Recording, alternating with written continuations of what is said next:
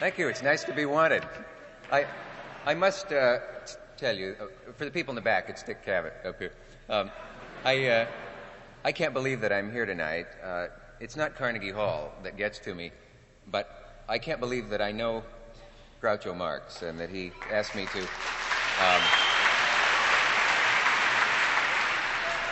to introduce him tonight, and I'll do that as quickly as possible. I met Groucho Marx on a sunny Sunday afternoon about 12 years ago. He was coming from the funeral of a great friend of his, a man he's often said was his god, George S. Kaufman. We met on the corner of 81st and 5th, and I couldn't believe it, but he asked me to walk down Fifth Avenue with him. And we stopped every so often so he could insult a doorman. And When we got to the plaza where he's staying, I assumed that the dream was over, and I was trying to think of a way to say goodbye, and he said, in that familiar soft voice that I knew first from the quiz show and then from the movies, "Well, you certainly seem like a nice young man, and I'd like to have lunch with you." And we had lunch. It was wonderful. I went home and wrote down as much as I could remember of it. I remember for dessert, the captain and the waiter both came over to take his dessert order. And Groucho said, "Do you have any fruit you can recommend?" to the waiter. And I don't mean the captain here. It was like that. The only sad thing about Groucho's life is that there are so many thousands of funny things that have gone unrecorded. Luckily, there was someone along at the anti-Semitic country club when they told him he couldn't use the pool. And he asked, since my daughter's only half Jewish, could she go in up to her knees? I would...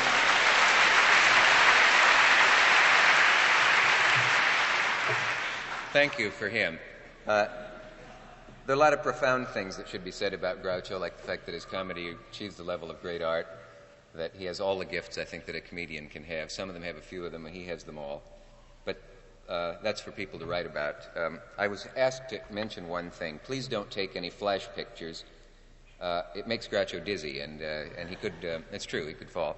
And he wanted me to mention that, and I said, how can I say that and not alarm the audience? And he said, easy, tell them I'll drop dead if they do. So he's serious, but not when you want him to. Anyway, to get quickly to the part of the evening that you came and paid for, I would first like to introduce a few people that should be mentioned now. Among them, Rufus T. Firefly, J. Cheever Loophole, J. Cheever Loophole, so hold the applause till the end, please. Dr. Hugo Z. Hackenbush, Otis B. Driftwood, and Captain Jeffrey Spaulding, the one, the only, Groucho.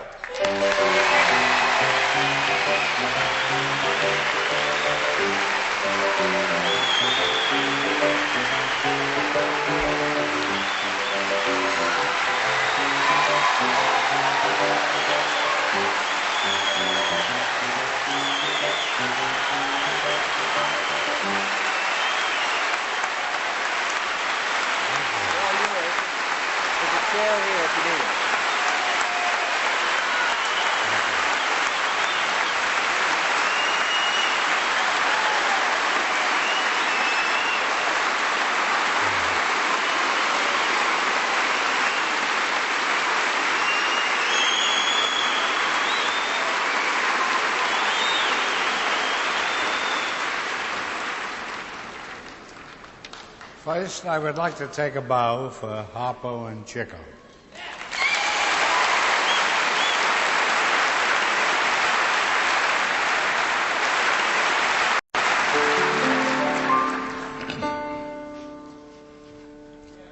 Hello, I must be going. I cannot stay, I came to say I must be going. I'm glad I came, but just the same, I must be going. For my sake, you must stay, for if you go away, you'll spoil this party I am brewing. I'll stay a week or two. I'll stay the summer through. But I am telling you, I must be going.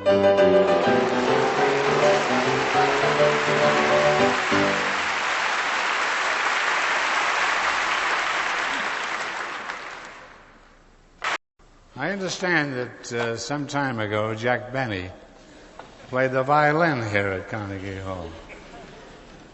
And I thought it'd be a good idea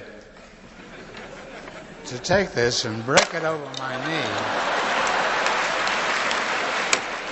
and then jump on it.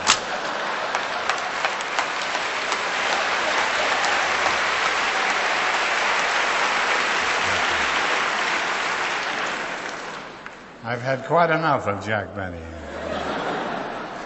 And so is the violin. Well, let's get down to cases. How I got started in show business. I saw an ad in the Morning World, which doesn't exist anymore. And hardly do I.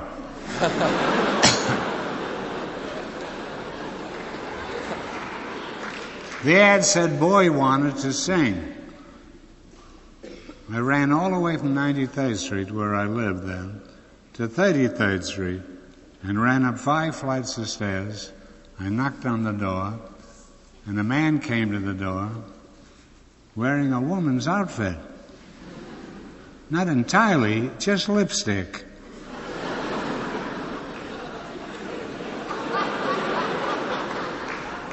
And I realized that that was the profession that I wanted to enter.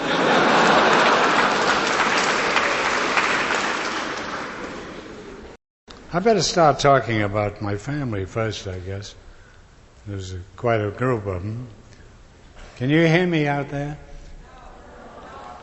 You're not missing anything.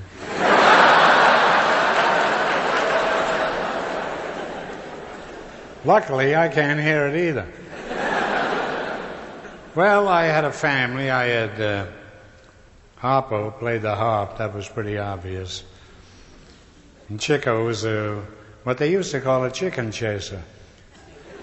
In England now, they call them birds, which is the equivalent of a chicken chaser in America 50 years ago. He did very well with that, too.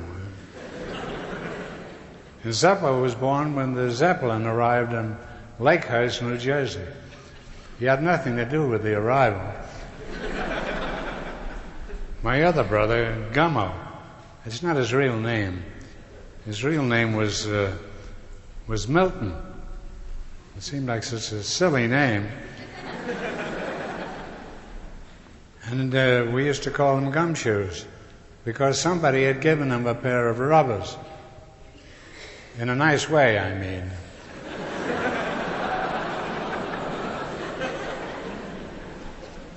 And that's his name, Groucho Marx. My name, of course, I never did understand. I had an uncle named Julius. He was well over 4 feet.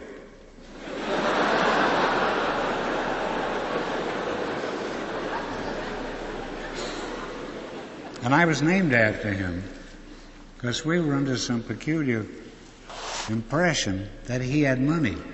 As a matter of fact, my father wanted to throw him out of the house. But my mother said, no. I remember I read a story once in which a man was supposed to be broke. And when he died, he left a lot of money, so they named me Julius. He never worked anyhow. He was just in the house sitting there. You find he died. And he left a will. His will consisted of a celluloid dicky, an 8-ball, and 3 razor blades. And besides, he owed my father $85, which he never did get from him. Then we had a sister. She wasn't really our sister. She was an adopted sister. The father of that sister had gotten a look at this girl and fled to Canada. And we never saw him again. But the girl stayed with us. And her name was Polly. Polly she wasn't a bad-looking girl, but her rear end stuck way out. You could play pinochle on her rear end.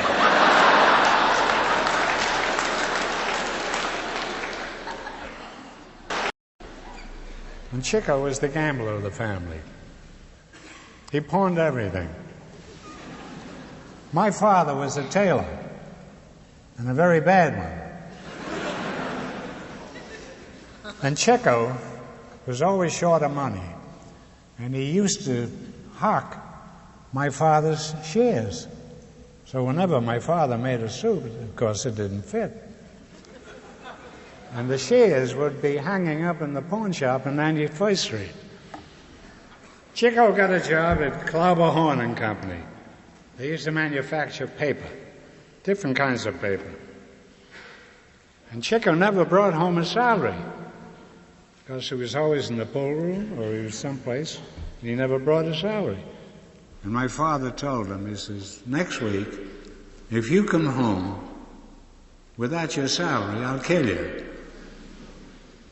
They had a very close relationship. Chico didn't know what to do. His father was laying for him. In a nice way, I mean.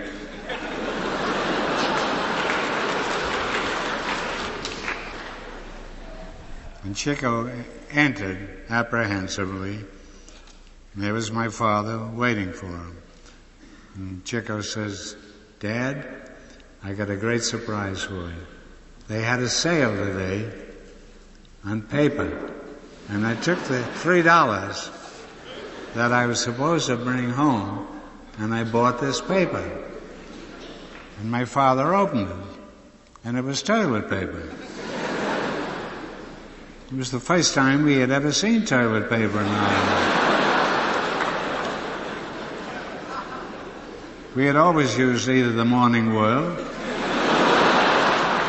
or the Herald Tribune. And when I was real young, before that, I used to smoke it. I'd smoke it up into a small bowl and then light it. It was very good. It was a very peculiar family. I had an uncle who was a chiropodist. He would come to your house and he had a small suitcase and he would cut your toenails for 25 cents.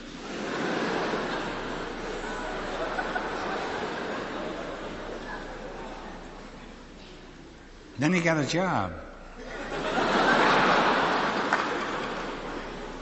Because there's not much money in cutting toenails for 25 cents. And it was cold, it was winter.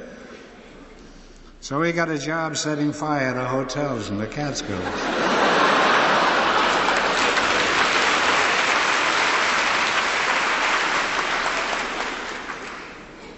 Then he was so good at this that they finally transferred him and they gave him a job in the Adirondacks, where they had much bigger hotels to bind up. He finally wound up in Sing Sing. Marvin Hamlish. That must be you, huh? Oh, this is Marvin Hamlish.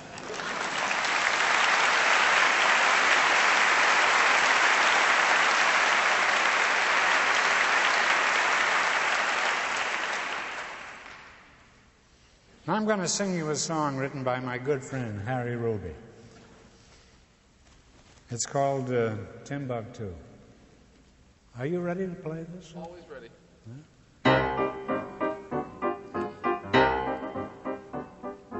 Long ago in old New Amsterdam, there lived a cousin of the Duke of Buckingham.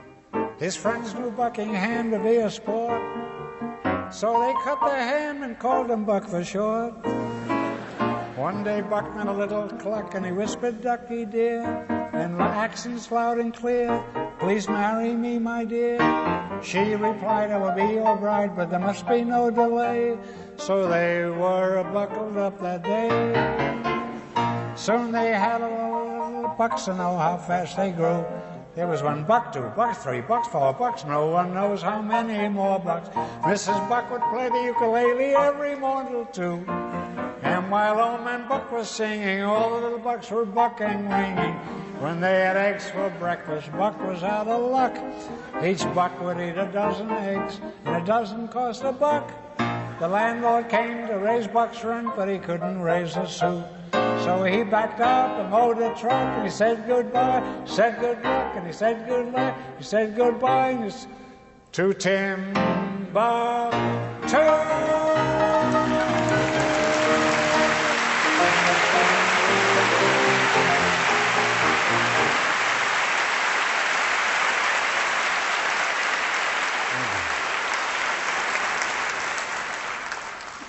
I muffed a few words in there, but it's such a crazy song it doesn't make any difference.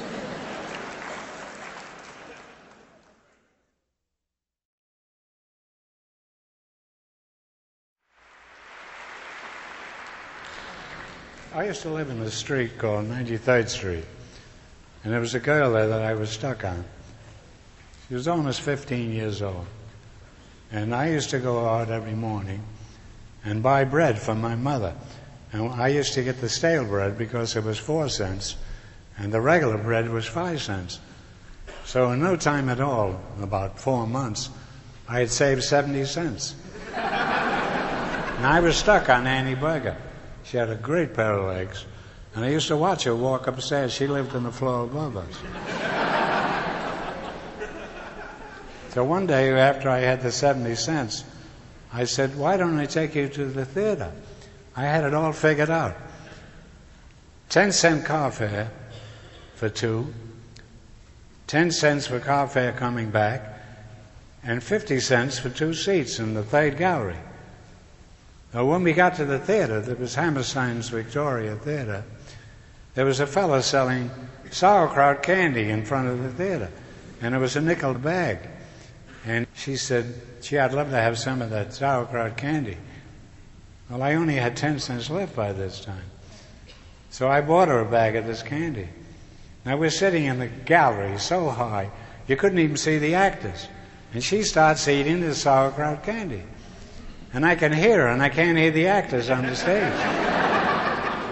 And I could have killed her. I thought she'd offer me a piece. But she didn't. So when the show was over, by this time she consumed all the candy. And we got outside, and I said, Annie, it was cold. It was real cold. It had been snowing all that day. I said, look, you had sauerkraut candy, didn't you, in the theater? You never offered me a piece of the candy, did you? Now, I only have 5 cents left, and we got to go all the way to 93rd Street. Now, look, I care a great deal about you, but I don't want to walk to 93rd Street. I said, I'll tell you what I'll do. I'll toss a coin up, this nickel that I had left, and you holler heads or tails. She hollered heads, it came down tails, and she walked home. I didn't see her again for 10 years.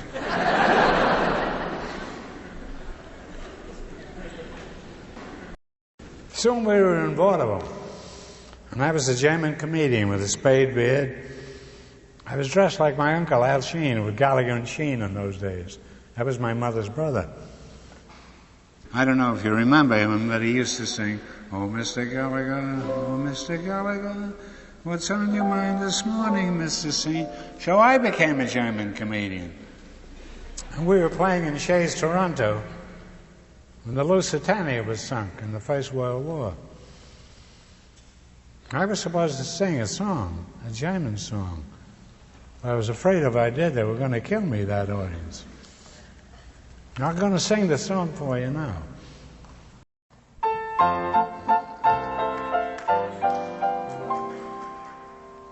I once knew a woman who couldn't spell cat. Her face was as homely as cinch. That wasn't necessary, that part.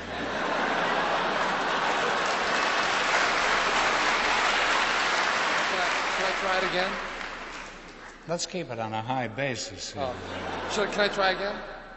Can I get another crack at it? Okay. Thank you. I once knew a woman who couldn't spell cat. Her face was as homely as cinch. In winter, she always wore last summer's hat, and a size 11 shoe was a pinch. When she played piano, strong men would faint, and weak men would cry out in grief. And as for her singing, well, it made you feel that it wasn't so tough to be deaf. But with all these things that the people would say, her voice and her looks couldn't drive them away. 'Cause, how that woman could cook. Her bread was like angel fool's cake. She could take soup meat and give it one look, and right away it was porterhouse steak. Her pfannkuchen, what a beautiful dream. Her tripe, was like peaches and cream, and with the table between us, she looked exactly like Venus. Oh, God, how that woman could cook.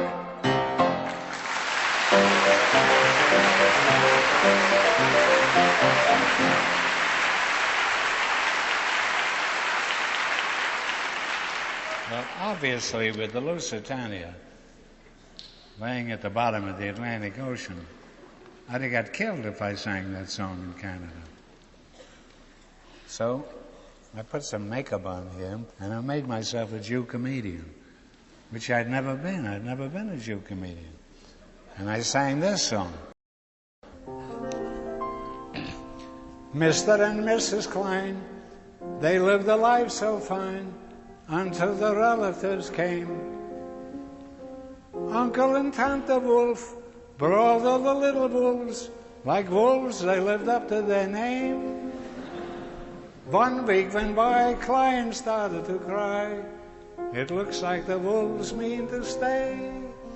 So he told his wife one night that while they were sleeping tight, let's leave him and we'll run away. Say, it's better to run to Toronto than to live in a place you don't want to. With 20 wolves in front of me, my house looks like a menagerie. Imagine the cheek from the tante to bring all them wolves from Toronto, and oh, how they can eat at least a pound of meat. Say, they take what they want, to. Just think what the bills will amount to. Every day they're growing more and more. They eat 1 meal a day, that's right. They start in the morning and finish at night. It's going to be a cold, cold winter, and I can't keep the wolves from the door.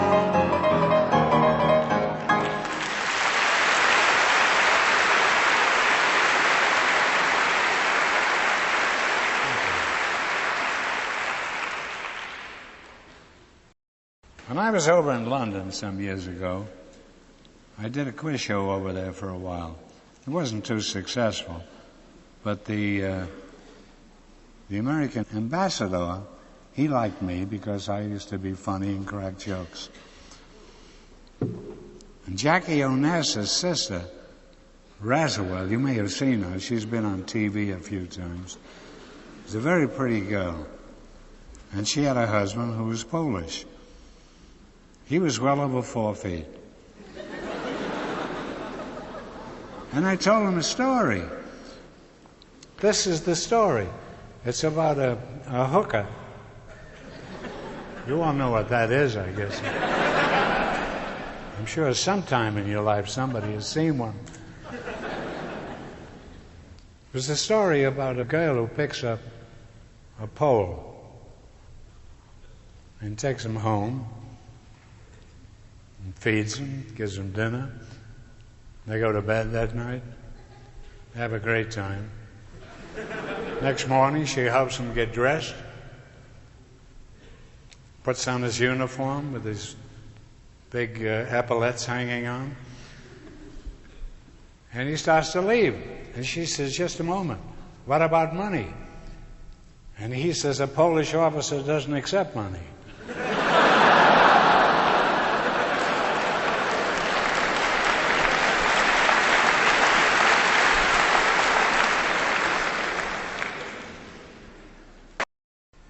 If you remember the Second World War,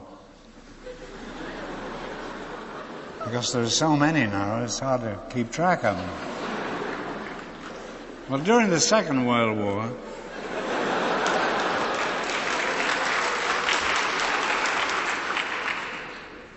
Hess had been sent by Hitler to try to negotiate peace with Churchill. Churchill at that time was in the projection room at 10 Downing Street running monkey business.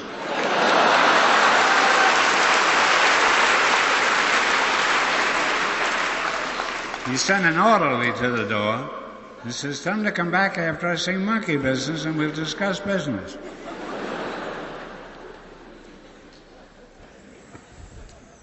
One night at the embassy, Winston Churchill's daughter Mary was my dinner partner. And when the butler passed around the cigars, he said, "Take one for me." He said, "What? What do you want a cigar for? You don't smoke cigars, do you?" She says, "No, my father does, Winston. And we play a little game." I said, "What kind of a game?" "I take a cigar, and he takes a cigar, and then he bets me £1, I think was around $2.50. And we bet who can hold the ash on the cigar the longest." At this time, he was running the British government.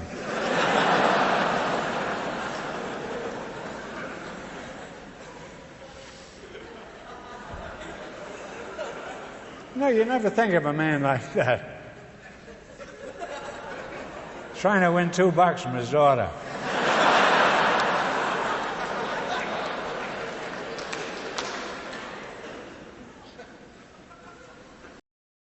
Speaking of Vaudeville, there used to be a critic in Chicago when we played there by the name of Percy Hammond. This is about 30 years ago, I guess. He was on the Chicago Tribune. And he reviewed our act. We did a big act, and we had about 25 people in the act. And he reviewed the act.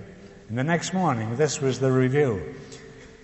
He said, "The Marx Brothers and their various relatives ran around the stage for almost an hour yesterday afternoon. Why, I'll never understand."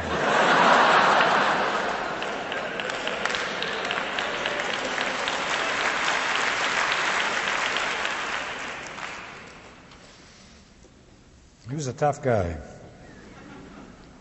During the Second World War, years later, the Chicago Tribune correspondent had died. And they had to get a new guy to go over and cover the war. And they had a big meeting one day. They had Ring Lardner there, and they had the whole staff of the Chicago Tribune. And somebody suggested sending Percy Hammond over, this critic who had reviewed our act. And Ring Lardner says, no, you can't do that. Suppose he doesn't like the war.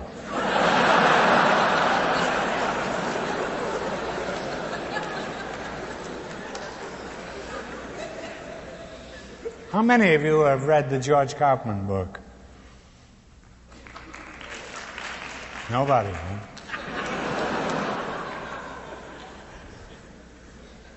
He was a close friend of mine. He was a hell of a playwright. And he was also a show doctor.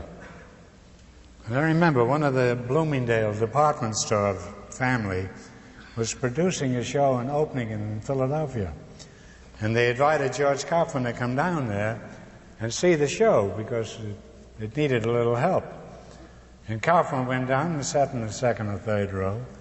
And when the show was over, the fellow from the Bloomingdales, he came down the audience and he said to George, he said, "How about the show? How'd you like it?" And Kaufman said, "Tell you what you do. Close the show and keep the store open at nights."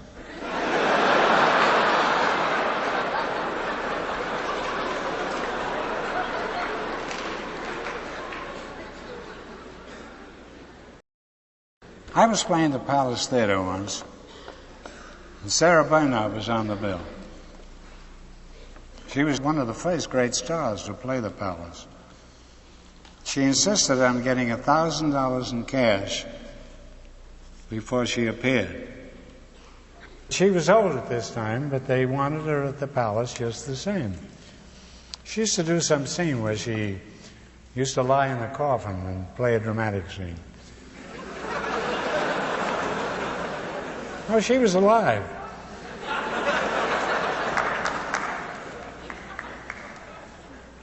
She only had one leg. Did you know that?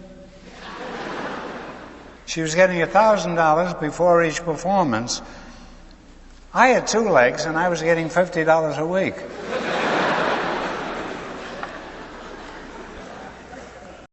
Once we were on the bill with Fanny Bryce. I'm sure a lot of you remember Fanny Bryce.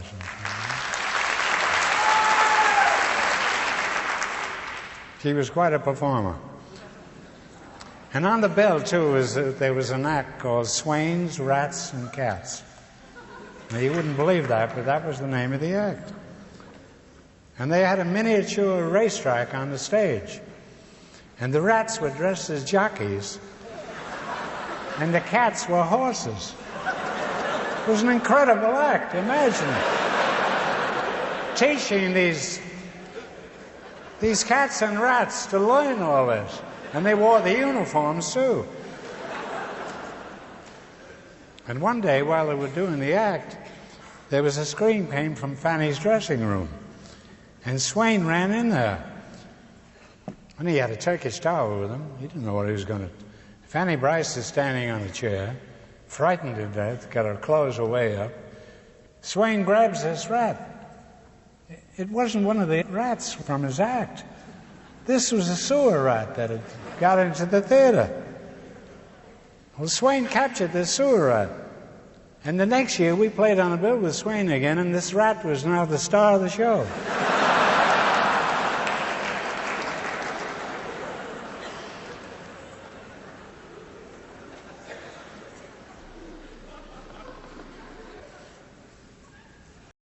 When we did Animal Crackers, we needed 2 minutes for a change, a scenery change. So I wrote a ridiculous poem. And I always think of whether the audience is really listening to the actor on the stage. I wrote the most ridiculous poem you could possibly write and tried it on the audience. And the first 10 weeks that we did the show, we used to get a sophisticated New York audience. And they used to laugh and they used to applaud at the end. And then you start getting the out-of-towners, people from the Middle West. And they thought I was serious. And this is the way it goes. Did you ever sit and ponder as you walk along the Strand that life's a bitter battle at the best? And if you only knew it and would lend a helping hand, then every man could meet the final test. The world is but a stage, my friend, and life is but a game. And how you play is all that matters in the end. For whether a man is right or wrong, a woman gets the blame. And your mother is your dog's best friend.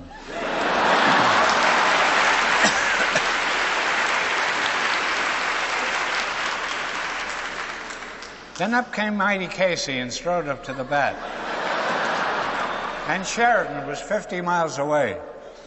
For it takes a heap of loving to make a home like that, on the road to where the flying fishes play.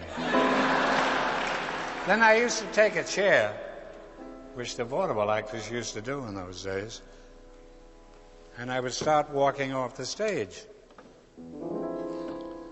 And the last line would be, so be a real life Polyarch and laugh, clown, laugh.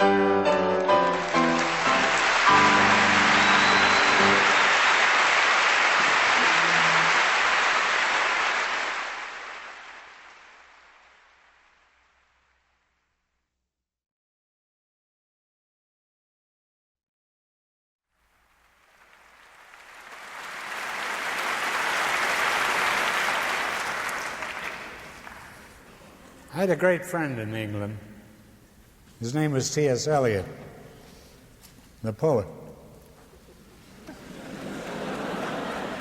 Well, there are people out here who might not know that he was a famous English poet.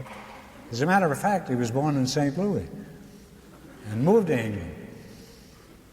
He wrote me a letter, and he said, I'd like a picture of you with a cigar on it. You know, one of these. So I sent him a picture of me, and he retained it. He says, I want a picture of you smoking a cigar. So I sent him one smoking a cigar, and we got very well acquainted.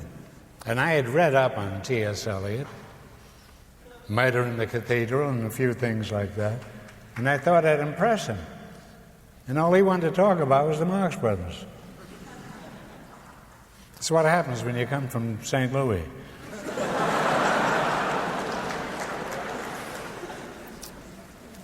Well, he was a wonderful man. He was a great friend of mine.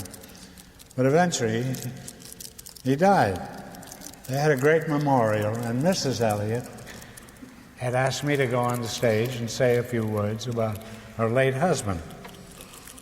So I went in around 4 o'clock in the afternoon, and the stage door was locked, and I went through the front of the theater, and I walked down the aisle. And it was Stygian darkness there, and I couldn't see anything. I don't see too well anyhow. Is there anybody out front? At any rate, I finally felt my way down to the front row. And I sat down. And I'm now sitting on, I can't think of his name. It'll come to me in a couple of hours.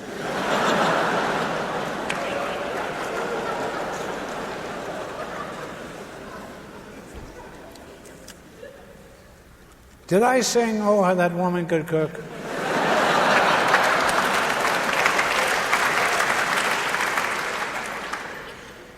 No, it was true. I was sitting on Cantatinen's lap.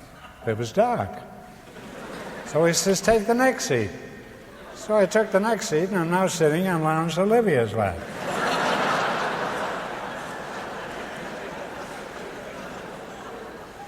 He says, "What are you doing here, Groucho?" I said, "Well, I thought, I was invited by Mrs. Elliot to come over here. I thought I'd take a look at the theater." He says, "Why don't you get up on the stage and show us what you're going to do?" I said, "Well, I don't plan on doing anything here." "Well, not with all the actors you've got here. You had all the Shakespearean actors in England, and I was an old vaudeville ham."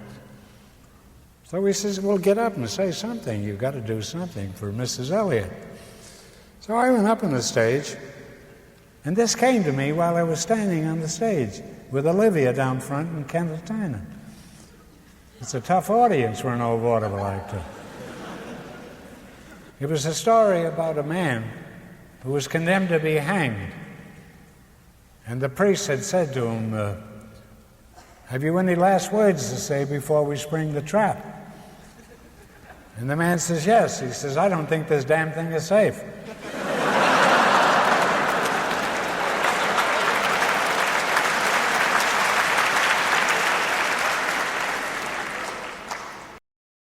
I did a bomb tour during the Second World War. It was Hope and Crosby and Cagney, most of the big stars. Desi Arnaz. Yeah, that was one of them. We were raising money. And we played Boston and Philadelphia and most of the big cities. And we got to Minneapolis. There wasn't any big theater to play there. So we did our show in the railroad station. Then I told the audience that I knew a girl in Minneapolis. She was also known in St. Paul. She used to come over to visit me, and she was known as the Tale of Two Cities.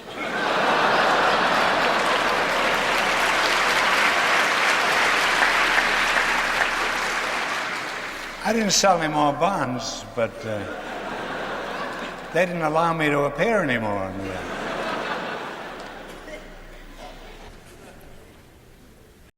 There were times when I used to wear a mustache, and there were times when I didn't. I got tired of wearing it, and I would take it off, because if I didn't have a mustache on, people didn't bother me in the street. So one night I went to the Winter Garden, and Houdini was appearing there, and I was sans mustache. That means without. Got to watch yourself in the Winter Garden. At any rate, I'm sitting in the second row, and Houdini is now doing a trick. He would take some needles and put them in his mouth and a spool of thread, and then he would thread the needles. So he asked for a volunteer out of the audience. Now, who do you think went up on the stage? And he opened his mouth wide. I want to prove that there's no trickery to this trick. "What do you see in there?" And I said, "Fire air." and left the stage.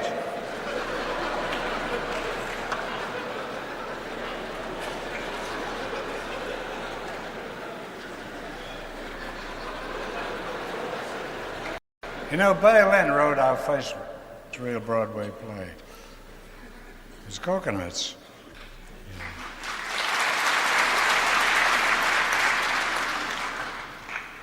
And George Kaufman hated music. Even when he wrote the Pulitzer Prize play with Maury Riskin, he didn't like songs because it got in the way of the jokes. So this got Berlin angry. And he went home that night and he wrote a new song. He said, "You didn't like the song in Cocoanuts. I wrote a new song for you." And he played it for Kaufman. And Kaufman said, "It stinks." And this is it.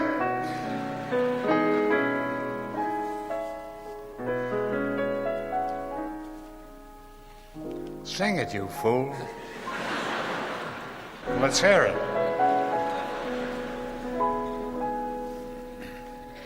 Da da da da.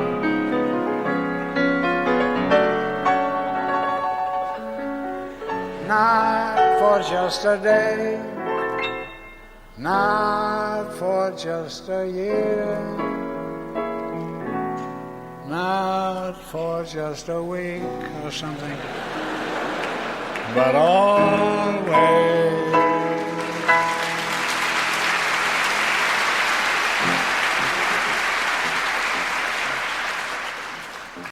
Berlin and I were very friendly, and Harry Ruby and I surprised him. We sang one of his songs, which he hated. It was a song from the First World War. And the song went like this.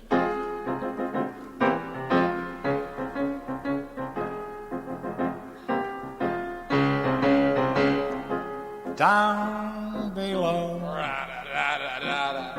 down below, sat the devil talking to his son, who wanted to go up above, up above. He said, "It's too slow for me down here," and so the devil said, "Listen, lad, listen to your dear old dad. Fantastic. Fantastic. You stay down here where you belong. The folks above you, they don't know right from wrong. To please their kings, they've all gone off to war. But not a one of them knows what they're fighting for. Way up above, they say that I'm a devil and I'm bad. But the kings up there are bigger devils than your dad. They're breaking the hearts of mothers, making butchers out of brothers. You'll find more hell up there than there is down here below.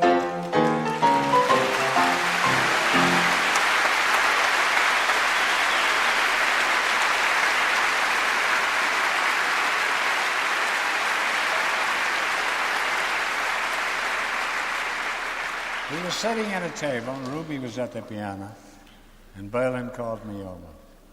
He says, "If you ever have an urge to sing that song again, if you'll get in touch with me, I'll give you $100 not to sing it." But I still sing it. Because I think it has 4 wonderful lines in there. And it applies today just as much as it did 40 years ago. They're breaking. Have you got a key you're not using? They're breaking the hearts of mothers. They're making butchers out of brothers. You'll find more hell up there than there is down here below.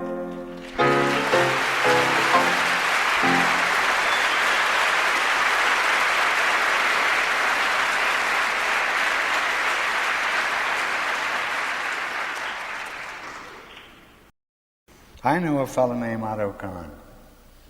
He was a very rich man, and he gave a lot of money to the Metropolitan Opera House at one time. And his close friend was Marshall P. Wilder, who was a hunchback.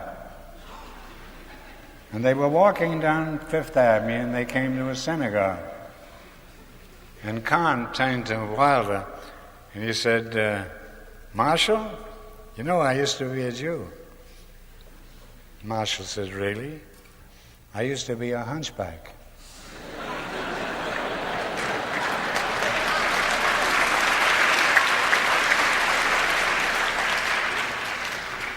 Now we get to W.C. Fields.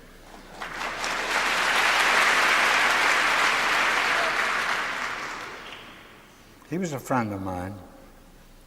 He was a great drunk. And if they'd have had marijuana in those days, I'm sure he'd have been using it. And he lived in San Fernando Valley.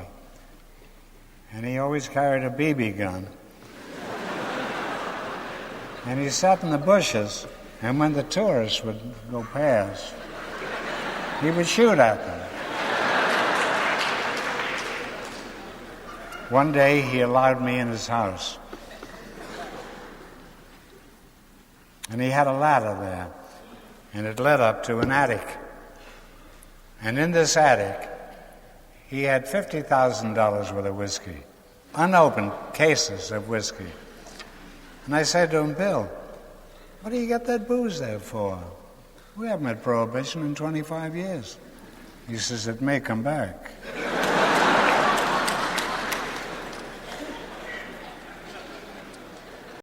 Fields was doing a picture many years ago with a kid named Baby Leroy. And in those days, you had to have a nurse on the set. This was one of the rules in the movie industry. So the nurse had to go to the bathroom. Even nurses do that occasionally. And Fields says, look, I'll take care of the kid. You just go to the bathroom. And when she had gone, he took a bottle of booze out of his back pocket and got Baby Leroy dead drunk.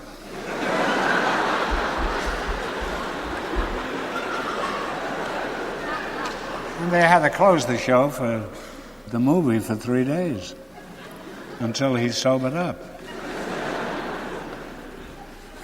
There used to be a girl actress in Hollywood. She was an actress, a very pretty one, too. And she always wore an anklet. And she had to have it around here. And on this anklet, it said, Heavens Above.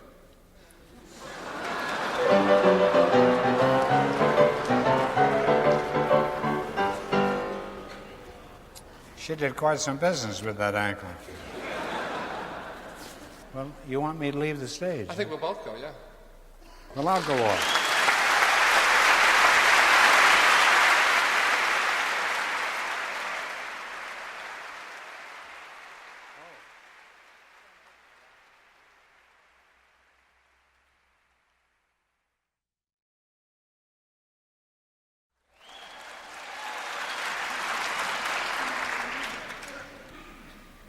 Years ago, there were many songs written about mothers. You know, like Mammy and Island Must Be Heaven. Mom, they're making eyes at me, my mother's eyes. But nobody ever wrote any song about fathers. Father was the town schlemiel in almost every place. He was nothing. Mother was the boss.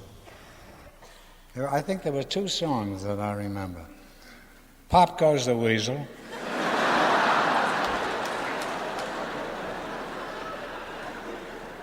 And oh, what a crumb is my old man.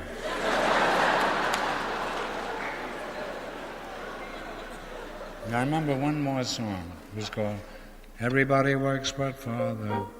He sits around all day, feet in front of the fireplace, smoking his pipe of clay. Mother takes in washing, so does Sister Ann. Everybody works in our house but my old man. That was a big hit, that song. And they even sang it in Europe, in Germany. Alles schafft aber nicht Vater, geht den ganzen Tag herum und raucht die verdammte Pfeife, das alles geht drüber und drum. Und Mutter nimmt den Washing und auch tut Schwester an.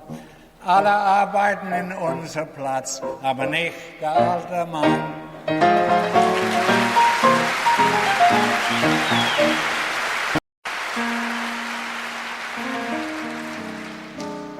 I have a friend in Hollywood. I think I do. I'm not so sure of it. His name is Harry Ruby.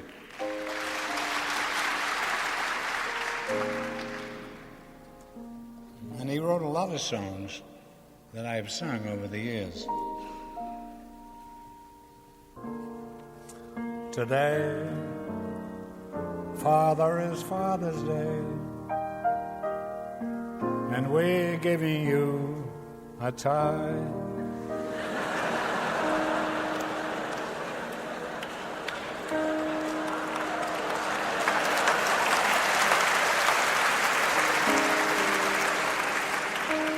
It's not much, you know. It is just our way of showing you we think you're a regular guy. You say that it was nice of us to bother, but it really was a pleasure to fuss. For according to our mother, you're our father, and that's good enough for us. Yes, that's good enough for us.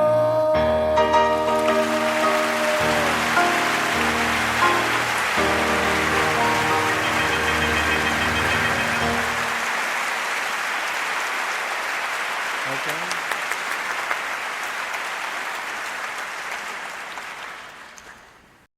All I can tell you about Margaret Dumont, who was Mrs. Rittenhouse in our pictures.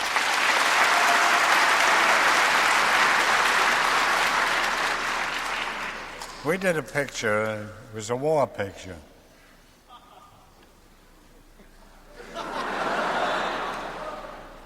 And a shell came through the window. And I rushed over and pulled the shade down. And she said, "Otis, what are you doing?" I said, "I'm fighting for your honor, which is more than you ever did." Then we were on the boat, and I had 2 suitcases. Mrs. Rittenhouse was in back of me. And she said, "Otis, have you got everything?" And I said, "I haven't had any complaints yet."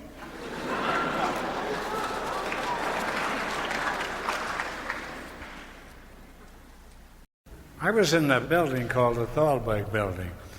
It was a building that was built to honor Irving Thalberg, who was our producer at MGM. And a woman backed into the elevator. And this woman was wearing a hat. I have nothing to do, I'm bored. So I take the back of the hat and I push it up. And I turn around and it's Greta Garbo, the biggest star in all of show business. I didn't know what to say. And finally I said, "I'm terribly sorry, but I thought you were a fellow I knew from Kansas City."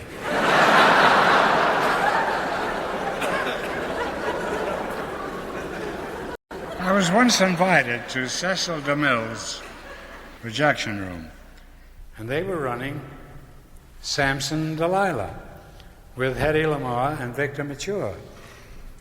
I'm sure many of you had seen that picture sometime or other. So and Cecil DeMille came up to me when the picture was over.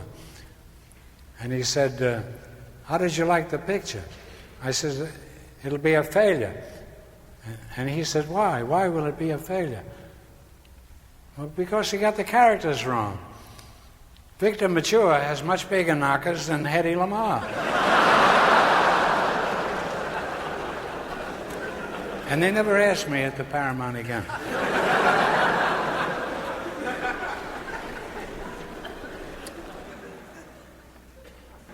I remember playing baseball with Will Rogers in Baltimore. In those days on the Keith circuit, they used to have teams. And our team would be the Marx Brothers and a few other players. And Will Rogers was playing second base. And I got on first base, and I ran to second base, and I slid in there. And Will Rogers was standing about 20 feet in front of second base. And he turned around to me and he says, you're out. I says, how can I be out? You got to touch me with the ball on second base, don't you know that? And he said, Groucho, at my age, wherever you stand is second base. That's a true story. I've always had trouble with priests. I was married by a rabbi, I think. I'm not sure of that. I think my grandfather had bought a speech for $5, and all the brothers used that speech. My dear parents, for many years you have toiled and labored for my happiness. We had no idea what the hell we were talking about. But we did the whole thing, and it was only $1 apiece for each speech. I was in the Plaza Hotel, and there's a priest standing there. And he recognizes me. He says, aren't you Groucho Marx? And I said, yeah. He says, my mother's crazy about that quiz show you do. And I said to him, I didn't know you fellas had mothers.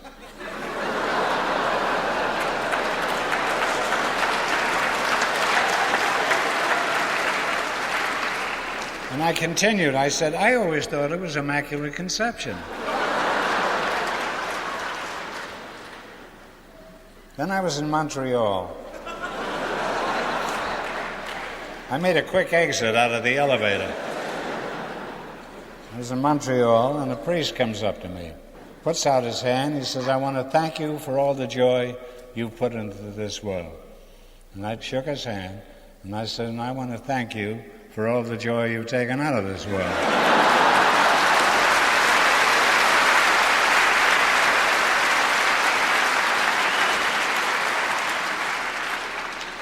He said, could I use that next Sunday in my sermon?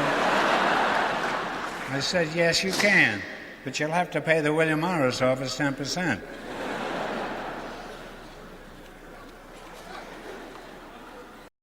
I was in Italy, I was in Rome. Wonderful city. And I just lit $1 cigar, and I was walking to the corner, and somebody bumped against me. And this is $1 cigar. I wasn't going to let it lay there. So I reached down to pick it up, and I says, Jesus Christ. And I turn around, there's two priests standing next to me.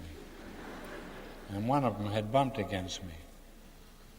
And he reached in here and pulled out 2 cigars. He says, Groucho, you just said the secret word.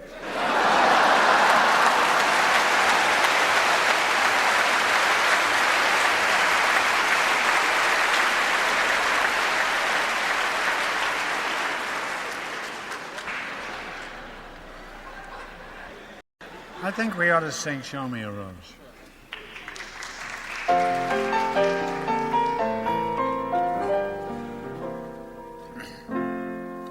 Ever since songwriters started writing songs, they have written songs about the rose. Red roses, blue roses, old roses, new roses, roses from the north and south and west. But here's the rose song that I love the best. Show me a rose and I'll show you a girl who cares. Show me a rose or leave me alone. Show me a rose and I'll show you a storm at sea. Show me a rose or leave me alone. She taught me how to do the tango down where the palm trees swayed. I called a rose a mere, and she called a spade a spade. Show me a rose, and I'll show you a stag at bay. Show me a rose, or leave me alone. One night in Bixby, Mississippi, we watched the clouds roll by. I said, my dear, how are you? And she whispered, so am I. Show me a rose and I'll show you a girl named Sam. Show me a rose or leave me alone. Show me a rose, a fragrant rose. Make believe that you don't know me until you show me a rose.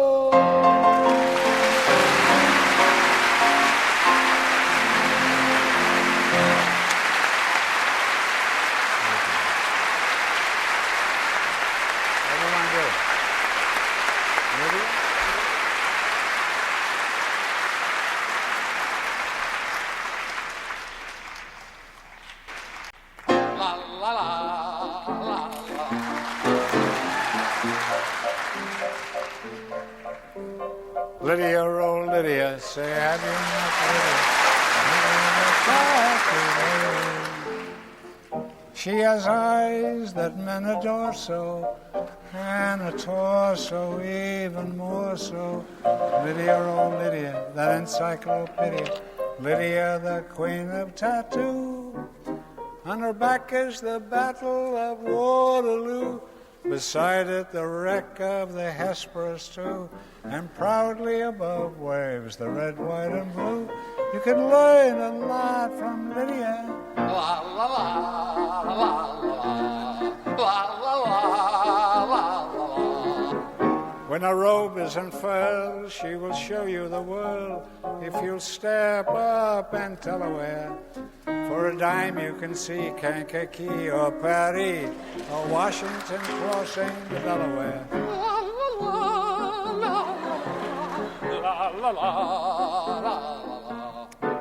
Oh Lydia, say have you met Lydia? Lydia the tattooed lady. When her muscles start relaxing, up the hill comes Andrew Jackson. That encyclopedia, Lydia, the queen of tattoo. For 2 bits she will do a mazurka and jazz with a view of Niagara that nobody has. And on a clear day you can see Alcatraz. You can learn a lot from Lydia. La la la la la la la la la. Come along and see Buffalo Bill with his class. Just a little classic by Mendel Picasso.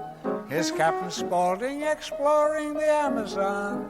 His Godiva but with her pajamas on. La la la la la la la la.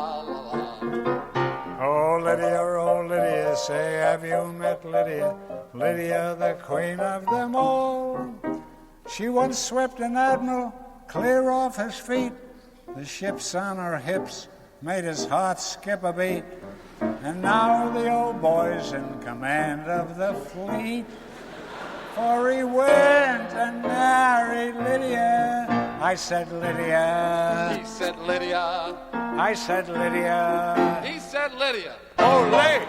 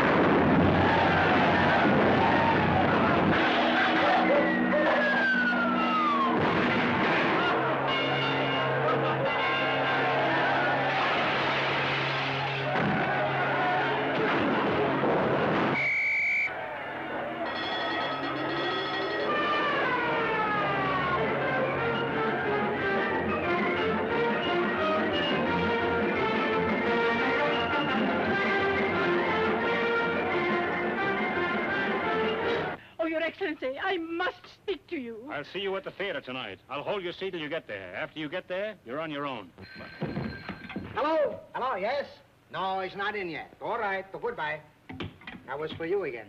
I wonder whatever became of me. I should have been back here a long time ago. They got guns, we got guns, all got children got guns.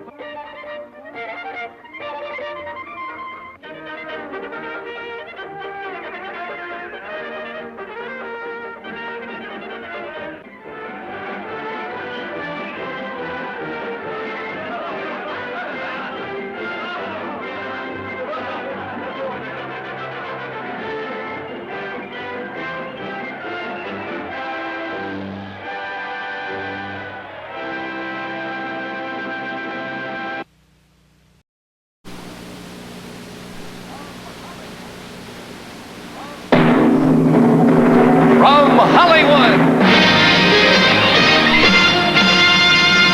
the heart of the entertainment world, the Hollywood Palace, with your host, Groucho Marx.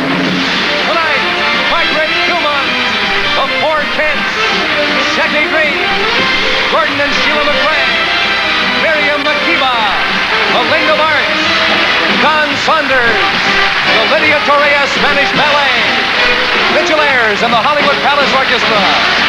All brought to you by Accutron, the world's most accurate timepiece, available at authorized Accutron jewelers.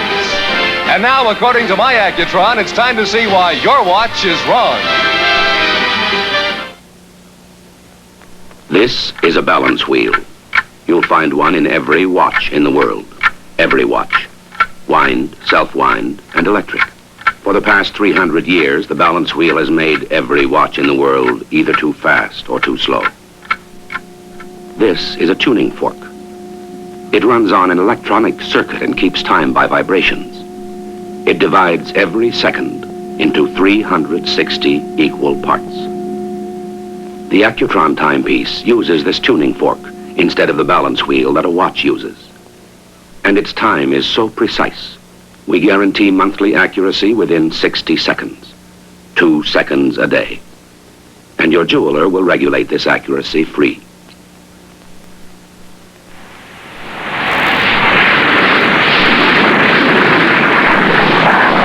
Accutron, issued to X-15 pilots by the United States government.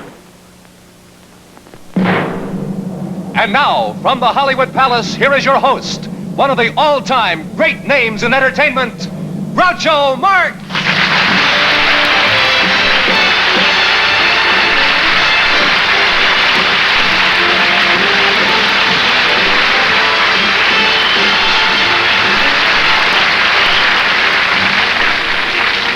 Good evening and welcome to Medicare. Not me, you. It was just a year ago that I was your host in the Hollywood Palace. What are you doing here? Oh, you're in the show, huh? And now I'm back, which proves that around income tax time, there's nothing I wouldn't do for money. Well, hardly anything. This is a sort of a bon voyage appearance for me. Right after the show, I'm leaving for Europe. Or perhaps during the show.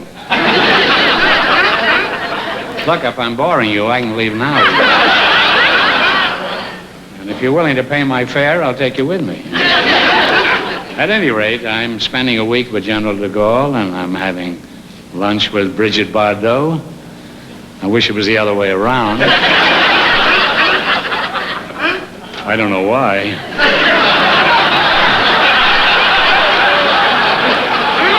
Would you mind going on with this? Actually,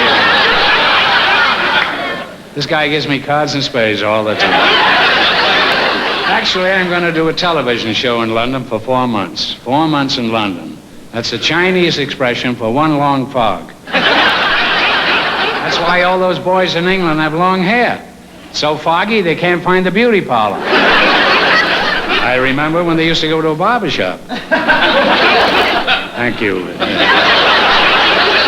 I'm so grateful. I'll thank anything for this slight. A couple of weeks ago, this is the same audience we had at 5 o'clock. Except 3 of the people now is Snow White. There's one of them. And the 7 Dwarfs. And a couple of weeks ago, a friend of mine flew over to London. He didn't like the picture they were showing on the plane, and so he left in the middle. It's now known as the first airplane dropout. You can see him now anytime on television. He's called Flipper.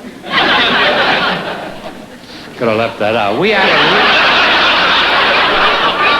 have a real international show for you tonight. We have all kinds of people from all over the world, all of them without talent.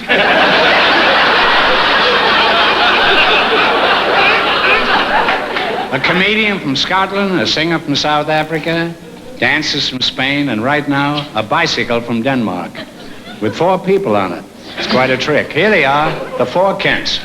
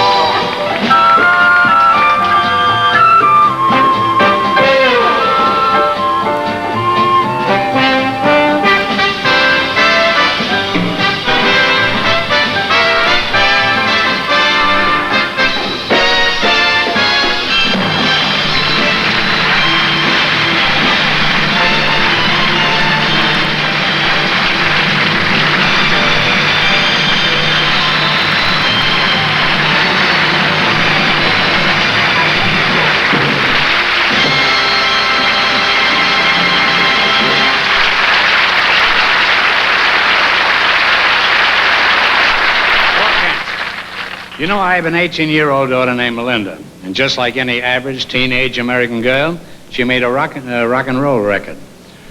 Moved out of the house and got her own apartment. Tonight she's going to sing the song that's paying the rent for this apartment. You give her a big reception, and I'll give her a very small wedding.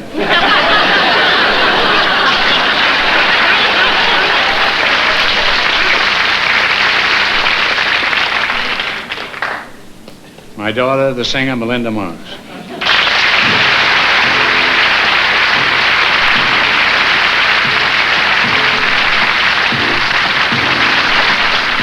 If you are lonely, I know a place where troubles can be erased. So come along down to the east side of town. Come on down to the east side of town. That's where the people are always gay, and laughter rings to the break of day. So get yourself down to the east side of town. On the west side of town, there's always trouble there. People may put you down almost anywhere. So come along with me. Oh, how happy we will be. You can be free. You will see.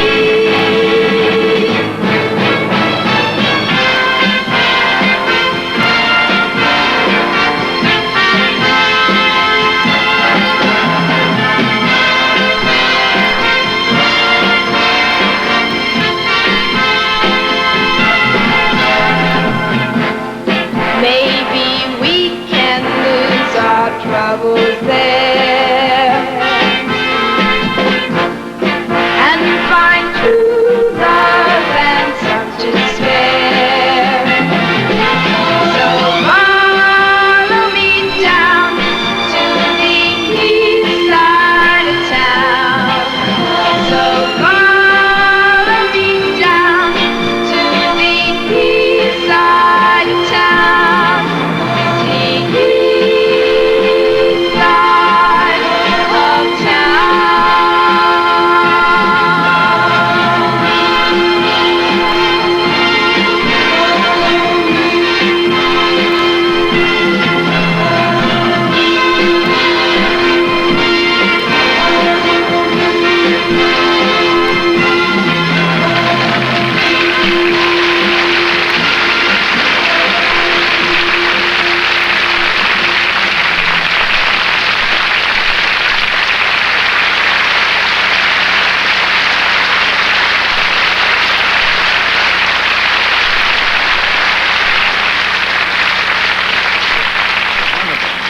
Melinda, that was wonderful. What was the name of the dance you were doing? Oh, we were doing a lot of different steps. We were doing the monkey and the swim, the fruit, the jerk, and the slop.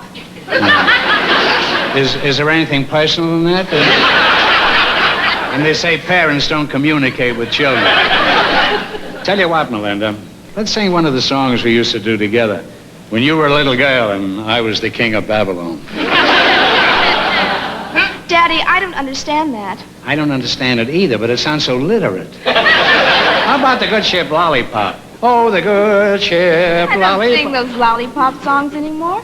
I see. You don't want to make a sucker out of your father, huh? Or a sinker. Daddy? Daddy, I'm a teenager now. You know, the thing to do with this audience is say everything wrong. You're a what, did you say? I'm a teenager now. Oh, so what? I'm a stone ager. I'll tell you what, you sing your kind of song and I'll sing my kind of song. And may the best man win. Okay, old king of Babylon. Oh, wise guy.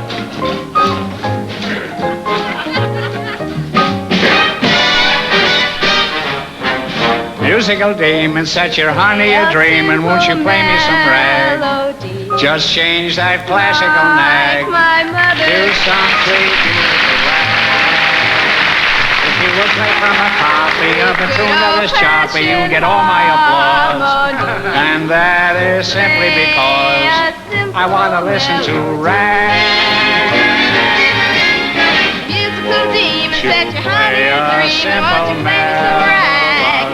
Just change that classical nag to some sweet, beautiful drag.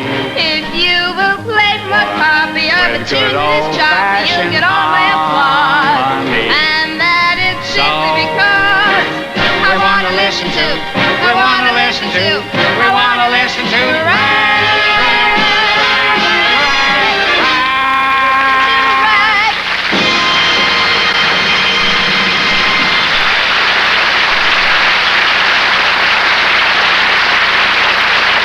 Tell me, Melinda's record is selling like wildfire, and she's getting a lot of calls from the fire department. Now it's time we turn to a man who shouldn't be allowed out on the street.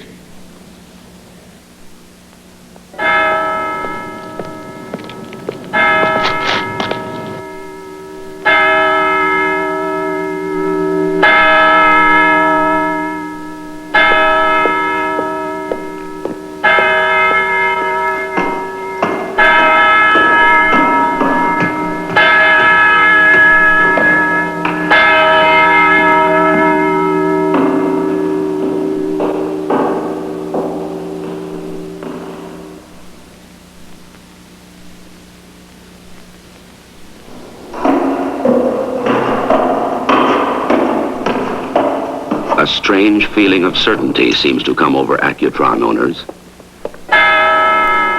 Accutron time is kept by a tuning fork instead of a balance wheel. It splits a second into 360 parts and is used as a timer in satellites. What else can you be sure of these days?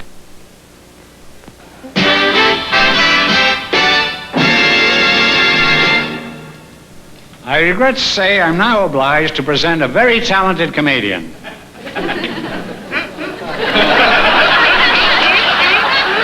Well, that's the way life is.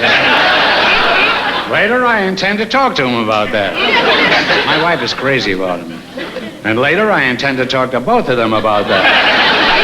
Here he is, Shaky Green.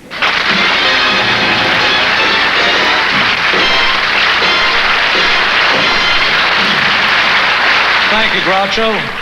I think that's the most important thing in our business, a nice introduction. Because I had an introduction one time on a television show about 8 years ago, almost destroyed my career the way I was brought out. There's a guy on Sunday nights, I forget his name right now, but, Is tonight on our show? Well, I'd like very much, ladies and gentlemen, to introduce a young, fat, young, fat, young, fat, a young, fat. Made it sound like there was a Chinese comic coming out. Meantime, I'm backstage trying to lose weight fast. And here he is right now, ladies and gentlemen. Chicky, Shikey, Shucky, whatever the heck his name is. And I ran out and said, "Thank you, Edie, Idie, Oodie." Whatever your name is. Actually, I've never worked a show after that, and that's one of the reasons why I'm glad I got the opportunity to tell you about it now. Recognition is the most important thing in this business. Different towns we play when you're recognized by different people. I was in San Francisco just before we had the pleasure of coming in to do this show. Anybody ever been to San Francisco in this room? Huh? They got one Chinese restaurant that flips me, a place called Johnny Khan's. You go into this place, now you always think that the Chinese people are humble because you see them in the movies. Oh, welcome. But you never know what they're saying down here, you idiot. And don't ever do what I did to a Chinese waiter. I said to the waiter, I said to him, psst, psst. He said, "Who you call psst, psst?" 14 years I've been a waiter. Nobody ever said to me, psst, psst.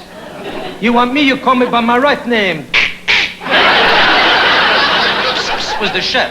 I said, "Waiter, I'd like to learn how to eat with chopsticks. Ever since I've been a little boy, I've had this tremendous urge to learn how to eat with chopsticks." He said, "Me too." I says, "Don't you eat with chopsticks?" He says, "No, I was born in this country, San Francisco." I says, "How do you eat?" He says, "With 2 forks." He said, "But I have a cousin in the back. Just for this routine, he show you how to eat with chopstick. He was born in this country too. Yoo-hoo. And that was the guy's name, Yoo-hoo. And he came out. And he got me the chopsticks. It's very simple to eat. Thank you very much for the chops. He's a chopstick holder. Very simple to eat with chopsticky, eh? And other people think difficult, but basically very simple, like a mechanism. Mechanism, no trouble. Communism, plenty trouble. Make it simple. First of all, Yank, you order fried rice. Even if you don't like a fried rice, please order fried rice anyway, because I got idiot chef in the kitchen make nothing but fried rice. Got the whole kitchen full of fried rice. I'd fire the chef, but I can't get the door open. A fried rice pile right at the door. Mach me meshugi. Oh, you all speak Chinese.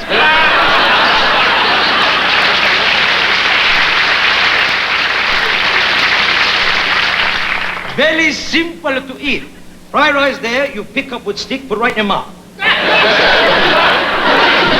Oh, look at that little fried rice go back to the kitchen. You look very familiar to me. Didn't I see you on television one time? Aren't you fat, young? You chicky, chai. Listen, how come all the comedians always tell English story? They tell Scotch story, Irish story, but they never tell Chinese story. And he proceeded to tell me, I think, one of the greatest stories I've ever heard in my life. A beautiful story about a Chinese father in Hong Kong that says to his son, and the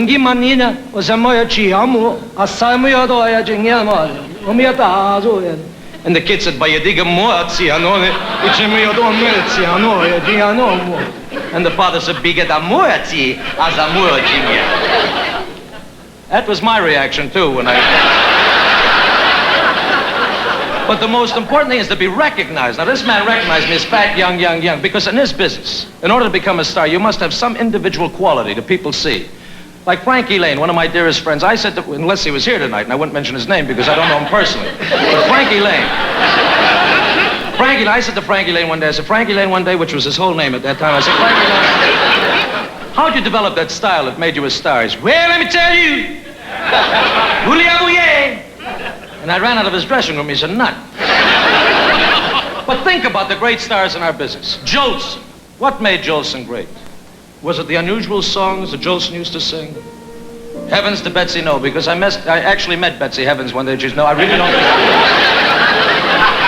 You're right, Groucho. It pays to make a mistake. And I think this show is it for me. Jolson developed a style, ladies and gentlemen, my audience, of singing on one knee. Now, how did he develop that style of singing on one knee? All by accident, New York City. The Winter Garden Theater. The year was 1926. I'll never forget it because I was there that night. And I turned to Florence Ziegfeld, who was with me, and I said, Flo, this guy's really great. His name is Jolson. And Florence Ziegfeld turned to me and said, shut up! You're only 6 months old. And Jolson sang a song I'll never forget if I live to be 100 years old. The greatest song I've ever heard. It's a song that you never forget. And he developed this style of singing on one knee when he sang.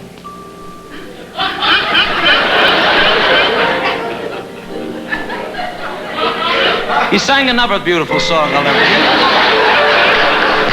Rock-a-bye, my baby, with a dicky melody. And when you croon a tune right from the heart of little old Diggy. Come on and hang that cradle mine right upon that maiden eating line. And one of the chorus boys said, Mr. Jolson, your pants are ripped.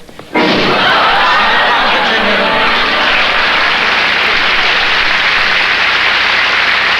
made him a star.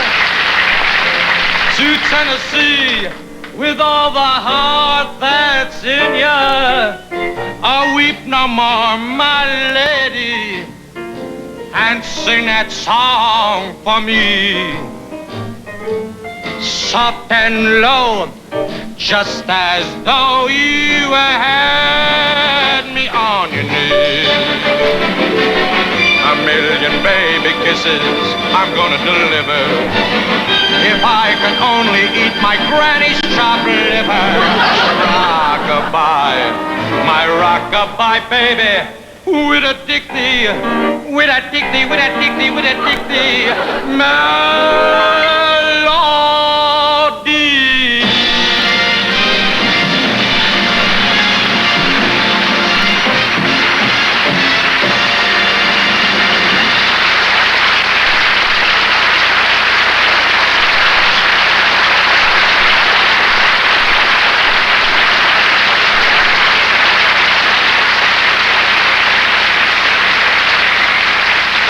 Now let's look at a man with absolutely no self-control.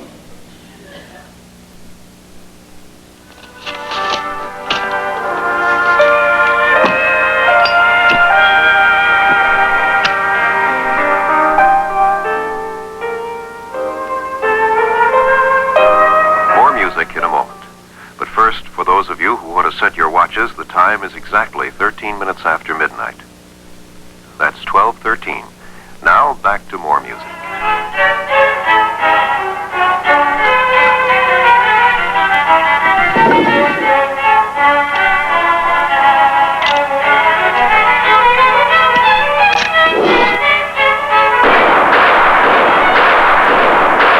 Accutron owners have very little patience with the wrong time.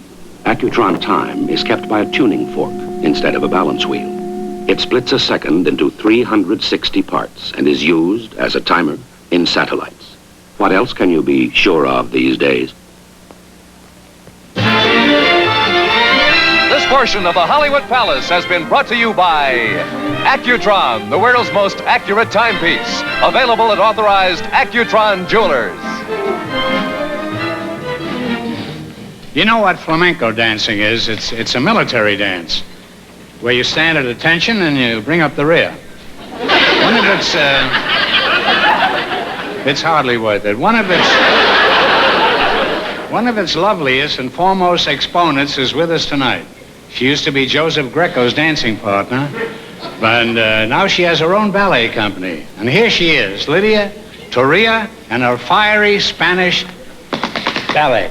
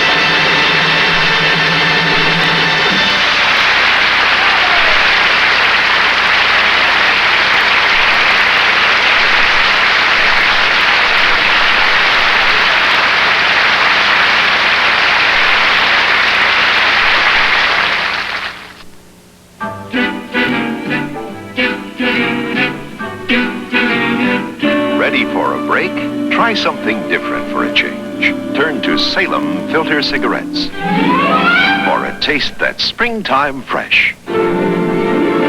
Turn to Salem, you'll enjoy that springtime taste. Turn to Salem, for a taste that's springtime fresh.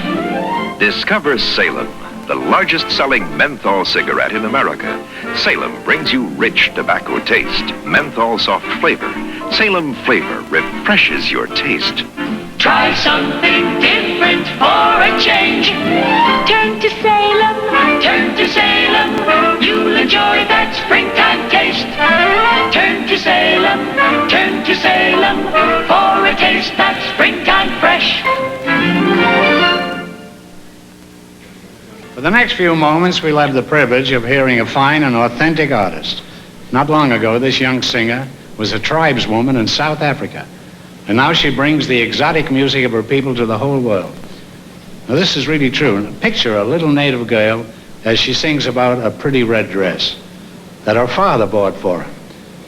As we hear an African game song by Myron Cohn, by Miss Miriam Makeba.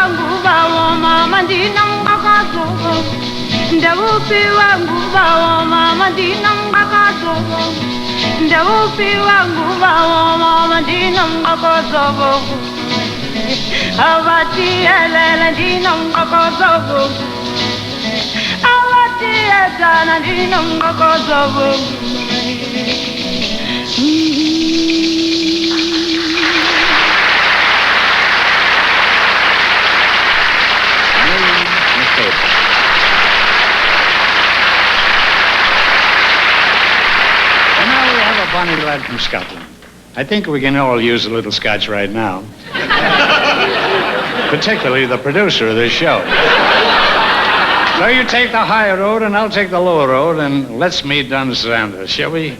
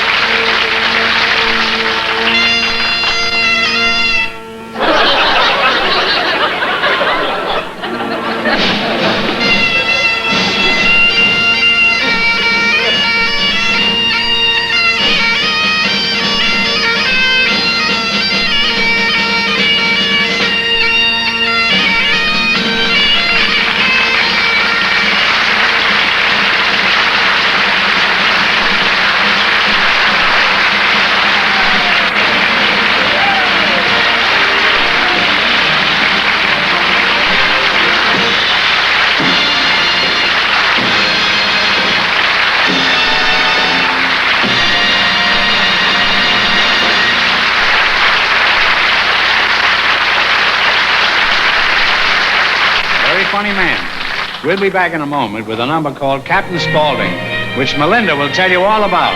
And Gordon and Sheila McRae and lots more show in the Hollywood Palace.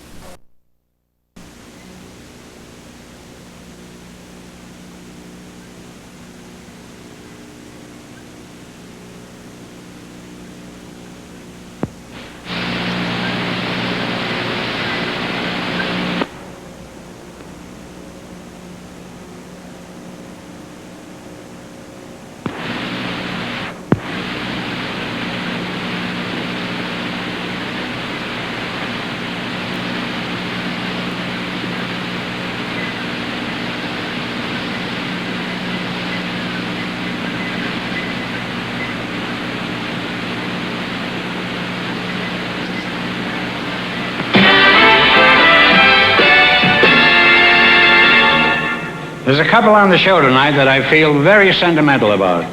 Gordon and Sheila McRae. Years ago, I went out with Gordon's mother. That time, she was known as Mother McRae. Oh, I feel for you, and here they are.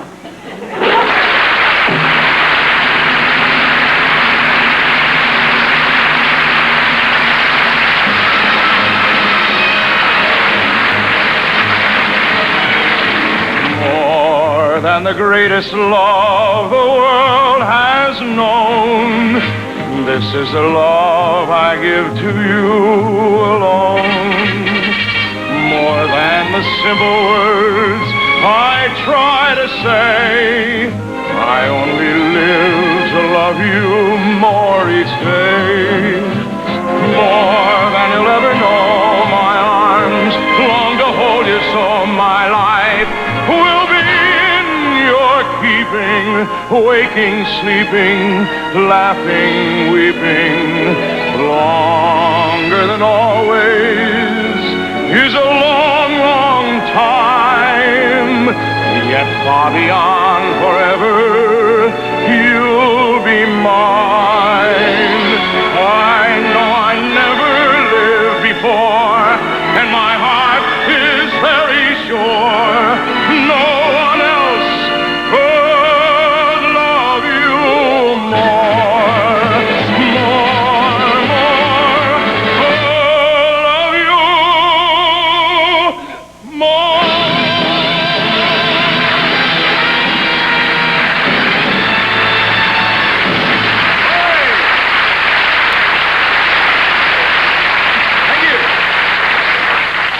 Well, you know, I've been married for years. And I'll tell you one thing, my married life is never dull or boring.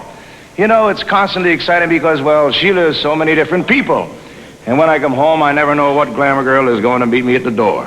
One night I walked in and there was Brigitte Bardot wearing a towel. I didn't leave because it had my initials on it. But last night I got the biggest surprise of all. Who was standing there but the wildest blonde you ever saw?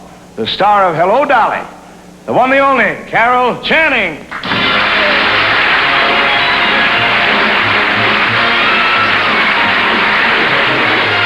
Yes. Well, hello, Harry, and hello there, Louis. Gee, it's nice to be back here where I belong. And as you all know now, I'm in a great big hit show now, thanks to Louis Armstrong's record of this grand old song. So, wow, wow, wow, fellas, look at old Dolly now, fellas. Dolly will never go away again.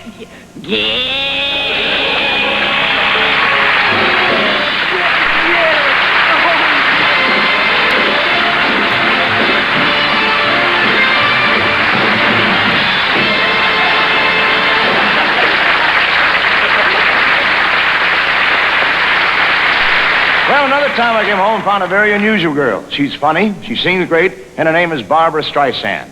She's a big star on Broadway, and in case you haven't seen her, let me tell you about her. Well, well, better still, you've got to see her.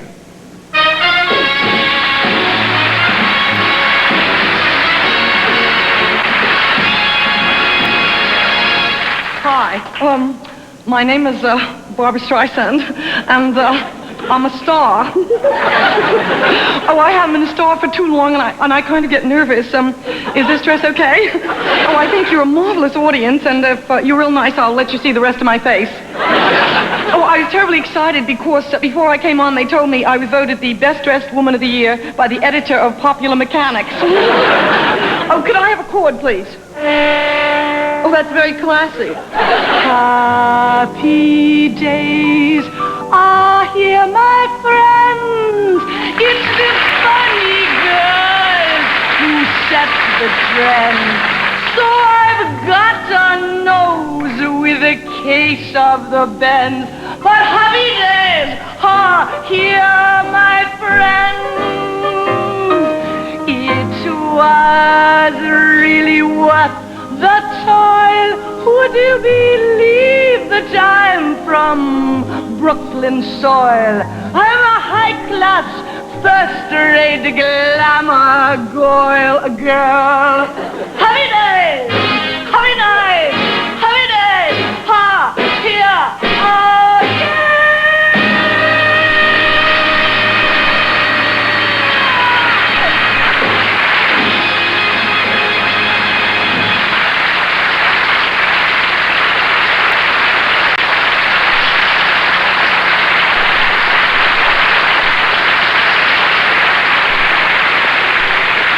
But there are times when Sheila's just herself, the girl that I married, the other half of my joint income tax return, the one I promised to love, honor, and sing duets with, Sheila McRae. I wanna be with you. I wanna be with you. I want to be with you. I want to be with you. Stay with you every day.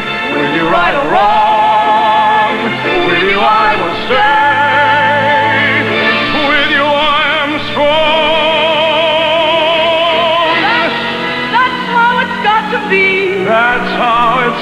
be. My loving man and me. My loving gal and me. So we'll tell the world, make way for us. It's a sweet and golden day for us. Now the music starts to play for us. I wanna be with you. I wanna be with you. I wanna be with you. We wanna be with you.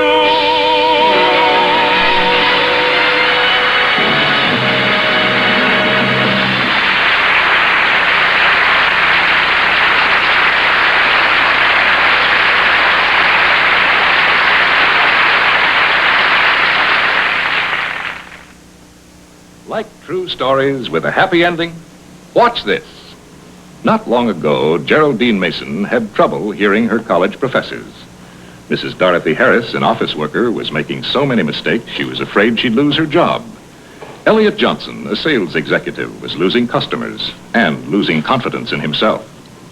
Today, Geraldine Mason has a bell-tone hearing aid and a B average. Mrs. Harris has received 2 salary raises because she's so dependable, thanks to her bell-tone hearing glasses. Elliot Johnson is really in touch with his customers again with the help of his bell-tone hearing aid. Can bell-tone help you? Probably, even if you think the hearing aid won't help. See your authorized bell-tone hearing aid specialist soon for a free hearing test. He's in your phone book. Bell-tone may bring a happy ending to your hearing problem.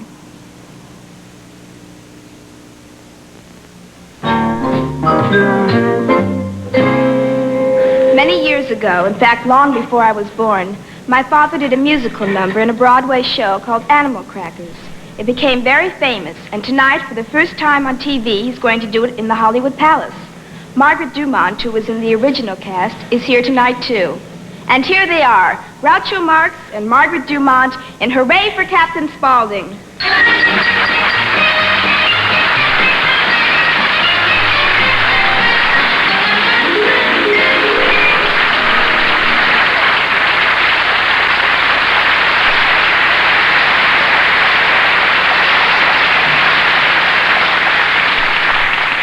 I've an announcement to make. Captain Spaulding, the celebrated African explorer, is coming to town for a lecture. And he's spending the weekend as my house guest. That's a very great honor. There's Captain Spaulding now.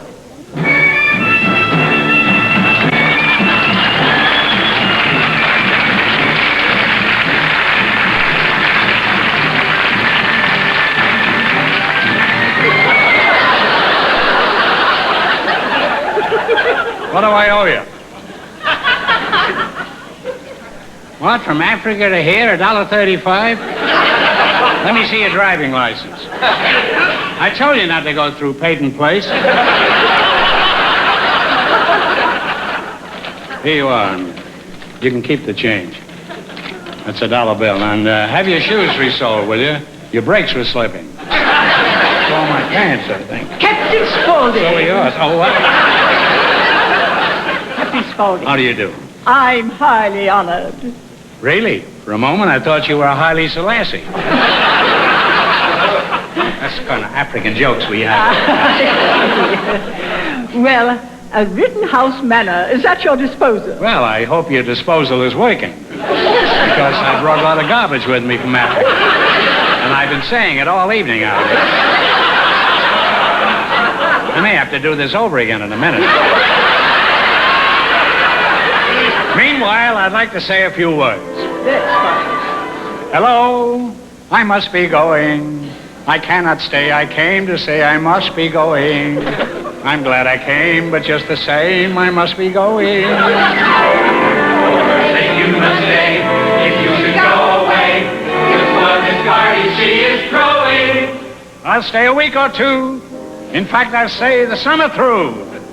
But I am telling you, I must be going.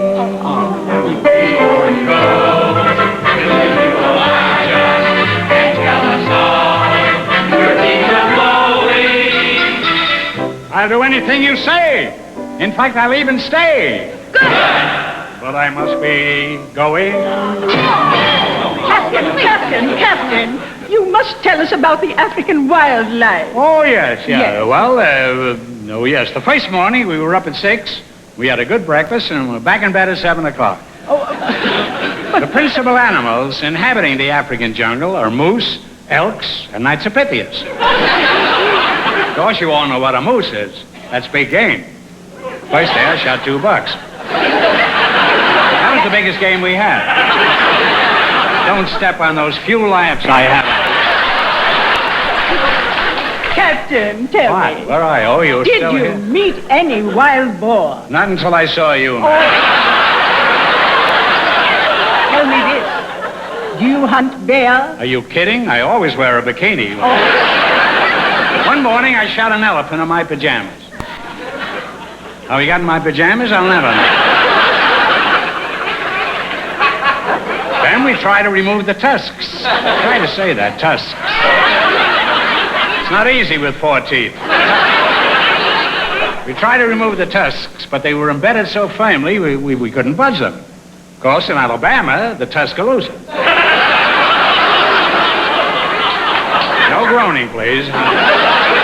However, that's entirely irrelevant to what I was talking about. I took some pictures of the native girls while I was there, but they weren't developed.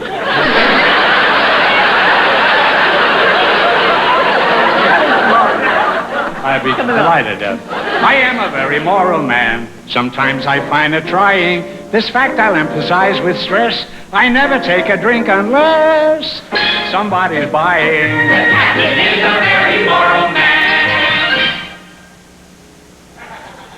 Well, that's more interesting than what I was doing out here. If I hear anything obscene, I'll naturally repel it. I hate a dirty joke, I do, unless it's told by someone who knows how to tell it. The captain is a very moral man. Hooray for Captain Spaulding, the African explorer. Did someone call me Schnorrer? Hooray, hooray, hooray! He came into the jungle where all the monkeys throw nuts. If I say here, I'll go nuts. Hooray, hooray, hooray! National Biscuit Company, what? He put all his reliance Sing it, Mom. in courage and defiance. Hey, hey! He is the only hunter who ever shot a rhino. I think this dame's a wino. He cried his name undying fame, and that is why we say, hooray, hooray, hooray! My friends, please. In all my... Hooray for Captain Spaulding, the African explorer. He brought his name undying fame, and that is why we say, hooray, hooray, hooray! My friends, in my many years... Hooray for Captain Spaulding, the African explorer. He brought his name undying fame, and that is why we say, hooray, hooray, hooray!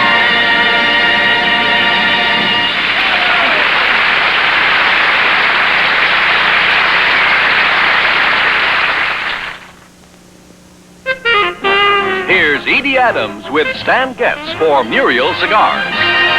There's a new modern shape in the Muriel line, Muriel Panatella Extra. There never has been a cigar quite so fine as a Muriel Panatella Extra. Extra length, extra taste, extra pleasure by far. A Muriel Panatella Extra's a mighty good cigar. New, mild Muriel Panatella Extra is the cigar in the modern style that gives you extra length, extra taste, extra pleasure for only a dime. Play it cool. The price is only a dime. Why don't you pick one up and smoke it sometime? Muriel Panatella Extra.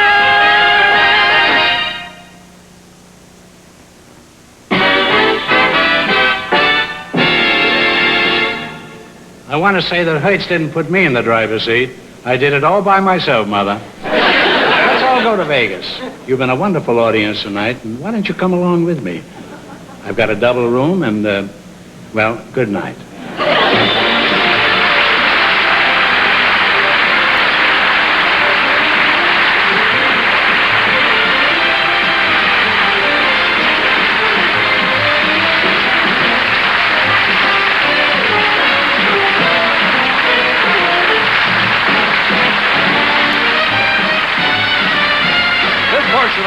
Hollywood Palace has been brought to you by Consolidated Cigar Corporation, makers of Muriel, the light cigar in 6 shapes for thoughtful modern smokers.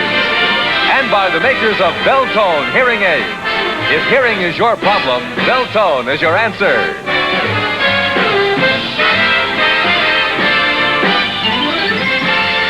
This is Dick Dufeld speaking. Don't forget next week at the Hollywood Palace.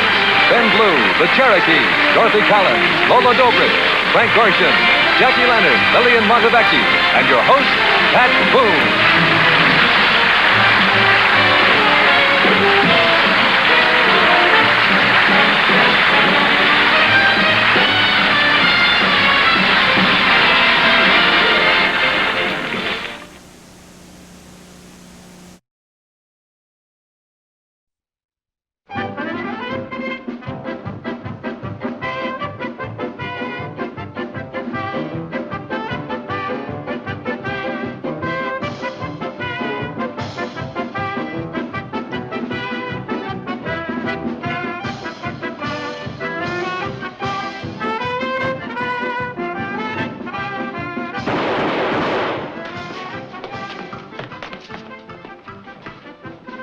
Nobody can outshoot Two-Gun Quail. Boys, sweep him out of the gutter. It's just like a movie.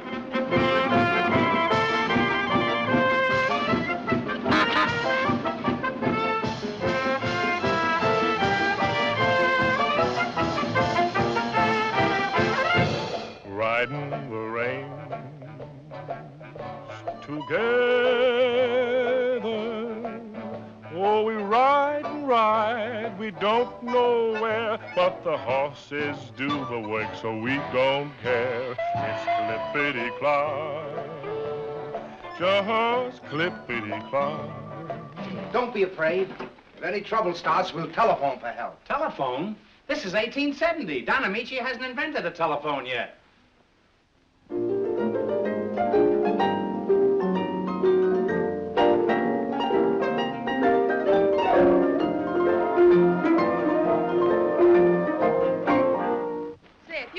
Healthy, I'd keep shy, Lulu Bell. She's Red Baxter's girl. Red Baxter? Who's Red Baxter? We'll settle this right now. Where's Red Baxter? Here. Where? Here. Where? Here. You should have been home. The pot of gold called.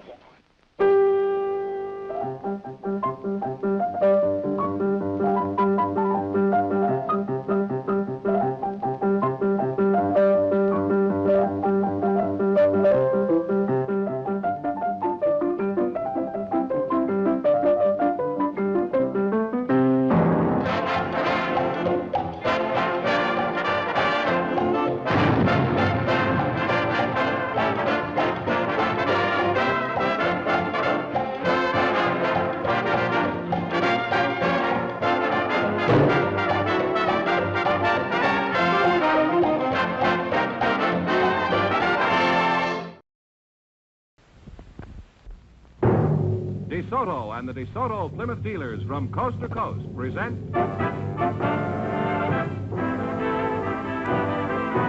Groucho Marx in You Bet Your Life.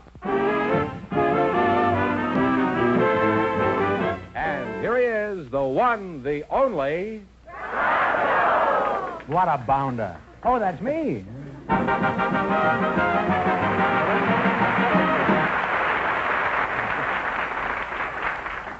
Well, here I am again with $3,000 for one of our couples. If any of them say the secret word, the duck will fly down and pay him $100. The word tonight is chair on the lamb duck.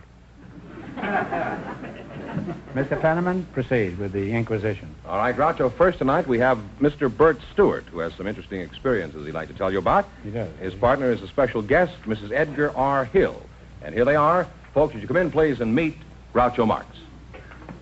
Welcome, welcome for You Bet Your Life. Say the secret word and for the DeSoto Plymouth dealer. Say the secret word and divide $100. It's a common word, something you find around the house, assuming that you have a house. Mrs. Hill, I'll start with you. Where are you from, Mrs. Hill? I am originally from Chicago. I was born on Wabash Avenue on the south side of Chicago. Oh, on the banks of the Wabash, huh? I used to live in Calumet in 46. Are you familiar with that neighborhood? Yes. They ran us out of there. Now, Fenneman says you're a special guest. Is that because you were born in Chicago, or do you have some other distinction? Well, no, I think it's probably because I'm the mayor of Newport Beach, California. Mayor? Well, Your Honor, we're honored to have you here. Yeah, I should imagine a lady mayor is fairly rare. Were you elected in a smoke-filled room or a perfume-filled room? No, I was just elected in the ordinary way, and it just happens in our city, the councilman polling the largest number of votes is named mayor by the remainder of the council. Well, you're a pretty cute-looking mayor, you know. Thank you. The average mayor doesn't look that way. I've heard that you have a major problem with teenagers every year at Newport Beach. Do you have any comments to make about the gay parties that go on down there? Well, I don't know. It seems that every year during Easter vacation, the teenagers of all Southern California think they ought to go down to Balboa, which is a part of Newport Beach. Mm-hmm. They say they go to Bal at Easter week. Mm-hmm. And our city is, we have about 18,000 in population, and they estimated that we had about 35,000 young people last year. We think that the problem wouldn't be so great if we could change this into a family week at Easter time and make it a family holiday. Let the kids stay home and just the parents come down here? No, we'd like the parents with the children. Oh. Well, it's a big problem all over the country, and I certainly don't have any solution. However, there's one thing I'd like to say to all the teenagers who are tuned in right now. How can you study algebra and listen to me at the same time? Now then, who are you again? Bert Stewart. Bert Stewart, huh? Where are you from, Bertie? I was born and raised about 30 miles south of Raleigh, North Carolina, on a tobacco farm, Groucho. Oh, that's in Virginia, isn't it? No, it's North Carolina. I thought they raised tobacco in Virginia. Well, that's... Where do they raise the filters, do you know? No, but that would be a good business to get into. Well, did you become a tobacco farmer? I understand they're endorsing doctors now, most of them. No, Groucho, after I became a man of my own, I left home and did various things. I worked in the service station, was a quartermaster on a freight boat in the Chesapeake Bay, bouncer in the nightclubs, furniture salesman, short order cook, various other things. Ah, you have had a varied life, haven't you, huh? Well, you were restless, huh? Yes, you might call it that. Well, I will. Did you ever try going into business for yourself, Bert? Yes, I went into business when I came out of the Air Force in Greensboro, pilot? North Carolina. Yes, sir. I was a pilot. And on one occasion, I went on the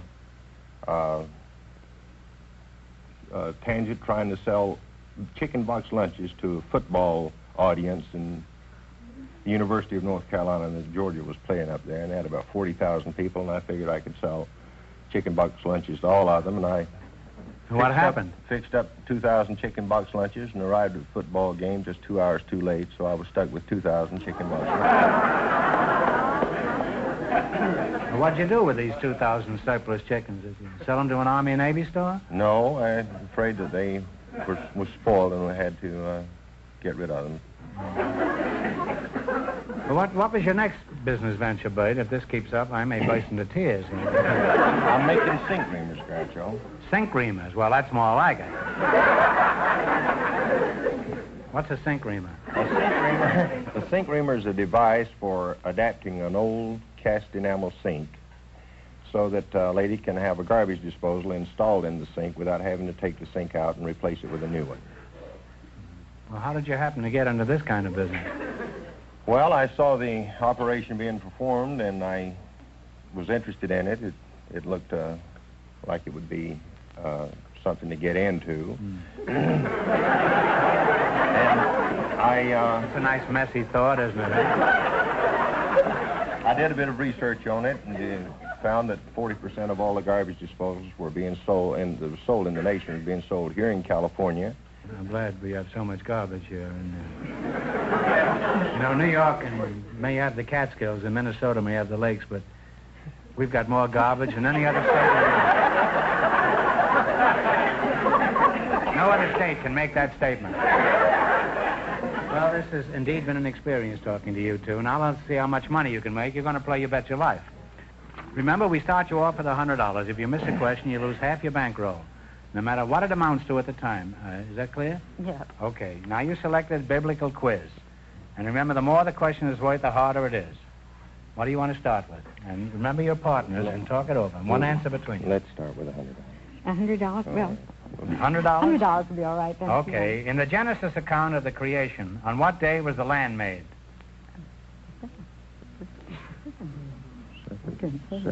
Second day? I believe. Come on, kids. Second day. No, I'm sorry. It was the third day. You lost half your original $100. You now have $50. $90. In which book of the Bible are the Ten Commandments found? Talk it over. Leviticus. One answer. Leviticus. Okay. Leviticus. No, I'm sorry. It's the Exodus. How much have they got?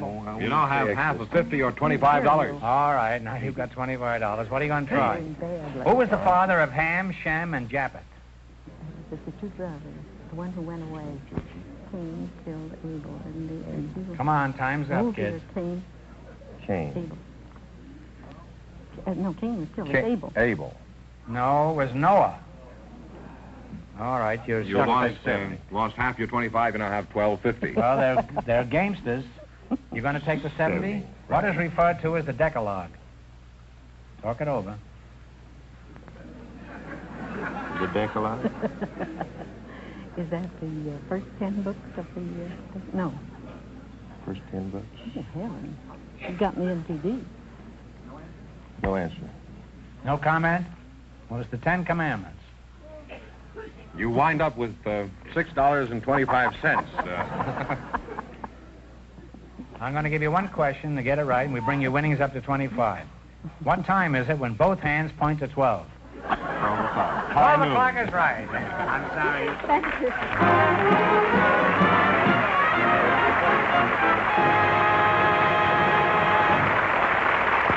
And now, here are some more scenes from Groucho's European trip this summer. Here I am in La Belle France, and this is one vehicle it wouldn't be safe to hold a candle to. Speaking of holding candles, the great new DeSoto for 1955 is coming your way, so don't you miss it. That's the brand new DeSoto, on display Wednesday, November 17th. Your very first chance to see this stylish new DeSoto. Wednesday, November 17th. Here I am in London, and of course they don't speak English very well over here. And this spelling is rather curious. But this is just a reminder to be around when we show you the brand new DeSoto for 1955 for the very first time on this show. Yes, really we are. In any language, that date is Wednesday, November 17th. Don't miss it. Your first chance to see the stunning new DeSoto. Well, just before we went on the air, our studio audience selected Mr. Bill Early to be on the show, Groucho. His partner is a public relations consultant, Miss Joan Rosenthal. So, folks, would you come in, please, and meet Groucho Marx. Welcome to You Bet Your Life. Say the secret word and divide the $100. It's a common word, something you find around the house. Mr. Bill Early and Joan Rosenthal, eh? Joan, where are you from? Well, I live in a suburb of Chicago called Glencoe, Illinois. Glencoe. Mm-hmm. How old are you, Joan? 26. 26. Well, young look, that's a lovely age. Especially if you happen to be 38. Is it Miss or Mrs.? Well, I'm afraid it's Miss.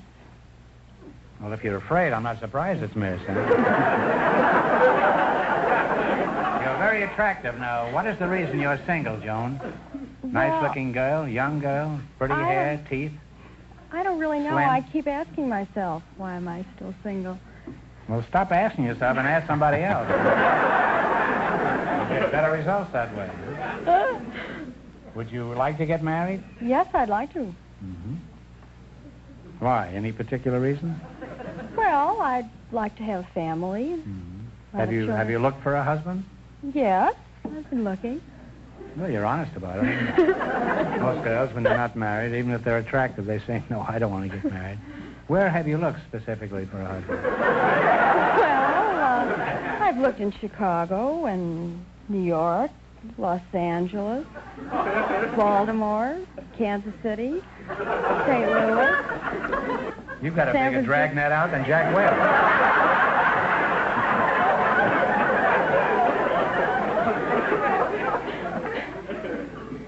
Mr. Early, I bet you've had a lot of proposals, Joan, haven't you?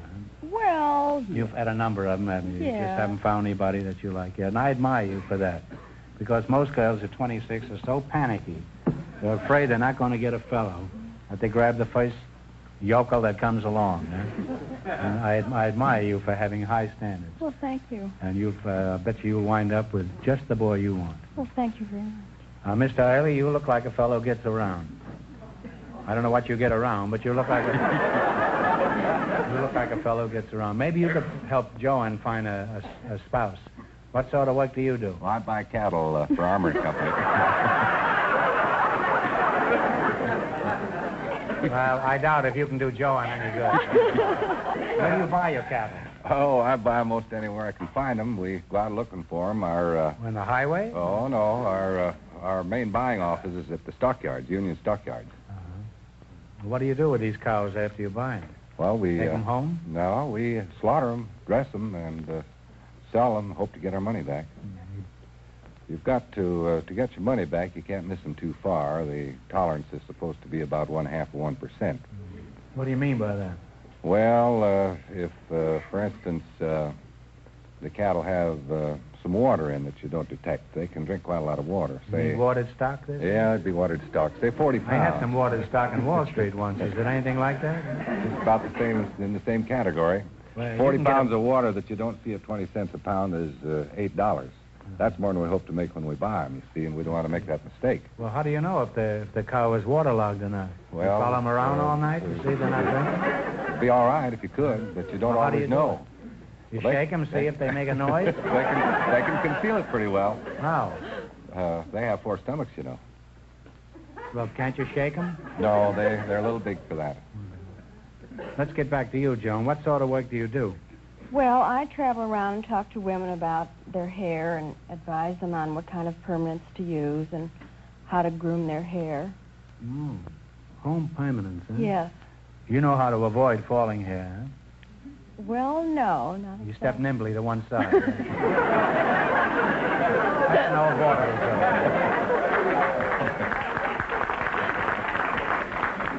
Well, is the home permanent a fairly new invention, Joan? Well, Tony has really made it a mass market product, but actually we've heard that women have been trying to curl their hair for years, and we've heard that Cleopatra even tried to give herself a home permanent. She took her hair and rolled it on a twig, and then took the Took mud. it off, you mean? No, just from her, right on her head, and then took the mud from the Nile and plastered it on the twig, and of course when it dried she had curly hair, but it was a little messy. Well, they were all plastered on that barge, weren't they? Joan, I could tell you a story right now that would curl your hair, and you wouldn't need any more. Well, enough of this talk about hair and cattle. Let's play You Bet Your Life, huh? We start you off with $100, but if you miss a question, you lose half your total. Is that clear? That's clear. At this point in the race for the $3,000, the first couple leads with $6.25. The secret word is chair. Bill, your first question has nothing to do with the quiz, but answer it anyway. Have you read any good books lately? No, not just recently, no. Well, it's not important. I just want to be sure the next book you read is one about one of the most fascinating, charming, clever characters in all literature. You know who that is? No, it's who me. is George, would you mind telling him about it? Well, modesty prevents me from going any further.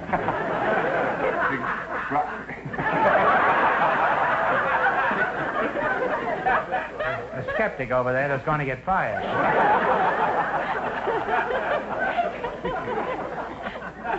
It seems that Groucho's son Arthur has written a book entitled Life with Groucho, published by Simon & Schuster at sale at all bookstores all over the country. Considering the subject matter, I think my son Arthur has done a very good job on this, and I think you'll enjoy it. You'll see the seamier side of Groucho. All right, well, let's play You Bet Your Life, huh? How much you going to start with? Start with 70? 70 or 80, whatever you want. 80? All right, $80. What do you call the wife of an earl? E-A-R-L. Countess. Easy the question, the little the money. Harder the question, the bigger the dough. Okay. How much? 90? 90. If a pentagon has 5 sides, how many sides does a decagon have? Decagon. Decagon, baby talk. D-E-C-A-G-O-N. Decagon. 10? That is correct. You now have $270. 200? Oh, boy. I might wreck it. Come on, time's away. $100. right. How many acres in a square mile? Oh, I know that one. Well, you're sure you're in the cattle business. Yeah. But I can't go off the square mile. Talk it Mile over. Square. The square mile? Square mile? Square mile. How many acres? That's a section. That's 640. 640. 640 is absolutely right. And you now have $370. Now what are you going to go Now for? we got to be careful. This is your last chance to beat the other couple. Yeah, that's... $70. What was the name of the Venetian traveler who was famous for his journeys through Asia and for his dealings with Kubla Khan? You go ahead. Marco Polo. Marco Polo Grounds is right. And you wind up with $440. She's up there, too. Thanks and good luck to the DeSoto Plymouth dealers. Yeah. You'll have a husband by midnight.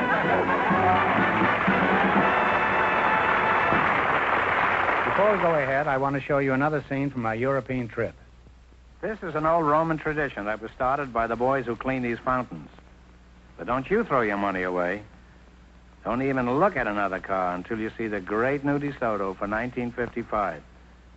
Coming your way soon. Soon is right, Groucho. Wednesday, November 17th, is your first chance to see the stunning new DeSoto for 1955. Wednesday, November 17th.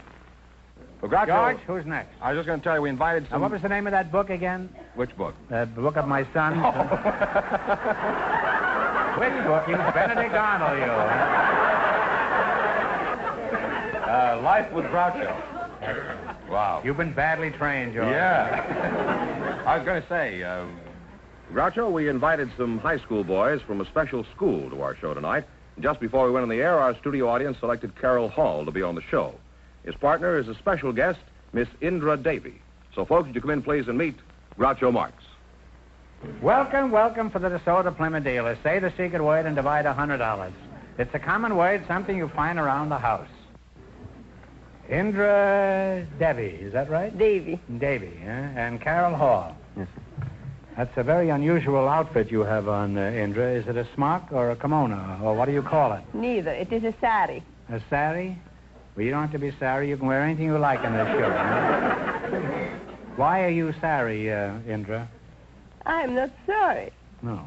but I wear a sari Well, why do you wear a sari? because I lived in India very long, and I adopted India as my motherland, and I like the Indian attire. It's Oh. 5.5 yards of a long material, and you drape yourself into it. I see. Well, it's charming, huh? Thank you.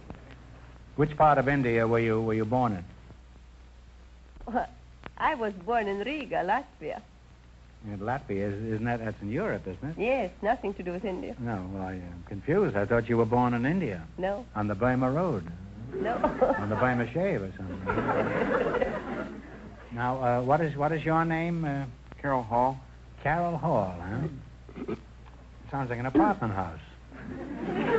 How old are you, Carol? 16. 16. How did you meet your wife, Carol? I was not married. You're not married? Actually, I assumed you weren't married, but you see, I asked everybody that question, and I just didn't want you to feel slighted, that's all. However, if you insist on giving me a shifty answer, that's your business. I assume you go to school, Carol? Yes, sir. Where do you hibernate? I go to Boys Republic at Chino. The Boys Republic? What is that? Did a group of you youngsters get together and secede from the Union? Well, it's a self-governing school and farm for boys which have never had a real home. Oh, I see. Well, you mentioned something about a farm. Do you sell butter and eggs to the public? No, sir. We make the Delarobia Christmas wreaths for most of the profit. Oh, I see. What do these wreaths look like? Well, they've got 7 or 8 different types of pods and fruit mixed in together. Real fruit? Yes. And you can eat this fruit? Yes. How much do you get for these wreaths? Well, the wreaths run from $5 to $9. Well, I'll take 3 of those, huh? Will you send me 3 of those? Take 1 for my master, 1 for my dame, and 1 for the redhead that lives across the street. Now, Mrs. Debbie, let's get back to you. Do you have a job? Well, I am teaching yoga in my... Yoga? Isn't he a baseball player? He's with that team that used to win the pennant all the time. What were they called? The Yonkers? Yankees or something like that? No, I'm teaching yoga exercises in my studio on Sunset, and I'm lecturing on yoga. Is that so? Mm-hmm. Well, what is yoga, Indra? Can you tell us in a few words? Well, yoga is a system of physical, mental, and spiritual training which originated in India. Uh-huh. And the yogis believe that the deep breathing is the basis for their training. And when you breathe in, they believe in breathing in the cosmic energy. Hmm. You breathe deep, in other words. Oh, yes, it is a deep breathing. Well, that might be all right in India, but if you breathe deep here, you're liable to wind up in a cemetery. Huh?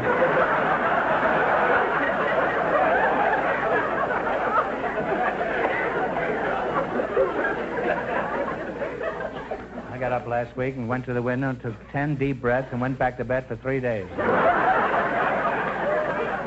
Well, there must be more to yoga than just breathing, isn't there? Yes, Could you tell us some more about it? Well... There may be a lot of yogi-ites out front tonight. If I took up yoga, what would I have to do? Well, if you were to become a yogi, you would first of all to give up your cigar. Well, I don't smoke much. I just smoke during the day, that's all. Well, I could give up smoking. What else would I have to Well... relinquish? A yogi would not drink. If you take drinks, you'll have to give them up, too. I don't drink much. Is that all there is to it? Oh, no. Much more. There's more to it, huh? Much more to it. Let's skip it, huh?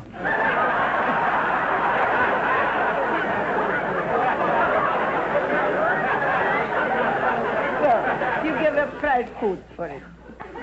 Fried foods or something else again, huh? Now, let's play an old-fashioned American game called You Bet Your Life. In the race for the $3,000, the second couple is now leading with $440. All right, you selected science and medicine. Remember, the more the question is worth, the harder the question is. What are you going to start with? You say. All of it. $100? All of it. All right, Oh, is that's the hardest one. The bigger the sum, the harder the question. Oh, we'll take half of it then. All right, half. What do you call the loss of memory? The loss of memory. Memory. If you lose your memory, what is that called? Amnesia. No. That's right, amnesia. What question do you want? You have $150 now. $150. You have it. 60 then. 60. If a weatherman wanted to measure atmospheric pressure, what instrument would he use? Talk it over. Thermometer? No, I'm sorry. It's a barometer. You had $150, you lost half, you now have $75. All right, now don't get discouraged. Now, what are you going to try this time? 30. 30. What do you call the device that is twisted around the arm or leg to stop bleeding?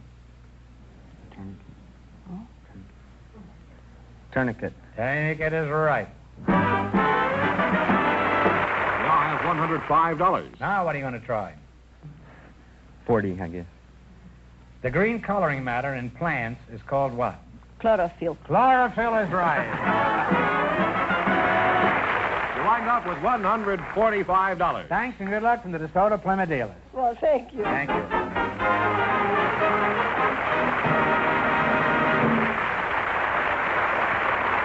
That means that Miss Joan Rosenthal and Mr. Early, with $440 in just 1 minute, get the chance of the DeSoto Plymouth $3,000 question. Well, let's take a minute to get away from it all and back to Italy. You may think these boys are all statues, but you're wrong. They're just waiting until they can get their first look at the stylish new DeSoto. Why don't you pull up a pedestal and join us until you can get your first chance to see the stylish DeSoto for 1955. Tell them when, George. Wednesday, November 17th. That's your very first chance to see the 1955 DeSoto. Don't miss it. Wednesday, November 17th. I just gave that battleship 10 minutes to get out of town. Incidentally, this is about the only road you won't be able to travel in the brand new, wonderful DeSoto for 1955. It's coming your way Wednesday, November 17th. The stylish 1955 DeSoto. So watch for it Wednesday, November 17th. Here's our winning couple, Groucho, Miss Rosenthal and Mr. Early, all set for the DeSoto Plymouth $3,000 question. All right, here we go for $3,000. I'll give you 15 seconds to decide on a single answer between you. Think carefully and please no help from the audience. Here it is.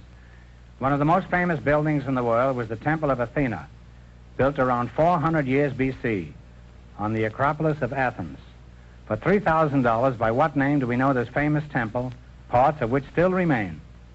Talk it over. Okay, you tell me. Parthenon. It's a Parthenon. That is absolutely right. The Parthenon.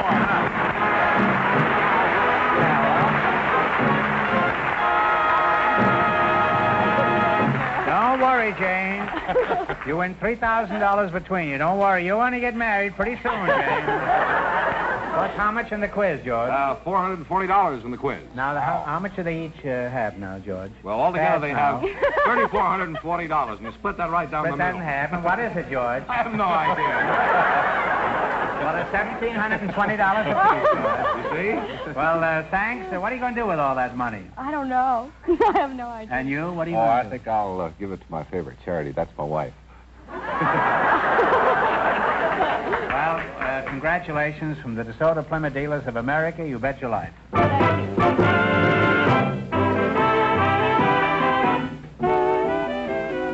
Friends, go in to see your DeSoto Plymouth dealer tomorrow.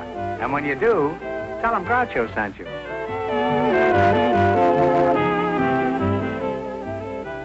Be sure to tune in next week, same time, same station, for Groucho Marx in You Bet Your Life on television. On radio every Wednesday night. And don't miss the big Chrysler Corporation TV show each week on another network.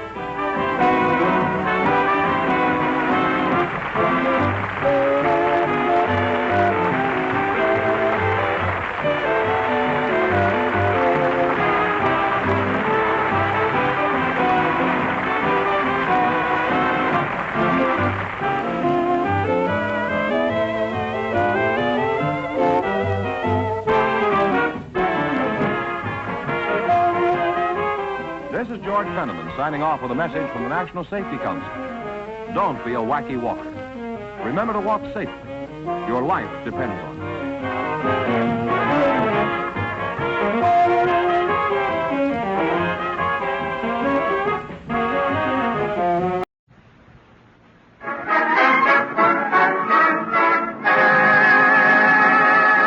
Pabst Blue Ribbon Beer presents Blue Ribbon Town, starring Groucho Marx, with his special guest, Jack Benny. Come on down to Blue Ribbon Town, where you'll down your daily cash.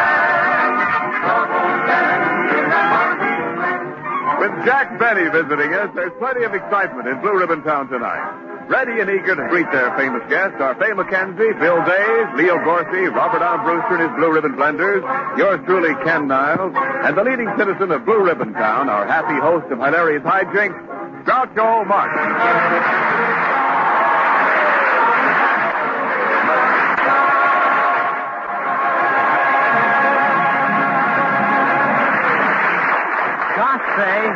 Gosh, Fay, this is certainly a red letter day in Blue Ribbon Town with Jack Benny coming to visit us. Certainly is, Bill. Say, Groucho, you never did tell us what your visit to Jack Benny last Sunday was like. I had a wonderful time, and his rates weren't too high either. Oh, Mr. Marx, you don't really mean that Jack Benny charged you. I don't know, Bill, but that was the first time I ever sat in a rocking chair with a meter on it. But I must say, the dinner Jack prepared was very nice. He had a beautiful golden brown turkey on the table. Say, that was very generous of Jack. Yes, it was. A very unusual turkey, too. What do you mean? It was the first turkey I ever ate made out of grape nut flakes. Was the stuffing good? Yes, it was. If you like more grape nut flakes. Well, did you meet Phil Harris? I think he's awfully cute. Yes, he is. Cute and ignorant. You should have heard what he told me when I asked him if he liked the songs of Rimsky-Korsakov. Why? What did he say? He thought they were a great team and wanted to know which one did the lyrics, Rimsky or Korsakov. And when I asked him about Tchaikovsky's Nutcracker Suite, he wanted to know what hotel it was in.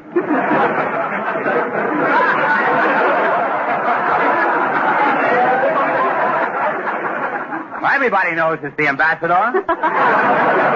Hey, Marcy, is our extinguished guest here yet? Well, everybody's entitled to one mistake, and here's Mother Nature's. Leo Gordon.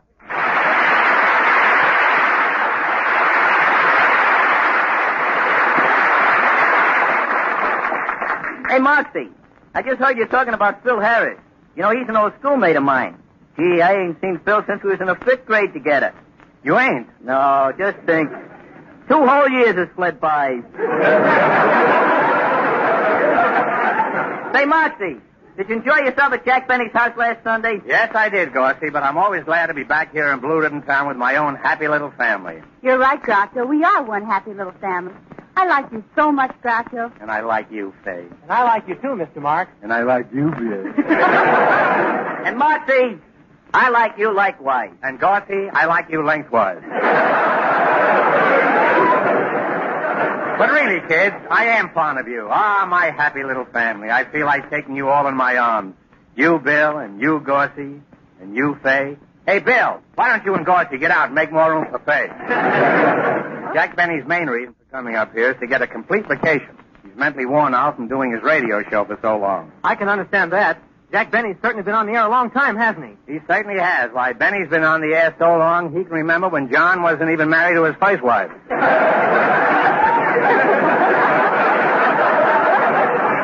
Well, what do you want us to do? I don't want you to mention a single word about radio to Jack Benny, or to do anything that will even remind him of radio.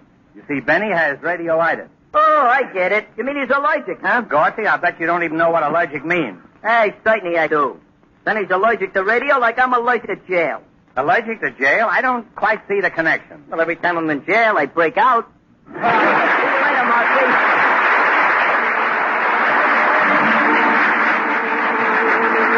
Well, Faye, while Gorsey's breaking out of jail, why don't you break into song? I'd like to, Ken. I'll sing Suddenly It's Spring from the Paramount picture, Lady in the Dark.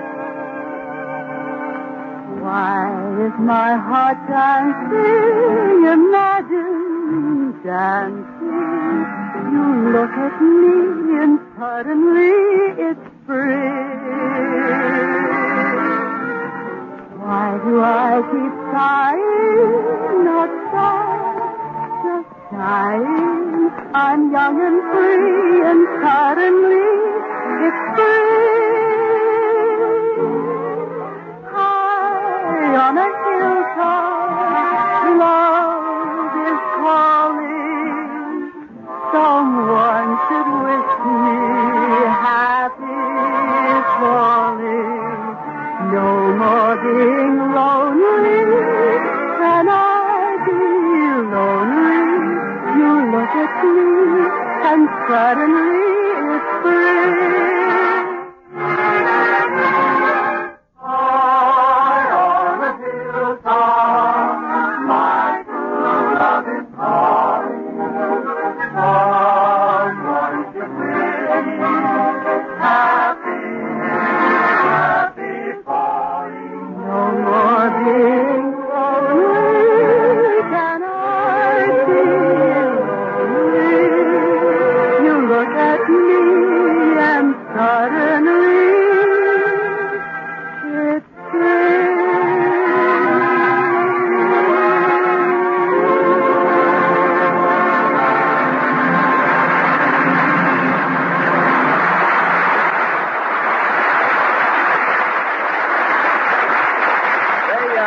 Groucho, I'd like you to meet a man. There goes Niles again, bringing another pat-pappy poet. Who is it this time, Niles? Well, this is Simon the Swami. He's a crystal gazer and a very jovial person. A jovial crystal gazer, eh? Yes. How does he strike you? I don't know how he strikes me, but I'd sure like to strike him. You would? Why? I've always wanted to strike a happy medium. Silence. I'm Simon the Swami. My marvelous crystal can tell you if Mama is packing a pistol and whether the step you are planning to take will land on a pillow or poison a snake. But these days I work gazing carefully through our gun sights for errors. I find very few. And during my leisure, I comfortably peer into crystal clear glasses of Blue Ribbon beer.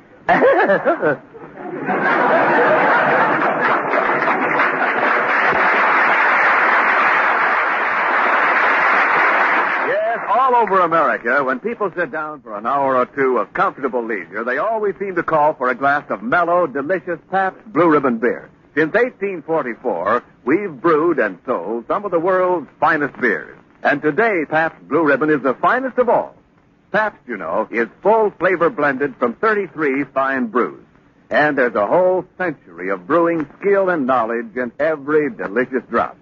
Order it with confidence. Serve it with pride. For no matter where you go, there is no finer beer, no finer blend than Pabst Blue Ribbon.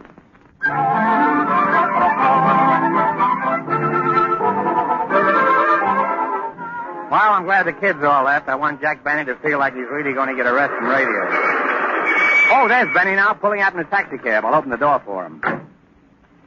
But driver, 35 cents.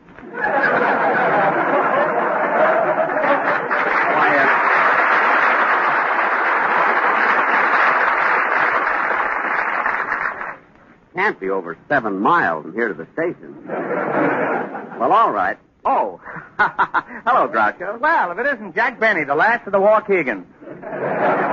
Come on, Jack, come into my house. Relax and make yourself comfortable. Thanks. You're welcome. And, Jack, I want you to know that I told everybody in town that you're here for a rest and that they're not to mention anything about radio to you. Thanks again, Groucho. I appreciate that. You know, Groucho, to me, you're just a friend. I've never regarded you as a radio comedian.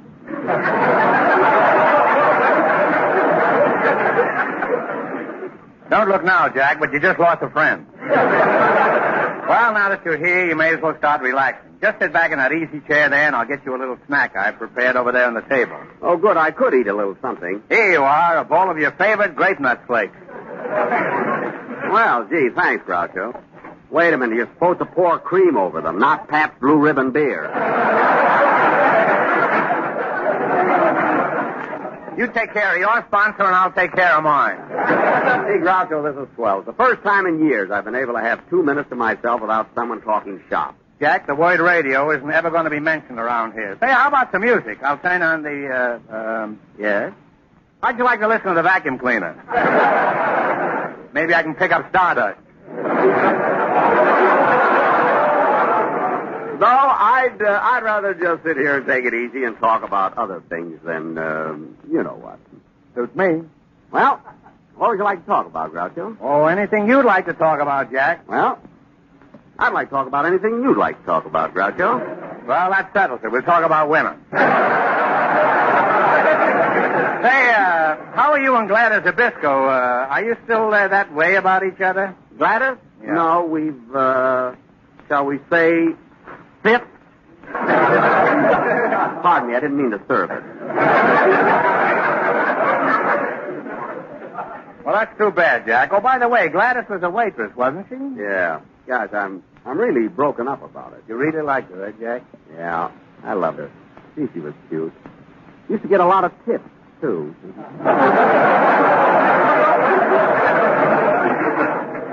Well, that is true love. Oh, well, that's enough about women. Say, there's a great trout stream near here, Jack. How about you and me doing a little fishing? No, I just want to relax. No fishing? No fishing. All right, and let's talk about women again. Say, Jack, remember that little dance that we both went for when we were in Vaudeville? What was her name again? You mean Lena Hackenbush? Yeah, little Lena. Remember little Lena Hackenbush? Yeah. I also remember that nasty trick you played just because she liked me better than you. What do you mean? Well, Lena always went for athletic men, and what she admired most about me was my flat, trim waistline. So you try to convince her that I wore a girdle. It's not true. I never said you wore a girdle. No, you never said it, but every time I was out alone with her, you'd sneak up from behind and snap me.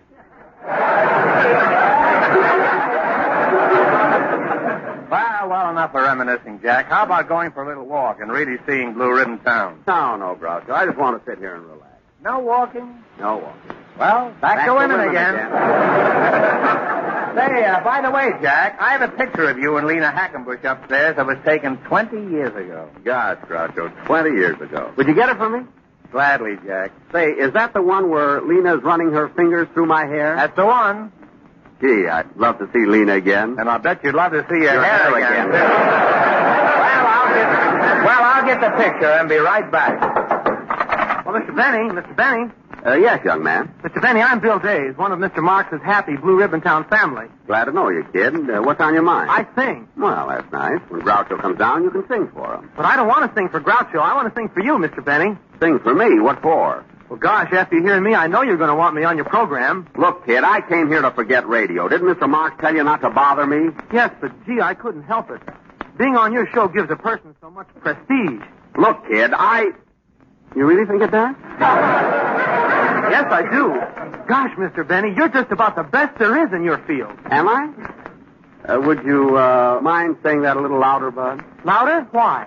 Fred Allen doesn't hear as good as he used to. Yes, Mr. Older, Benny. you know. Yes, Mr. Benny, you're absolutely top. The greatest there has ever been. You just don't realize it. Oh, I do, too. Well, go ahead, kid. Sing. I don't mind. Go on. Smart kid. Got good taste, too, this kid. Really has. I used to be bewildered. Now I know why I go walking round in a wonderful glow. There's a lot. Here am I riding high on a hill, far away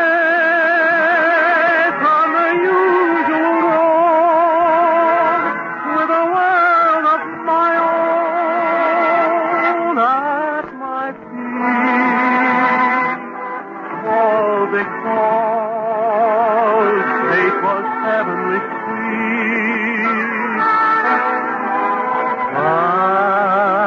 And of that we meet.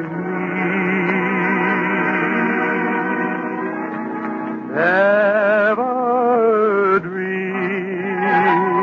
in my wildest dream that I'd fall quite so wholeheartedly.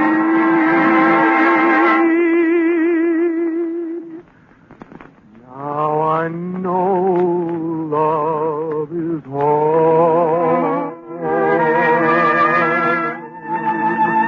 that it's cracked up to be.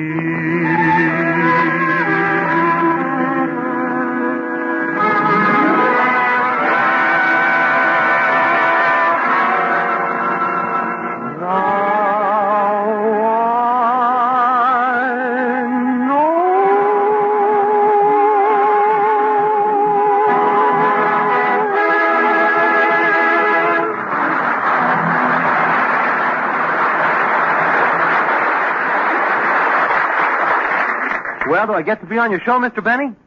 Well, gosh, kid, I don't know. You're a tenor.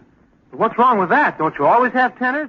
Kenny Baker, Dennis Day? Yes, I never fail to have trouble with them about money. And then, kid, with tenors, you always have mother trouble. So tenors just seem to have mothers. I can't imagine why. But gee, don't you think having a mother is pretty true of most people? Yes, I suppose so. But with tenors, somehow it's worse. Tenors have mothers who look like fathers.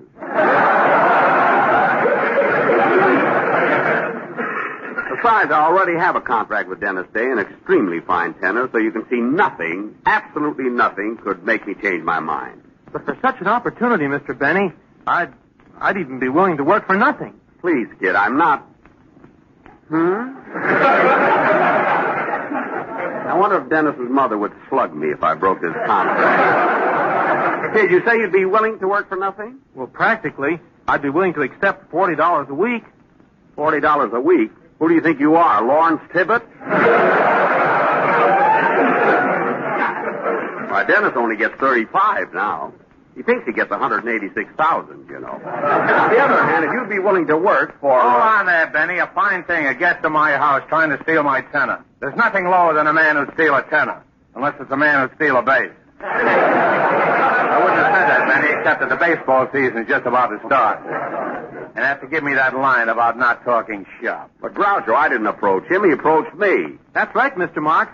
I'm sorry, but I couldn't realize I couldn't resist the opportunity to get on his show. Do you realize that being with Jack Benny automatically means being a great success? Oh, I don't know. Well, it's true. Name one person on Jack Benny's show who hasn't become a famous man. All right. Mary Livingston. Now run along, and let's not hear any more of this. Well, well, Jack Benny, I'm certainly glad to see you. Glad to see you, Ken Niles. Yes, indeed. Mr. Benny, I've been wanting to talk to you for a long time. Yes, sir, you need an announcer like me on your show. You too, Niles? Oh, quiet, Groucho. I'm talking to a radio star.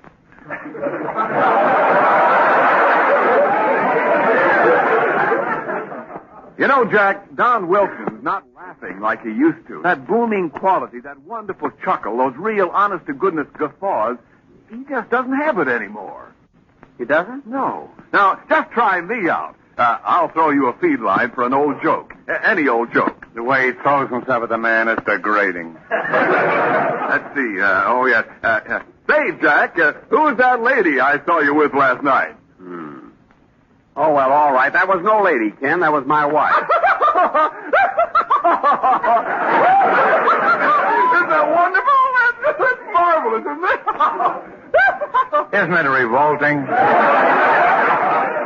Well, what do you say, Mr. Benny? Am I better than Don Wilson? Well, I don't know. Wilson is fatter than you. He has more to laugh with. Well, I admit Don Wilson's a lot fatter than I am, but name one thing he can do that I can't do. Well, Wilson can take a shower without getting his feet wet. Niles, you don't want to really leave me, do you? I thought we were one big happy family here. Yeah, but this is Jack Benny, the Jack Benny. So I'm Groucho Marx, the Groucho Marx. So what? That's what I say. So what? I know how you feel, son. Sometimes I even try to forget I'm Jack Benny. Yes, but it's such a thrill when he remembers. Well, Mr. Benny, there must be a joke in here for me someplace.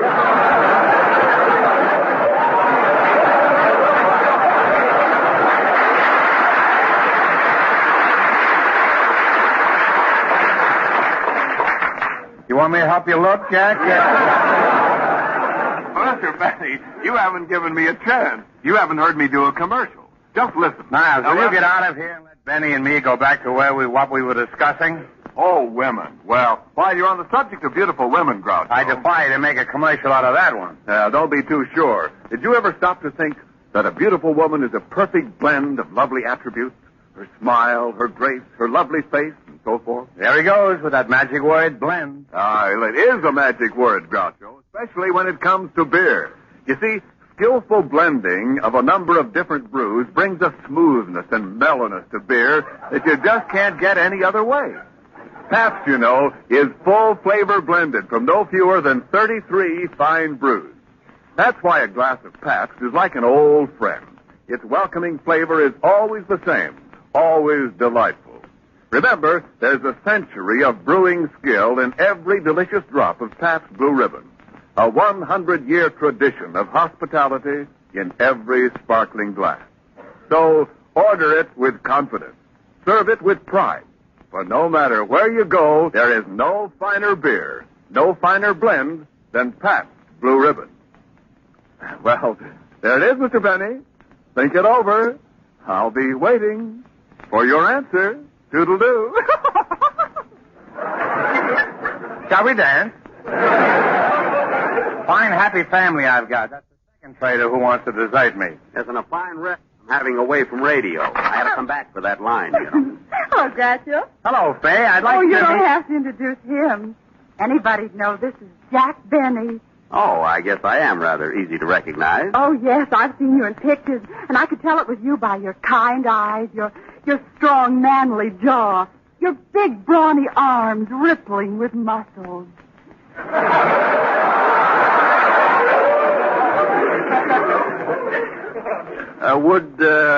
Would you mind saying that a little softer, please? Softer? Why? My draft board is listening in. Oh, but Mr. Benny, you do have such a nice physique. Such a trim, fit waistline. Well, I...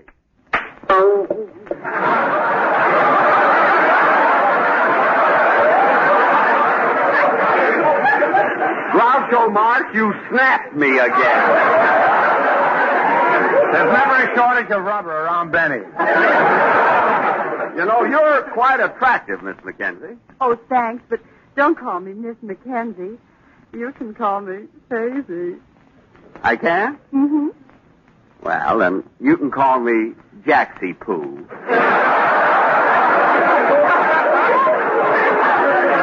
And you can call me when my stomach returns to normal. You know, in about 3 months. You know, Faisy, now that I've met you, I'm going to hate leaving Blue Ribbon Town. Too bad you don't live in Hollywood. We could see more of each other. Well, Jackson Pooh, I'd love to live in Hollywood if I thought I could find a job there. Well, Faisy Pooh, I'm a rather important man in Hollywood. I could probably line up some sort of a position for you. Oh, Pooh, how wonderful. I know I'll be very happy working on your show. Pooh? Was that Pooh or Pew? P-O-O. Well, Miss Mackenzie, I did not offer you a job on my show. I came here to forget my show. Oh, but Jackson Pooh, how can you forget your show? A great comedian like you. Why, as far as I'm concerned, you're the grand old man of radio.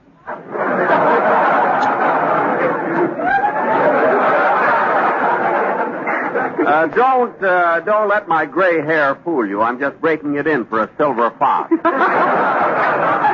I'm really not old. It's just that I began my career so young, 30 years ago. Well, I was just in knee pants. Yes, and he looked awfully funny. A grown man of 25 running around in knee pantsy Pooh. Excuse me while I answer the phone.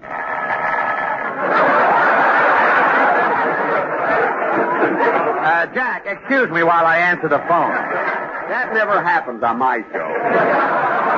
Everything happens on our show. Hello? No, goodbye. Who was that, Groucho? It was the wrong number. That's never happened on any other show before either. Hiya, Marcy. Hiya, Mr. B. Say, I've been listening to your programs lots of times, and I think it's great. Well, I'm glad you enjoyed, Mr. G, but I don't care to discuss. There's one thing wrong, howsoever. That guy, Phil Harris, detracts from the refinement and culture of the program. You really think so? There ain't a participle of a doubt. And believe me, the lack of culture is a terrible curse that should be visited on no man. You're absolutely right, Gorsey Pooh. So please stop visiting me. Not only is Phil Harris ignorant, but he also has a terrible vocal berry.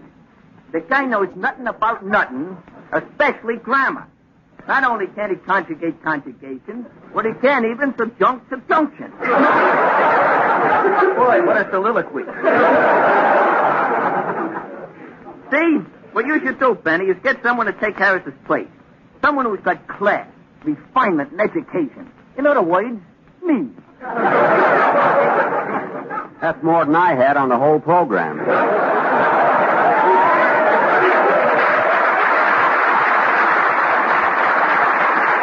Well, I'll tell After you, listening Jack. to you, Gorsey, Phil Harris sounds like Anthony Eden. Well, I know my speech ain't so hot, but my writing is very audible. Sleep on that, Benny. I'll see you later. Some happy family I've got, Jack.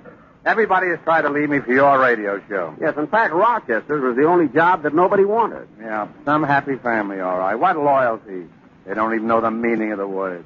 Loyalty, faith, semper fidelis, it's discouraging. Oh, come, Groucho. Chin up. Carry on. No, Jack. Without the loyalty, without the faith of those one holds dear, life becomes nothing but a hollow mockery, a sham.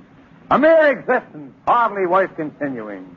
I wouldn't try so hard, Groucho. It's too late for the Academy Award. You know?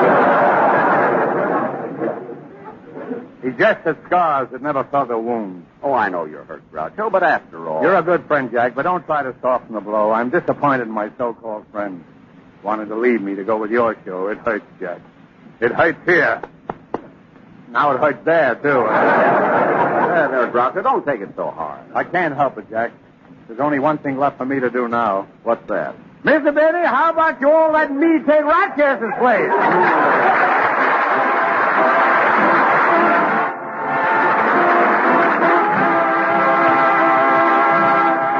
Mr. Benny, if you want to hear how I deliver an important message on the show, just grab an earful of this. Neighbors, income taxes are vital to the support of our government. Right now, I'd like to let everybody in on a message I have here from Uncle Sam. He considers the prompt filing of income tax returns so important this year that he's asking everybody to find out what they owe him just as soon as possible. Don't wait until the March 15th deadline. Find out where you stand. You may owe more or less than you think. Get straightened out early. If you haven't received forms, write the office of your local collector of internal revenue immediately for forms and information. You can find out his address at your nearest bank or post office. If you need help with filing your returns, you can get it free of charge at the same office. But ask for it in time to avoid the rush.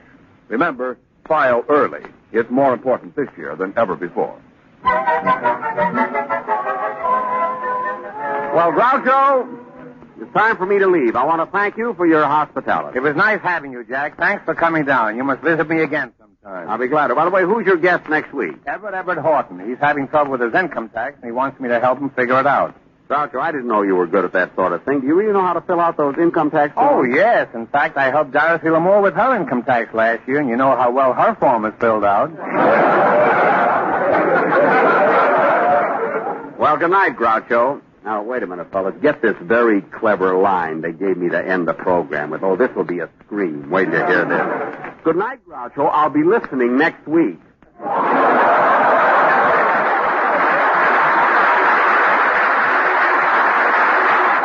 I suppose you think mine is any better, huh? Listen to the one they gave me. So long, Jack Benny. Thanks again. Good night, neighbors. Remember, if you want the real lowdown on how to laugh off your income tax, don't forget to listen to Groucho Marx telling Everett Horton all about it next Saturday. All the rest of our regulars will be on hand, so join in the fun and come on down. This program is directed by Dick Mack and is brought to you by the Pabst Brewing Company in Milwaukee, Wisconsin and Peoria, Illinois. This is CBS, the Columbia Broadcasting System.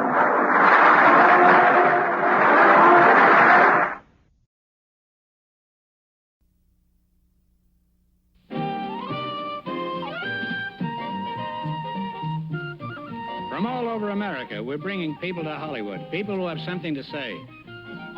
On this show, they'll tell it to Groucho. Hey, that's me.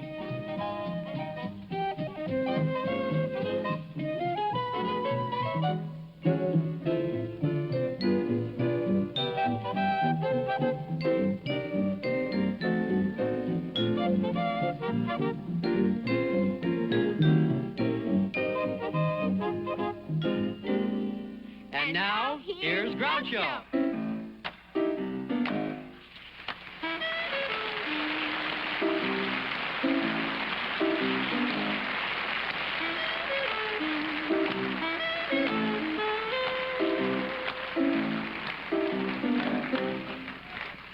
Well, Mr. Marx, why don't you stand up straight? I can. I've got my tie caught on my garter belt, and I can stand up. Oh.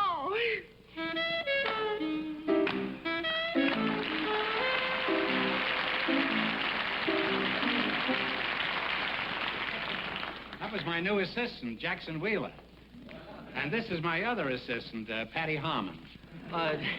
No, Mr. Mark, she's Patty, and I'm Jack. Oh, well, I'm relieved to hear that, because if you were Patty, I'd quit the show right now. Anyway, welcome to Tell It to Groucho. Let's get started and see what happens.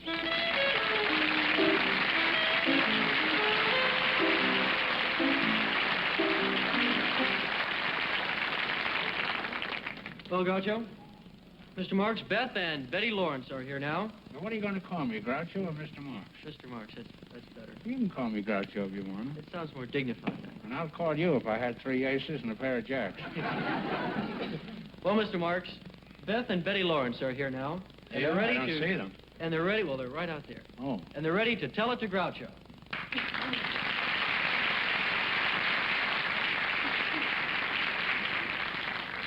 Howdy, girls. Howdy. Howdy, girls. Sit down. Won't you sit down? Your names are Beth and Betty, huh? Right. The same last name, huh? Yeah, we're mother and daughter. Oh, really? Betty is a cute-looking dish, and obviously she's your daughter. Oh, thank you very much. Oh, I'm just an old flatterer. No, we know that. I have a way with the girls. Oh. I wish I could trade it in for one that works. All right, we know who you are. Now, what is it you girls have to tell me? Which part of our vast, unseen audience are you trying to appeal to? To the men. The men, eh? You want to talk to a man, is that it? No, What do you think you're talking to now? A South American anteater? We're looking... What is it you want to say to the we're men? looking for a real nice husband. Oh, I thought... Oh, husbands. Yeah. Yeah, we want them to meet... What husbands are you looking for? And, Well, we're looking how many for husbands would you like? One, Just two? one apiece will do. One if apiece they will meet, do. If they meet... Well, you're both the right attractive. specifications. Are you having any trouble finding husbands? Well... You have to have specific qualifications, isn't that? Right. So tell me what they are. What are these qualifications that you desire? Well, they have to love good music and Be fond of cats. they must be fond of cats. Uh-huh. That's a must-do. And have $5,000. I got to have $5,000 too in cash. Wait a minute. Let me get this straight. You want a fellow who likes cats, music, and money. That's right. All three. I mean, no, just a fellow for you. know. Wonderful. I'll tell you how rich he is. Last Sunday, on Sunday, mind you, he called a plumber. Oh. Now, I know this fellow likes music because he happens to manufacture violins. Oh. And I know he likes cats because that's where he gets the violin strings. Oh, the cat. This is true, yes. This man has got more guts than the last guy They can't get any of He's ours. got more guts than the last man who fought Patterson. Cat guts. Well, anyway, they Yeah. can't get any of ours. Anyway. I wish you wouldn't hop on the joke either. They wouldn't get any of ours either. Just about got it out anyhow, and then you had to jump in the middle. Anyway, no violin strings in ours because we love our cats. Well, I can understand your love for music and even the $5,000, but why do you insist that he like cats? Because people that love cats, why, I think if you don't love a cat, People you who love cats shouldn't throw stones, No, isn't that listen, it? if you don't love a cat, then you can't love a human being. That's And the way I besides, figure. you have to be good to the little creatures in order to be good to the big ones. And besides, Really? people that love cats are very honest. Very. Well, I love human beings, and I also happen to like mice. Well, don't you like cats? Well, Okay, anyway, he's got to love cats. That's right. They Now, must what kind of a cat do you have? A cat? We have 13. You have 13 cats? Yeah, 13 cats. I hope you live on the beach. No, we live in the Hollywood Hills. We live in the Hollywood Hills. What kind of cats do you have in this glass menagerie? Oh, we have white Persians with blue eyes and 2 chinchillas. And... Blue eyes? Uh-huh. You mean like Jack Benny? Blue eyes. The bluest They got eyes more you've hair ever than seen. Benny, haven't they? Oh, gee, the bluest eyes you've ever seen. Jack Benny catches mice, too. We have one Siamese, a blue point Siamese. You have a Siamese? Uh-huh, a blue point. We have No, aren't they twins, Siamese? No, not cats. No? Siamese came from Siam originally. That's Yeah. a breed. They've I only thought- been out of the jungle about 63 years. That's what I've heard, you know. Who told you that? Well, I've read that. You know, Where? we've read all the articles in Cats magazine and Do all you read? around. Do you read Siamese? Well, no, it's not written in Siamese. No, it was written in English. It was written in English. It's just, you Oh. know. Well, how many males and how many females do you have? We have 4 males and 9 females. Well, how come it's so lopsided? Well, It happened that way. well, they're not all married, you know. I mean, after all, they don't have to be. Well, are any of them engaged? Not at the present time, but who knows? It's possible. You have all kinds of cats around midnight. That back fence of yours must sound like those cats are doing the twist on a hot tin roof. We don't allow our cats out at night. They're under lock and key. Oh. Oh, they're valuable cats. But aren't there other cats around who are trying to get at your yes, cat? that's right.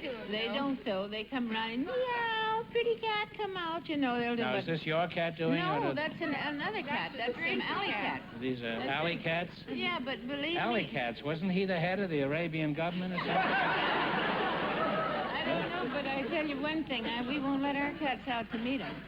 I You wouldn't. know, because ours are very special cats. I see. Well, in order to cut down here to come down here tonight, how many cat sitters did you have to engage for this menagerie of yours? None. We brought our cats. Yeah, we brought them You all. mean You brought them all here You've to got see 'em with you? Yeah, to see you. you mean there are 13 cats backstage? That's right. If I'd have known this, I'd have had a double allergy shot. Double scotch and double bourbon. That's what you call a real catnip. won't get allergies from these cats, though. They're good cats. Well, what can you get from these cats? Oh, well, they're very special, you know. They look pretty. And What do you they're feed them? Just mice? No, we don't feed. Our cats never tasted a mouse. They're very... Well, these cats haven't lived. Oh, they have, too. They like meat and liver and cat food and milk. They like the best of everything. Well, this is an experience I can't avoid, so Betty, why don't you trot off and drag out these pussy cats? All right. And get Jack Wheeler to help you, huh? Now, Beth, that's you, huh? That's Let's right. get back to that $5,000 bucks. Why is it so necessary? Why is it necessary for each of the unfortunate candidates to have $5,000 in cash? You did say that, didn't you? Yes. Well, if we could find a real good man that had $2,500 apiece, we might settle for that. Those are pretty, aren't they, huh? Oh, let's see. This is Haji Baba here. Well, with the introduce blue eyes. Introduce me to your friends. I will, and I want you to see it. And you men out there, take a good look at your future in-laws. Now, this is Haji Baba with Haji the real Baba? blue eyes, yes. And this one is, her show name is Precious Jade, but she's really Dipsy Doodle. Dipsy Doodle. Uh-huh, and see what lovely stripes she has. And Do you have any favorites? Oh, well, we like Haji Baba.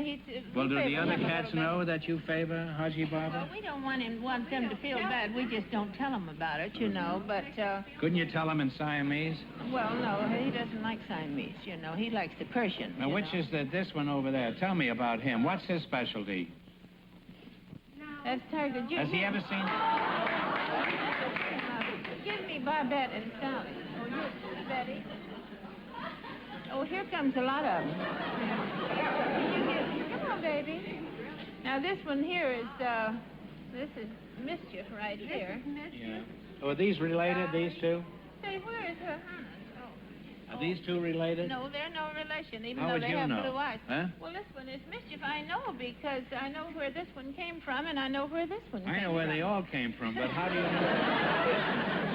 Because there's a difference. This is a male and this is a female. And, Oh, come now. With cats, it doesn't make any difference. Wait, here goes one. Wait a minute. Wait, here is... I don't want this Who one is to this? get This away. Haji Baba? No, this is Well, Dolly I'll hold him. Oh, well, you hold Dolly down. You drag him up here, huh? Now, Betty, I hate to switch the subject. This is Sally. Here, bring Suki over here. Suki? Yeah, Suki. We had a cat named Suki. Oh, Suki's a darling. Yeah, he got run over by a mouse. This Suki's a Blue Point Siamese. Now, Betty, I hate to switch the subject, but I haven't had much chance to talk to you. Specifically, what kind of a husband would you like to have? Well, first of all, I don't want a stuffed shirt. You don't want a fox terrier? A stuffed shirt. Oh, I'll tell you what Betty wants. Well, I want somebody to come home and like to come around and roll on the floor with him and just, you know, act she wants natural. one like Marlon Brando, you know. Yeah. He loves cats. want a cat like him? Uninhibited. Yeah.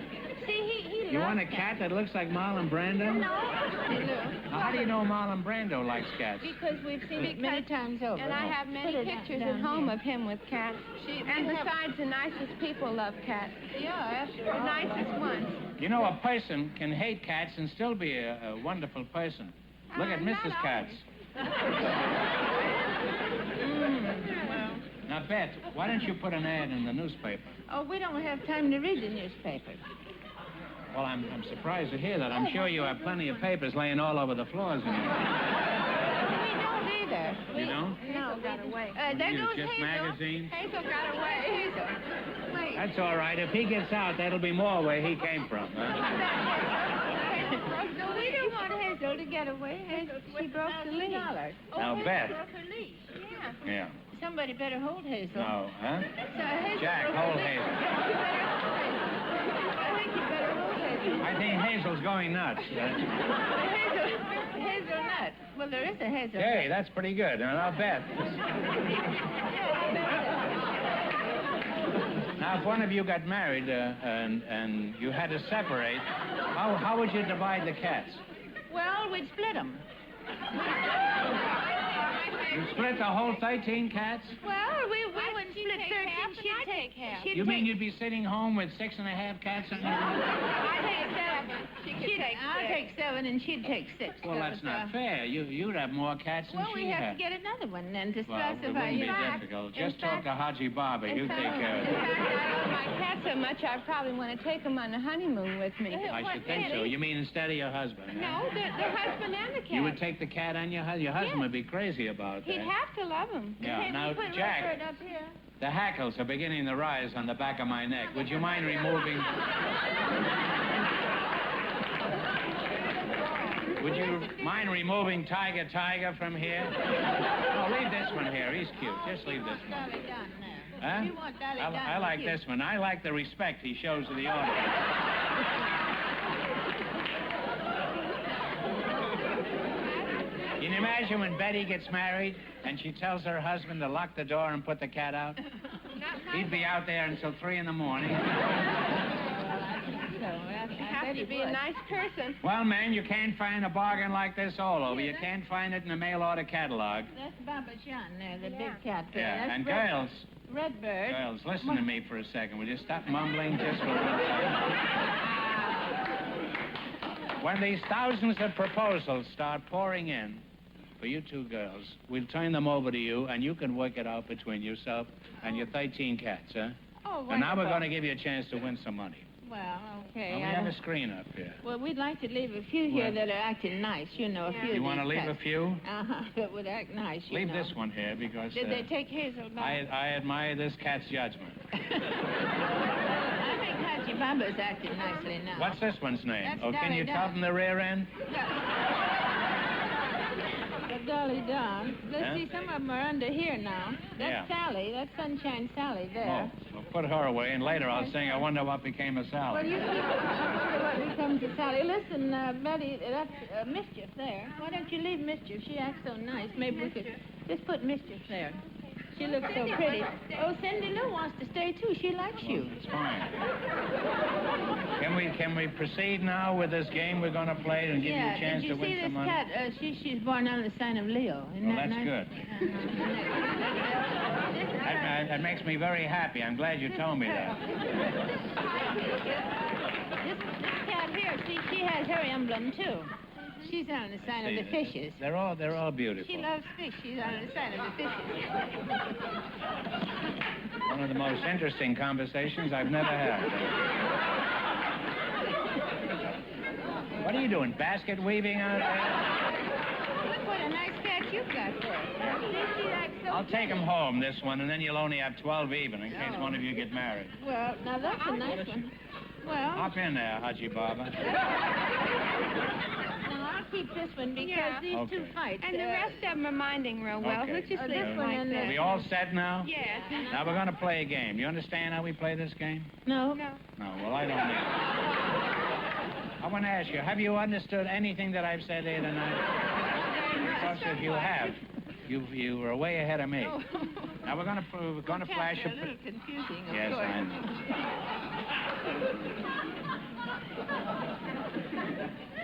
Well, the top of the morning to you. Huh? We're going to flash. This is a screen up here. Now, could you keep your trap shut for just a second?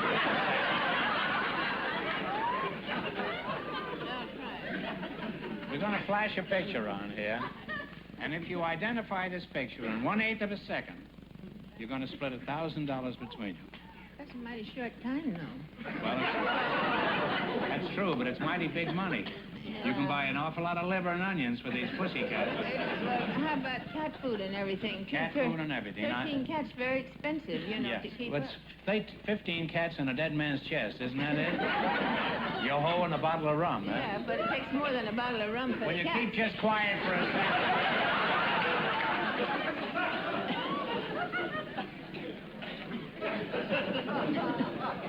Why haven't you got your own show? I wish we did have it. We'd show our cats every Well, day. by the end of this spot, you will have your own show. All right, we're going to flash it up here now. Now watch this and concentrate on this, and stop being so talkative. Just for I want you to win some money here now. I wish we would because we need it.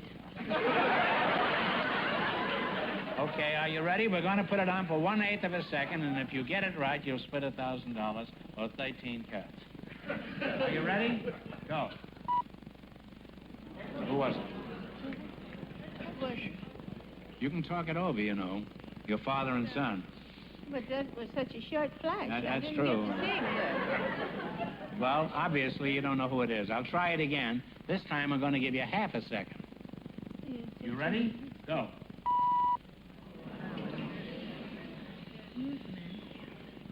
You can talk to each other. You know.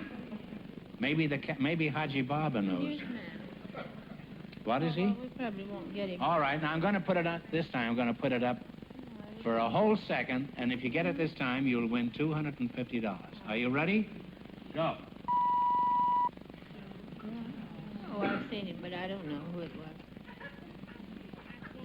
But I can't remember his name. Well, I'm sorry. I'll tell you who that was. That was Lowell Thomas. Oh. And you should have known that because this is a tomcat. Yeah, well, I'm sorry. I'd like to. Oh, we're going to put a picture up now, and if you get this right, you'll win $50. $50. I know. Okay, we'll split 100 between you. How's that? You'll each What get about 50. the cats? Don't they get that? We'll give each of the cats gets $1. No, that takes more than that. Well, that's all you're going to get. Now wait, you don't get anything. You've got to guess this. Now watch this. The same man? Go. What is that? That's a Map of what? United States. That's right. United States. You've won $113. I'm sorry you didn't. Hey there. He likes me. I'm sorry you didn't win, Walt, but we had a lot of fun, and you got a chance to talk, and that's the main thing. Thanks to both of you for telling it to Groucho. Maybe we'll get some cat food ads or something. Well, I'm sure I don't think I can take the... You want me to take them? Well, you take the little silver tabby here. Okay. Oh, wait a minute. Okay. This isn't Haji Baba, huh? No. Wait a minute. I don't know if she'll... I'll take him for a catwalk. He'll go up and kill him.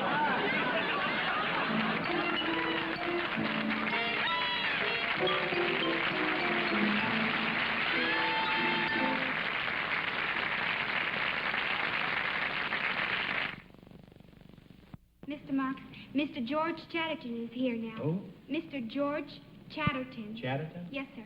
And he's going to... It's a strange name for a man, isn't it? Chatterton? Yeah. I don't know any men by the name of Chatterton. No. You know anybody by the name of George? My grandfather's name is George. No, but not Chatterton, huh? No. See if you can get him to change his last name so you'll know somebody named George Chatterton. Okay. Okay, and he's here to tell it to Groucho.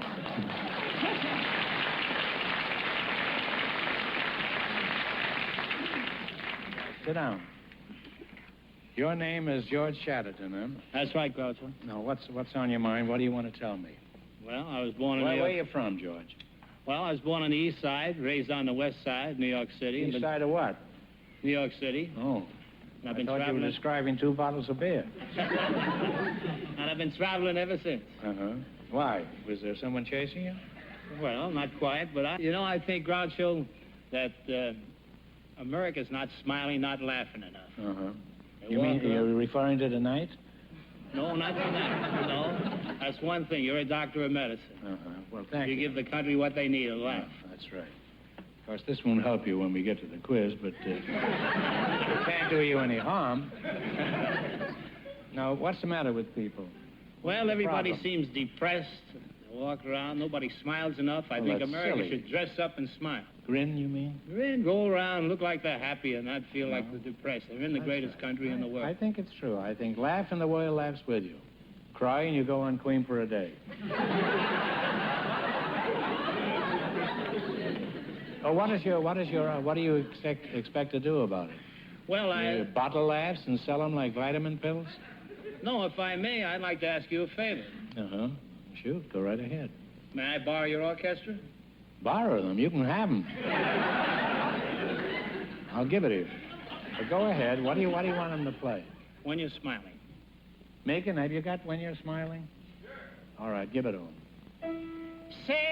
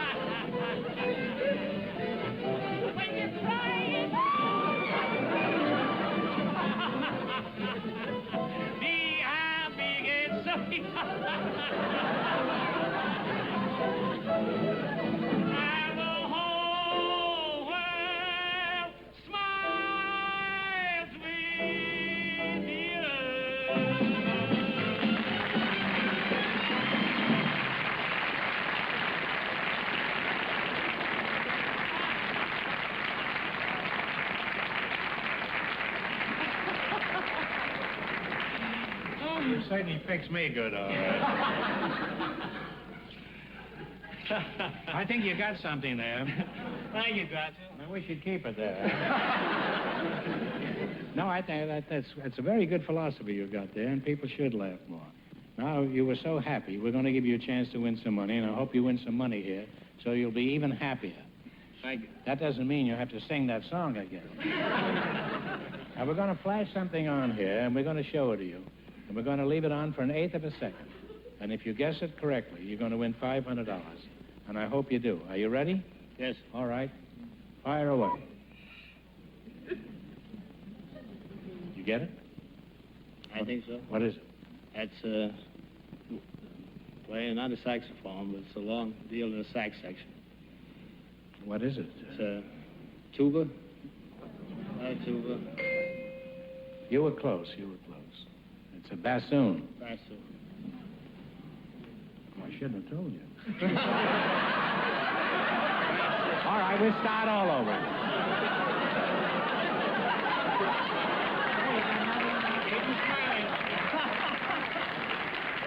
Keep him smiling.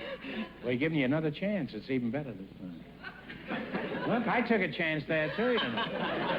Have you got another one out there? All right, we're going to try it again. We're going to start again with 500. Because you lost already, you know. You were up to 250. All right, are you ready? Yes, sir. 1/8 of a second, we're going to put this on. Get it.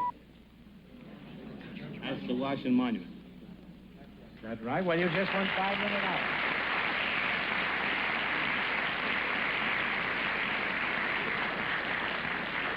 I want to say something to you, George, man to man. Don't you think you ought to split that with me? You know, you would only have had 250 or even less. Do you think you would have guessed it again the second time?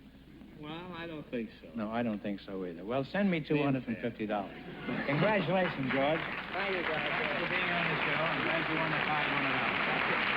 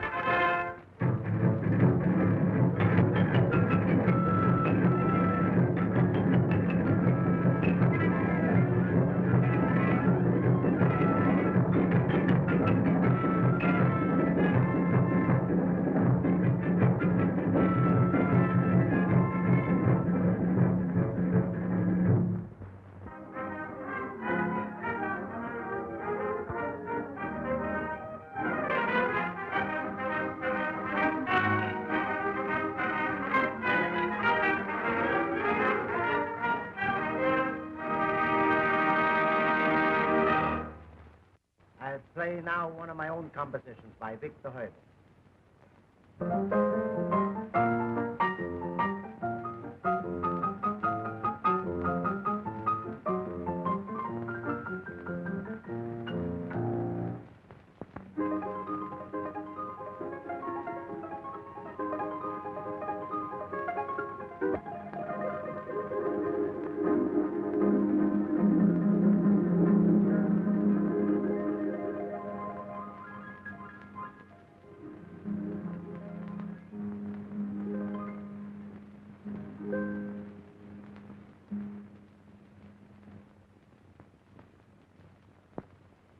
Hi.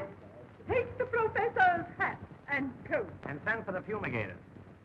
Oh, my... Bonjour, bonjour de la bonne Say, don't you see there are ladies present? What do you think this is? Put that hat down, will you?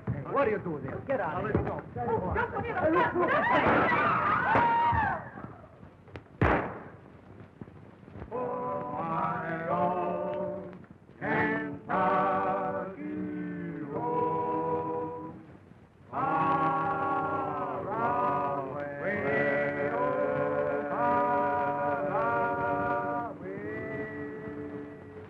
program is coming to you from the House of David.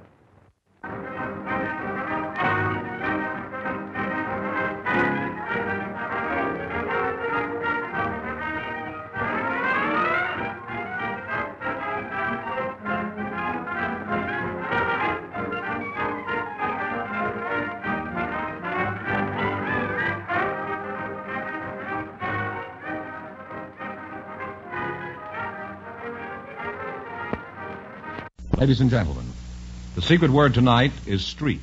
S-T-R-E-E-T. Really? You bet your life.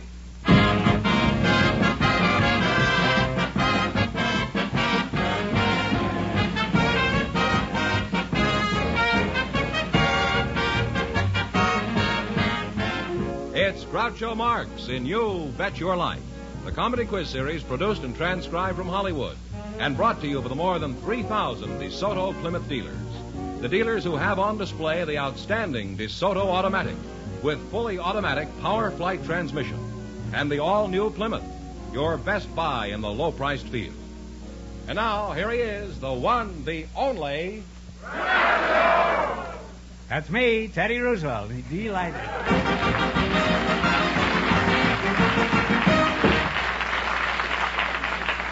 Well, here I am again with $1,000 for one of our couples. George, who's first? Well, Groucho, we have some people who were chosen because they have interesting stories to tell. Miss Beverly Kaanapu and Mr. Ernest Ray. Would you come in, please, and meet Groucho Marx? Welcome for the DeSoto Plymouth dealers. Say the secret word and you'll divide $100. It's a common word, something you see every day. Mr. Ernest Ray and Miss Beverly Kaanapu, huh? Beverly Kaanapu. Kaanapu. Oh, I see. Kaanapu. Yes. Do you have a Hawaiian name? Is that your real name? Well, my full name is Beverly Phoebe Kamalulani Kaanapu. Mm-hmm. What does that mean? Kamalulani, that means under the shade of heaven. Oh. Mm-hmm. Where were you born, Bev? I was born in Kalihi in Honolulu, Hawaii. Mm-hmm. I'm all right. How are you? But we always say that if anybody says Hawaii. Hawaii is the correct pronunciation, huh? Hawaii or Hawaii? Yeah. Mm-hmm. But over here they say Hawaii.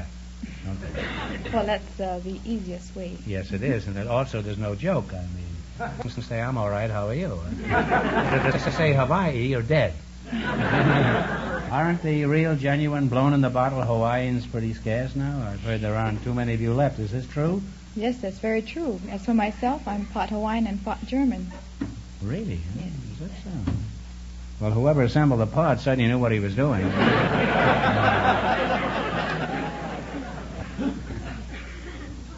Who are you again? I forgot. Ernest Ray. Ernest Ray, Yes, sir. Oh, glad to hear it. I'm always glad to meet a man who's earnest. Yes, that's right. Where are you from, Ernie? Billings, Montana. Billings, Montana. That's right out in the wild and woolly west, isn't it? Yes, sir. You spend a lot of time busting broncos and chasing buffalo? No, I spend most of my time practicing a flute up there. Oh, it's not easy on a horse when you're chasing a buffalo. No. The flute, you say? You practice the flute? Yes, sir. Well, are you pretty cool on the flute?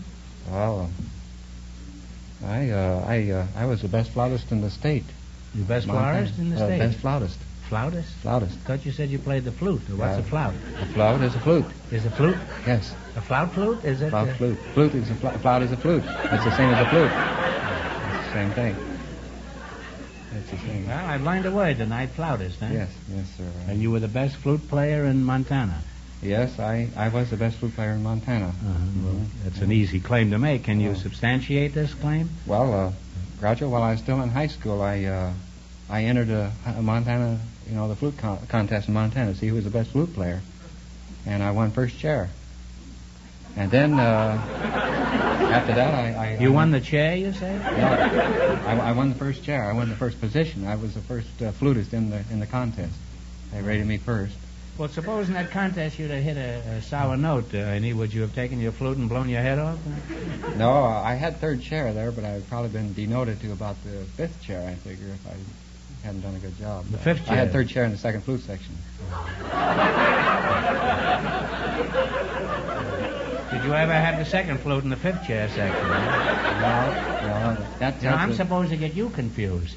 Yeah, well, that second section, that second flute section, that there's 10 flutists, and 5 of them got the first 10 section. flautists, isn't it? Flautists, yes. Yeah. Why do they call it flautists when it's really flutists? Huh? Well, that's a foreign word. It's a French word, I think. Oh, well, why don't you play the French horn then? No, I don't know how to do that. Anyhow, then... That hasn't stopped the men in our orchestra from playing.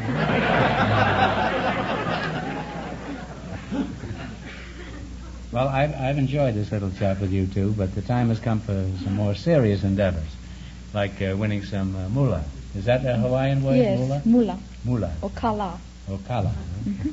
Well, you're going to play You Bet Your Life. I don't know if you know how to play You Bet Your Life, but we made a little change in our quiz last week. You play the game this way, the same way, with the exception that we start you off with a bankroll of $100. And that's very nice. You can quit now if you want. No. Every time you miss a question, you lose half your bankroll, no matter what it amounts to at the time. Now, let's see how much money you can make. You selected science and medicine. And remember, the more the question is worth, the harder it is. Number 7. Number 7 is $70. In the laboratory, what do you call the small gas burner used to heat test tubes? Flask. Talk it over. Yes. Value. Yes. No, I'm sorry. It's a Bunsen burner. Well, you lost half of your original bankroll, so you now have $50. You have $50 left in the bankroll. Now, what do you want to go for? Well, let's try number 8. Number $80. What is the scientific name for the study of plants and plant life? Talk it over. You're partners. I think it's etymology. Study of plants. Scientific name for the study of plants and plant life. Okay, let's try that. Etymology. No, I'm sorry. Wow. No, it's botany. What am I asleep today? You lost half your bankroll again. You now have $25. Well, you're still in the running. Now, don't get discouraged. Now, what do you want to try? $90 one? 10? 100? Yeah. Okay. How much? Five. $50. What rare element do we obtain from pitch blende? I think we get radium. That's right. Before you change your mind, it's radium, huh?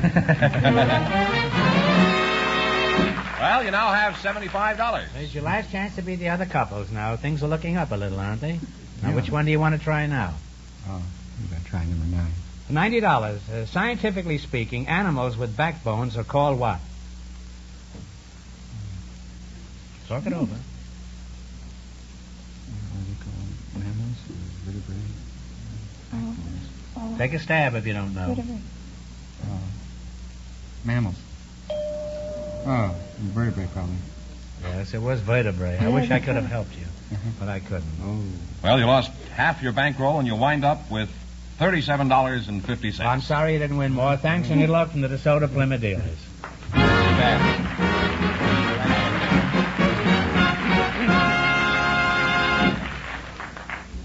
Well, Groucho, we invited some Navy men to our show tonight, and just before we went on the air, our studio audience selected Walt Kluznik to be on the show.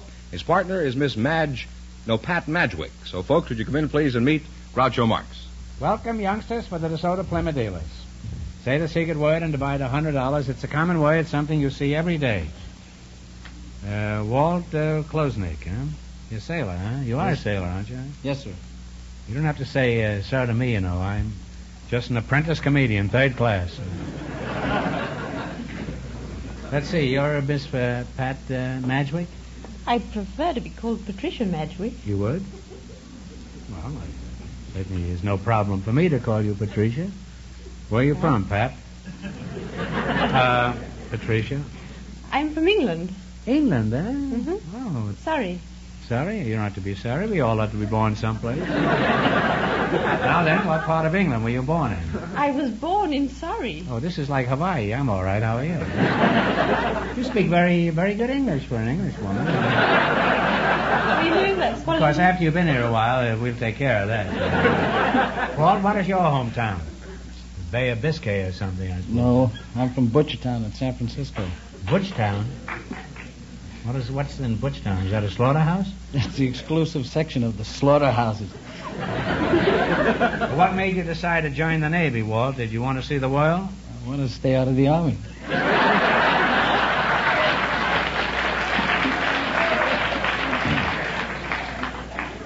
You realize you just wrecked 8 years of hard work on the unification of the services. What ship are you stationed on? I'm not on a ship. I don't have a ship. A sailor without a ship? The world is certainly coming apart. Where'd you lose your boat? I'm on shore duty. What kind of shore duty do you have, sailor? Well, I'm a boatswain striker and a what? A boatswain's mate striker. A boatswain's mate? Well, I hope you're very happy together. And I work down on Terminal Island, and I'm stationed What's a boatswain's mate? Well, they take care of the rope, the line on the ship and securing of all the hatches. A deckhand, more or less. I see. But do you have a good line? Hasn't been working too well lately. I don't know why not. You're a pretty cute-looking sailor. What do you think of him, Pat? He's pretty nice looking. As sailors go. You don't think they don't, do you? They go hog wild. Well, specifically, what do you do in your job, sailor boy? Walter Klosnick? You sound like you ought to be playing for Notre Dame.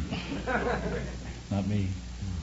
Well, I Notre Dame in South Bend years ago. I take care of the ball fields out there. I'm connected What? Take care of a ball field? Yes, sir. What do you do for the ball field? Well, I make sure that the field's in condition to play on. I'm connected with the baseball team. Make sure the grass doesn't dry. Throw a little fertilizer here and there. Just maintenance of the ball field.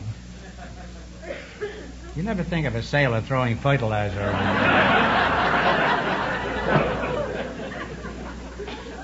Well, that's certainly a curious vocation for a man in the Navy. Now, Patricia, what about you? Are you married? No. You're not married? No, Cute little I'm not. girl like you, not married? What about you? Are you married, sailor? No. Well, we're wasting time. Is there anyone present here who knows any reason why these young people shouldn't be married? Speak up or forever hold your peace. Are you ready for the ceremony, Pat? Well, aren't you being just a trifle hasty? Well, I have to be. If I know sailors, he's got a date in half an hour. No, this is all in fun. Well, you're a very attractive couple, and I expect you to get married the moment you leave here. How are you going to play? You bet your life. Now, let's see how much money you can make. You selected, do you know about the change in the quiz? Oh, yes. We start you off with a $100 bankroll, and when you miss a question, you lose half of whatever bankroll amounts to at that time. Clear? In the race for the $1,000, the Hawaiian girl and the flute player won $37.50, and the secret word is street. Let's see how much money you can make. You selected general information quiz. Remember now, the more the question is worth, the harder it is. You talk it over your partner. See, what should we do? It's a lucky number. Seven's your lucky number? Let's go. $70. What is the name of the plane Lindbergh flew across the Atlantic in 1927? Talk it over. The Spirit of St. Louis? That is absolutely right. The Spirit Well, you now have $170. Now, which one do you want to try? 60. 60. What is the distaff side of a family? Talk it over. Come on. Oh, the female side? Yes, that's right, the female side. You've now run your bankroll up to $230. Now, what do you want to try? We'll take 90. number 9. Okay. What is the proper term for a bicycle built for two? A tandem. That is right. A tandem is right. You now have $320. It's your last chance to beat the other couples. We'll be very brave and have number 8. Number 8. All right. What do you call a motherless calf or an unbranded steer? Talk it over. A motherless calf, that's a young cow, isn't it? Yes. Or an unbranded steer. Talk it over. No, I'm sorry. It's a maverick or a dogie. You lost half of your bankroll at that time, so you wind up with $160. Well, thanks and good luck from the DeSoto Plymouth dealers.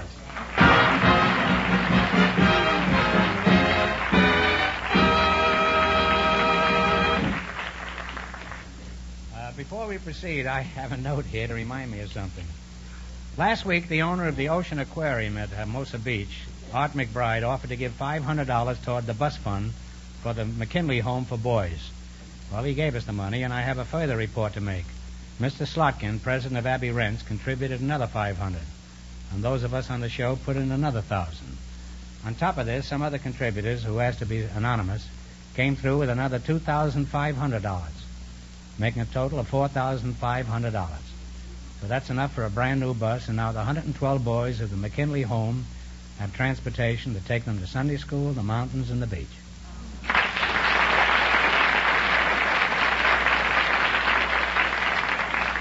And to all of you who kicked in, my sincere thanks. George, who's next? Well, Groucho, we have a couple of interesting guests who have special stories to tell. Father Michael Montoya of the Claretian Fathers and Nelson Gary. So, folks, would you come in, please, and meet Groucho Marx. Well, welcome. Welcome to the DeSoto Plymouth dealers. How do you do, guys? Say the secret word and you'll divide $100. It's a common word, something you see every day.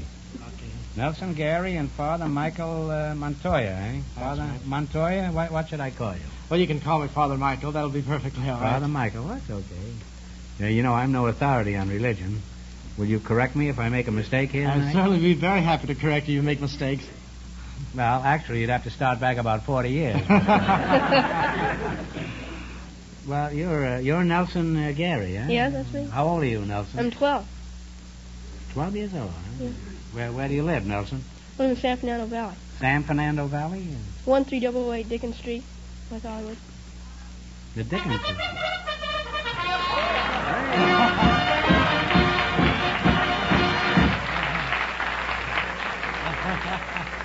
Well, you said the lucky secret word tonight, street, so you win $50, and Father Michael gets $50 for the parish. Thank you very much. I hope. That's positively sure. This was just an assumption on my part, Father.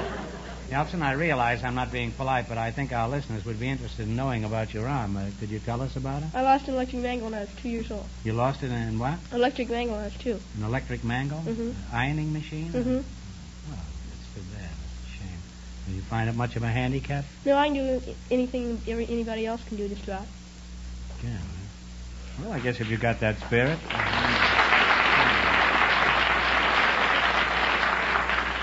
There's no such thing as a handicap with that kind of spirit. Where do you go to Thank school? you. Van Nuys Junior High School. Are you pretty good in school? Well, I belong to the Honor Society, and you got to keep up pretty high grades to keep in there. You belong to the Honor Society? Yes, you got to get more than half your grades A's. What is your biggest interest in school? Athletics, I guess, and in North Hollywood, I belong to a Y club called the Kryptons, and I play first string for their basketball team, and I did play first string for their football team. Really? Father, what do you think of this boy? Wonderful. I think a boy who apparently has this handicap and makes a go of things really can prove that where there's a will, there's a way. And I think he's wonderful. God bless him. Nice going, Nelson. He'd make a pretty good sermon for you, wouldn't he, Father? Certainly would. He makes a pretty sermon good... for everyone. Yes, he does. Make one for me, too. What a schlemiel I was in school. Speaking of sermons, isn't it a problem to keep them timely and interesting? I don't think so, Mr. Marx. No? A sermon should be short and to the point, and of course kept with interest. Well, how do you do that? Well, I remember when I attended the Catholic University of America, one of the professors insisted that we imitate the commercial announcers. He says when they talk about material things, they put their point right over. We could do the same when we bring the Word of God. Well, you probably keep yours shorter than most of the commercials. By the way, Father Michael, where is your church? In San Gabriel, California. I'm at the old San Gabriel Mission. Could you describe its history? Yes, it's the oldest mission in the Los Angeles County. You see, very briefly, Father Cambon and La Samara came to the San Gabriel Valley back in 1771. And this was 5 years, incidentally, before the founding of our country, before the American independence. And this building was destroyed by the earthquakes and the floods, and they built a second one. And the beautiful building that you see now is the last structure, which was completed in 1804. That's a real old building. Is much of the original structure still standing? Oh, yes, and very little of it has been touched. You must have the same landlord I have, huh? Nelson, my favorite sport is baseball. How is it you're not interested in that? Well, I am. It's my favorite sport. And in fact, I played on a Little League team that won the championship this year. Really? Yeah. What position did you play? I played the outfield, right field. Outfield? And how are you with batting? Are you any good? Well, I batted 365 this year. 365?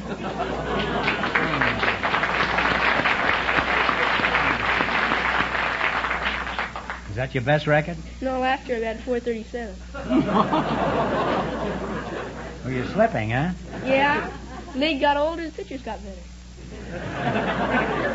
Do you realize even Ted Williams can't hit that good in the major leagues, Well, 365? He faced a little better pitchers, I think. Well, he's a much older man, too. He must be hitting around pretty near 30, I guess. Huh? Well, it's been inspiring talking to you two, to both of you. Thank and you. Now let's play You Bet Your Life for a chance at a lot of money. If you'll excuse me, Mr. Marx, I think the world of Nelson. I think he's a wonderful boy. And so if you'll excuse me, I met his father, and I think he's also a wonderful man. So I'm going to let him participate in the contest. Where is your father? He's right off stage. He's backstage. Oh, you carry your father with If you? you'll all the excuse time? me. Well, yes. Well, come back again, though. Huh?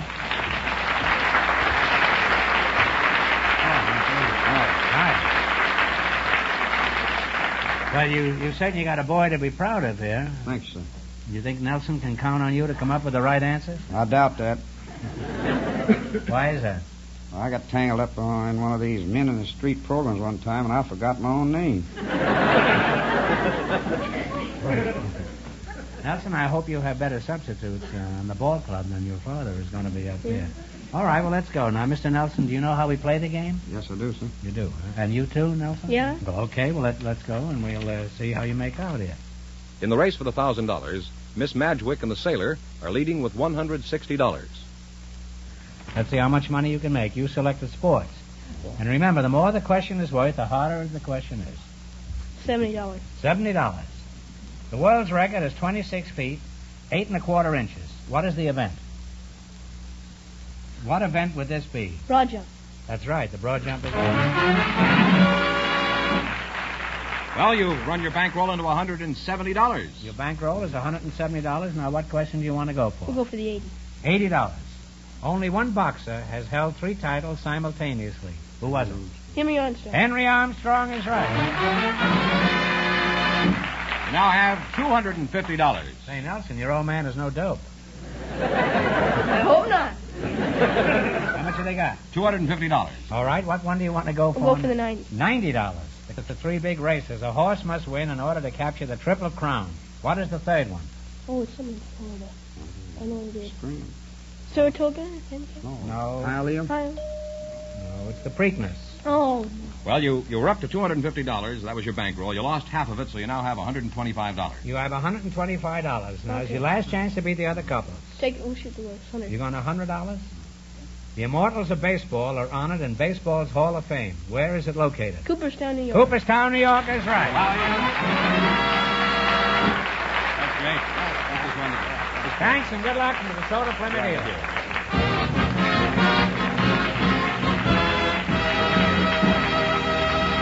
And that means that Nelson Gary and his dad, with $225 in just 1 minute, get the chance at the DeSoto Plymouth $1,000 question.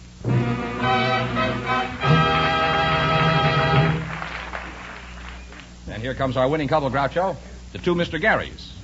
See, your father turned out pretty handy after all, didn't he, Nelson? Huh? All right, here we go for $1,000. I'll give you 15 seconds to decide on a single answer between you. Think carefully and please no help from the audience. Here it is.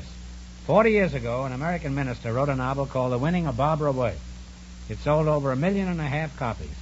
It's still one of the all-time records. For $1,000, who is this popular writer? Now talk it over. Oh, I know his name down there. Wasn't he fine? I don't know. If you don't know, take a guess. Okay, we'll wait for the Rupert Hughes will say. Rupert Hughes will say. Rupert Hughes? No, I'm sorry. It's Harold Bell Wright. I'm sorry, but that means the big question next week will be worth $1,500.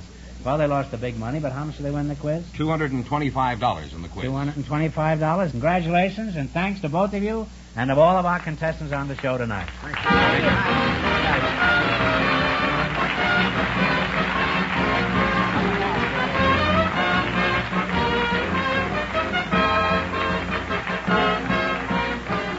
Be sure to tune in again next Wednesday night at this same time for the Groucho Marx Show, when the big question will be worth $1,500. And don't miss Groucho's television show, also brought to you by the DeSoto Plymouth Dealers of America. And remember that the dealers who sell the outstanding 1954 DeSoto Automatic with fully automatic power flight transmission also have on display the remarkable new Plymouth, engineered and built to be your best buy in the low-priced field. DeSoto, Plymouth, two great new cars, both products of the Chrysler Corporation.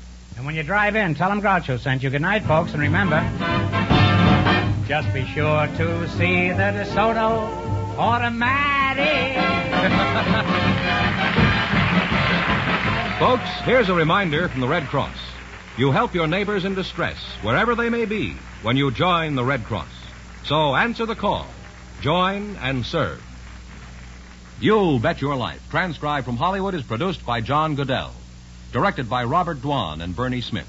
Music by Jack Meakin. This is George Fenneman signing off for the more than 3,000 DeSoto Plymouth dealers from coast to coast. You Bet Your Life is heard by our armed forces throughout the world.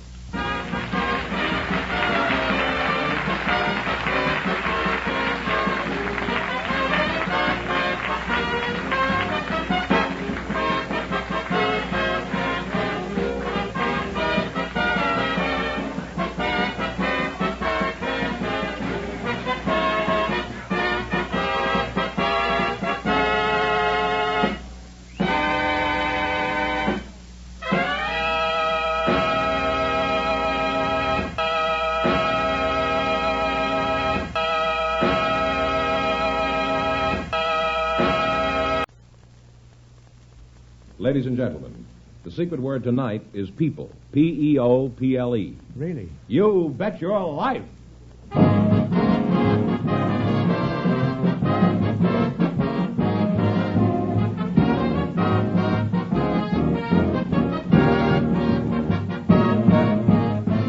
It's Groucho Marx in You Bet Your Life, the comedy quiz series produced and transcribed from Hollywood and brought to you with more than 3,000 DeSoto Plymouth dealers. The dealers who have on display the outstanding DeSoto Automatic with fully automatic power flight transmission and the all-new Plymouth, your best buy in the low-priced field. And now, here he is, the one, the only... That's me.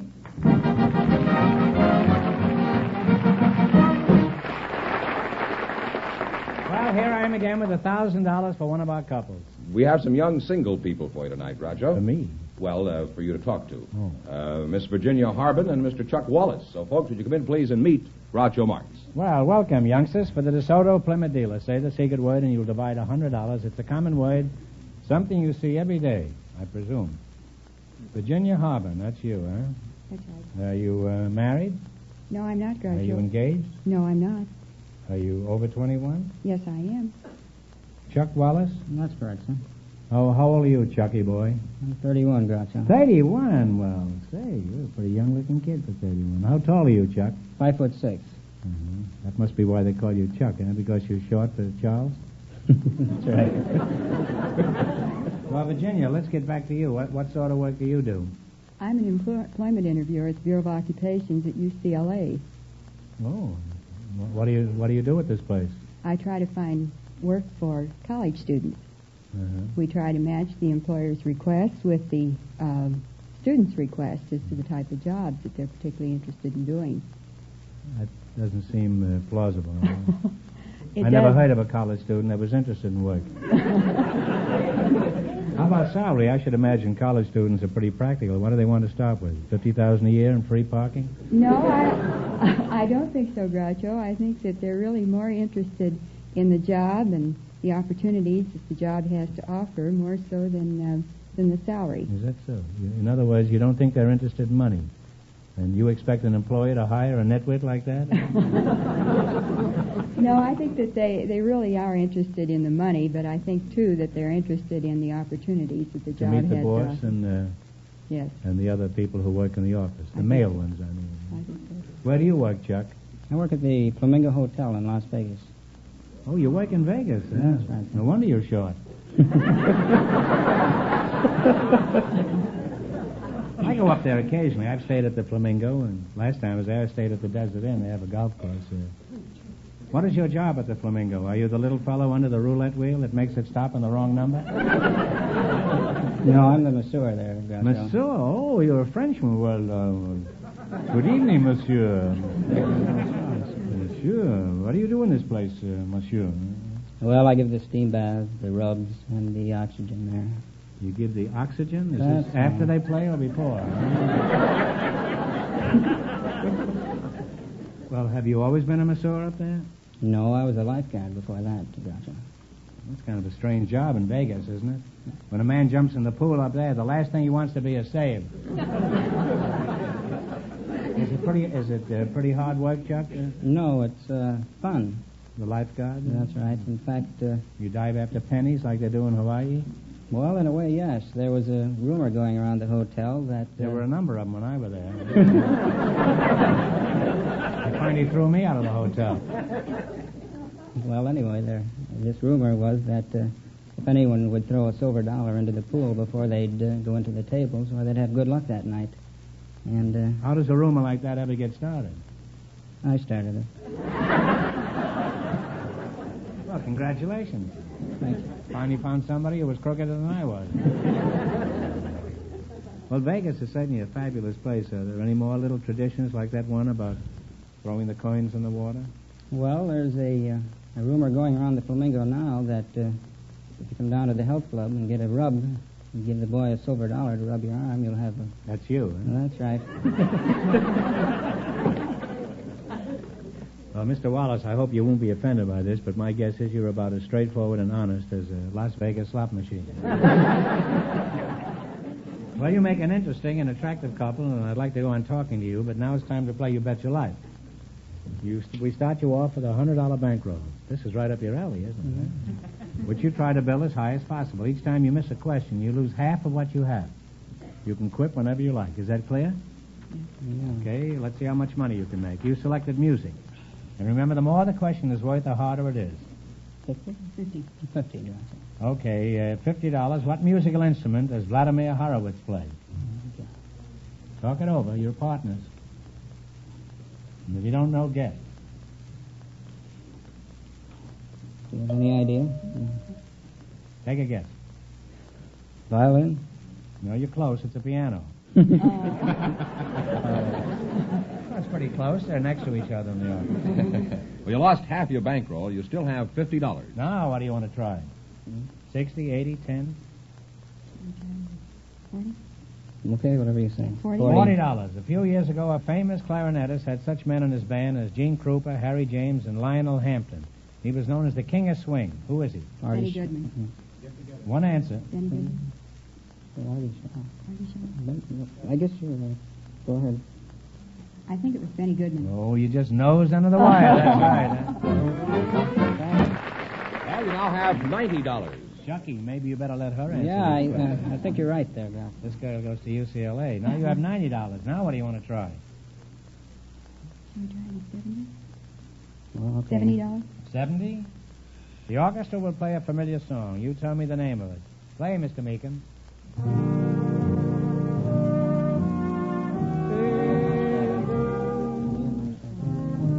Me and My Shadow. Me and My Shadow is right. You've now climbed to $160. Shall we try the 90? The 90 is right off the boat. We just got it in today. Good. You're going to try the 90? 90. The orchestra will play a song by Cole Porter. You identify it. Jack? Just one of those things. What is just it? one of those things. That's right. Once again? Just one of those things. That makes 3 of those things. That's right. And you wind up with $250. Well, thanks and good luck from the DeSoto Plymouth dealers. And I hope you're very happy together.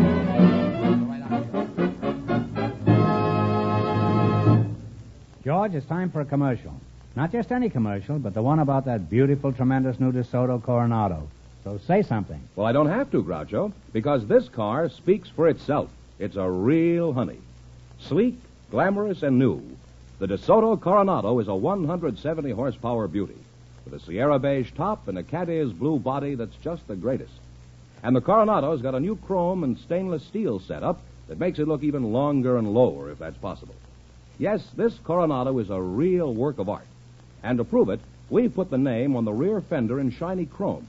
Up front is the famous Fire Dome name, proof that the Coronado offers the same unbeatable performance as all the other DeSoto automatics.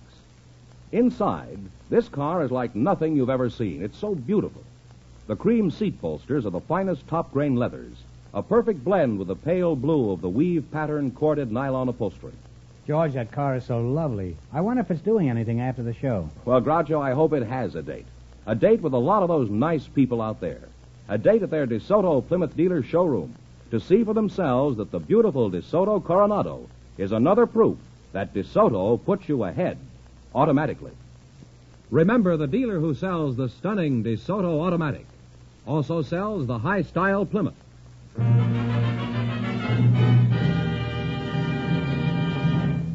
George, let's have the next couple. Who are they? We have some people with interesting stories, Groucho.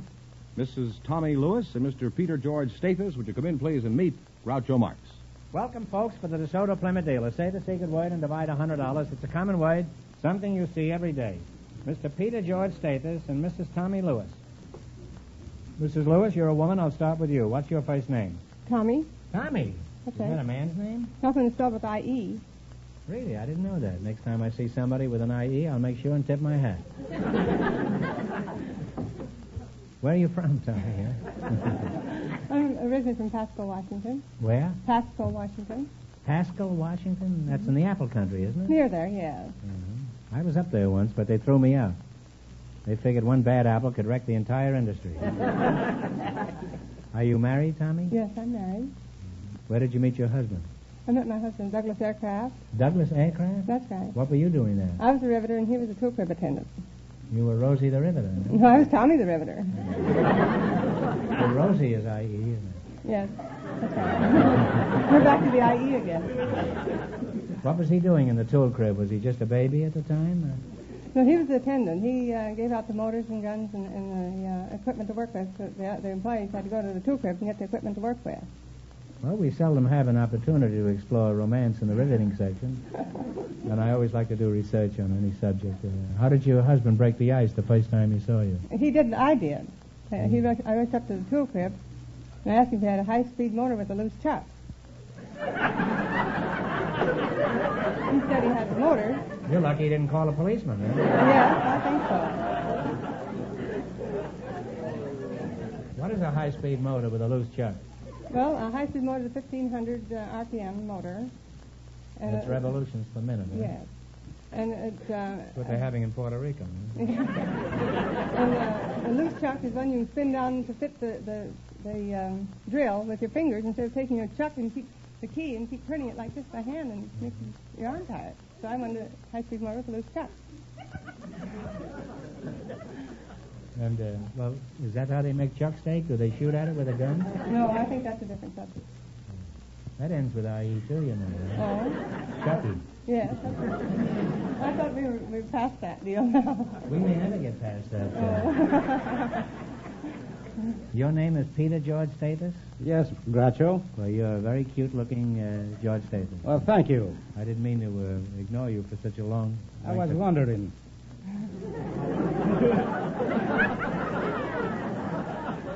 I wasn't really ignoring you. I was merely occupied with a ricochet romance. Can you sing that song, Tommy? No, I don't sing. They play on the black notes and play on the white notes, but I always sing in a crack. Well, I have no answer for that. What sort of work do you do, Peter? I'm a restaurateur. A restaurateur, huh? Yes, sir. Really? I've been arrested many a time. Do you have frog's legs? Yes, sir. Let's see them, huh? That would be.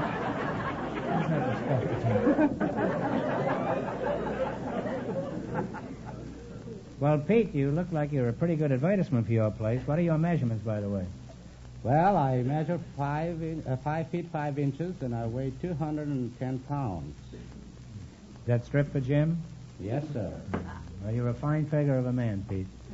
Thank you. My advice is stay out of dark alleys. You'd certainly be an easy man to roll.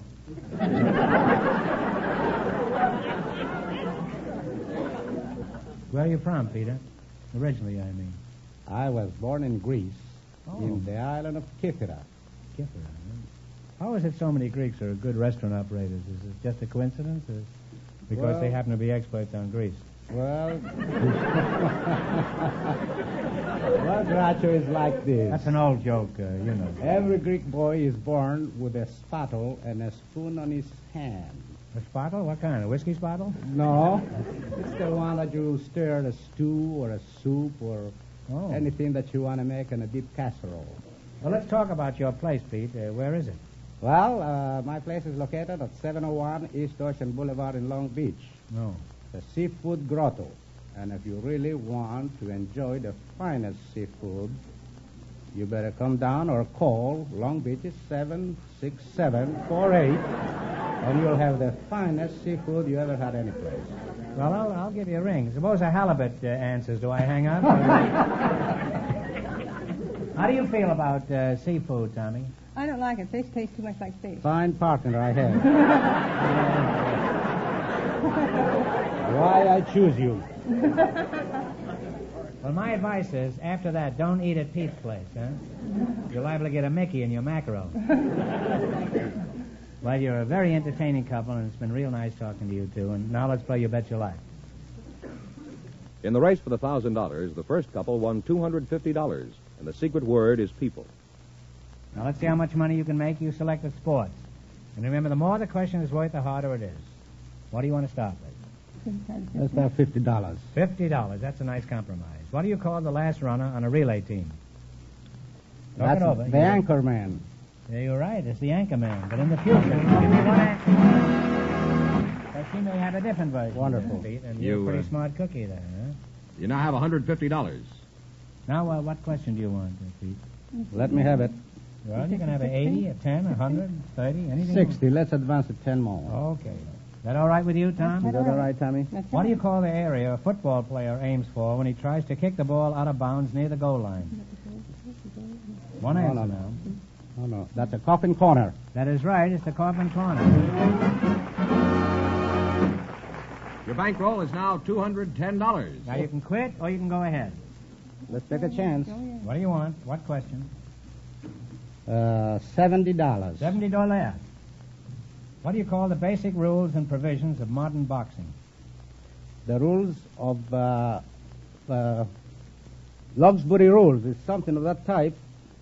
The Queensberry rules. That's right, it's the Queensberry. The markers of Queensberry rules. Well, you were flirting with it. We had to give it to you. And you now have $280. Are you a gambler? Well, let's gamble on it. Okay.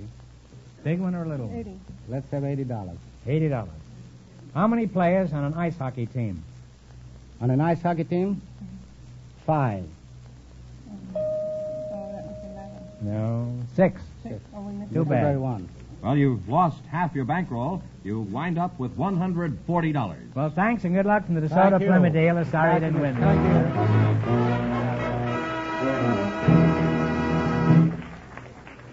Who's next, George? Well, Groucho, we have a housewife and a married man for you. They volunteered just before we went on the air. Mrs. Capitola Fredrickson and Mr. John Blake. Would you come in, please, and meet Groucho Marx? Welcome, folks, for the DeSoto Plymouth dealer. Say the secret word and divide $100. It's a common word, something you always have with you. You're John Blake, eh? It's spelled right. J-O-N. Why is that? Did somebody knock the H out of you? No, Groucho. It's just a contraction of the early English Jonathan. Oh, I see. Where are you from, Jonathan? The Washington Heights section of New York City. Oh, really? I used to live up there in Washington. 165th Street and Amsterdam, maybe, around there. How old are you? It was about 100 years ago. I'm 27, Groucho. 27. Well, you're a fine-looking lad. Mrs. Capitola Fredrickson, eh? Fredrickson? Fredrickson. That's you. Where are you from? Well, I was born on an Indian reservation in Red Lake, Minnesota. Oh, really? Yes, sir. You're not wearing your feathers tonight, huh? What tribe are you from? I'm from the Chippewa tribe. Chippewa? Yes. Is that your Indian name, Capitola? No, that isn't an Indian name, Groucho. My Indian name is Celine Janat Ozawandib Dabasanakudo Kinu.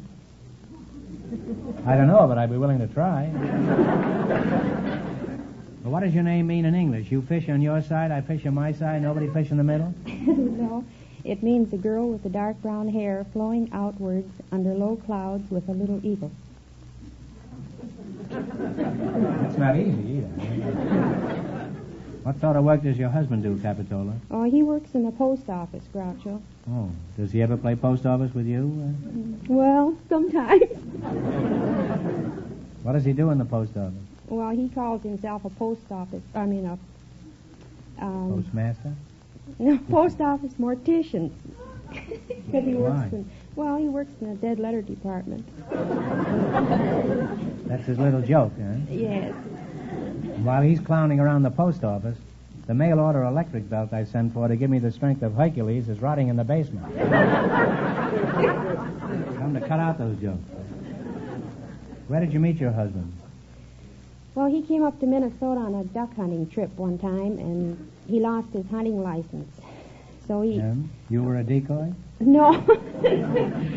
Well, I was in an Indian pageant at that time, so he spent his evenings watching this pageant and flirting with me and saying fancy things. And, like what? Oh, how you doing, kid? What you doing tonight? How about a date? And he didn't think I could understand English because I was in Indian costume all the time. When did he finally find out you understood every word he said? When he asked me to marry him, I fooled him, and I said yes.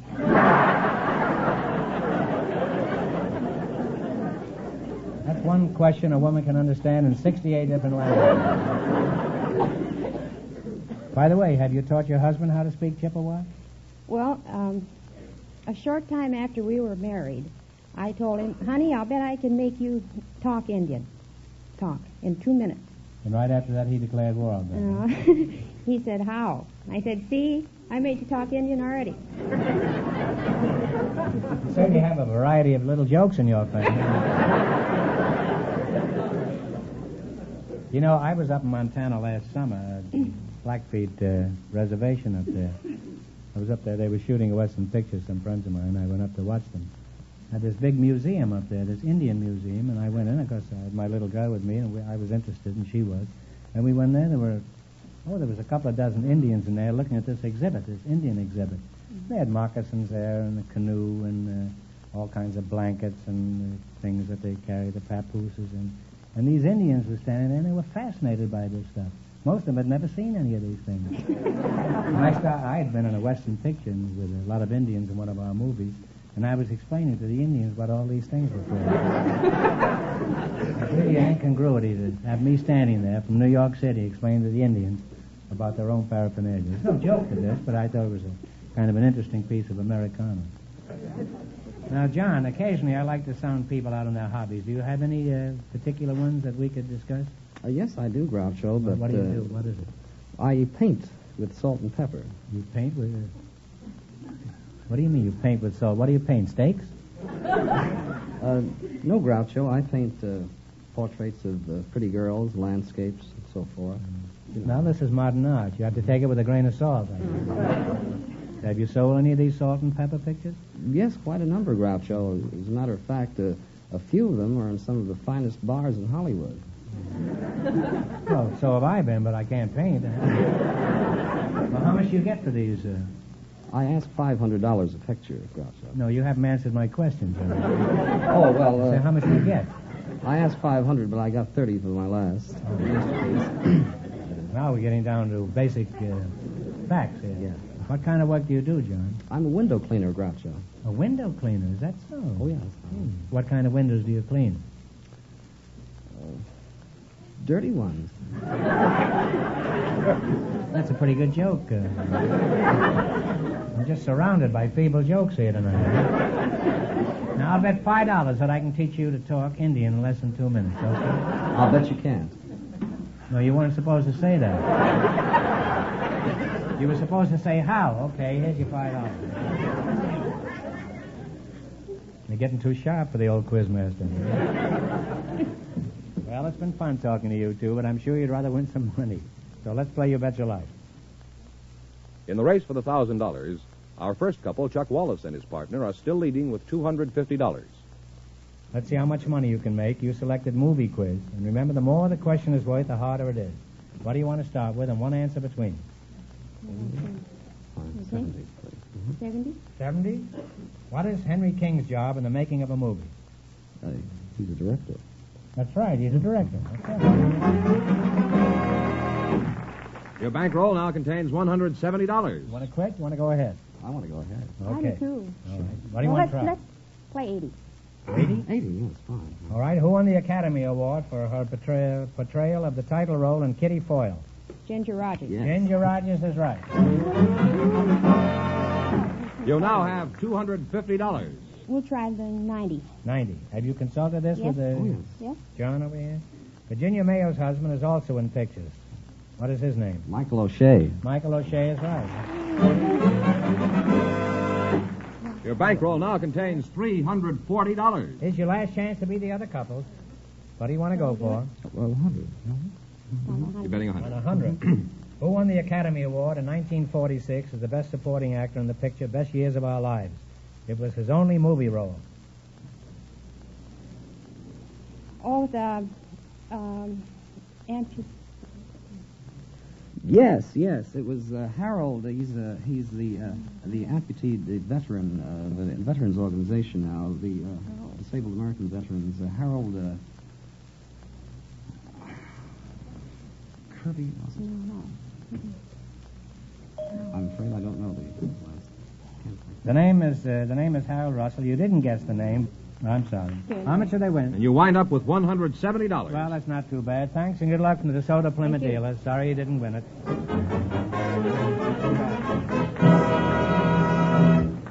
And that means, Groucho, that Chuck Wallace and his partner, with $250, in just 1 minute get the chance at the DeSoto Plymouth $1,000 question.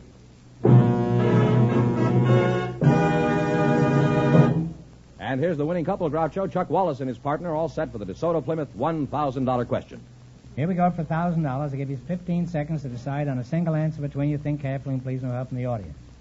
In the year 1215, the Confederated Barons of England forced King John to sign one of the great documents of human liberties, the Magna Carta. For $1,000, where in England was this document signed? This is something you learned in school. Now talk it over.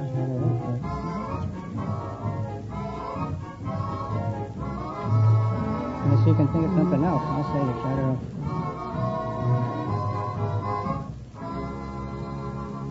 What is the answer you two have decided upon? Charter Oak? No, it's Runnymede, England.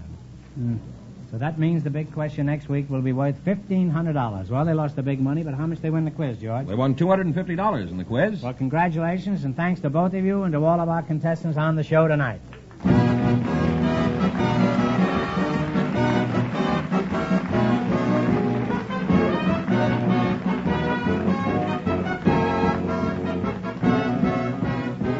Be sure to tune in again next Wednesday night at the same time for the Groucho Marx Show, when the big question will be worth $1,500. And don't miss Groucho's television show, also brought to you by the DeSoto Plymouth Dealers of America. And remember that the dealers who sell the outstanding DeSoto Automatic with fully automatic power flight transmission also have on display the remarkable new Plymouth, engineered and built to be your best buy in the low-priced field. DeSoto, Plymouth, two great new cars, both products of the Chrysler Corporation. And when you drive in, tell them Groucho sent you. Good night, folks, and remember, just be sure to see the DeSoto Automatic.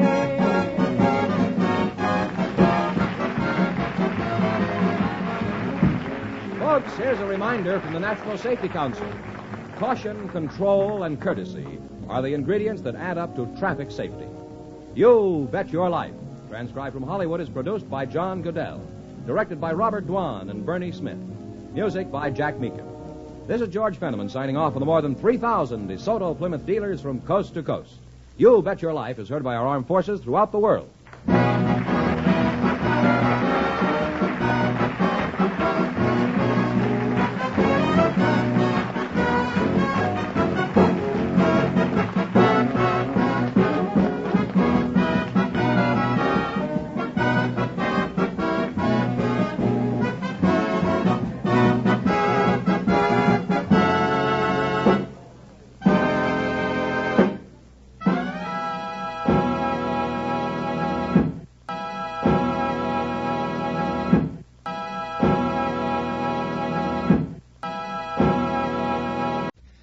Ladies and gentlemen, the secret word tonight is name. N-A-M-E. Oh, you can spell, huh? You bet your life. Really?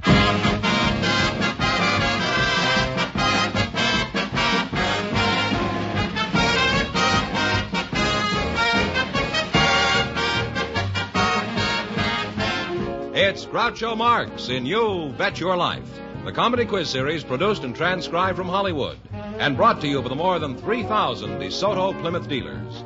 The dealers who have on display the outstanding DeSoto Automatic with fully automatic power flight transmission and the all-new Plymouth, your best buy in the low-priced field. And now, here he is, the one, the only... I'll fight Marciano for every nickel he's got.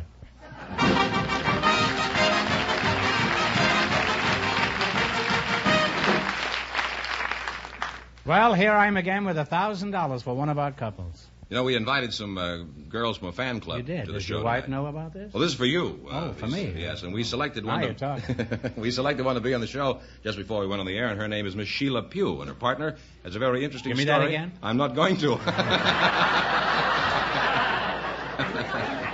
Her partner has an interesting story. He's Mr. John Burgoyne Ely. Mm-hmm. And I'd like these people now to come in and meet Groucho Marx. You would. Folks? Welcome, folks, for the DeSoto Plymouth dealer. Say the secret word and you'll divide $100. It's a common word, something you always have with you. Let's see, John Burgoyne Ely and Sheila Pugh. Well, you make a very attractive couple. Let's see what you have in common. Sheila, what is your age? I'm 16, Groucho. You're 16? 16. Johnny, how old are you? 84. 84, well...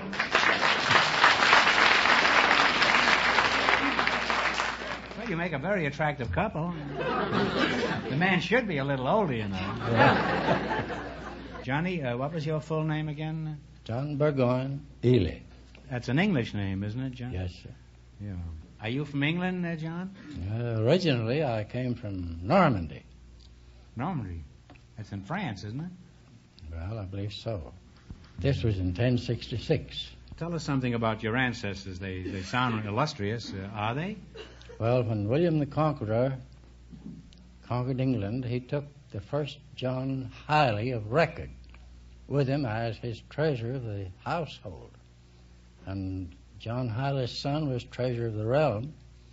His grandson was Lord High Sheriff of London. So I suppose I'm the 45th Duke of Normandy. Well, were you ever married to Barbara Hutton? I wasn't that kind of a duke. I was a poor duke, I guess. Well, being a duke, Johnny, which one of these big English castles were you born in? I was born in a shack in Arkansas. Arkansas? What were you doing there? I was getting born.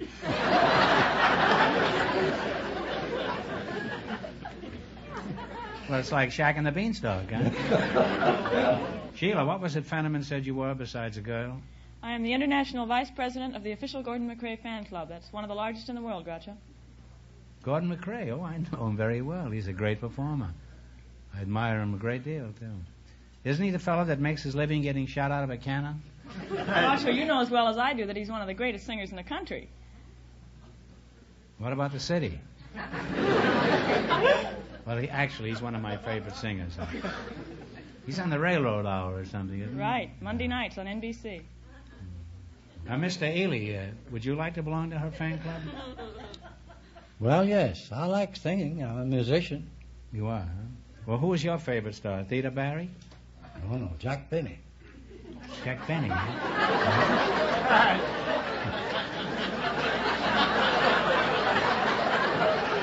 Present company accepted, of course. It's all right. You made your faux pas. Let it lay there. Huh? Why do you like Jack Benny, of all people? He paid my first year college tuition.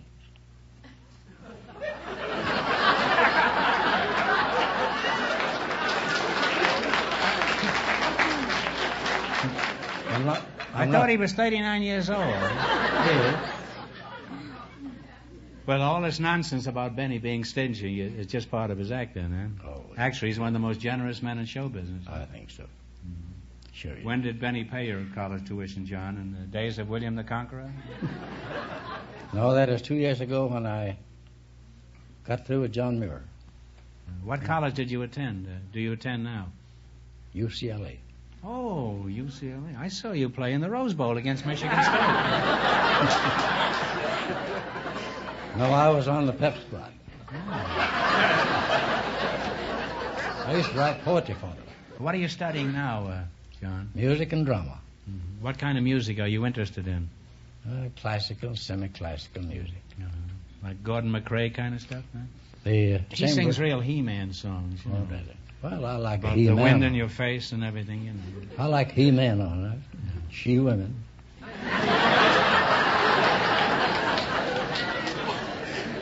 Well, you said you got the sexes straightened out there. Well, you make a very attractive couple, and I hope you'll be very happy together. Now it's time to play You Bet Your Life. Now, all you have to do is win more money in the quiz than our other couples, and you'll get a chance at the big money later. You selected biblical quiz, and remember, the more the question is worth, the harder it is. Now, what do you want to start with? Let's start with a $50 question, Groucho. What is the popular time for this biblical statement? All things whatsoever ye would that men should do to you, do ye even so to them. That's the golden rule, Groucho. Yes, it is. That's the golden rule. On your way with $50. 70? What do you want, a $70 one? Or Yeah. $30? 70 is fine, Groucho. 70, all right. On what famous mountain did Moses receive the Ten Commandments? Sinai. Mount Sinai. That's Mount right. Sinai is right. You now have $120. Now, which one do you want? 80? 80? All right. 80. What was the name of the mountain where the ark landed?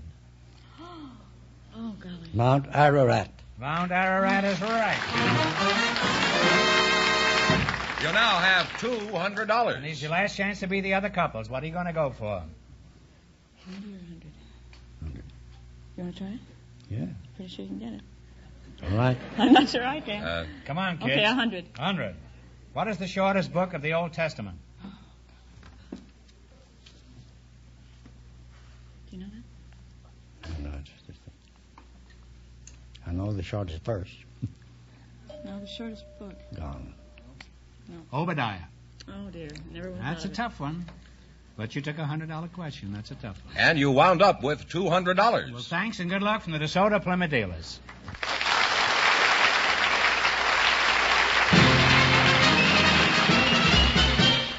This year, DeSoto is automatic with power flight drive that's the best. Folks, if you're looking for real driving pleasure, you'll find it in the new DeSoto Automatic equipped with Power Flight, America's finest fully automatic transmission.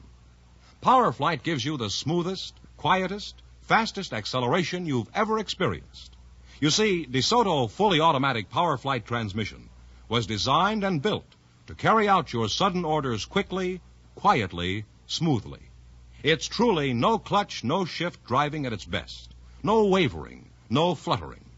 Power Flight gives you smooth, even, fast acceleration. The kind of lightning-fast acceleration and getaway you need on the steepest hills or in a sudden emergency. You'll find that in the city or on the highway, DeSoto Power Flight transmission makes driving easier, safer, and much less tiring. So, for a new driving thrill, for a new experience in driving comfort, get behind the wheel of a DeSoto Automatic equipped with DeSoto fully automatic Power Flight transmission. Stop in at your DeSoto Plymouth dealer tomorrow. Once you've seen the smart styling of the new DeSoto Automatic, once you've thrilled to its wonderful performance, you'll know why the new DeSoto Automatic puts you ahead automatically. For the finest car yet, you should drive, you should get the DeSoto Automatic. All right, George, who's next? Just before we went on the air, Groucho, our studio audience selected Miss Patricia Crane. Her partner is a man with an interesting occupation, Mr. Harry Lauren. So, folks, would you come in, please, and meet Groucho Marx. Well, welcome. Welcome to You Bet Your Life. Say the secret word and divide $100. It's a common word, something you see every day. Miss Patricia Crane. That's you, I presume, huh? You're a very charming girl with a cute squint. I'd say you were about 23. Is that right? Thank you. I'm afraid 27, I'll have to admit. Well, you don't have to. You can lie up here the same as I do, huh? Are you for Heirat? For what? Are you married? Oh, I thought I was in violin. No, I'm not. You're not married? Well, you should be. Young, charming girl. Where are you from? Well, I'm from a small town near Salt Lake City, Utah. In fact, it's called Cottonwood Canyon. Oh, well, that's a very pretty name, isn't it? Huh? And you're Harry T. Loughran, huh? Is that the way you pronounce it? Lauren, that's close enough. I've been called Langhorn, Laughlin, McLaughlin, and lots of names. Longhorn that's a steer, isn't it? That's from Texas. Yes, Yeah. sir. That's where I come from. Well, there was a Loughran who was a light heavyweight champion. You're not him, huh? No relation, Groucho. No. Were you ever in the ring? No, I never been in it. No. Big enough, you could have fought Jeffries and Dempsey and John L. Sullivan. You like that, huh? Yeah, that's good. That's a nice, pleasant prospect I laid out for you there. If you'd have taken it up, you'd have been laid out there. Huh? Well, I'll call you Harry. That's simpler, huh? Although the name is Loughran. I don't care what you call it. Now, Pat, I'm sorry I've been neglecting you. You're real cute. It won't happen again. It's not like me. Why were you chosen tonight? Do you have an unusual job? Well, at the present, I'm working for the Hughes Research and Development Laboratories, but my last job was quite unusual. I was with the Special Activities Division of the Army. Oh. Were you a whack in the Army? No, I was a civilian rec director. You were a rec director? What did you do? Did you direct GIs to the hospital after they came back from a 2-day pass? Well, actually, the term is shortened for recreation director. I see. Why didn't they just call you a hostess or something simple? Well, we had been called hostess, but it sounded a little bit like dime a dance or something like that, and the commanding general felt that it wasn't dignified enough. So he changed The general the name. wanted dignity, huh? That's right. He's right. There's one thing a GI looks for in a girl, it's dignity.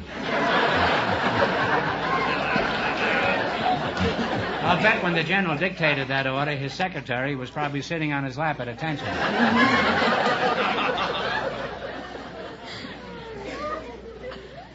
Harry, I forgot to ask you, what sort of work did you do after you quit the ring?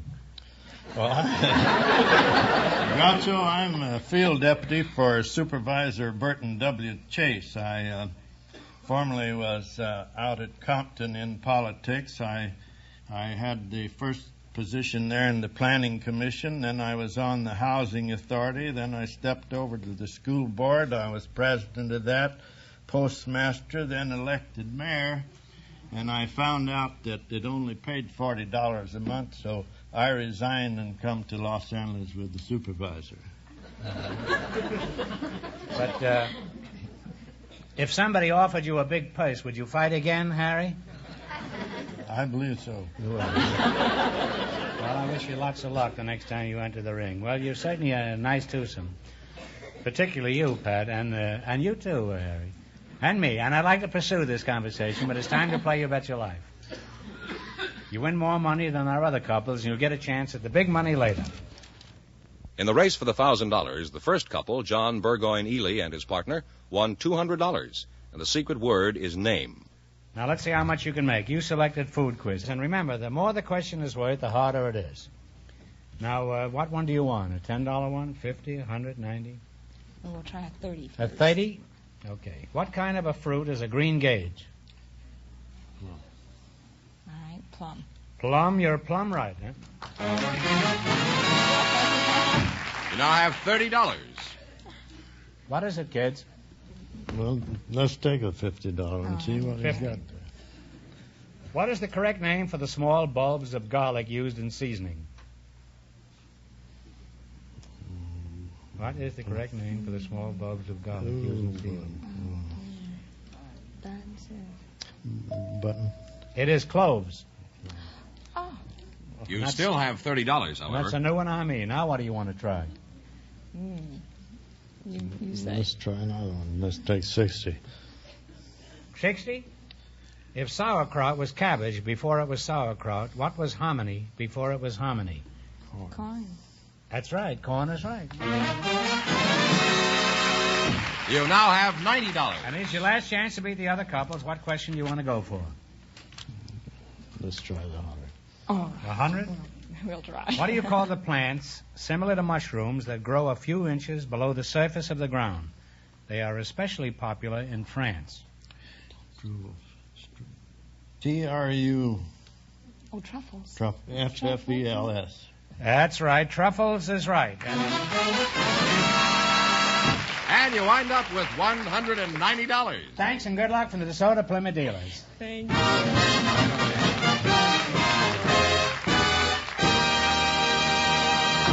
Now, before we proceed, I have a letter here I want to read.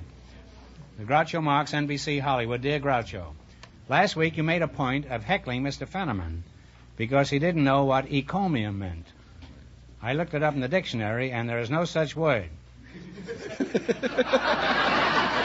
It's encomium, and it means high praise. George has the last laugh.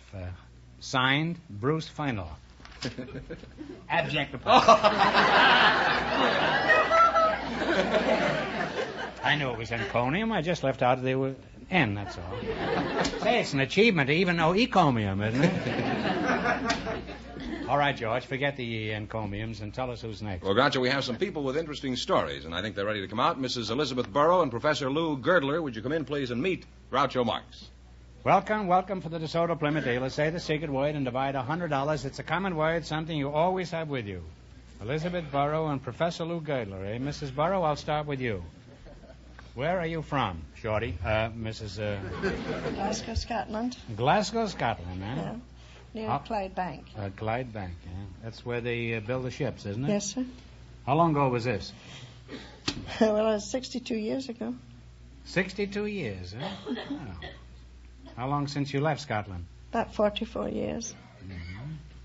What caused you to leave the locks and rills, Elizabeth? Well, did they just think because you were 18-year-old Scot you should be exported? Well, no, I had a sister here. A devious joke. I had a sister here who was happily married, and I thought I'd like to come to America. Maybe I would meet a nice man, get married too. Mm-hmm. Professor Girdler, where are you from? La Grande, Oregon. Oh. At which of our institutions of higher learning do you do your professing? I'm at Arizona State College in Tempe. Mm-hmm. What brings you to Hollywood, Prof? Don't they have co-eds at Arizona State? Or are you just playing a little hooky? They don't. As they'd say in Scotland, hooky. Is that the way you say it? That's right. Hooky. They don't have research libraries in Arizona, and I'm doing literary research in the backgrounds of English neoclassicism.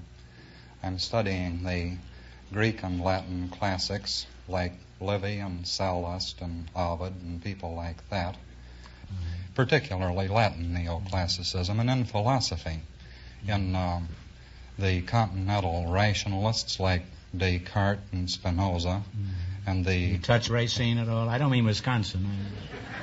Racine was not a philosopher, Groucho. No, what was he? He was a playwright, principally, and critic. Don't mention critics around here at all. You teach what, English? Yes, I'm a professor of English. No wonder I didn't dig you, Doc. We We don't speak the same language. Are you familiar with the word encomium? Yes. I listen to this program, too, you know. And have you learned anything? A great deal. You didn't learn enough not to go on this program. I've always been anxious to meet you, Groucho. Well, I'm flattered. I think that since the passing of the late George Bernard Shaw, you have some claim to being the leading wit in the English-speaking world. You may use that as an advertisement.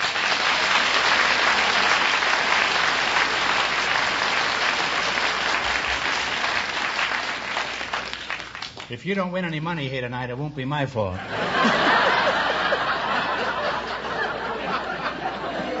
The first question may conceivably be, spell cat. Betsy, let's get back to you for a minute. I'm always interested in what people do for amusement. Elizabeth, I think I know what the professor does. He makes up words, but what do you do? Do you have any hobbies? Well, I have a lot of fun with the Pioneer Gals. I used to have a lot of fun with them, too, you know. Until they started uncovering those covered wagons.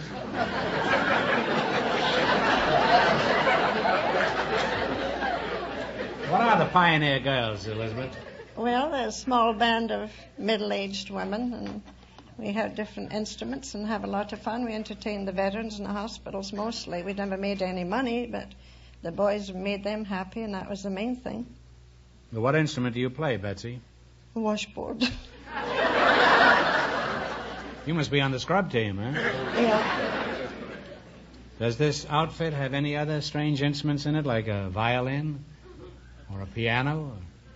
Oh, yes, we have all of those, and we have things made. We had one made out of gas. We made it out of a gas pipe, and then we had a little drum with a string that we zing with. And, Could you zing for us now? No, I can't sing. I played the drum. Oh. You play the drums?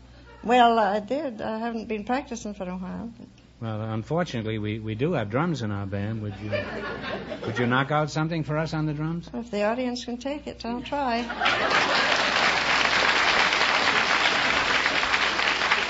Well, I was afraid. I tell you what you do. You come on down with me, and we'll see what you can do. We go down to the orchestra pit here, huh?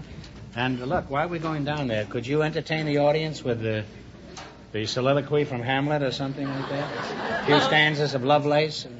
The opening of the third soliloquy might be appropriate. All right. Well, could you give us that? And he's going to recite the third soliloquy from Hamlet. And now I am alone. Oh, what a rogue and peasant slave am I. Is it not monstrous that this player could so force his soul as to convince that her work in his whole Alexander's Ragtime Band. Little Alexander's Ragtime Band. How you doing up there? Let's go.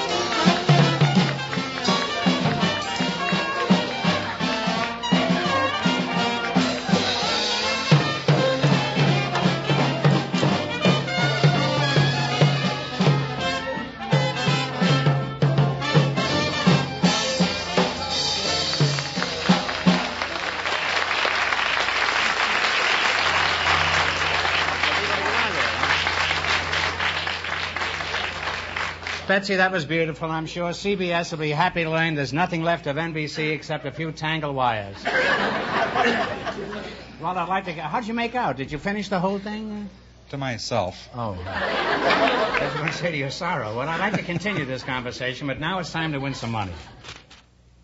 In the race for the $1,000, John Burgoyne Ely and his partner are still leading with $200. Let's see how much money you can make. You selected literary quiz, and remember, the more the question is worth, the harder it is. You can take anything from 10 to 100. We would like 70. Number 7? Yes. 7. Who is the author of the novels Death in the Afternoon, To Have and Have Not, and Farewell to Arms? Ernest Hemingway. The boy with a beard. That's right, Ernest Hemingway. You're off to a good start. You have $70. Now, what would you like? Number 8. Number 8. Okay. In 1919, Somerset Maugham wrote a novel supposedly based on the life of the French painter Gauguin. What was this novel?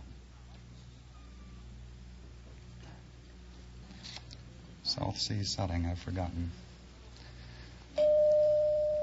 You know it when I tell you. It's The Moon and Sixpence.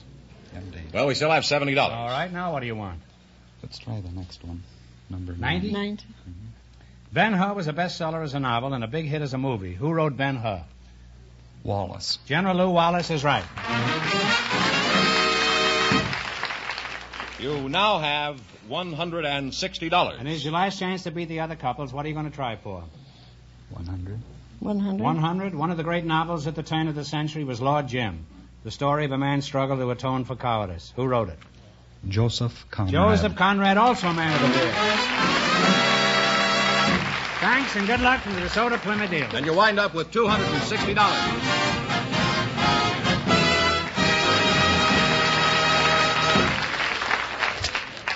And that means that Professor Girdler and his partner with their $260 in just 1 minute will get the chance at the DeSoto Plymouth $1,000 question.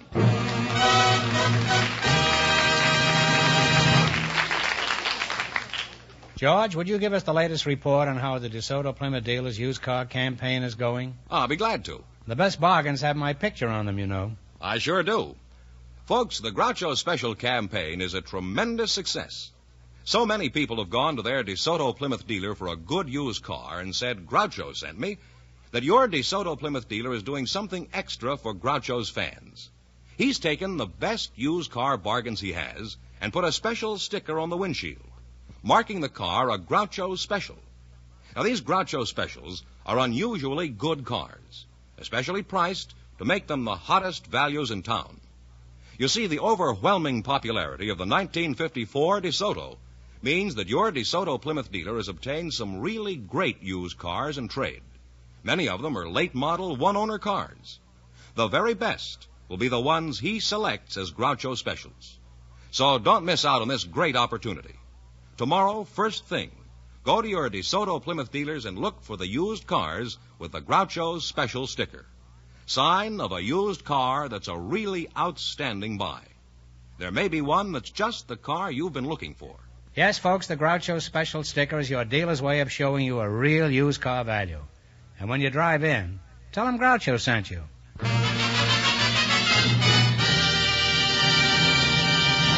And now, Groucho, it's time to meet our winning couple once again, Professor Girdler and his partner, all set for the DeSoto Plymouth $1,000 question. All right, well, here we go for $1,000. I'll give you 15 seconds to decide out a single answer between you. Think carefully, and please no help from the audience. Ludwig van Beethoven, one of the greatest composers of all time, wrote only one opera. For $1,000, what was Beethoven's only opera? Talk it over.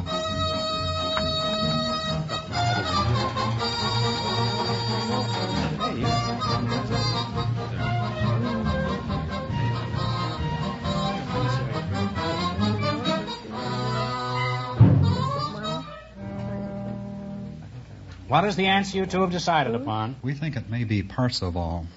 No, that was Wagner. This is Fidelio. So that means the big question next week will be worth $1,500. Well, they lost the big money, but how much did they win the quiz, George? They won $260 in the quiz. That's not too bad. Congratulations to both of you and to all of our contestants on the show tonight. Sorry you didn't win the big one. We've done better.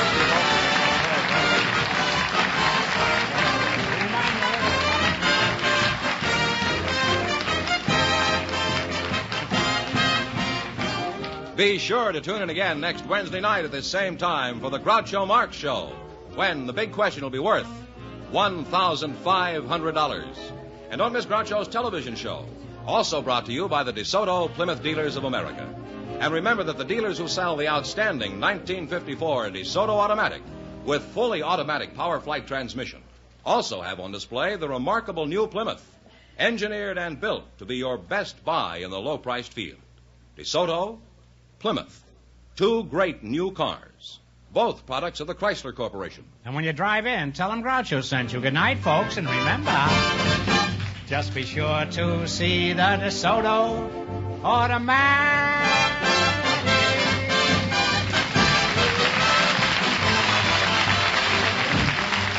Folks, here's a reminder from the National Safety Council. Good drivers don't brag about their ability to get out of tight spots. They stay out of them. You Bet Your Life, transcribed from Hollywood, is produced by John Goodell, directed by Robert Dwan and Bernie Smith, music by Jack Meakin. This is George Fenneman signing off for the more than 3,000 DeSoto Plymouth dealers from coast to coast. You Bet Your Life is heard by our armed forces throughout the world.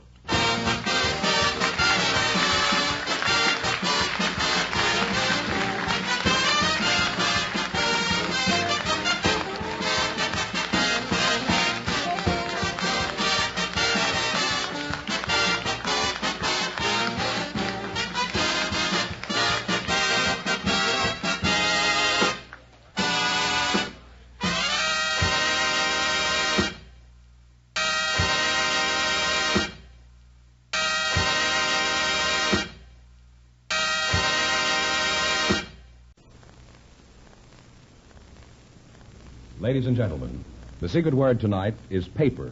P-A-P-E-R. You say that every week, don't you? Really? You bet your life, huh?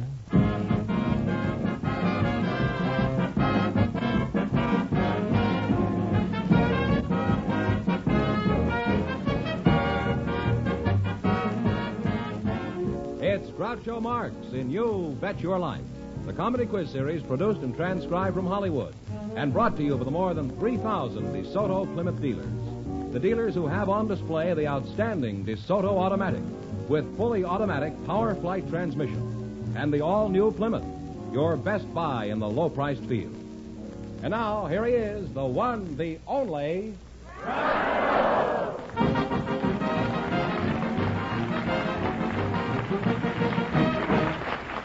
Well, here I am again with $1,500 for one of our couples.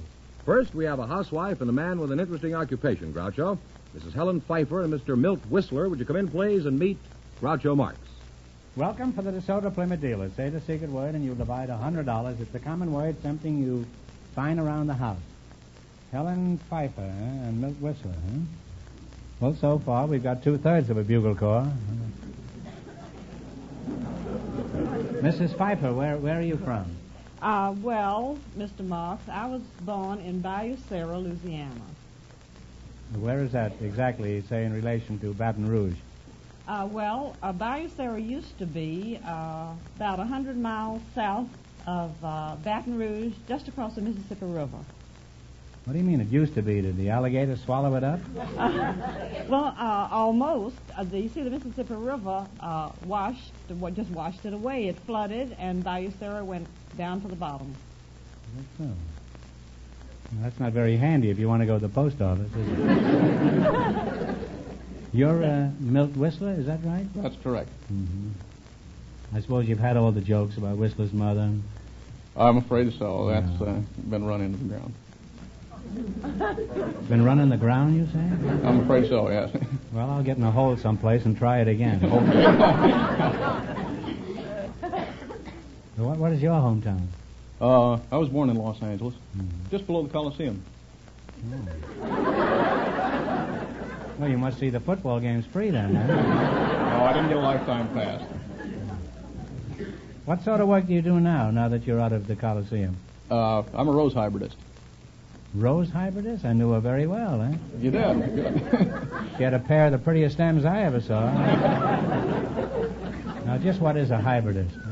Hybridist is a man who makes his living crossing plants. Well, don't ever cross a snapdragon. You'll take a bite out of your plants if you do that. Well, I don't understand. What is the purpose of all this double crossing?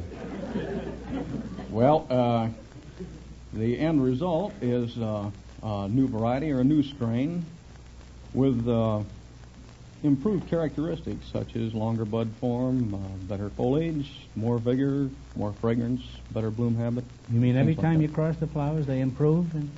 No, not every time. No, not by a long shot. Have you developed any neurosis yourself? I have a neurosis. Any new roses, I mean. Yes, I've developed 4 or 5. Our firm, Germain's, have introduced varieties such as Candle Glow, Amigo, Grand Canyon, Old Historic, Sun Valley, and Chrysler Imperial. Chrysler Imperial? Yes, Chrysler Imperial.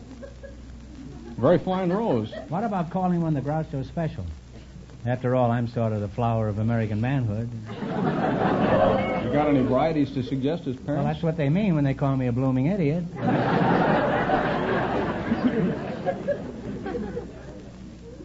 Well, I'd like to go on talking to you two, but now it's time to play You Bet Your Life. Tonight we've got a surprise for you. We've added something to the quiz. You play the game exactly the same way with this exception. We start you off with a $100 bankroll, and when you miss a question, you lose half of whatever you've got. Is that clear? Yes. All right, now let's play it and see how it works. You selected movie quiz. 70. Want to try with 70? 70? $70. All right. Who plays the title role in the motion picture Julius Caesar? I know. Oh. Okay. I know, and I just couldn't think of it. I know. Sometimes you get nervous up here. It was Louis Calhoun. Well, you've lost half your bankroll, so you now have $50. Is that clear? Instead of having 100, you now have 50. I'm sorry. It's rather 30. Okay. 30. Betty Grable and Marilyn Monroe are two of the three female stars in How to Marry a Millionaire. Who was the third? No, you said Lauren Bacall, Betty Grable, and Marilyn Monroe. That's right. So you got the whole three. Well, your bankroll is climbing again. You now have $80. Now you have $80. Now what do you want to try? Let's try the $80. All right. $80? What is James Wong Howe's job in the making of a movie? He's a cameraman. That is true. He's a cameraman. Your bankroll now amounts to $160. Which question do you want this time? Shall we take the 90? Do you want to take the 90? All right, the $90 one. 90. Who is the director of such pictures as The African Queen and Moulin Rouge? Who is the director? Very famous director. Oh. All right, Isabel. I'm sorry. Well, you should have known it. It's John Huston. And you wind up with $80. Well, thanks and good luck from the DeSoto Plymouth dealers.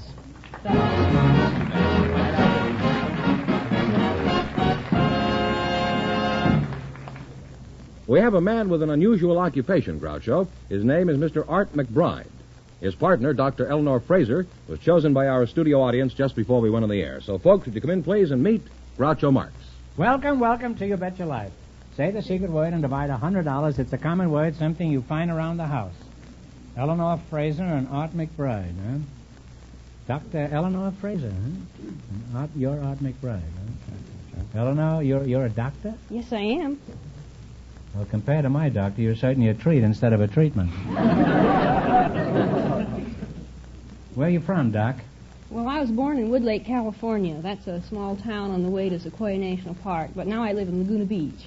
Are you married? No, I'm not. Not married, huh? Really? Being a doctor, I thought maybe by this time you'd have some guy all sewed up. How old are you, Doc? I'm 26. 26. Well, that's a very nice age for a doctor. What kind of a doctor are you? Are you horse, human, or tree? Well, I'm an intern, but I'm planning to specialize in radiology. Where do you do your interning? At Los Angeles County Hospital. That's the second largest hospital in the world. Is that so? Mm-hmm.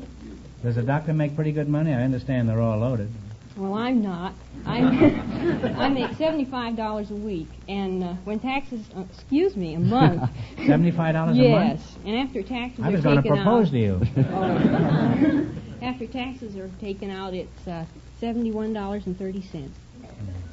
After all the medical education you've had, huh? You could make more money slicing salami in a delicatessen. As a matter of fact, there's not too much difference.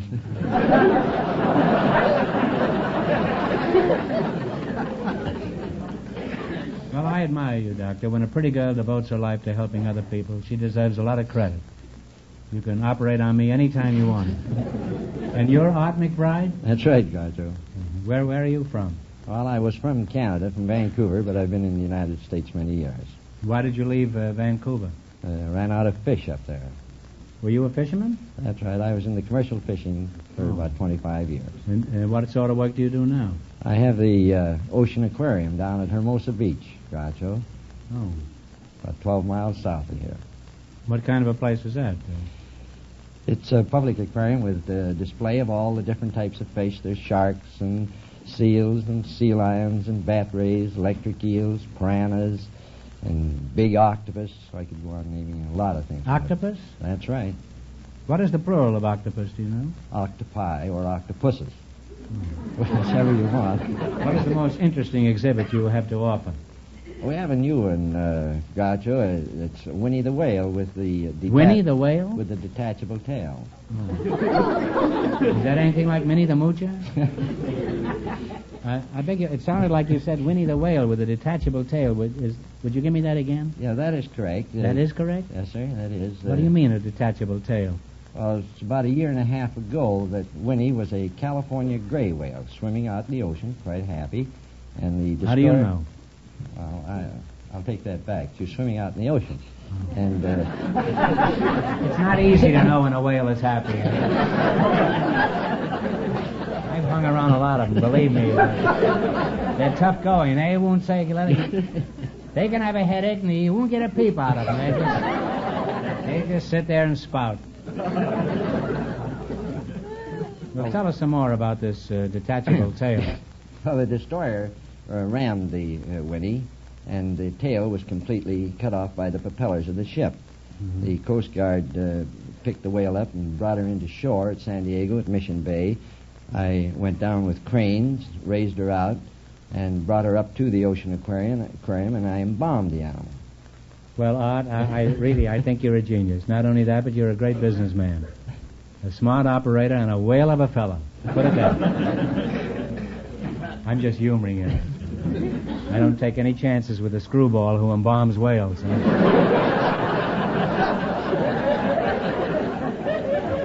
You know, he might take it in his head to put me on exhibition. Well, I must say I've learned nothing about whales here tonight, but fortunately the time has come to play You Bet Your Life. Can I ask you a question just before you get on? Well, it depends. I was watching one of your shows, Groucho, around Christmas time, and you were going to get a bus for the McKinley School for Boys. That's true. Did you get it? I don't think they've got it yet. Why do you ask? We have 2 ravens that collect pennies from people. Down at the aquarium, the people give them pennies, and they hide the pennies, and we've been saving them for some good charity. There's about $500 in those sacks, and the ravens, I think, would like to help you with your cause and fix those schoolboys up with a bus. Well, Art,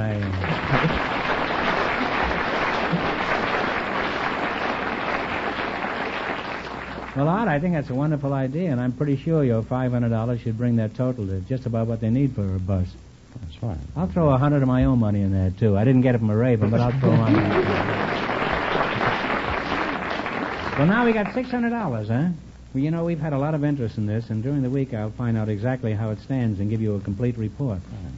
All right, now you're going to play You Bet Your Life. You select a general information quiz, and remember, the more the question is worth, the harder it is.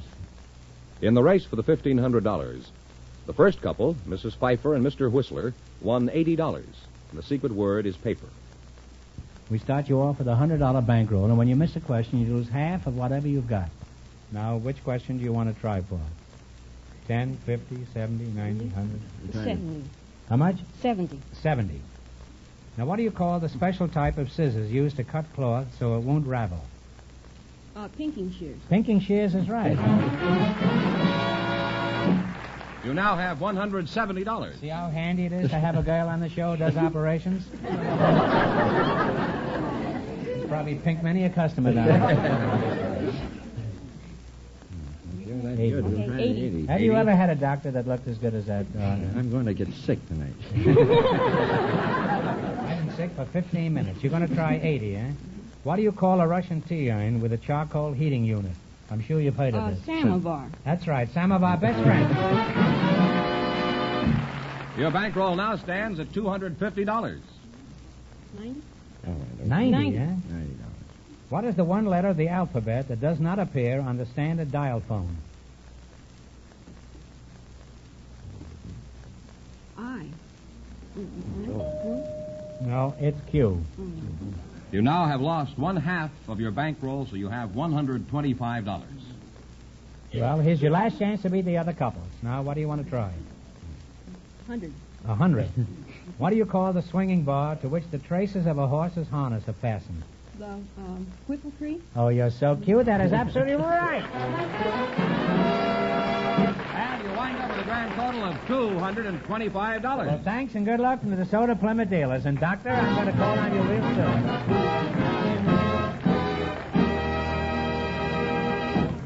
George, who's next? Well, Groucho, we invited some high school girls to the program tonight, and just before we went on the air, our studio audience selected Miss Jan Van Alsten to be our guest. And her partner is Mr. Ed Ryan, Groucho. And when I heard he was in town, I invited him down to the show. And in just a moment, I think you're going to understand why I did. So, folks, would you come in, please, and meet Groucho Marx. Well, welcome, kids, for the DeSoto Plymouth dealers. Bush Feckety, say the secret word and divide $100. It's a common word, something you find around the house. Well, what are you Santa Claus or Rip Van Winkle? Neither one, Groucho. Well, who are you? I'm Ed Ryan. Well, you're evading the issue. What are you hiding under those whiskers? I'm not hiding anything, Groucho. Well, what a waste, huh? There's room under there for a 12-pound turkey and a pumpernickel. You say you're Ed Ryan? Ed Ryan. Where are you from, Eddie, my lad? I'm from the beautiful Black Hills of South Dakota. Well, welcome to the smoggy plains of Los Angeles. So what are you doing in town, Ed? Are you bringing in a load for a mattress factory? I'm here on a visit, Groucho. Oh. Well, what do you think of our little city, Ed? Well, I think it's a wonderful little place. And the people has been awful nice to me, Groucho. You've got some pretty darn nice-looking women, too. Why, Ed, you're nothing but an old Groucho Marx. Let's see, you're Jan Van Alstyne? Okay. Well, unless my eyes are deceiving me, you're a very attractive young lady. Thank you very much. If your eyes were deceiving you, you could say something nice about me, too. How old are you, Jan? I'm 16. 16, huh? What, you go to school, I presume, huh? I do. Santa Monica High School. Is that where you go, Santa Monica High? Yeah? The greatest, finest school in California. It is, huh? This apple polishing won't do you any good, you know. If your marks aren't satisfactory, you won't pass anyway.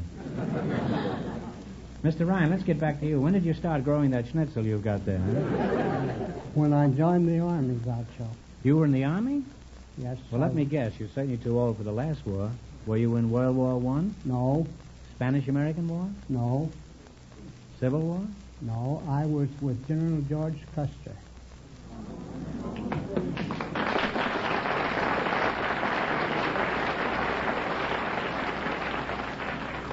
That's impossible. Custer was even before my time.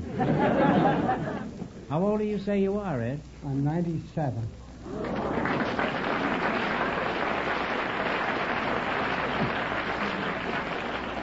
Ed, if you're 97, I'm Bing Crosby. Can you prove it? Yes, you know, a lot of people say they're 80, 90. I can, Groucho. Here's my baptismal certificate in black and white. Baptismal certificate, huh? St. Mary's Church, Centerville, Iowa, July 11th, 1856. And I was born on June the 23rd, 1856. Well, say, that's remarkable. You said you don't look 97. By the way, if you were there with Custer, there's a small question I'd like to ask you. Weren't Custer and all his men massacred by the Indians? Yes, that's right. There was no survivors at the battlefield. Well, I don't want to be nosy, but you don't look dead to me. How did you get away? Well, I'm a technical survivor. I was left behind to care for a sick buddy. And by being left behind to care of this sick buddy, I missed the battle. Oh, well, you certainly were lucky, weren't you? Huh? Yes, I was. And what did you do then? Well, sir, I was so mad at the Army because they hadn't sent me back help to take care of this buddy of mine that I was angry at him, and I just quit the Army and never reported to the Army again.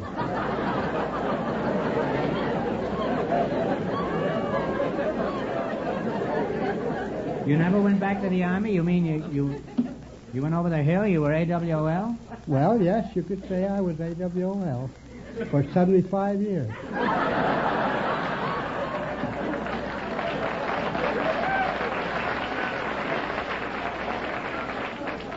Well, if I were you, Ed, I'd sneak back into that camp and keep my mouth shut. They'll never know the difference. And don't worry about the Indians either. They're all busy hunting uranium. Well, hasn't the Army been after you all these years, Ed? No, Groucho. According to the Army records, I had... You're dead? Yes, I'm dead, and my name is on the monument out on the battlefield out there. Well, Ed, your secret's safe with me. I won't tell a soul. Right at this moment, however, 200 colonels in the Pentagon are getting dizzy just thinking of your back pay.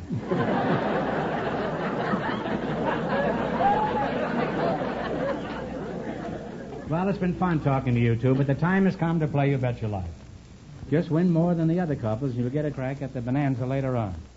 In the race for the $1,500, Dr. Fraser and Mr. McBride are leading with $225. Now, let us see what we have here. We start you off with a $100 bankroll. And whenever you miss a question, you lose half of your bankroll. Is that clear? Mm-hmm. Okay, now let's see how much money you can make. You selected the animal kingdom. And remember, the more the question is worth, the harder it is. $10 one is an easy one, then they get progressively harder as you go along. Now, which one do you want? We'd like to try the $50 one. 50, is that all right with you? That's right. What kind of bird plays an important part in the poem, The Rime of the Ancient Mariner? A raven? Would you think it would be a raven? No, it's the albatross. You've lost half of your bankroll, so you now have $50. Now you have $50. Now what do you want to try? Let's try your 60. Yeah. 60? Well, let's try the 40. 40? Yeah. 40? The name Reynard is associated with what kind of animal? Would you repeat the question? The name Reynard, R-E-Y-N-A-R-D, is associated with what kind of an animal? You don't know, guess. I believe it might be a mince. No, it's a fox. Well, now you have $25. Is that right, George? Now what do you want to try? Whatever you choose is okay with me. Yeah. We'll try the $30. 30. According to the song in the Disney cartoon, who was the bull with the delicate ego? He liked flowers. Ferdinand. That is right, Ferdinand. Here's your last chance to beat the other couples. You now have $55. Right. I'm helping you out, George. You sure are. Now, what do you want to try? 100? 90? 10? All right. 60? What was the name of President Roosevelt's famous little Scotty? Bella. Joe. Well, that's close enough. It's Fowler, but we give you that one. And you wind up with $115. Thanks and good luck from the DeSoto Plymouth dealers. Thank you.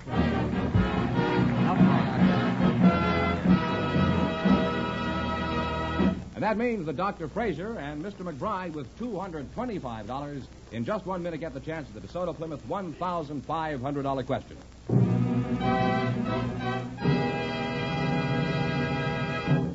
Here comes Mr. McBride and the doctor, all set for the DeSoto Plymouth $1,500 question. Groucho? Well, Doctor, you Right may here. only make $71 a month, but here's your chance to become extremely wealthy in one crack. Here we go for $1,500. I'll give you 15 seconds to decide on a single answer between you. Think carefully, and please no help from the audience. Here it is. You ready? 150 years ago, an emperor crowned himself because he said, "No man is great enough to crown me."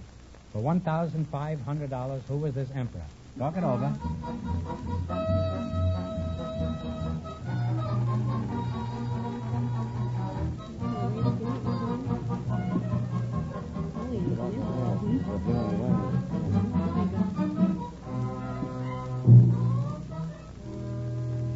What is the question you two have decided upon? We're trying Napoleon. That was right, Napoleon. Yes.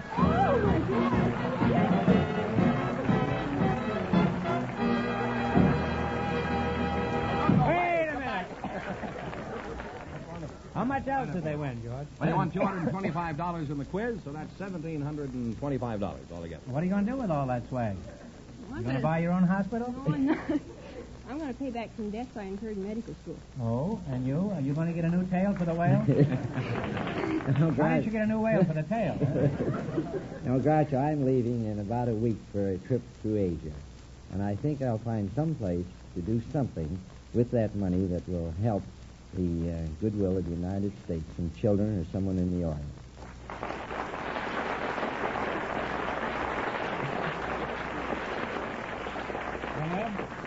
After donating that $500 tonight to the boys' home, I'm sure that you'll do a lot of good with whatever money you got tonight. And good luck, and thanks to both of you. From the more than 3,000 DeSoto Plymouth dealers, you bet your life.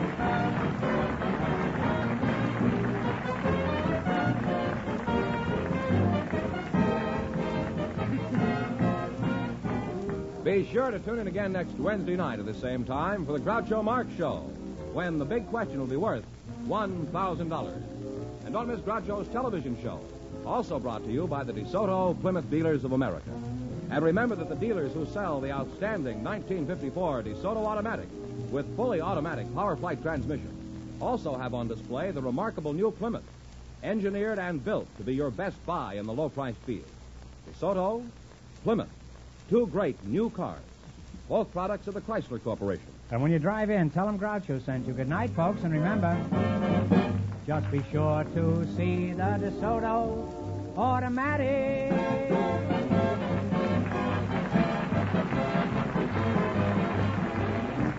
Folks, here's a reminder from the National Safety Council.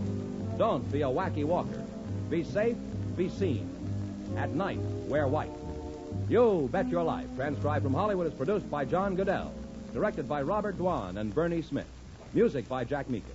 This is George Fenneman signing off for the more than 3,000 DeSoto Plymouth dealers from coast to coast. You Bet Your Life is heard by our armed forces throughout the world.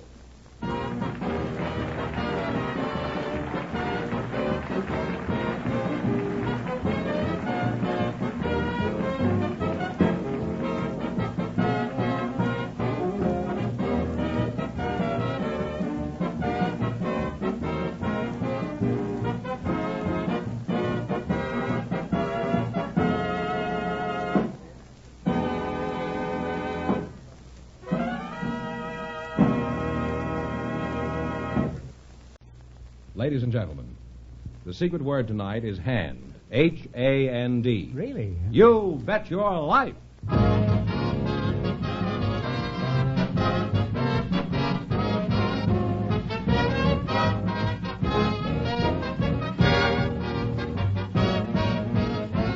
It's Groucho Marx in You Bet Your Life, the comedy quiz series produced and transcribed from Hollywood and brought to you by the more than 3,000 DeSoto Plymouth dealers. The dealers who have on display the outstanding DeSoto Automatic with fully automatic power flight transmission and the all-new Plymouth, your best buy in the low-priced field. And now, here he is, the one, the only... Louder, please. Oh, that's me.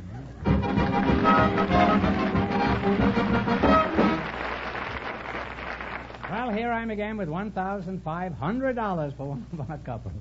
Who's first, George? Well, Groucho, we have a young married couple for you. They volunteered just before the show started. So, Lieutenant and Mrs. Pusis, would you come in, please, and meet Groucho Marx? Welcome to You Bet Your Life.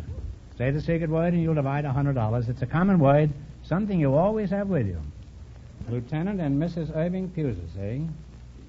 Lieutenant, what kind of a name is Pusis? It's a Polish name. Oh.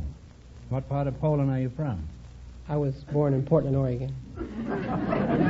Is that behind the Iron Curtain now? Mrs. Pusis, what is your first name? My first name is Kelly. Kelly, Kelly Pusis, Is that anything like Kelly Pool? Well, I don't know. What is Kelly Pool? What is Kelly Pool? Well, yes. That's something that you play with little numbers, and everyone gets a number. And if you hit the ball that corresponds to this little number, why, that's Kelly Pool. Oh, thank you. You're quite welcome. I used to be a bum on Vine Street, that's how I remember. How old are you, Lute? 29. 29. What branch of the Army are you in? I'm in the medical corps, Groucho. I'm a doctor. Oh, you're a doctor, Yes. I should have known you were a doctor. Isn't there some symbol on your uniform there? Yes, you can tell by my caduceus.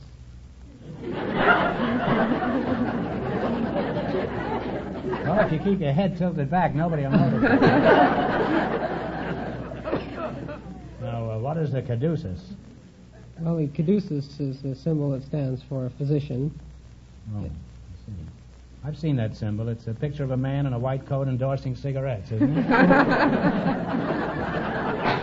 No, actually, that man you see endorsing cigarettes is an actor, you know, whose medical background consists of a card, an actor's equity, and 2 aspirins. Now, tell us, what does a caduceus look like? Well, you can see it here on the lapel. It's a staff with the wings on the top and 2 serpents entwined around the staff. Oh, that's all very plain. Next time I see a caduceus, I'll run for my life. I notice you've got some ribbons on your clavicle. We stole that from February and Molly. That's their favorite word. Could you tell us what some of them are for, those The ribbons? red one, Groucho, is the Bronze Star. The middle one is the Korean campaign with the 3 battle star campaigns. And the end one is the United Nations ribbon. The top is the Combat Medics badge. Oh. You got the Bronze Star, huh? Well, Kelly, I know most veterans are fairly modest. Would you tell us why he got a medal? Well, the Bronze Star was given for his tour of duty in Korea. One of the incidents was the work that Irv did on Pork Chop Hill, where he worked 3 days and 3 nights without sleep. You know, there are a great many heroes in battle in addition to the men who do the shooting. And I think we got one of them right here. Put it there, kid.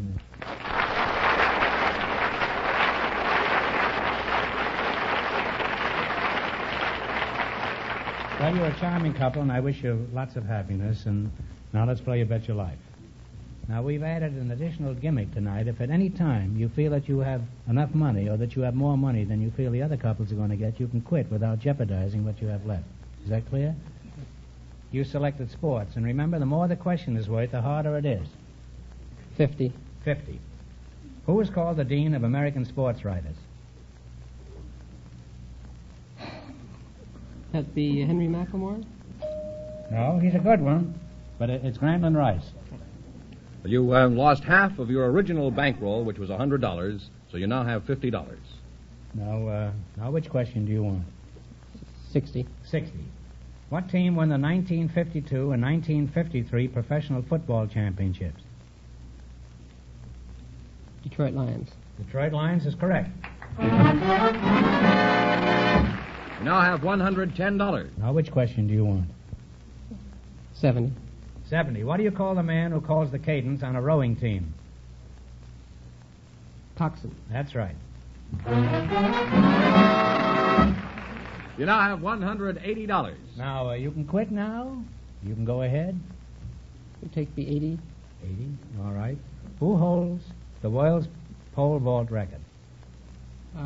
Paul Richards.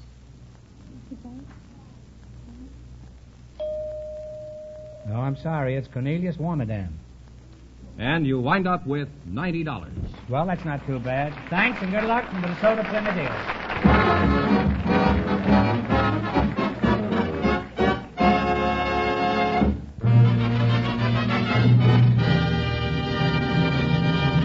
George, who's next? Well, Groucho, we invited some women who work for a specialty store to the program tonight. And just before we went on the air, our studio audience selected Mrs. Ruth Mitchell and her partner, Mr. Paul Searles, has an interesting occupation. So, folks, would you come in, please, and meet Groucho Marx. Welcome to You Bet Your Life. Say the secret word and you'll divide $100. It's a common word, something you always have with you. Mrs. Ruth Mitchell, that's you. Where are you from? I'm Magnan Company in Los Angeles. Oh, Magnan's, huh? You were born in Magnan's department store? I didn't know they delivered, huh? I presume you were born in the infants department, huh? I meant, where are you from originally? Well, I came here from Denver. Denver? When I was 3 years old. Oh, I see. Huh? Do you have a husband? Yes, I do. You do. Been married to him for 31 years. Really? Mm-hmm. Well, you don't look old enough to. Oh, I'm a I thought you were 31. You were a grandmother. Uh-huh. I have 3 grandchildren. Is that so? Gee. I didn't know that. Then you must have had children of your own, huh? That's right, lovely son and daughter. Mm-hmm. Paul Searles, huh? That's right. I better be pretty careful how I talk to you. You must be over 8 feet, aren't you? Oh, no, only 6'3". Is that so? Huh? Where's your home, Paul? In Washington. Washington? Another homeless Democrat, eh? Oh, in the state of Washington. Oh, well, Washington's in an awful state right now. You know. What part of Washington are you from? From Tootle, Washington. I beg your pardon. What was that again? From Tootle. Well, why do you tootle? There's nobody on the track here. Oh, nobody's tootled at me for years, you know. Well, stop tootling, Paul, and tell me where you're from. Huh? I'm from Tootle. We have a population up there of about 50 men and hundreds and thousands of deer and elk. Is that so? What sort of work do you do up there? I work for Weyerhaeuser Timber Company. I'm in the saw sharpening department. We sharpen the saws to cut the trees with. Oh. Is that a pretty big outfit, the Weyerhaeuser or whatever it's One called? of the biggest in the world. Is that so? Never heard of them, huh? You haven't heard much. No. You know, there's a quiz later, you know. You're jeopardizing this woman's grandchildren, huh? How did you happen to become a lumberjack, Paul? Oh, Were you fond of toothpicks as a child?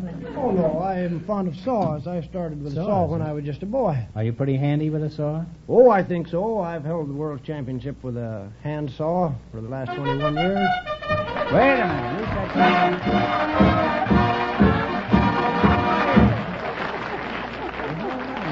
said Here's $50 for you and 50 for you, Paul.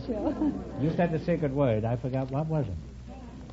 What was it? Hand. Hand. Oh, I hand saw. Congratulations. Well, tell us about this saw thing, huh? You say you won the world championship with a hand saw? That's right. Well, that's quite an achievement, isn't it, huh? Well, we think so. That is our... How long does it take to saw one of those big logs in two? And what is the circumference of one of those logs? My best record this year was on a 30-inch log. It took me 1 minute and 17 seconds to cut that in half.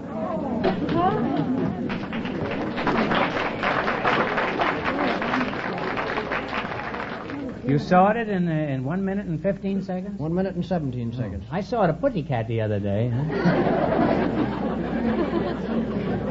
That's pretty fast time, Paul. You're not Paul Searles. You're really Paul Bunyan, aren't you? I want to ask you, why do you keep cutting the trees down if you're so crazy about them? Riddle me that. Oh, so you'll have a chair to sit on? Well, I have a chair to sit on. Why do you have to keep on cutting the trees down? Well, you've got to have a house to live in. You've got to have paper to read. You've got to have doors, windows, everything that's made out of wood. You've got to have them. If it wasn't for that, you wouldn't have all these articles. I live in a cave. Well, you've got to have a door. We'll make a wooden door for it. No, I use a rock at the front door. And I write hieroglyphics on the wall, on the stone. After a while, I'll show you my bear skin, huh? Not you. I'm talking to Paul over there. You keep out of this. You're a grandmother. You may be a lumberjack, old boy, but I'm far from stumped. Now, what are you doing for conservation? Isn't it true that our forests are being denuded? No, it's Wrecked? not. It is not. Absolutely not. We are going all out for conservation. We plant trees as we cut them. The wind blows the seed all over. What do you mean? You plant the same tree that you cut? No. We plant seeds, or natural reforestation comes from the seed of trees that are still standing. We cut in blocks. We'll leave a block of timber standing, and that will be reforested on what we have cut. If that doesn't do the job, the squirrels, they help us out. They'll go out and pack a little seed around and dig down and bury it, so they'll have something next winter. Sometimes they forget it, and that grows into a tree. A squirrel grows into a tree? Well, I don't think so, but his seed does. And they think those squirrels are nuts, huh? Right. Well, Paul, I'm glad to know that the big lumber companies are doing something to preserve the forests for the future. And it's a very important part of our whole heritage, and we should take good care of it. That's right. I would like to go on talking to you two, but it's time to win some money. Now, you win more than our other couples, and you'll get a chance at the big money. In the race for the $1,500, Lieutenant and Mrs. Pusis won $90, and the secret word is hand. Now, let's see how much money you can make. You selected the animal kingdom, and remember, the more the question is worth, the harder it is. 60? 60. All right. What is the name of the small lizard that is able to change its color to match its surroundings? Gila monster? Talk it over. Chameleon. Oh, that's right. Chameleon, I think, is the way it's called. You now have $160. Now, what do you want? 60. And remember, this time before you talk up, one answer between you. Okay. Or I may have to chop you down. What is it, 70, did you say? Mm-hmm. All right. What is another name for the one-humped camel? A dromedary. That's right. A dromedary is right. You now have $230. Now, what is your pleasure? You can quit. You can go ahead. 80. 80? Okay. What is the word for the young of geese? What are baby geese called? Goslings. Goslings is right. You now have $310. 100. 100? All right. What kind of animal is a merino? M-E-R-I-N-O.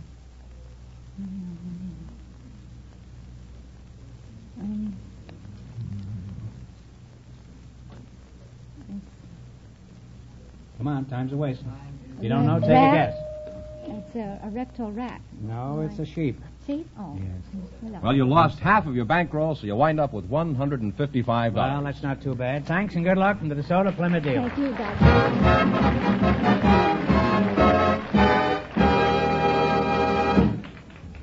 George, who's next? Well, Groucho, we have an Irish housewife and a man with an interesting occupation for you now, and they're coming in right now, I believe. Mrs. Abby Donovan and Mr. Ward Kimball, would you come in, please, and meet Groucho Marx. Well, welcome. Welcome for the DeSoto Plymouth dealer. Say the secret word and you'll divide $100. It's a common word, something you see every day. Mrs. Abby Donovan, you're the Irish housewife, eh? That's right, Groucho. Which part of Brooklyn are you from? Well, I'm from County Cork, Ireland. You're from County Cork, eh? That's right. Well, I haven't pulled one of those out of a bottle in a long time. How long since you left the old sod? Well, it's about 30 years. 30 years. How old were you when you left?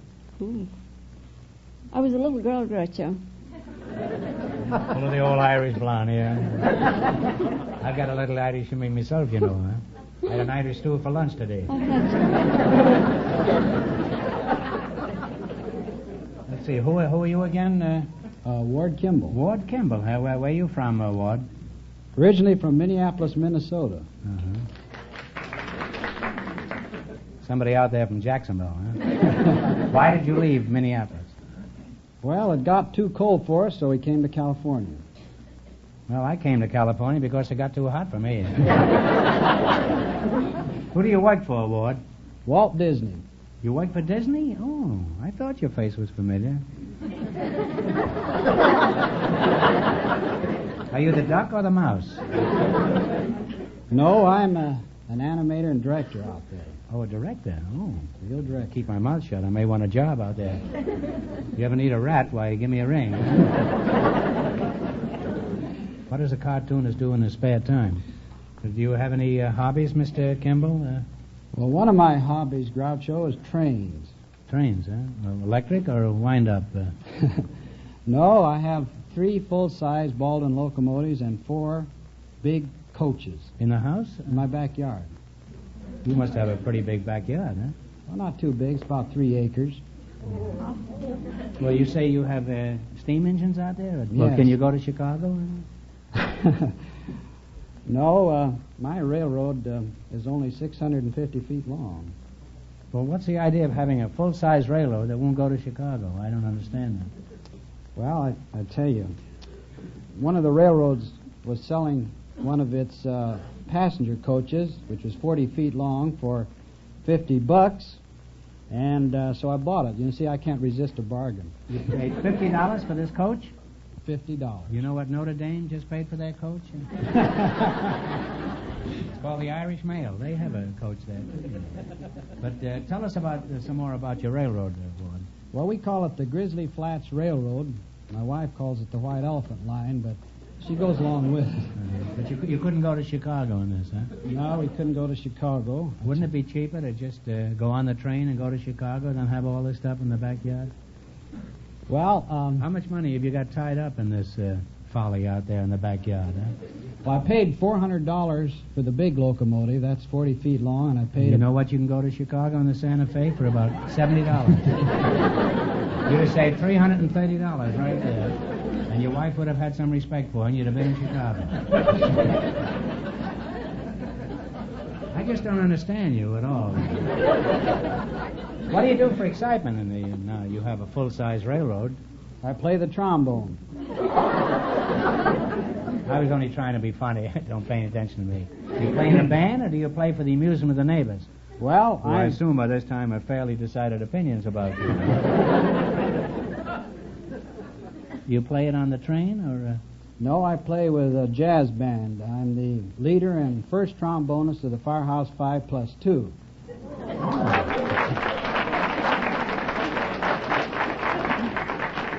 That's a very famous musical outfit, isn't it? Why do you call it the Firehouse 5+2? I never did understand that. Because there's 7 of us.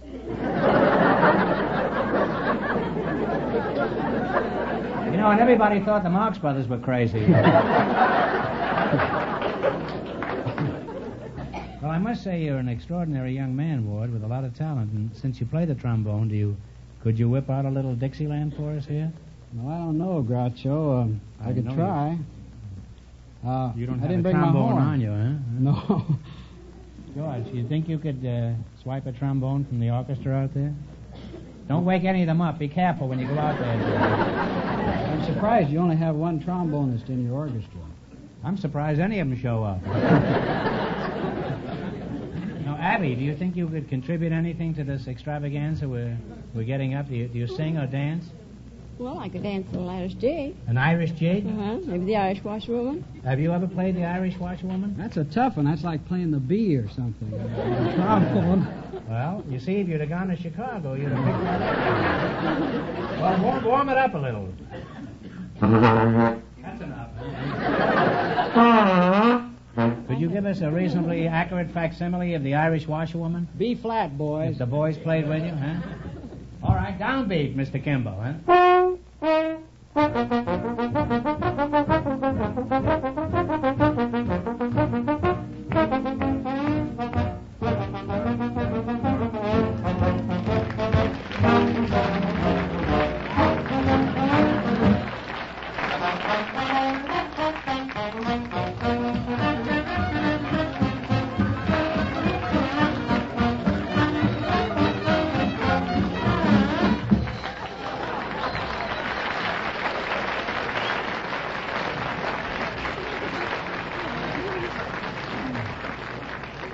Send us to Chicago, huh?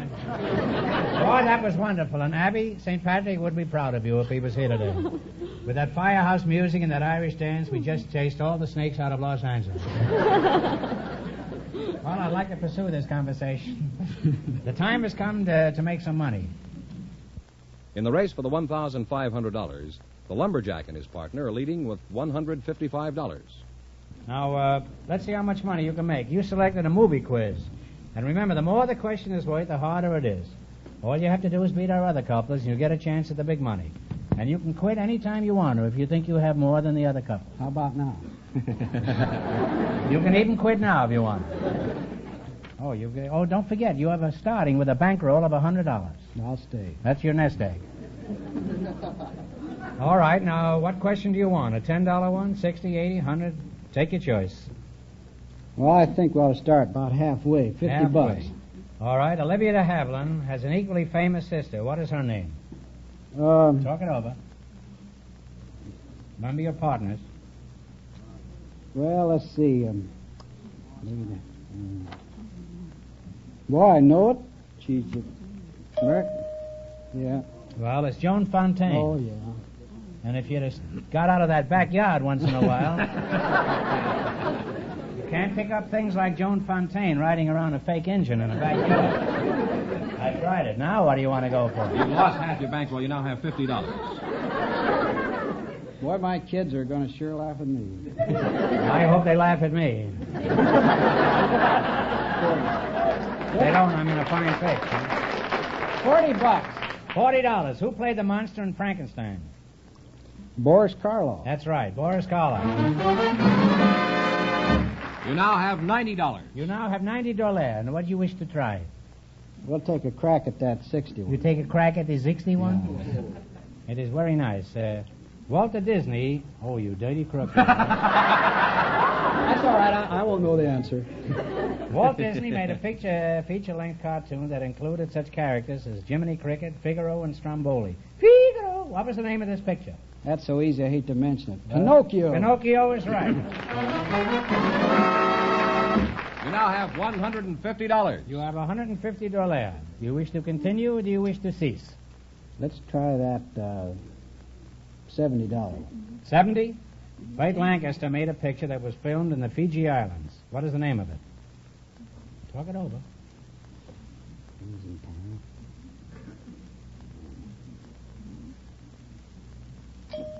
Crimson Pirate. No, His Majesty O'Keefe. And you wind up with $75. Well, thanks and good luck from the DeSoto Limit deal.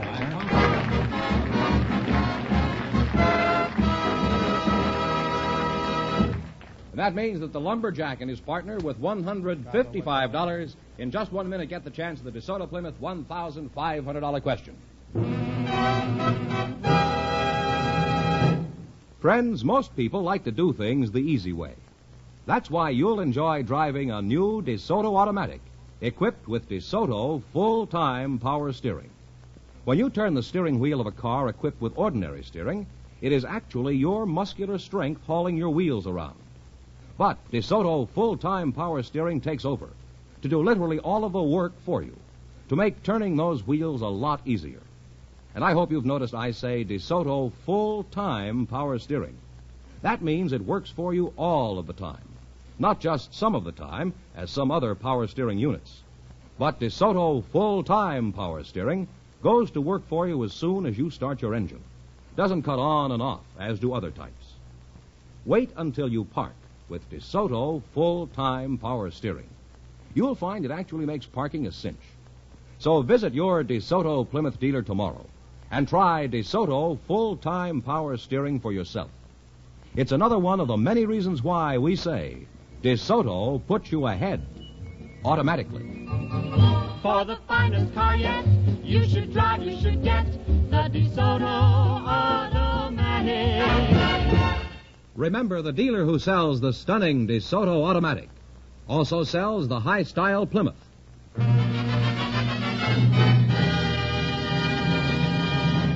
Now here's the winning couple, Groucho, the lumberjack and his partner, all set for the DeSoto Plymouth $1,500 question. Well, Paul, here's your chance to chop down $1,500 here. I'll give you 15 seconds to decide on a single answer between you. Think carefully, and please no help from the audience. Let's see how well you remember recent history. In January of 1952, a freighter sank off the southwest coast of England after a heroic 12-day effort by her captain, Henry Carlson, to save her. For $1,500, what was the name of Captain Carlson's ship? Talk it over. Don't you remember reading about that? I read about it.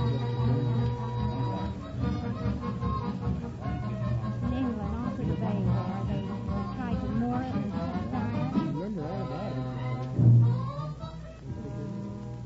All right, what's the answer you two have decided upon? Take a guess. It's a Norwegian name. It's of the boat. Flying Enterprise. Enterprise.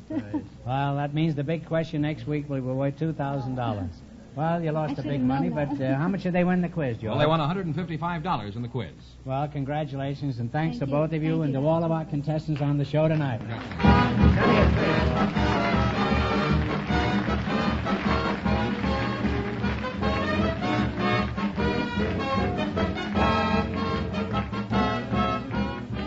Be sure to tune in again next Wednesday night at the same time for the Groucho Marx Show, when the big question will be worth $2,000. And don't miss Groucho's television show, also brought to you by the DeSoto Plymouth Dealers of America. And remember that the dealers who sell the outstanding 1954 DeSoto Automatic with fully automatic power flight transmission also have on display the remarkable new Plymouth, engineered and built to be your best buy in the low-priced field. DeSoto, Plymouth. Two great new cars, both products of the Chrysler Corporation. And when you drive in, tell them Groucho sent you. Good night, folks, and remember, just be sure to see the DeSoto Automatic.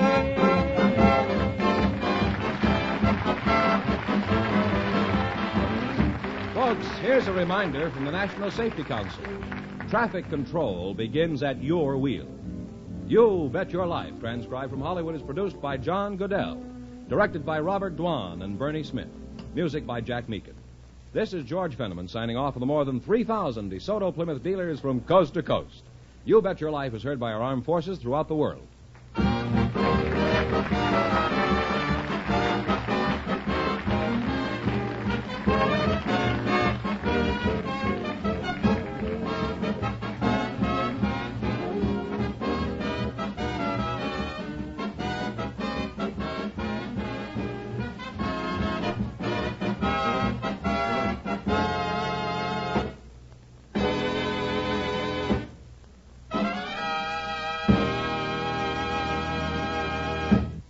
Ladies and gentlemen, the secret word tonight is floor. F-L-O-O-R. Really? You Bet Your Life.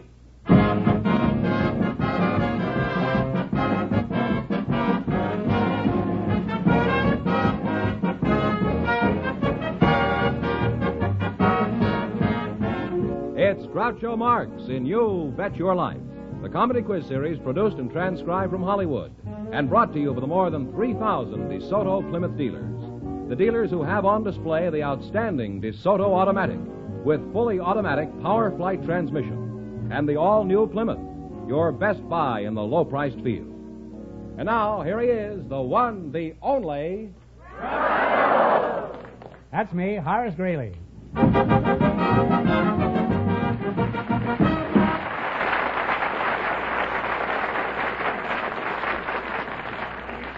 Well, here I am again with $2,000 for one of our couples. A lot of money, huh? It certainly is. Would you like to win it? Love to have it. Well, maybe you'll know the answer. Would you split it with me? I think it could be arranged. It could be arranged with me, I know. I don't know about that. Who's first, George? Well, Groucho, we invited some girls who work for a large manufacturing concern to the program tonight. Just before we went on the air, our studio audience selected Miss Patricia Darien, and her partner is Mr. Peter Ellesmere Jones. So, folks, would you come in, please, and meet Groucho Marx. Welcome, folks, to You Bet Your Life. Say the secret word, and you'll divide $100. It's a common word, something you find around the house. Now, let's see. Patricia Darien, huh? Yes. And Mr. Peter Ellesmere Jones. Huh? That's right. In 7 years on the air, I think this is the first Jones we've ever had. Well, it's not really Jones, you know. It's not really Jones? No, it's Ellesmere Jones with a hyphen sort of mixed up in between those. Oh. Mm-hmm. Well, that name has a lot of dash to it if you have a hyphen there. Well, where are you from, Pete? Well, I'm from Wales. You're from Wales, huh? You're not Jones, you're Jonah, huh? Well... Touche. Well, let's get down to details. What sort of work do you do, Pete? Well, I had my training as a civil and structural engineer, and at the moment I'm working for Kobig and Kobig on Wilshire, checking some structural steel work for the Marine Barracks at Camp Pendleton. Oh. And where do you work, Pat? I work for the Carnation Milk Company on Wilshire Boulevard. Well, science is certainly wonderful. They're now getting milk from carnations. I know you could get it from milkweed, but I didn't know you could get it from carnations. Well, do you operate a milking machine for this outfit, or do you milk by hand? No, I'm a secretary. You're a secretary? Yes, uh-huh. Well, in that case, it's a good thing you don't milk the cows. They'd probably object to your shorthand.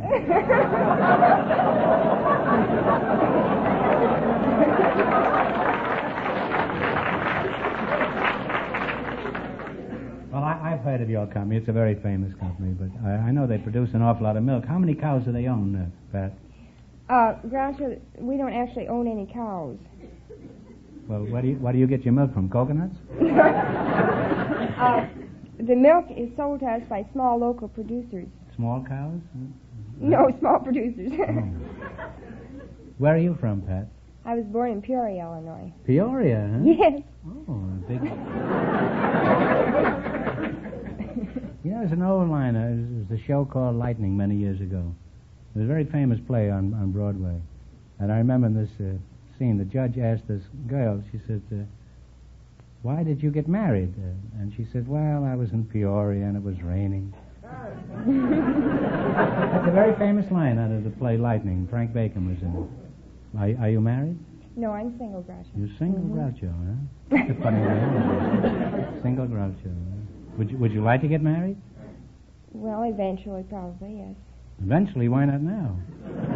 You know that a flour company used that slogan and sold 45 million bags of flour? You should be able to bag one poor sucker. You married, Pete? No, I'm afraid not. Well, I'm not afraid, but I'm not.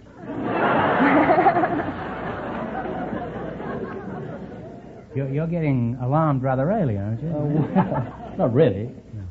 Well, Pat, I'd like you to meet Mr. Ellesmere-Jones. Pete, do you consider yourself an eligible bachelor? Well, I consider myself a bachelor, but not particularly eligible. You're alive and breathing, aren't you? Yes. Well, you're a very nice couple, and my advice is for both of you to win lots of money tonight and open a joint checking account. And you'll have something to argue about, and you'll have a very happy marriage. All right, now you're going to play You Bet Your Life. We start you off with a $100 bankroll, and when you miss a question, you lose half of whatever you've got. Is that clear? Yes. If you think you've won enough, you can stop any time. Now, let's see how much money you can make. You selected music, and remember, the more the question is worth, the harder it is. Now, what question do you want? Oh, it's 17. Fine. That's 75, did you say? 70. All right, Jack Meakin and the orchestra will play a song. Let's see if you can identify it.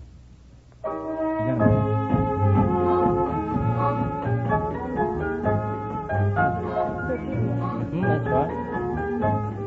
Porfirio? Porfirio is right, yes. You're living glad. You now have $170. $170. Now, which question do you want to take? 80. 80? Okay. Andrew Segovia is one of the world's greatest performers on which instrument? Wonderful. Guitar. Guitar is right. You now have $250. Now, you can go ahead or you can quit. Wonderful. 90? I'll try it. Duke Ellington wrote the number Jack Meakin and the orchestra are going to play. You tell me the name of this modern classic. Play, Jack. Mood Indigo? Mood Indigo is right. Yes, he's now climbed to $340. What a nest egg for your marriage, Yes. It's your Way last, to go. it's your last chance to be the other couples. Which one are you going to go for? Oh, might as well go. Well, let's go 100. All right, we all know the song Hail, Hail, the Gang's All Here. From what operetta was the tune taken? Oh, you're kidding. Talk it over. I don't even know an operetta. Floridor? No, you ought to know this. You're English. It's The Pirates of Penzance by Gilbert and Sullivan. Well, you lost half your bankroll, so you still have $170. Well, thanks and good luck from the DeSoto Plymouth Eagle. Thank you, Groucho. Sorry you didn't win.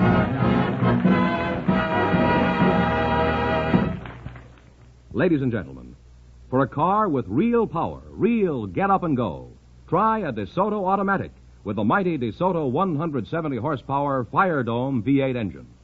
This DeSoto Fire Dome engine is designed to give you power with maximum efficiency and economy.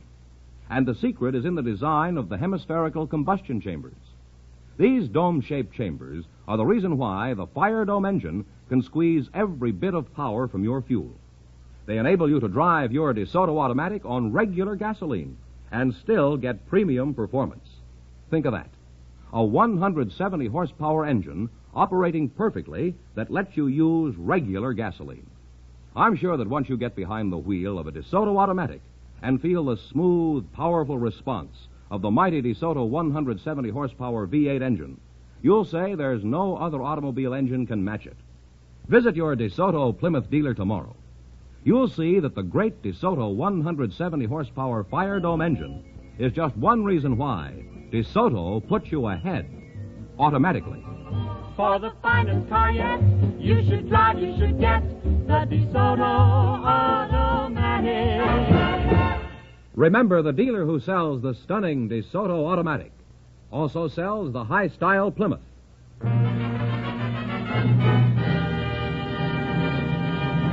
Well, Groucho, we have some people with interesting stories for you now. They were chosen just before we went on the air, and here they come, Mrs. Pauline Mells and Mr. Eric Sanders. Would you come in, please, and meet Groucho Marx? Welcome, folks, to You Bet Your Life. Say the secret word and you'll divide $100. It's a common word, something you find around the house.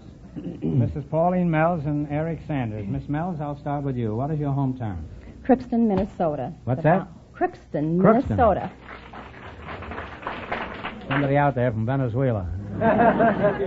You're married, I presume, Pauline? Yes, I am. About 12 years. 12 years. Did you meet this chap in Crookston? No, I met my husband in a singing class at night school. You met your husband at a singing class in night school? Yes, I did. In other words, your romance got started off on a sour note, huh? No, we got along beautifully. Do you think a duet sounds better when a couple's in love? I think so. Isn't there a saying that says if music is the fruit of love, play on? Have you ever heard a couple of romantic cats on a back fence? I don't think so. Where are you from, Mr. Sanders? Sanders. Sanders. I was born in Colgate, Oklahoma. Oh. Well, in that case, you must have a full set of teeth, huh? Oh, what sort of work do you do, Eric? I sell worms. You say you sell worms? I do. Well, who buys these worms? Early birds? No. Or fish? Farmers and agriculturists and people who wish to better their soil. Well, how do worms help the farmer? Do they give him some new angles and... Well, they certainly do. They homogenize the soil and loosen it up for aeration. And Of course, the castings of an earthworm is the richest soil known to science. That's homogenized and blending of all the materials in the soil, and it's deposited around the roots. And, of course, that helps in a tremendous number of ways. Well, how does the worm know where to go? They work around the roots of anything that lives, and they will eat nothing which lives, but anything which has lived and died. Like vultures, aren't they? Yes.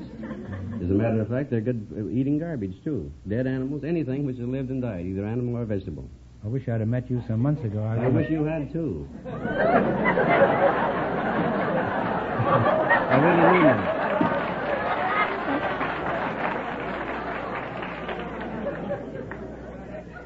You weren't planning on draping me around an orange tree, were you? No, I was planning on making an earthworm farmer out of you. Yeah, well, I expect you to give me some of those worms. I'm going to try it. Give you? Well, I'll buy them. Oh, well, that's fine. When do you want to deliver? I know where you live. Deliver them tomorrow. I can't make it tomorrow. I'm delivering $500 worth in Vista. Well, I hadn't planned on any sale of that magnitude. Well, where do you live now? Fullerton. Fullerton. Well, couldn't you put the worms out and just tell them to come to my house? Huh? No people write to me in Fullerton, just Fullerton, California, earthworms. That's the only right, and I get it. Just Mr. Earthworms, Fullerton, California. That's right. Huh? Well, how is it you know so much about worms, Eric? Are you just started naturally attracted to each other? Yes, we have something in common. People don't realize how large an industry it's becoming because of the fact in California now there's an earthworm association with 200 members. I'm not affiliated with it myself because I've always felt that I could merchandise my own product. Mm-hmm. I've been reasonably successful. Yes, you have. Particularly here, huh? Pauline, do you have any hobbies like raising ladybugs? Yes, I have several hobbies. Oh, here it comes, huh? Well, cooking. Well, let's take them one at a time. You a good cook? Pretty good.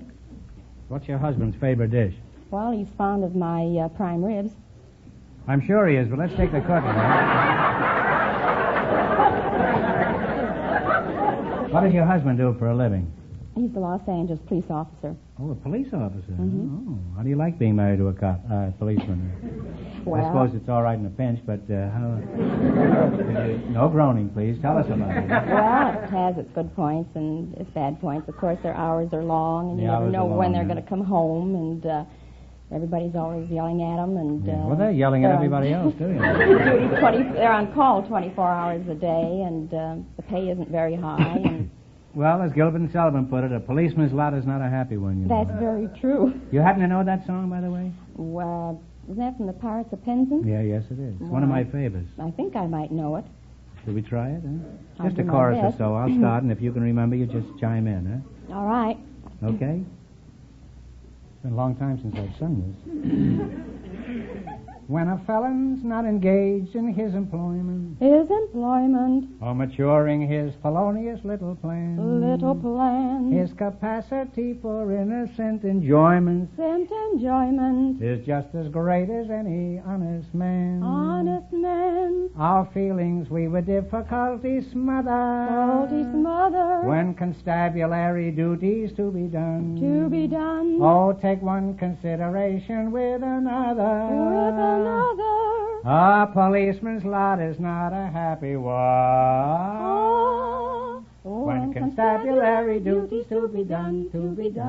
A policeman's lot is not a happy one. Now, this is the part I like.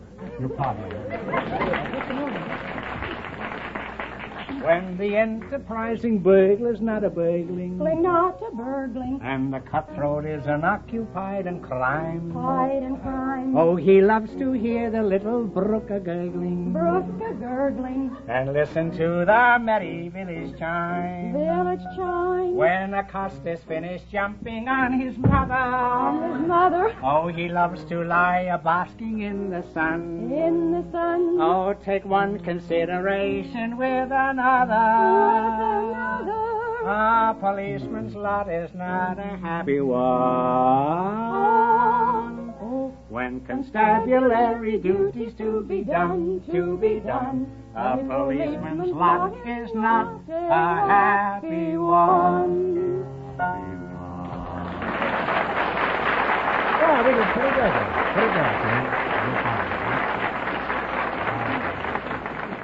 I may have to go back on the stage after all. Well, it's been fun talking to you two, but the time has come to play You Bet Your Life. Now, we start you off with a $100 bankroll, and when you try to build it up. But when you miss a question, you lose half your bankroll. Is that clear? In the race for the $2,000, the first couple won $170, and the secret word is floor. Okay, now let's see how much money you can make. You selected culinary quiz. Start with 70? All right, 70. Romano, Munster, and Brie are varieties of what food? Cheese. Cheese is correct. Your bankroll is now $170. $170. Now, which question do you want to try, Eric 80? the Red? 80. 80. What do you call a Hawaiian feast? A luau. Luau is correct. Now, glad you got it.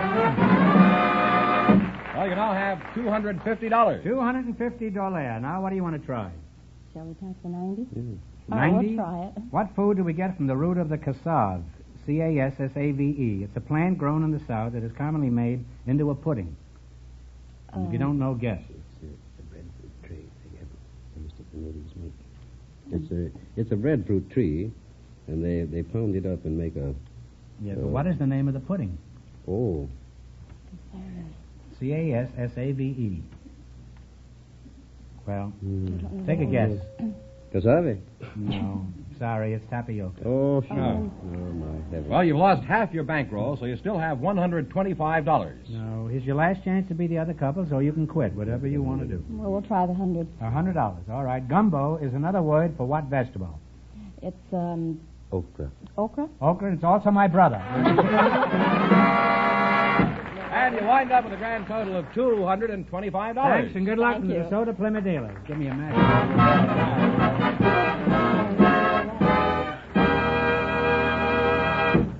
All right, George, who's next?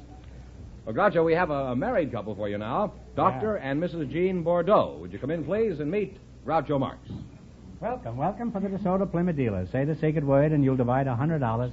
It's a common word, something you find around the house. Dr. and Mrs. Jean Bordeaux, eh? Well, you're a very charming pair. Now, which one of you is Jean? I am. Oh, you are, huh? Mrs. Bordeaux, what shall I call you? You just call me Mary. Mary, huh? Well, that's a nice, sweet, simple, uninhibited name. Where are you from originally, Mary?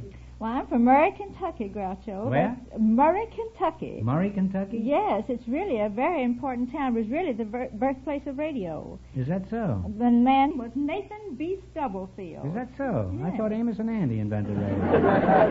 Stubblefield? Yeah, Stubblefield. That was the name of the man who invented radio? That was the name of the man. Before Marconi? Yes. Wait till the Russians hear about that, huh?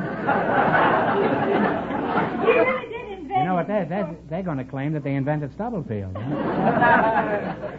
really did invent it before Marconi, but, you know, as it often happens, that the real person doesn't get the credit, you know. That's true. Now, Doc, by the way, what kind of a doctor are you, Doctor? Are you an MD, a DDS, or a BVD? PhD. A PhD, huh? You got to be pretty smart for that. Mary, does the doc give you a feeling of inferiority, or are you, like most wives, superior to your husband? Oh, no, I have no feeling of inferiority. After all, I have 2 degrees myself. A.B., M.A. That makes Mary 2 degrees smarter than you, eh? I have an A.B. and an M.A. plus the Ph.D. There are more degrees around here tonight than you'll find on a thermometer. As a Ph.D., Doc, have you ever done any teaching? Yes, I taught at Whitworth College down in Mississippi, at USC, and the Dale Carnegie Institute of Public Speaking and Effective Human Relations. Why do they call it the Institute of Public Speaking and Human Relations? Because they teach public speaking and human relations. Thanks. I thought they taught how to win friends. Why do you emphasize public speaking? Few things are more important to anyone than to be able to speak effectively in public. That's true. And one of the things that are more important is being able to keep your trap shut in public. Oh, I didn't mean you. Me, I meant. Well, since you're an expert on public speaking, could you give us some tips on the subject, Doc? Could you boil it down to a few words? Boiled down, I think you could sum it up by saying, just be yourself. Have a good opening. For example, you should startle an good audience. Opening? You mean the back door, right near where you You should startle an audience. You say you should startle your audience? Yeah. What do you mean? When you open your mouth, you should let a flock of pigeons fly out? How do you startle them? For example, you might say to this audience, why did you come here tonight? A lot of them have said that to each other.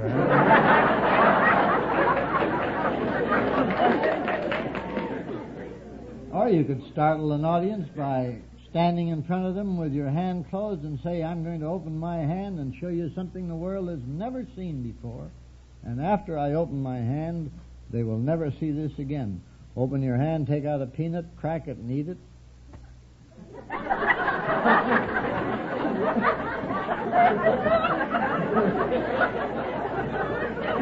It isn't enough that the audience eats popcorn. Now he wants the actors to eat peanuts. Doc, what sort of work are you doing now? I'm a psychotherapist.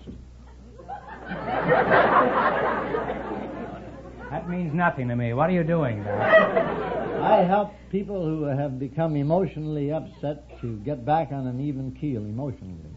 Oh, you're a shrunken head man. You're a couch boy, is that it? What is it like being married to a psychotherapist? Does he ever try to analyze you, Mary? Oh, yes, there are a few little problems connected with it. For instance, I sort of have a creative imagination, I think, and dream. I have just lovely little dreams, but I just can't dare mention them because, you know, to a psychotherapist, all dreams have some significance. Oh, yes, they're very dark. And so if I tell my dream, why, he's liable to end up saying, well, now, who do you hate? And who do you want to murder now? And me, well, I love everybody. I long ago took Booker T. Washington's motto as mine. I resolved to let no man belittle my soul by making me hate him. That's wonderful. Old Booker T. had plenty on the ball, didn't he? He did. Mm-hmm. Well, I've learned a lot talking to you two, but I imagine even a successful psychotherapist would like to win some money, wouldn't you? Huh? So let's play You Bet Your Life. Huh? You understand the game, huh? You try to run your original bankroll of $100 into more than our other couples. And remember, if you miss a question, you lose half your bankroll. In the race for the $2,000, the earthworm grower and the housewife are leading with $225. Now, let's see how much money you can make. You select a dictionary quiz, and remember, the more the question is worth, the harder it is. How about $70? You could discuss it with Mary there. How Don't about talk to 70? me. That's all right. All right, what do you call the jars used for keeping tobacco fresh? Humidor. Humidor is right. Your bankroll is now $170. Now, what do you want to try? How about 80? It's ask Mary. All All right, how many years in a millennium? 1,000. 1,000 years is correct. You now have $250. You can quit or you can go ahead. It's up to you. Let's go ahead. All right, fine. How about it? Oh, yeah, let's go. What do you want? 80, About 90, 90? 10, anyone you want. 90. Most of the gold at Fort Knox is in the form of bars. What is the proper word for a bar of gold? A bar. Talk it over. Come on, a bar of gold. Pig. Pig. No, you're flirting with it. It's ingot. Ingot. Oh. Well, you lost half of your bankroll, so you now have $125. Now, here's your last chance to beat the other couple. Make it the 100. 100? How about it? All right. If a misanthrope hates mankind, what is a misogynist? Oh, he hates women. He sure does. Give him the money. Thanks and good luck to the soda Plymouth dealer. You wind up with $225. And that means, Groucho, that there's a tie for the big question chance. Mr. Sanders and Mrs. Mells with $225, and the doctor and his wife with $225 in just one moment. Have that, They'll get the chance at the $2,000 DeSoto Plymouth question. All right, Groucho, here are our winning couples. Mr. Sanders and Mrs. Mells and Dr. Bordeaux and his wife. All set for a chance at the $2,000 DeSoto Plymouth question. Now, each of the couples will write an answer on the card, and, of course, if they all get it right, we'll divide the money between them. Think carefully and please no help in the audience. Here it is. For $2,000, what is the name given to the promontories on either side of the Straits of Gibraltar? One is in Spain and the other in Africa. It's a name that's been used for centuries.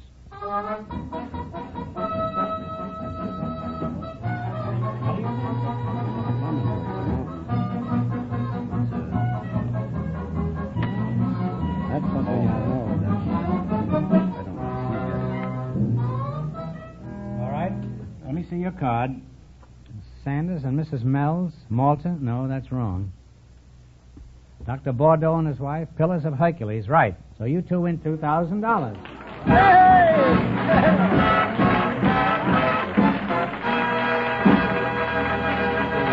Plus, how much in the quiz, George? Well, you won $225 in the quiz. That's $2,225. What are you going to do with all that money? You won't believe us, but we're going to buy a DeSoto. Are you? Why shouldn't I believe you? It's the best car on the market. Well, congratulations from the more than 3,000 DeSoto Plymouth dealers from coast to coast. You bet your life. Thank you.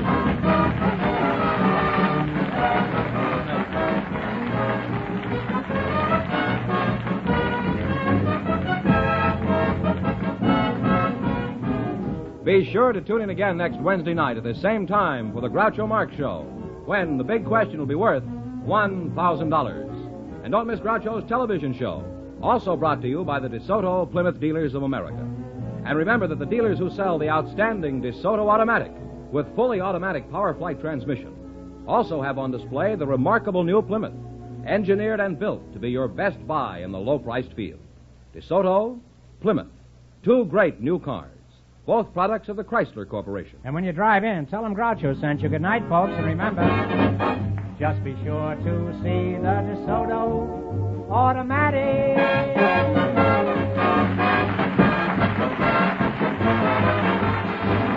Folks, here's a reminder from the National Safety Council. Look out for the driver who doesn't look out for you. You Bet Your Life, transcribed from Hollywood, is produced by John Goodell, directed by Robert Dwan and Bernie Smith. Music by Jack Meakin. This is George Fenneman signing off with the more than 3,000 DeSoto Plymouth dealers from coast to coast. You Bet Your Life is heard by our armed forces throughout the world.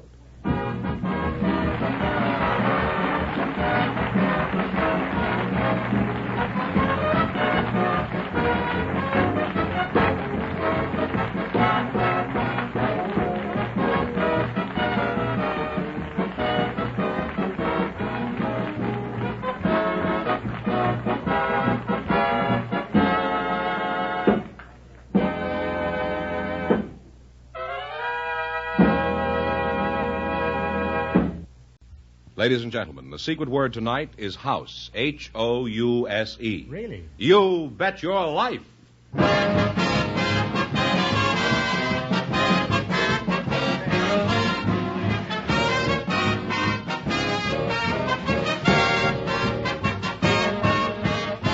It's Groucho Marx in You Bet Your Life, the comedy quiz series produced and transcribed from Hollywood and brought to you by the more than 3,000 DeSoto Plymouth dealers. The dealers who have on display the outstanding DeSoto Automatic with fully automatic power flight transmission and the all-new Plymouth, your best buy in the low-priced field. And now, here he is, the one, the only... I wonder what became of Sally. And Groucho. Oh, that's me. Huh?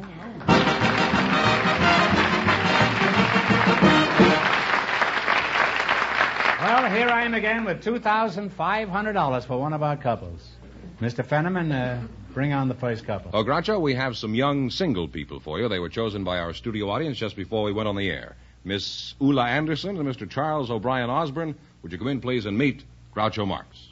Welcome for the DeSoto Plymouth dealer. Say the secret word and you'll divide $100. It's a common word, something you see every day.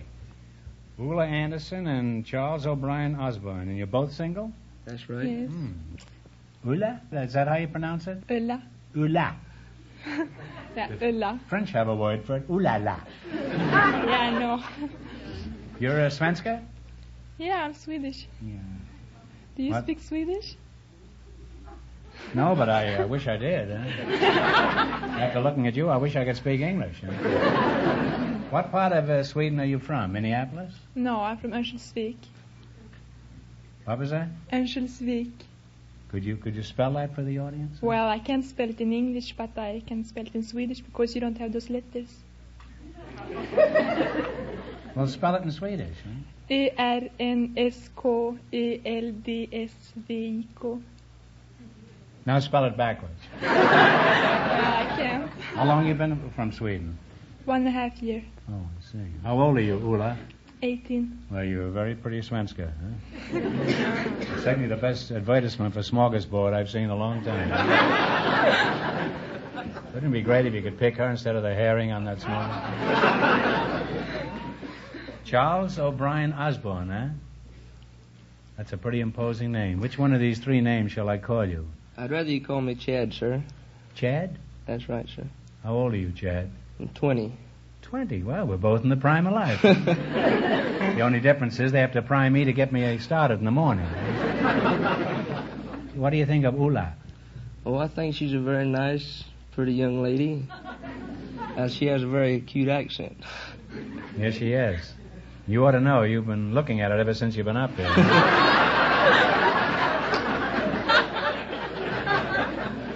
How long have you been in this country, Chad? 2 months now. 2 months, huh? Where do you come from, Europe? Well, it might be Europe to you, but it's North Carolina to me. Oh, you come from the United States, huh? Ula, how long have you been in this country? 1.5 years, you said, huh? What made you decide to come to America? Was it Chad? Well... Was it the equivalent of Chad? Well, it was lots of American pictures I saw, and it was real handsome boys in those pictures. You saw American pictures, and that prompted you to come to America, huh? And now that you've been here a while, would you say these movies were accurate in depicting American men? Well, I think they're a little bit too overdone, though. Don't you like them overdone? What do you want them, rare? What did you really expect over here, Ula? 60 million Gregory Pecks? Do you realize what that is? 60 million pecks is 15 million bushels. Yeah, that's a bit too much, though. Chad, let's see if you're a gay, romantic, handsome, typical American male. What sort of work do you do? I work at a service station. That's good, honest work.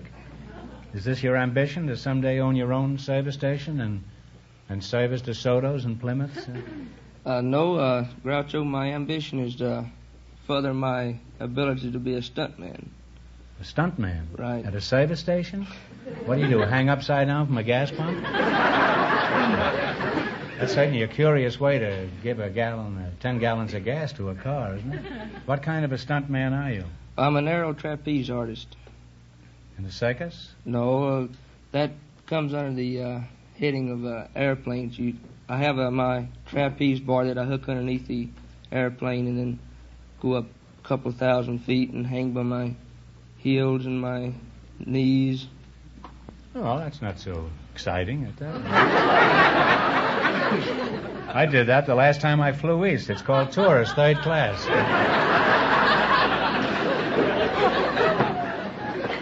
What else did you do? Did you just hang there like a bat until the plane runs out of gas? No, after you get through your trapeze act, the crowd, they don't think you have a chute on because you're up so high they can't see it. And to put the show over pretty big, you're hanging there by your heels, and all of a sudden you just fall off. And that's a good joke on them. It kind of shakes the people up. Yeah, it really shakes the people up, and you fall a couple of 1,000 feet, and then you open your chute. And you're all relieved then. Yeah. What is your opinion of American men now, Ula? Do you think Chad is a dashing, romantic, and gay, or do you think he should be locked up? No, I think he's very brave, and I don't think many men would do the same thing as he does. Ula, would you like to go flying with Chad? No, I don't like to ride in airplanes. Oh, you wouldn't be riding in the plane. You'd be swinging upside down.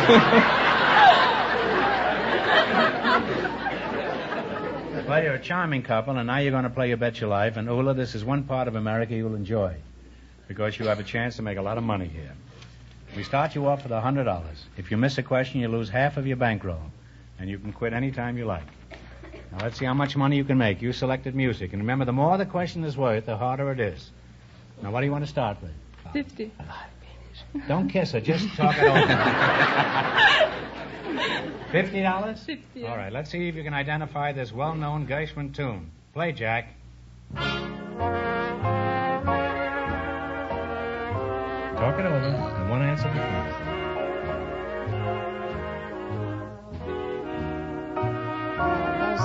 Talk it over. One answer. No, it's a very well-known song. It's Embraceable You by George and Ira Gershwin. Well, you lost half your bankroll. You still have $50. All right, now don't get discouraged. What do you want to try this time? It's up to you. I'm going to let you decide. I messed up on the first one. Well, let's try 60. 60? This tune has been a favorite for years. What is it? Play, maestro. Sleepy Time Gal. Sleepy Time Gal is right.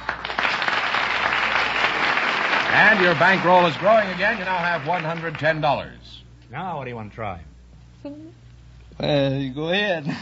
Okay, let's try 70. 70, Old Devil Moon and How Are Things in Glockamora are two hit songs from what successful musical comedy?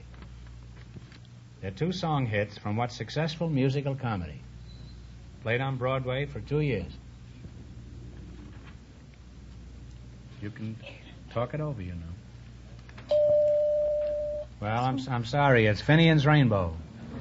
Well, you now have $55. $55, and here's your last chance. To beat the other couples. Now, what do you want to try? Let's go for 80. 80. Okay. Al Jolson and Vincent Roos wrote this long-time favorite. What is the name of it? Play, Jack.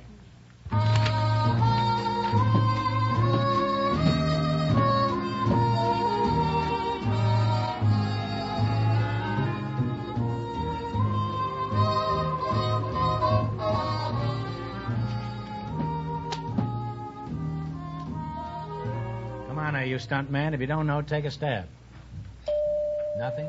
Nothing. Well, they play it every time you go to Catalina. It's Avalon. And you wind up with $27.50. Well, thanks and good luck from the DeSoto Plymouth dealers.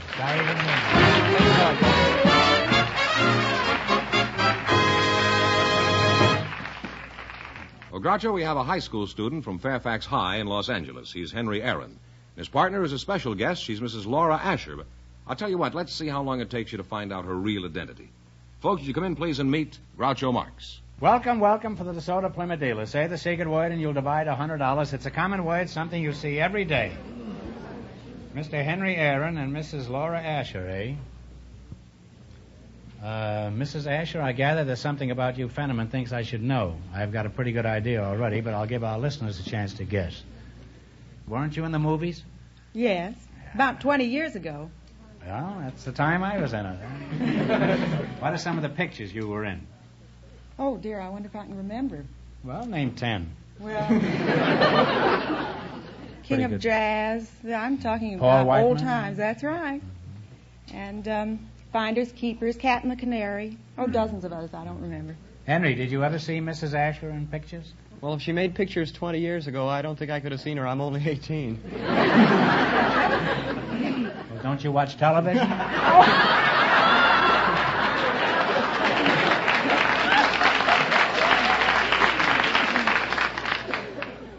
If you made movies 20 years ago, and my Hollywood arithmetic is correct, you must be pretty close to 34, is that right? Well, you're getting warm. Well, that's easy around you, huh?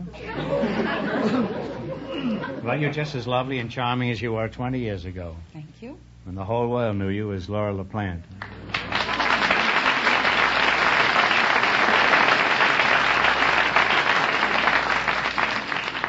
Well, Laura, you were a very big success in the movies. Why did you give up acting? Didn't you like the food in the studio commissary? Well, no, it wasn't that altogether. I got married and, well, I've never been one of those people who can run two careers at once, and I decided that marriage was the more important.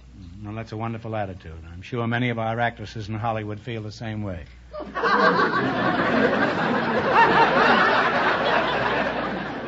I know one actress who gave up acting 8 times just to get married. Your husband's a big producer at Paramount, isn't he? Well, I think he'd be very insulted to have you call him big. He's just taken off 25 pounds. He looks like a leading man now. But he is a producer at Paramount Studios. I see. Is he tall, your husband? About 6 feet. Mm-hmm. Can he hit hard? Oh, he's never tried it on me. No, I was referring to me.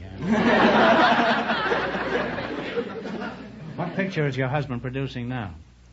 Well, his last production was Elephant Walk with Elizabeth Taylor and Dana Andrews. It was a picture that was made in Ceylon. They took a whole troupe of players over to Ceylon, worked there about 2 months. They used lots and lots of elephants in it, and it's The scenery is magnificent. I think scenery that most of us have never seen. I haven't even seen an elephant. And Elizabeth Taylor, does she ride on the top of the elephant? What do they call that? A howdah? A hoodah? I think What do they call that? You're I a don't know. You're not much of a student, are you? What is your chief interest in school, Henry? Well, I'm interested in a lot of things at Fairfax High. I guess I'm interested in athletics. I like to watch the sports, and well, that's pretty tiring, isn't it? well, sometimes it gets me down. But the thing that I'm most interested in, I have been trying to help organize a debating team at our school for a couple of years, and nobody will talk. The wrong people won't. Well, what would you like to be when you finish school, if you ever do?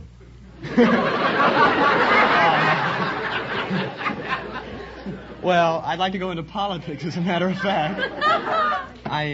You want to be a statesman?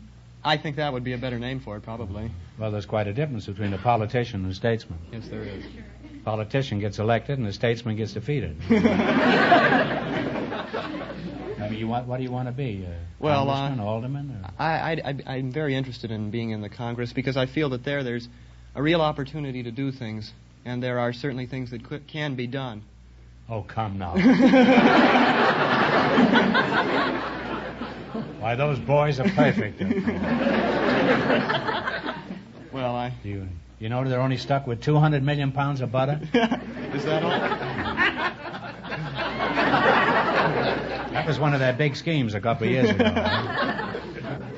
All I know is what I read in the paper. Gosh, gee whiz. Well, it's been an honor to talk with you, Laura. You don't mind if I call you Laura? Thank you. Huh?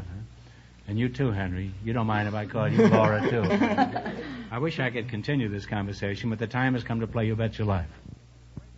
In the race for the $2,500, the first couple won $27.50, and the secret word is house. Now, you both know how to play this game, eh? I would like to say, if I may, Groucho, Well, that if we're lucky enough to win something, I'd like to have my share go to the Motion Picture Relief Fund. Well, that's very nice of you.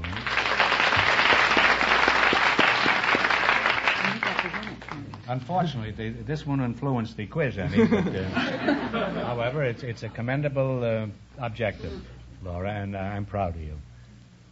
And I wish you weren't married. Now, let's see how much money you can make. Let's see how much money you can make. You selected geography. And remember, the more the question is worth, the harder it is. We'd like to start with the $100 question. A $100 question? Yes. Why, you're as mad as Freddie March's hair. $100. Okay, what is the capital of Puerto Rico? Talk it over. Oh, I wish I was home. I don't. Go ahead. San Juan. San Juan is correct. Well, you're off to a fine start. Your bankroll is now $200. Now you have $200. Now what do you want to do? Well, the 90? yeah, Go on down the okay, line? Okay, 90. 90. What country is known as the Pearl of the Antilles? Antilles, I guess. How is your Antilles, by the way? Well, it's A-N-T-I-L-L-E-S. Pearl of the Antilles, we think it's Cuba. By Jove, it is Cuba. You now have $290. You want to try the $80? You can quit, you know. Yeah. You don't have to proceed. Oh, no, I have a good partner. We're not going to quit. We'll try the $80 question. $80. The Suez Canal connects the Mediterranean Sea with what other sea? Talk it over. The Mediterranean, I believe, is the Pacific. I'm depending on you, The dear. Pacific Ocean. Caribbean Audience? Sea. It's the Red Sea. Oh! I was thinking of the Panama Canal. Well, you lost half your bankroll. You still have loaded. $145. You have $145, and you can quit or go ahead. We'll try for the $70 question. All right, what is the name of the storm-tossed southernmost tip of South America? Tierra del Fuego. I hope it was right. What did you say? Tierra del Fuego. Well, I've got Cape Horn here, but apparently you know more about it than I do. And also the boys in the back here, who conceive these questions. That's good enough for me. And you wind up with a bankroll of $215. Big kiss. Well, thanks and good luck from the DeSoto Plymouth dealers. Thank you, Groucho.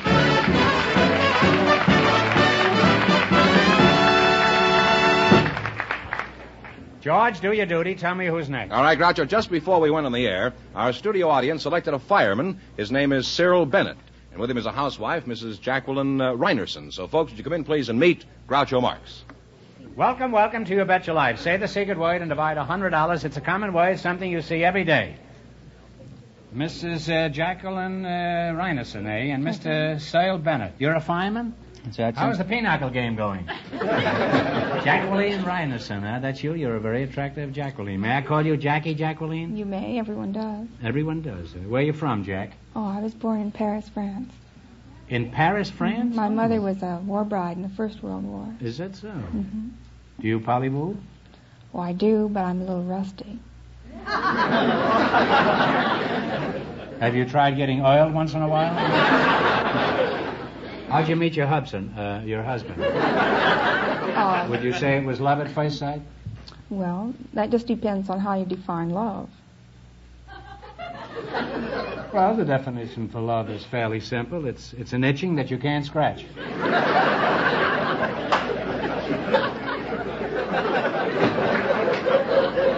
Did you ever hear the 7-year itch? How would you define love, Jack? Well, I feel that it's a combination of things, physical as well as the mental attraction. But I do think the most important thing is that people feel the same about basic principles, things that involve integrity, honor, and consideration, courtesy. And that's love, huh? I think so.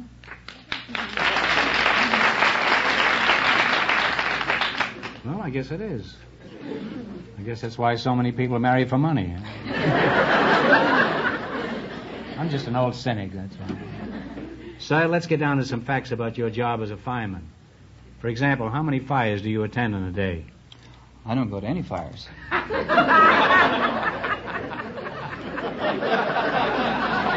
It's not a very hot fireman, I must say. What's the matter? Don't you like to smash furniture? Why don't you go to fires? Well, I'm at the fire department alarm board. That's the communications center for the fire department. Mm-hmm.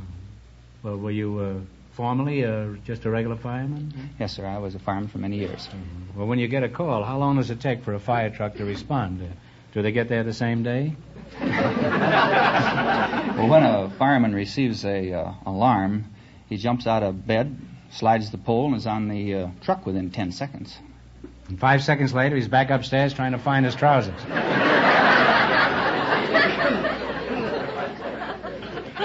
Well, Jackie, let's get back to you. I've discovered after 7 years on this seat here that every housewife has outside interests. What is yours?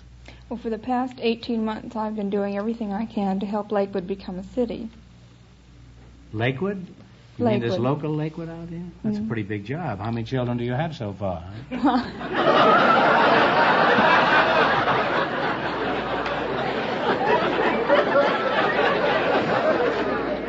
How do you explain this away? Well, about 18 months ago, there was a move to annex Lakewood to Long Beach. And many of us in the community felt that we were 60,000 young people, intelligent. There certainly should be enough leadership in our community so that we could have local self-government. So we decided to do it, and we did. It sounds like an unusual place, Lakewood. It is. What would you say is your biggest asset there? Well, I would say our children are. Mm-hmm. We have 35,000 children whose average age is under 6. You have 35,000 children in a total population of 60,000? That's right. And you say Long Beach wanted to annex your town? Mm-hmm. Well, you just keep having children at that rate, and I predict in 4 more years, Lakewood will not only annex Long Beach, it'll engulf the whole of Southern California.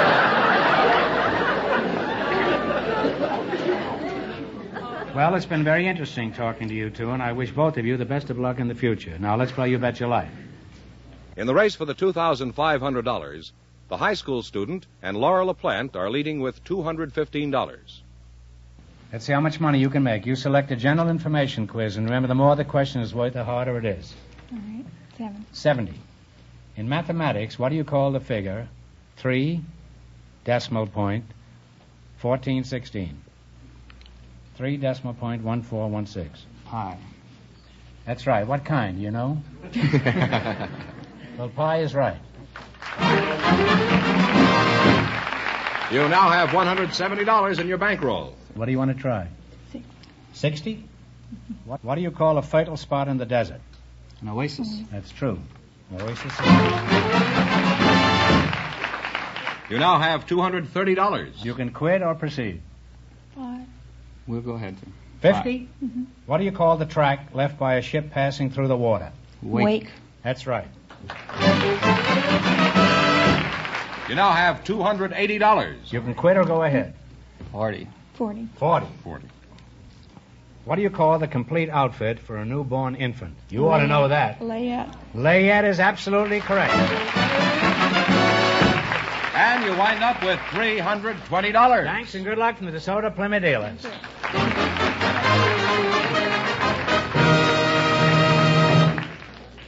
And that means that Mrs. Ryerson and the fireman with $320 in just 1 minute get the chance of the DeSoto Plymouth $2,500 question.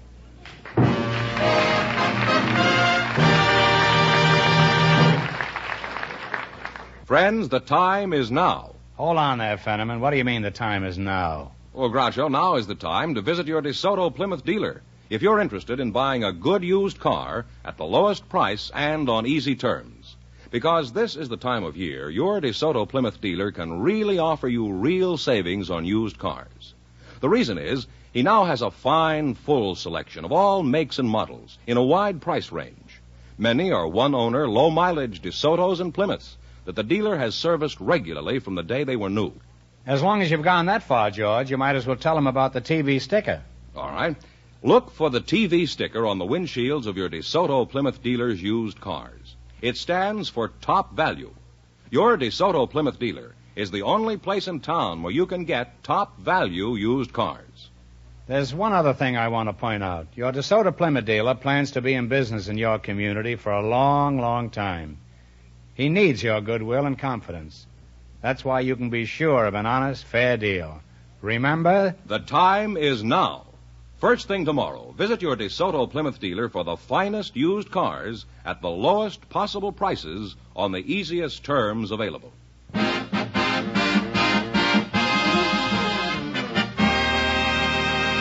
And here comes the winning couple, Groucho, all set for the DeSoto Plymouth $2,500 question.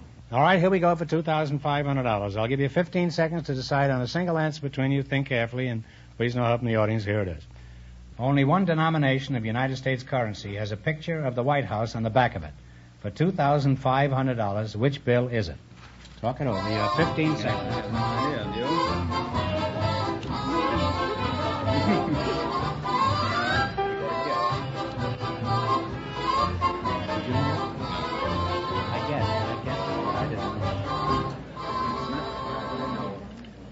All right, what's the answer you two have decided upon? The dollar bill. No, I'm sorry, it's the $20 bill.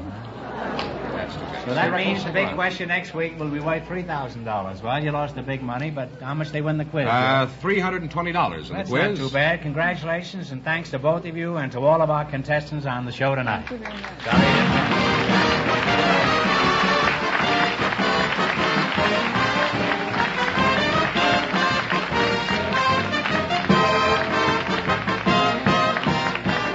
Be sure to tune in again next Wednesday night at this same time for the Groucho Marx Show, when the big question will be worth $3,000. And don't miss Groucho's television show, also brought to you by the DeSoto Plymouth Dealers of America.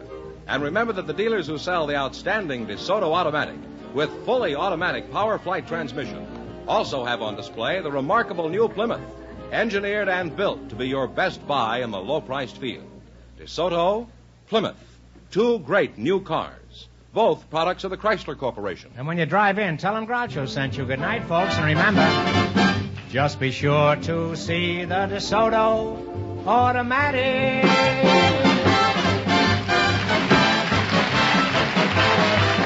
Friends, adult and child victims of cerebral palsy can become useful, productive citizens in your community.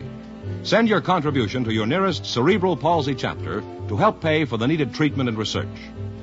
You Bet Your Life, transcribed from Hollywood, is produced by John Goodell. Directed by Robert Dwan and Bernie Smith. Music by Jack Meakin. This is George Fenneman signing off for the more than 3,000 DeSoto Plymouth dealers from coast to coast. You Bet Your Life is heard by our armed forces throughout the world.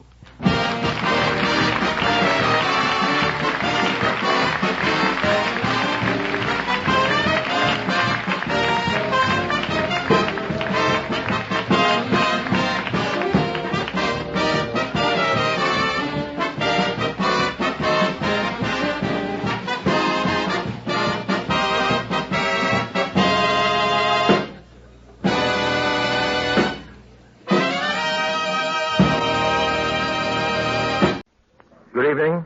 This is Orson Welles. Just saying hello before the show starts. We hope this finds you well and leaves you better. This is your radio almanac, the first of a new series. An almanac, you'll remember, usually has at least a little bit of just about everything. Well, that's us. Mostly we want your almanac to be fun for you, real fun for all of you, wherever you are.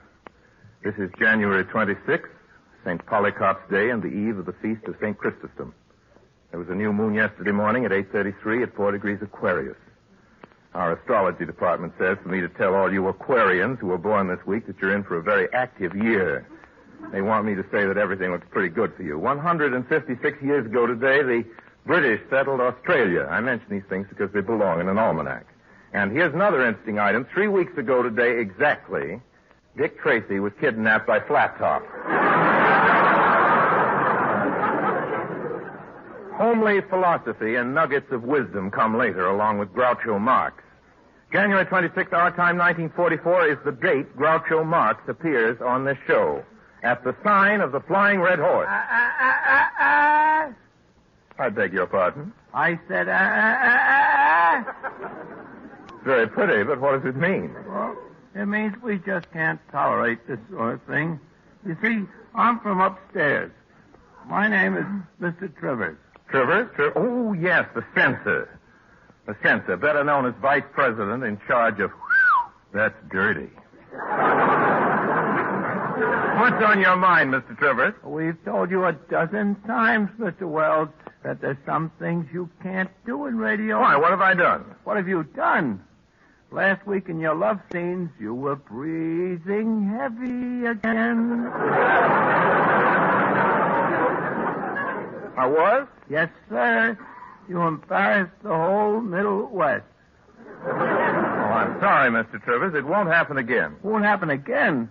Look what you're doing now. You got red horses flying around in here. Now, Mr. Trivers. You can't do that. The flying red horse is symbolic. It's our signature. It opens the program. Let me show you. The makers of Mobil Oil and Mobil Gas, with their compliments, invite you to join us. If you're not careful, Mr. Trivers, you're going to wear out your Invite you to join us at the sign of the Flying Red Horse.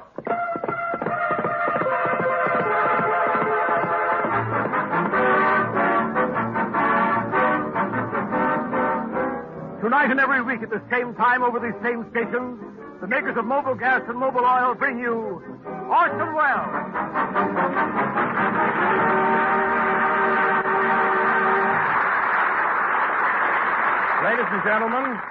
Ladies and gentlemen, this particular new moon is a total eclipse of the sun.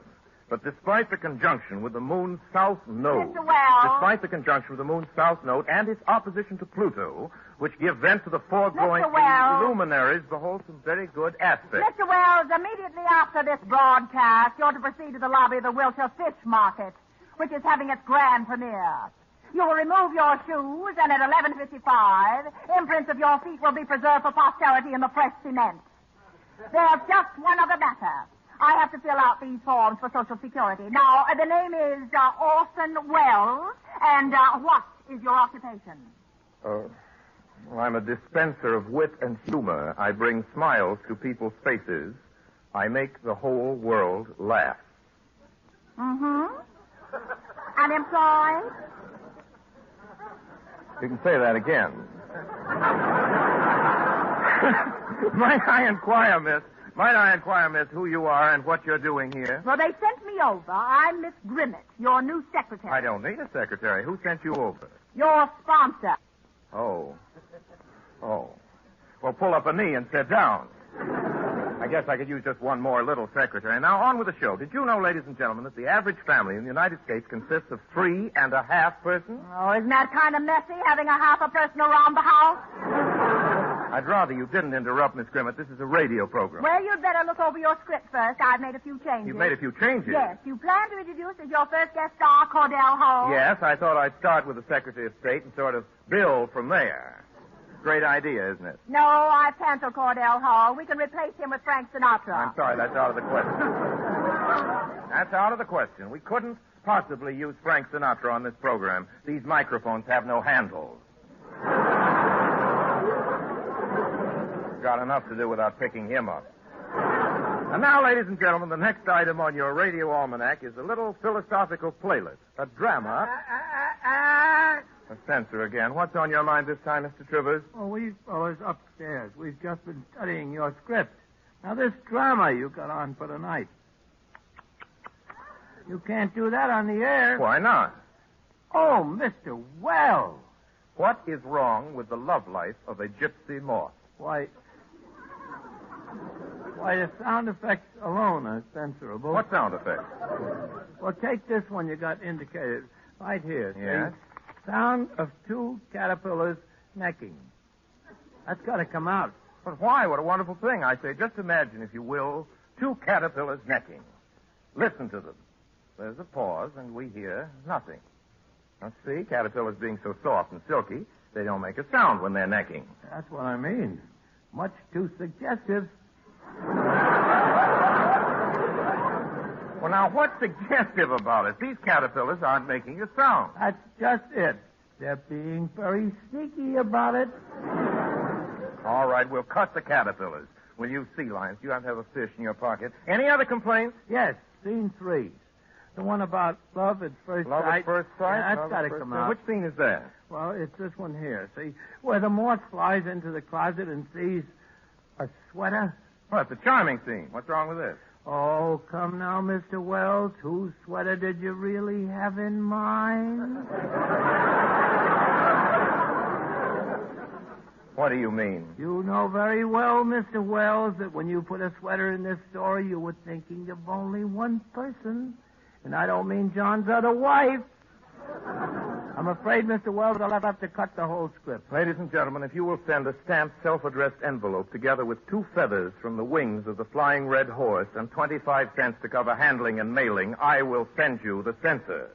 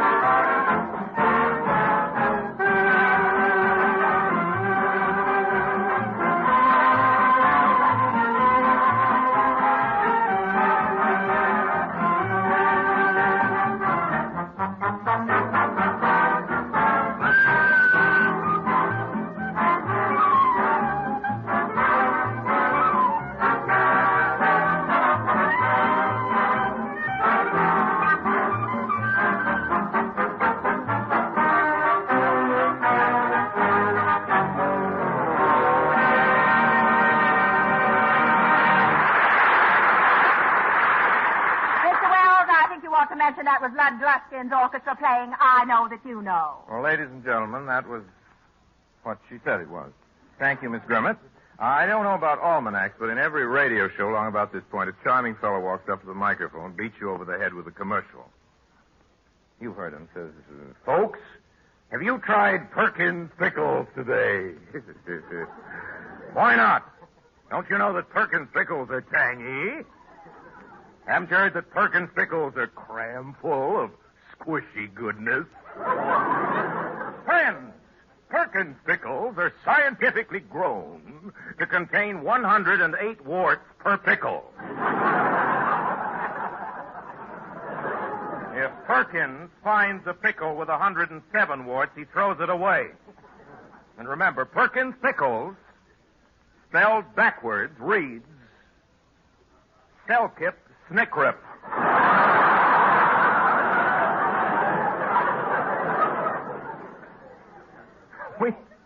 We don't have an announcer like that. We have a fellow, his name is Ray Collins, by a coincidence. Very nice boy. Unquote, reserved, very reluctant to talk about the product. So let's all give him a nice round of applause. Here he is, Ray Collins.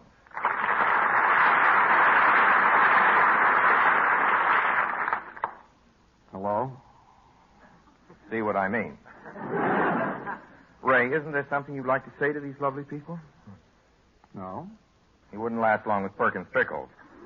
Ray, there must be something you want to say to them. Yes, there is something I'd like to say, but don't you think it's a bit late for us? Not at all. It's the time for it. Go right ahead.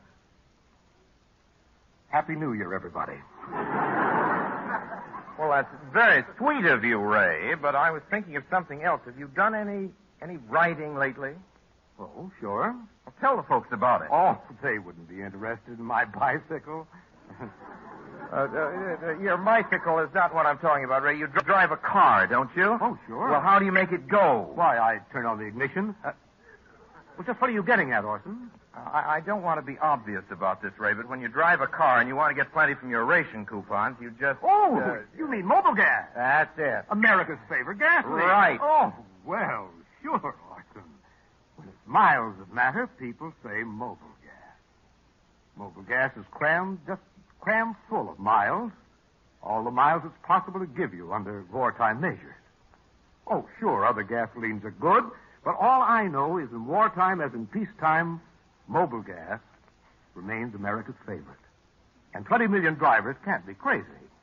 Why, it looks like love, the way your engine and this master gasoline team up together.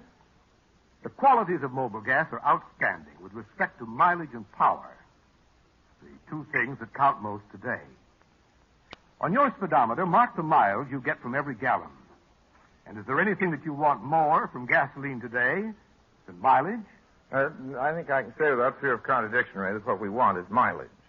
Mobile gas, Dr. Wells. Mobile gas. Friends, stop in at the sign of the Flying Red Horse.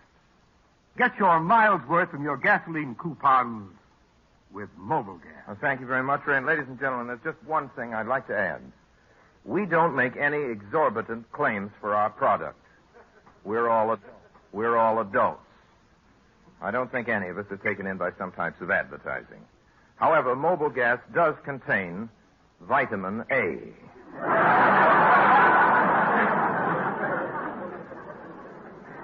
No other gasoline can make that statement. I beg your pardon? Pardon me, folks. I just found out we can't make it either.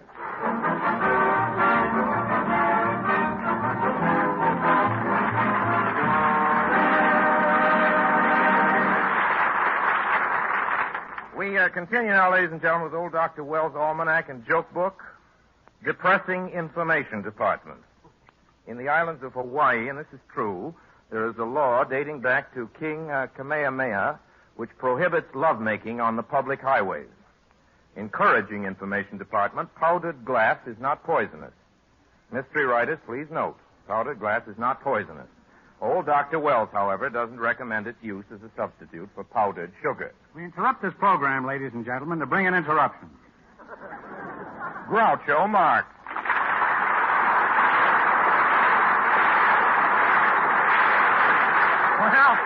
Well, Groucho. Thank you not to interrupt my interruptions, Wells. So this is the new Orson Welles program, and you're the new Orson Welles. Well, you don't look new to me. In fact, if I ever saw a used Orson Welles, you're it. You're partially correct, Groucho. This is a new program, the Orson Welles Almanac. Oh, it is? Well, did you know, Orson, that yesterday was the 150th birthday of Robert Burns? And after writing poetry for all these years, he winds up in Van Buren, Arkansas, playing a bazooka? Did you know, Groucho, that Professor Unger Dunger of the Harvard University Sociology Department has just turned in a Ph.D. thesis proving that most people would be better off If they hadn't been born? Yes, but that seldom happens to anybody. Groucho, tell me, what are you doing here? Your sponsor sent me over. Oh, you know my sponsor? Do I know your sponsor? He's over at my house every night drinking Pabst Blue Ribbon beer.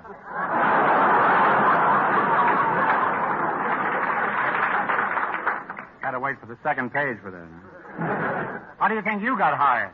Oh, gee, I thought he drank nothing but mobile gas. Now that you're here, Groucho, perhaps you can help me with a problem. Where am I going to live out here in California? Why don't you come and stay with me in Beverly Hills? You're joking. What sort of a neighborhood is it? Judge for yourself. On one side of me lives Betty Grable. Oh, who lives on the other side? Who cares? I take it you're fond of Betty Grable. Well, I lean towards that type. You do? Yeah, I lean towards it, but Harry James keeps pushing me away. To get back to you, Orson, something I'm not crazy about. You'll be crazy about my place. All modern improvements, gas lighting, inner door mouse traps, and a pot-bellied stove in every room. That is, every room except mine. We couldn't get a pot-bellied stove for my room, so we hired Sidney Greenstreet to stand in the corner. I don't know. Do you think I'd be comfortable there? Why, you'll be as comfortable as a bug in a rug, and we got some of those, too. I'm afraid I couldn't impose on you, Groucho. You see, I left my ration book in New York. What if you haven't got a ration book? I'll take care of you. What's the best food in the world? Milk.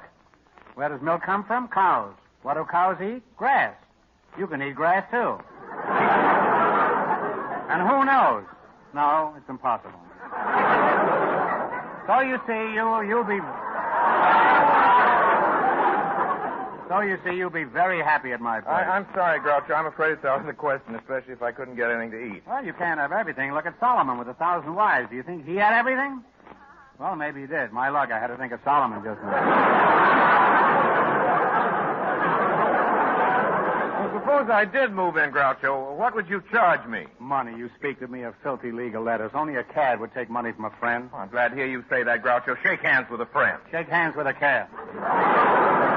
Would, $500 a month be too much? Oh, come now, Groucho. Money isn't everything. Can money bring you happiness? No, but I like to have it around so I can choose the type of misery that's most agreeable to me.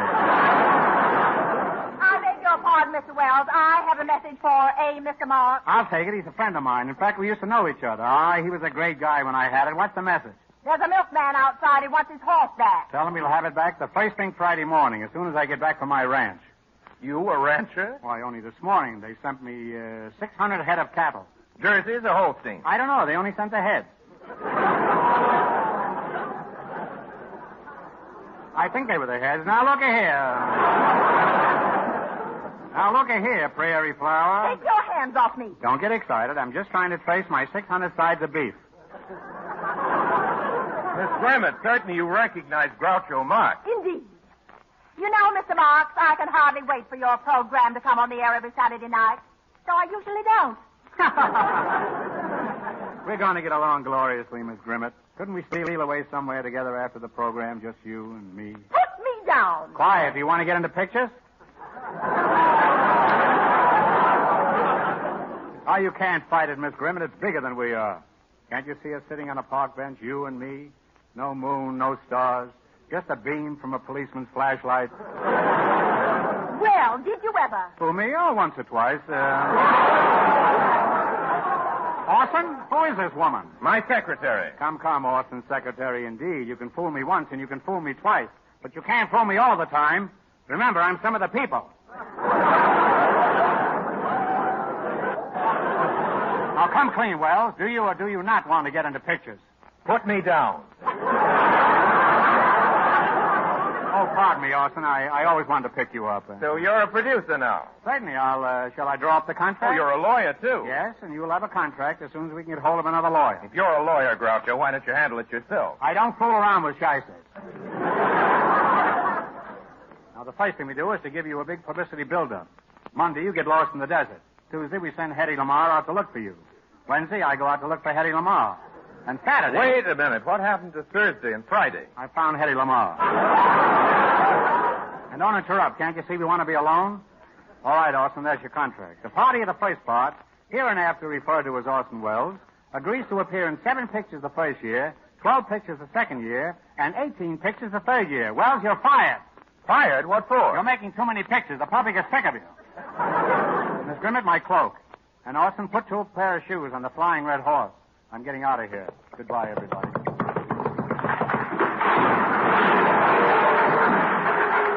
What happened, Groucho? Silly horse. I told him he couldn't wear wedgies.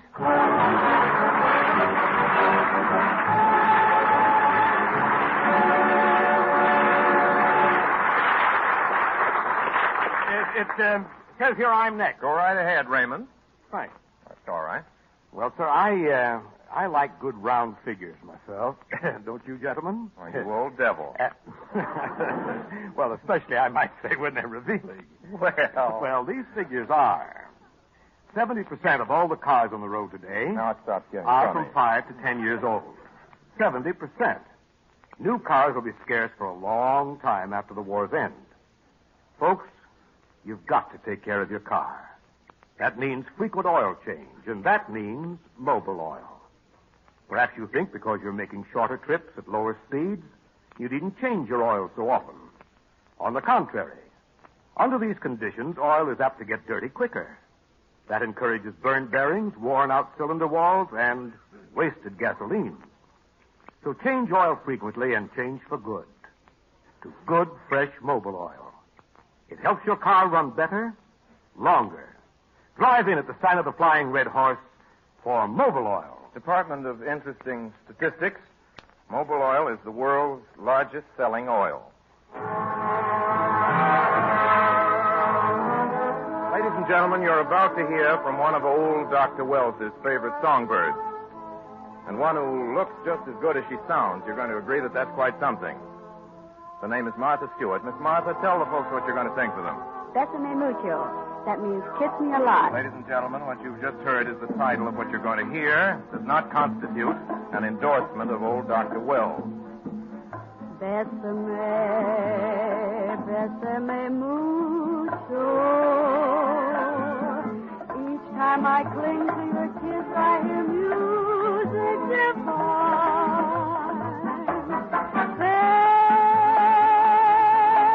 Besame mucho. Call me my darling and say that you'll always be mine. This joy is something new. My arms enfolding you. Never knew this thrill before. Whoever thought I'd be holding you close to me, whispering, it's you I adore. Here it's one. If you should leave me, life will be through, and you know you'll be mine.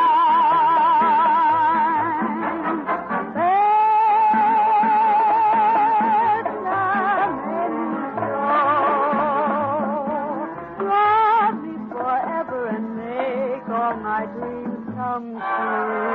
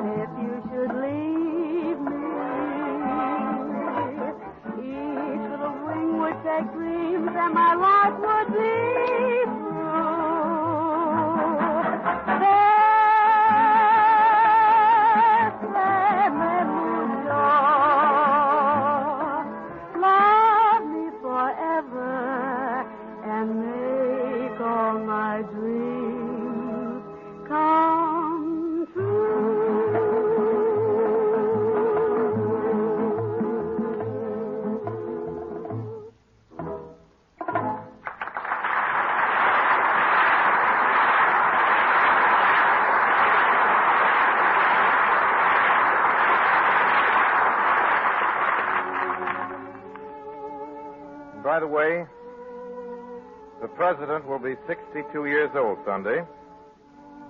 Happy birthday, Mr. President. Here's my dime.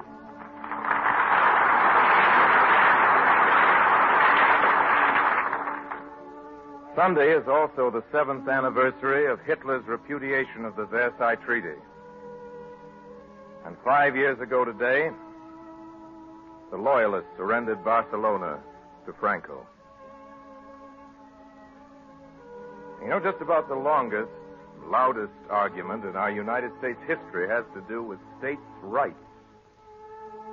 I saw the word states' rights in the headlines this morning. And 114 years ago today, Daniel Webster stood up on the floor of the Senate and spoke for that other sentiment. You all remember how it goes. Most of us had to learn it in school. That other sentiment, dear to every true American heart, liberty and union, now and forever, one and inseparable.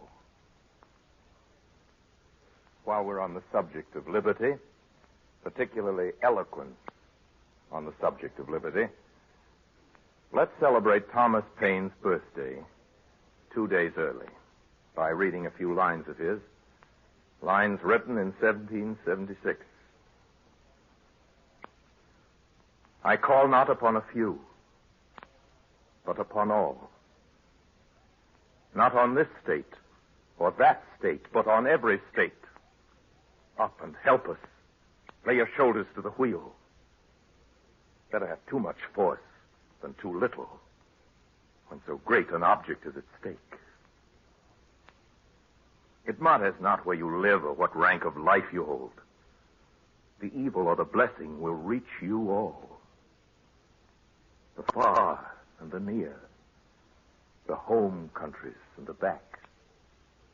The rich and the poor will suffer or rejoice alike. The heart that feels not now is dead. The blood of his children will curse his cowardice, who shrinks back at a time when a little might have saved the whole and made them happy. By perseverance and fortitude, we have the prospect of a glorious issue. By cowardice and submission, the sad choice of a variety of evils, a ragged country, a depopulated city, habitations without safety, and slavery without hope. Look on this picture and weep over it. And if there yet remains one thoughtless wretch who believes it not, let him suffer it unlamented. Where was there ever a war in which a world was split till now?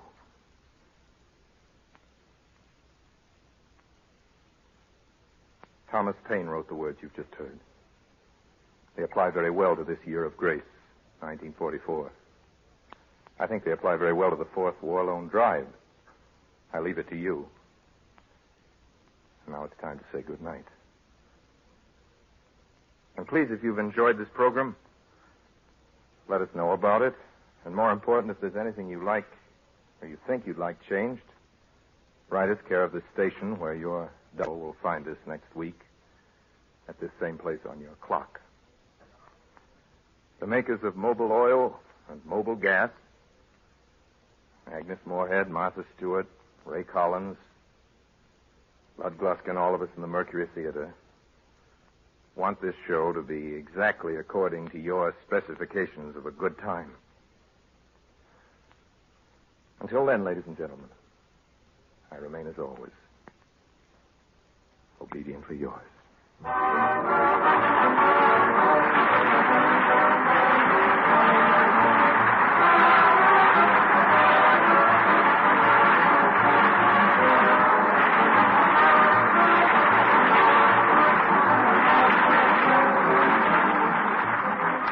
Your car on the home front is as vital to victory as a long Tom field gun on the battlefield.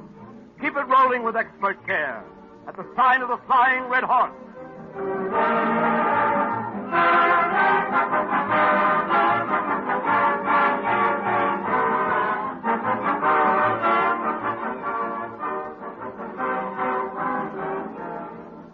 Ladies and gentlemen, they want me to make an announcement which it seems I forgot all about. So I'm going to ad-lib it. If you'll excuse me, it won't take a second, but I think we've got just a second. We have a guest next week, and I forgot to tell you that we have one. And he's an old friend of ours, a very distinguished lecturer, a world authority on undersea life, treasurer's reports, and other curiosa of the American scene. I know you'll be as happy as to hear about this gentleman as I am to be able to announce that he is coming with us. The distinguished lecturer, author, and world authority, Mr. Robert Benchley.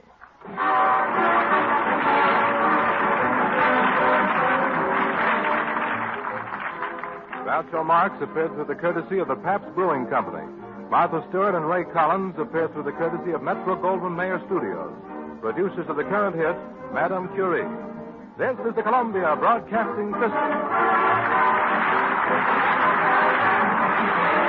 We hope that you've enjoyed this recording, and for more happy listening, please visit otrcat.com.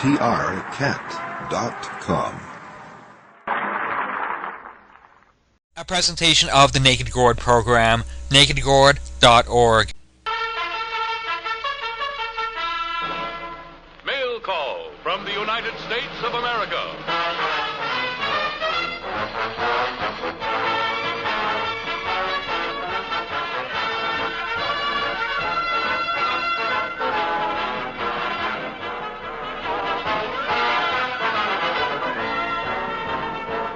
Stand by, Americans. Here's Mail Call, one big package of words and music and laughter delivered to you by the stars from whom you want to hear. In answer to the request you send to Armed Forces Radio, Los Angeles, USA. You know, fellas, around this time of the year in Hollywood, the Motion Picture Academy of Arts and Sciences decides on its annual awards for the best performers, directors, writers, and so on. So tonight, Mail Call brings you the best, and so on, your master of ceremonies, Groucho Marx.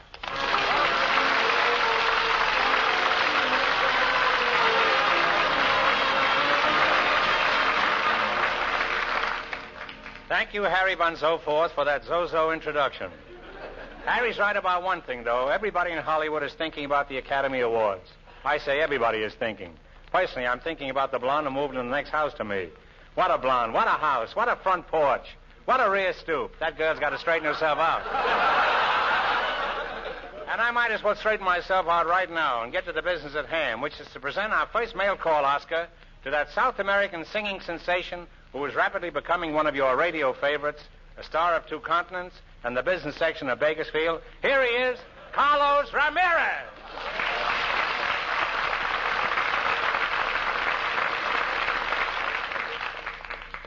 Welcome to Mail Call, Carlos. Gracias, senor. This is the biggest honor which has been given to me since my days as a gaucho in South America. Groucho meets gaucho. That must be a wonderful life. I can see myself now. Just a minute while I turn this page. A band of gay young caballeros thunder across the starlit plain and gallop up to the bunkhouse door. And you are leading this band? No, I'm laying on the bunk holding my stomach. It serves me right for eating enchiladas with pickled herring. But enough of this. Let's hear from you, Carlos. What are you going to sing? Siboney, Groucho. That's splendid.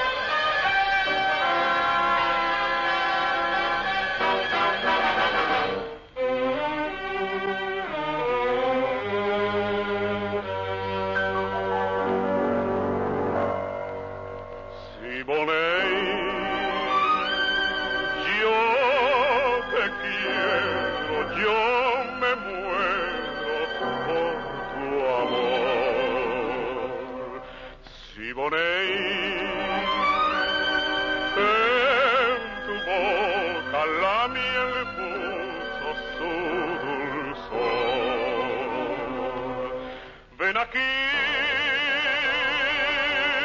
que te quiero y que todo tesoro eres tú para mí.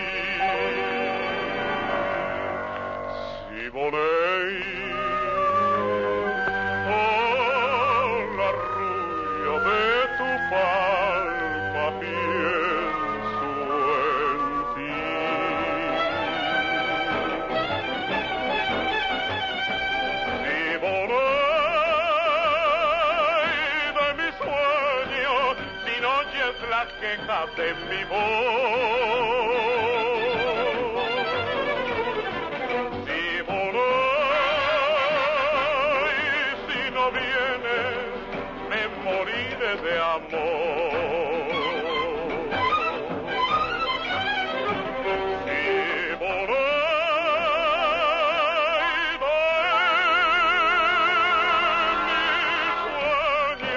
te espero con ansia en mi carnet.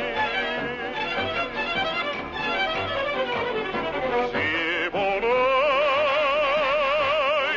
si no vienes, me moriré de amor. Oh, qué lejos de mi canto de cristal. No se pierda por entre el rudo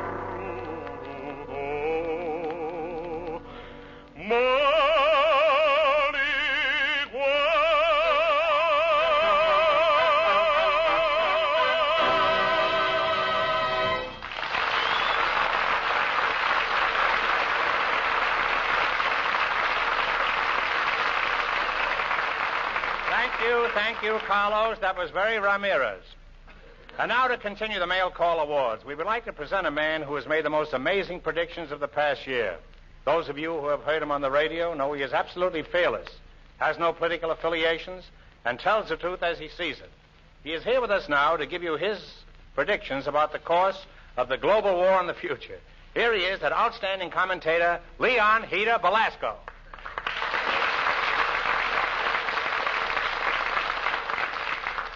Thank you very much. After a careful study of the global war, I would like to make the following predictions for the coming year. My first prediction. Громуч, Eastern Front.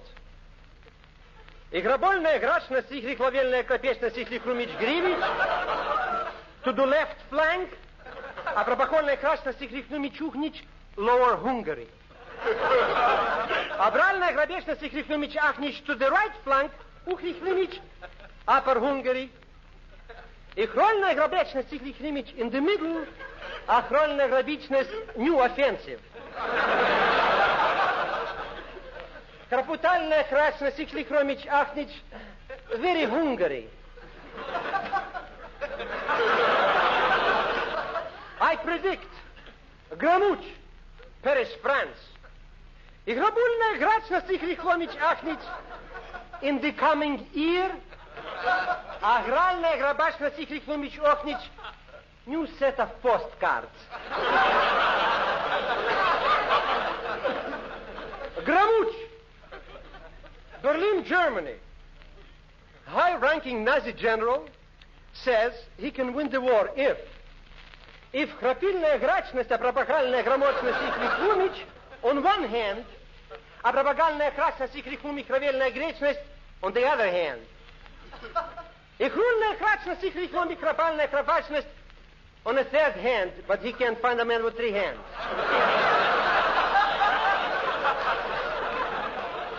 I predict that this year Ихрульная грабачность и крикунич ахнич кровонич absolutely no fog in Los Angeles.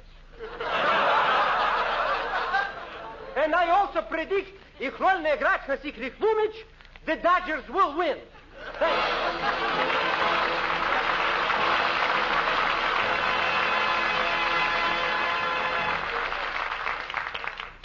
Thank you, Leon Belasco. That certainly clears up many things. And now, Mail Call salutes one of the brightest new stars, a girl with a wonderful future. In fact, she looks pretty good no matter where you're standing. Meet Gloria DeHaven.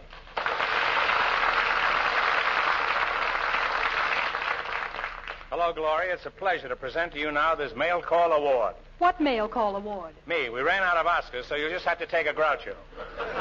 Just stand me up on a table in your living room and polish me once a week. But be very careful, because I'm ticklish in certain spots. Most of them are on Vine Street. All of which brings us to your song. You are going to sing, I hope. Yes, I am going to sing Groucho. Well, you can't sing Groucho. I'm doing it later. Have you got another song? Yes, Mood for Love. I'll be listening with bated breath. I always bait my breath when I'm fishing for someone like you. Go ahead, Ramirez.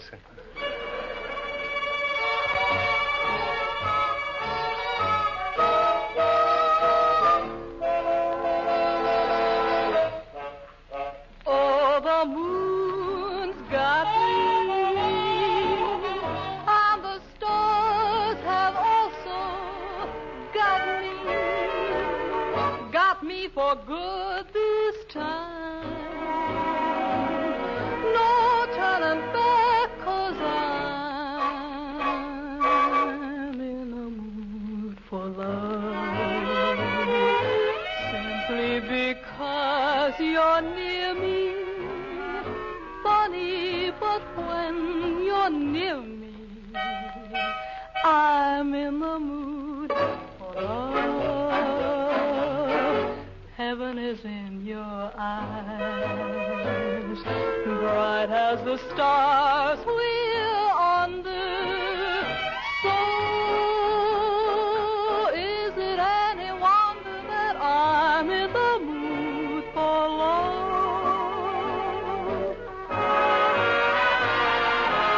Why stop to think of whether a dream might fade? We've put our hearts together. I'm not afraid if there's a cloud above us. If it should rain, we'll let it. But for tonight, forget it. I'm in the mood for love. Oh, the moon's got me. And the stars have also got me. In the mood for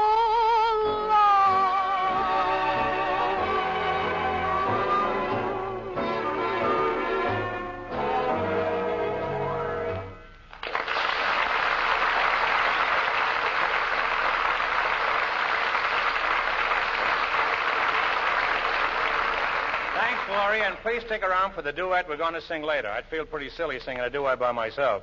Now, fellas, we make a special award to one of the great instrumental groups of 1944. Of course, we're really not going to give them anything, but then they don't need anything except a downbeat. Unfortunately, I can't even give them that because I'm beat down to my socks. Anyway, here they are, the group, not my socks. Gene Krupa on drums. Charlie Venturo on tenor sax. And Teddy Napoleon on the piano. Something called Stompin' at the Savoy.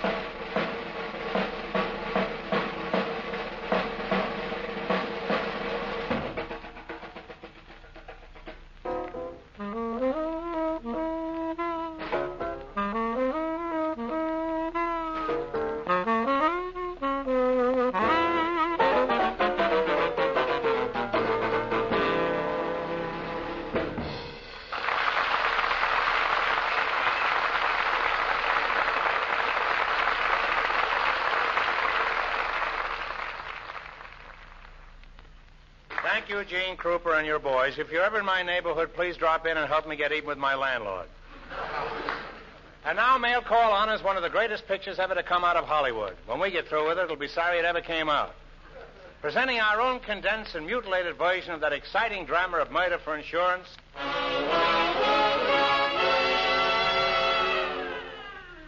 Double Indemnity. We're not allowed to say them on the air, you know. We're very fortunate in having with us an all-star cast. To begin with, there's me.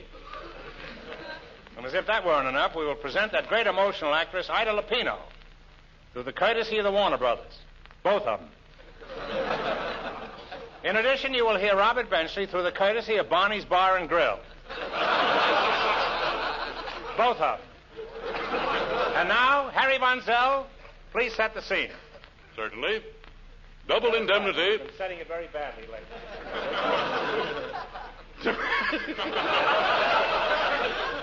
Double Indemnity is the story of a crime of violence and passion. Ida Lupino plays the part of Phyllis Dietrichson, a beautiful but heartless woman. Robert Benchley plays the part of her husband, Mr. Dietrichson, an ugly but senseless man. The part of Walter Neff, a handsome devil-may-care insurance salesman, will be executed by Groucho Marx.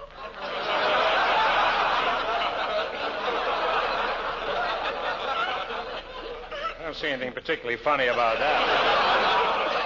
Incidentally, I also help execute Dietrichson. That's left over from the last joke I forgot to tell you. As the scene opens, Walter, our dashing insurance salesman, is driving up to the home of his latest prospect. This looks like the place. I'll just park over here.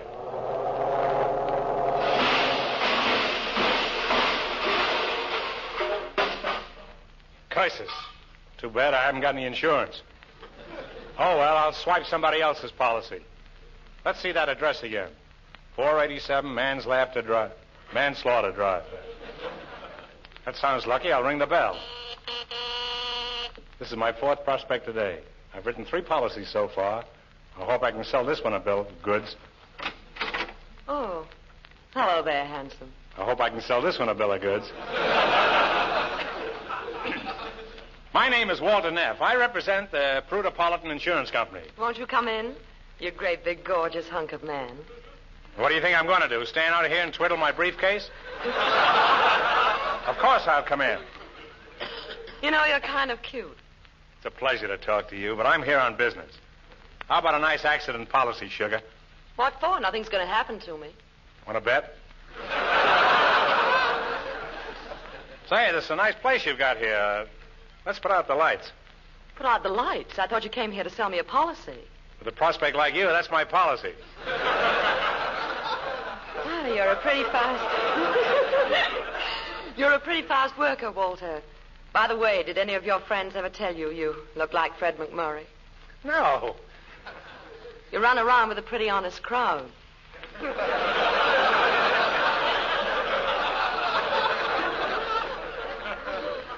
Quit stalling, sugar. Cover my face with kisses. All right, cover your face and I'll try it. You know you're crazy about me. Slip into my arms. Just try them on for size. If they don't fit, send them back and we'll give you double your money and a floor lamp. Well, you're a pretty good salesman, Walter. But I think it's only fair to tell you I'm married. I think it's only fair to tell you that I'm deaf. Kiss me.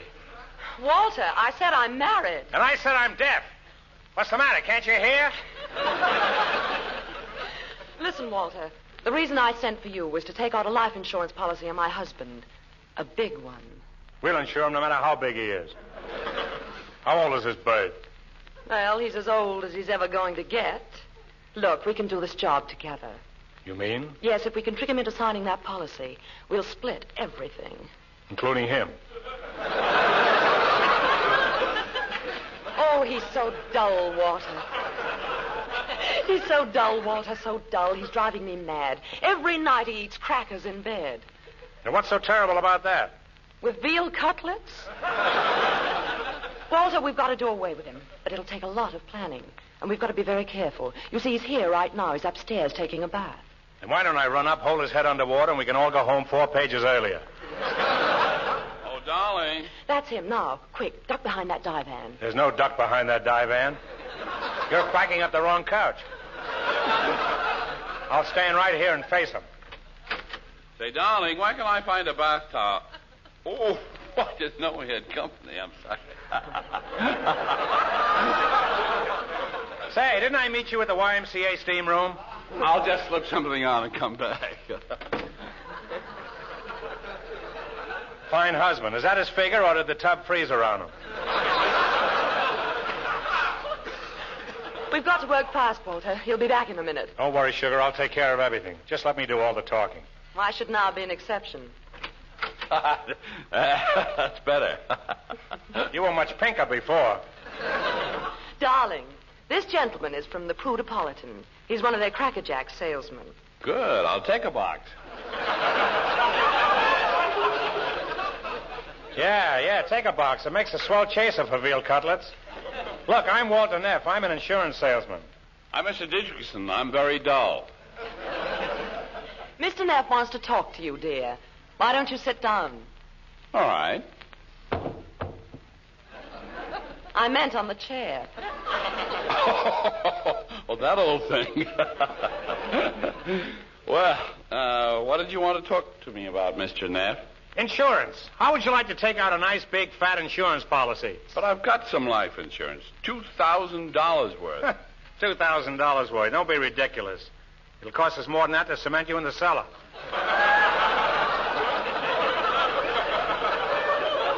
What's that? Darling, Mr. Neff is just making you a concrete proposition. Where's that policy, Mr. Neff? Here's a nice one for $500,000. $500,000? My life isn't worth that much. Well, to us it is. Go ahead and sign it, Dull. Go on, you big, beautiful doll. Now, just a minute. I'd like to know what kind of firm I'm dealing with. Is it an old company? Old? Why, we're the oldest insurance company there is. Just to give you an idea, we still have a clause that protects you in case you hurt your tail while swinging from a tree. Well, I wouldn't be interested. I've got a tree. It's better that way. Well, if you got a swing.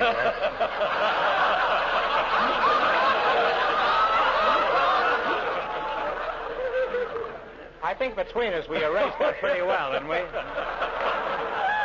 Gosh, it's kind of chilly in here. I think I'll stand over here by the fireplace.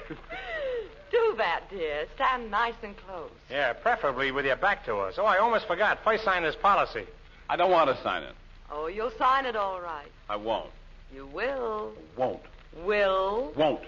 Will. Won't. Does your dog biscuit taste different lately?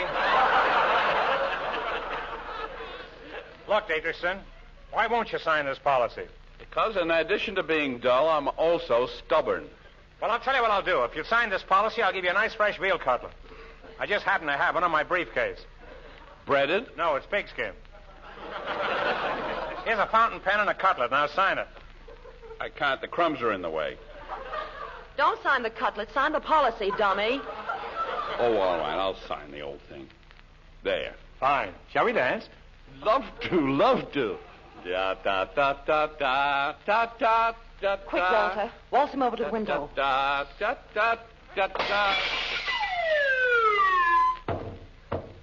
You've got a victory garden down there. Your turnips are mashed. Come on, let's get out of here. Okay, we'll use my car and drive him to the railroad tracks. Hurry. Hey, look, this is a pretty good break. You fell right into the back of the car. Get in. I'll drive. Make it snappy. Step on the starter.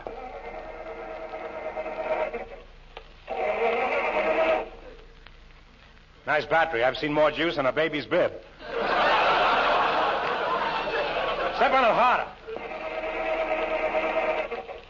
Oh, darn this battery. I don't know what to do. Why don't you turn on the ignition? Shut up. You're dead. Besides, the ignition is turned on. Well, it's a good thing we're headed downhill. I'll just release the emergency. That's another good break. Ah, here we go.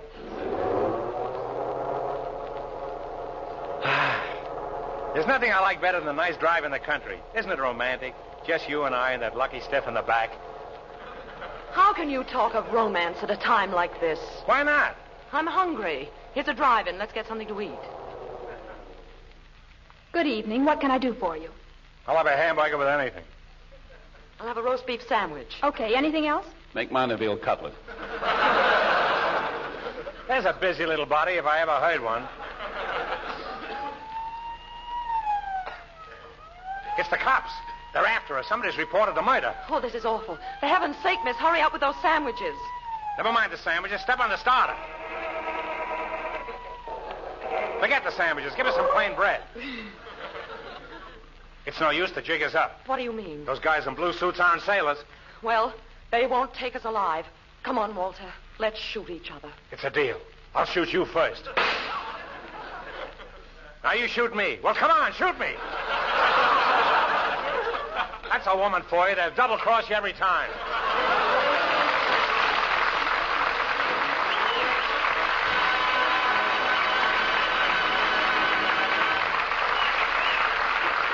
Thank you, Ida Lupino, Bob Benchley, and the butcher who lent us that veal cutlet. And now, will wonders never cease, beautiful Gloria DeHaven and talented Groucho Marx will blend their voices. I hope you like it. You better like it. A blend is the best you can get nowadays. Anyway, here's the trolley song. With my high starch collar and my high-top shoes and my hair piled high upon my head, I went to lose a jolly hour on the trolley and lost my heart instead. With my light brown derby and my bright green tie, I was quite the handsomest of men. I started to yen, so I counted to 10. Then I counted to 10 again. Clang, clang, clang went the trolley. Ding, ding, ding went the bell. Zing, zing, zing went my heartstrings. For the moment I saw him, I fell. Pardon me, sir. Haven't I seen you someplace before? I don't think so. I've never been anyplace before. I spent all my time in this trolley. All your time? I was born here. I'll never forget that day. My mother was on the way to the hospital when all of a sudden the car stopped. For what? A red light and me. It's been a grand life in this car, but I'm hoping someday to get a transfer. I'm dying to see what the Sunset bus looks like. You're wonderful. You're observant, and you're pretty, too. I like the way you got your hair piled high up on your head. Ever think of combing it? Well, it isn't all my hair. I've got some rats. You've got some rats what? Never mind. I don't love you for your high hair. I don't love you for your high starch collar. And I don't love you for your high shoes. Say, if you get any higher, you'll have a hangover in the morning.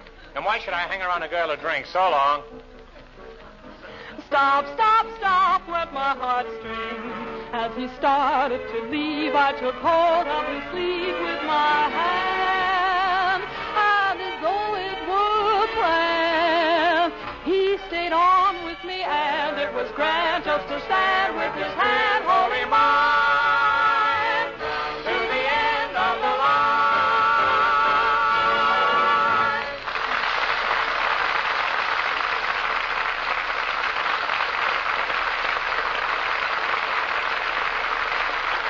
Well, fellas, that brings us to the end of another mail call, and a good thing, too, because a man from the Motion Picture Academy has just come in. He wants the Oscars back.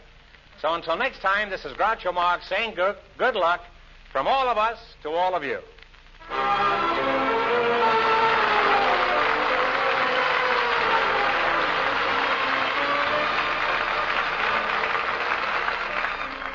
Signatures to this mail call letter include Groucho Marx, Robert Benchley, Ida Lupino, Gloria DeHaven, Carlos Ramirez, Gene Krupa, Leon Velasco, and yours truly, Harry Bonzell. This program was arranged with the cooperation of the Hollywood Victory Committee. Another mail call will be coming your way the next time you hear... This is the Armed Forces Radio Service.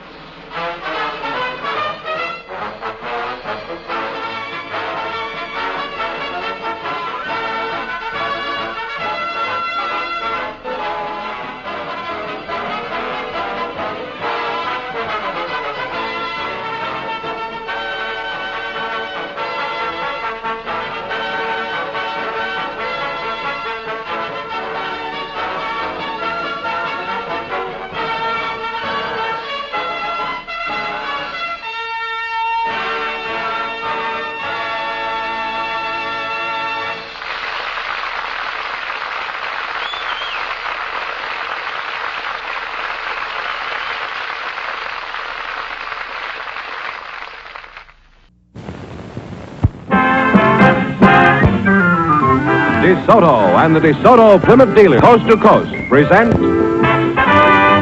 Groucho Marx in You Bet Your Life.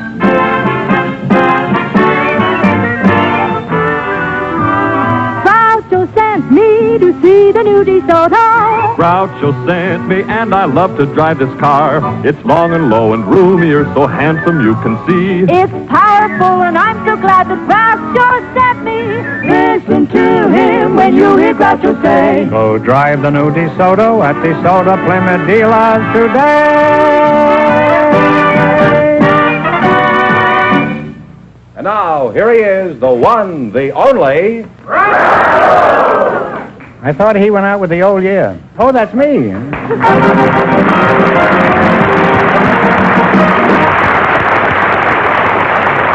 here I am again with $1,000 for one of our couples, and if any of them say the secret word, the duck will fly down and pay him $100. The word tonight is water.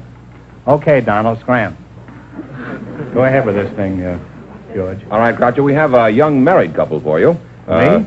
Well... You mean for each other? Yes, the young married couple are Sergeant and Mrs. Sylvester Nelson. Folks, would you come in, please, and meet Groucho Marx. Welcome for the DeSoto Plymouth dealer. Say the secret word, and you'll take home an extra $100. It's a common word, something you find around the house. Sergeant Sylvester Nelson. That's I right, take it sir. you're a Marine, judging by the uniform. Is that right? That's right, sir. Uh-huh.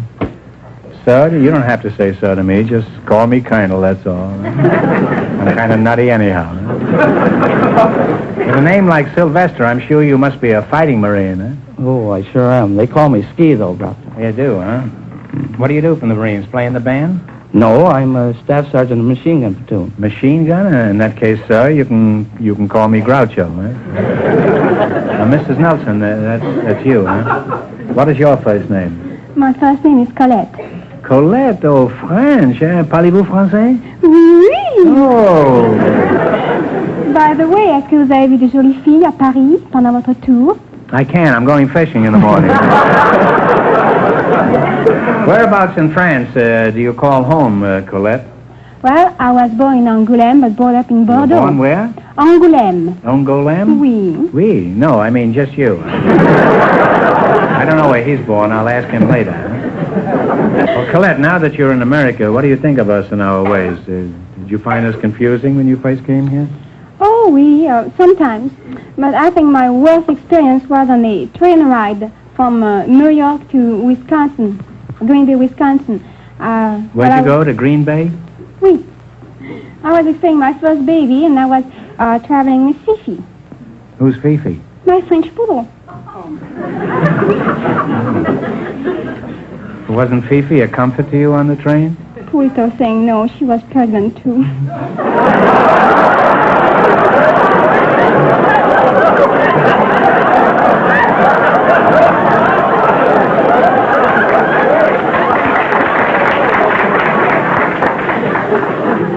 Well, that shouldn't have upset you. I once had a berth on a train myself. That's a pretty old joke, Colette, what I just said. Don't you think it's funny? I had a berth on a train. Which joke? Didn't you hear the joke? I said, don't let it upset you. I once had a berth on a train. I had upper 8. I don't understand. Well, I don't think I can explain it to you. Sylvester, why don't you explain it to her? Huh? Well, he was going to have a birth on the train. He had a birth. He was going to sleep, but you're going to give birth to a baby. And Okay. Hips are on. Explain the rest of it later, Sergeant.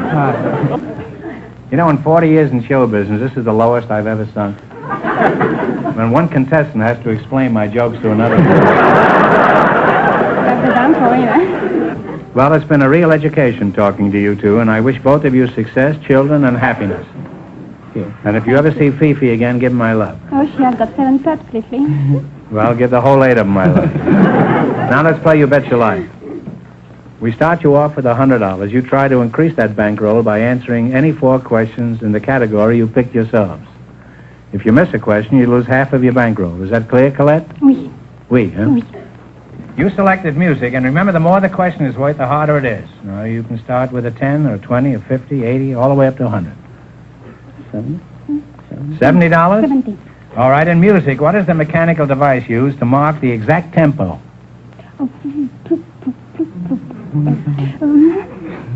Sure is what it's actually called. What is it in French? You can see what you can. What is it in Hungarian? Well, I'm sorry. It's a metronome. Metronome, oui. Oh la la. Well, you still have half your $100. You What have is $50. what is ooh la la in French? Sorry. Here. All right, now don't get discouraged. You've got a long ways to go. You still have $50. Now, what are you going to try this time? 80. All right. A. Seymour Brown and Nat Ayer wrote a song back in 1911 that keeps popping up regularly. I'm sure you can identify it. Now, you listen. Okay, Jack.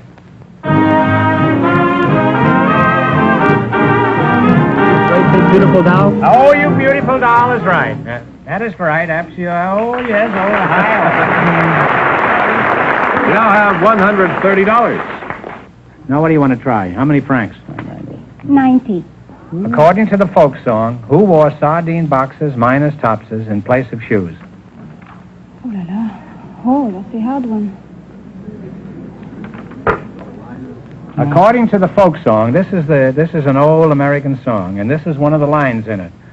Who wore sardine boxes minus topses in place of shoes? Do you know, George? Yes, I think I do. Tell it to him. Clementine? My darling Clementine, that's right. You win $50, George. But unfortunately, you lost half your $130. You now have $65. All right, now here's your last chance to beat the other couples, and don't be discouraged. 100? That's the hard one. All right. There you go.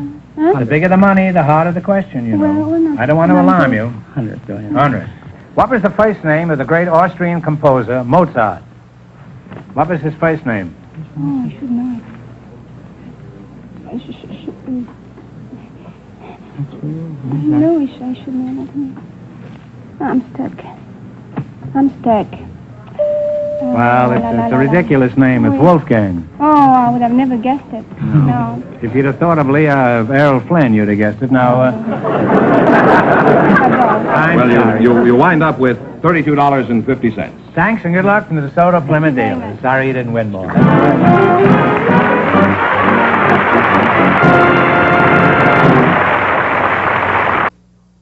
A young lady with a very interesting job, Miss Marilyn Pierce.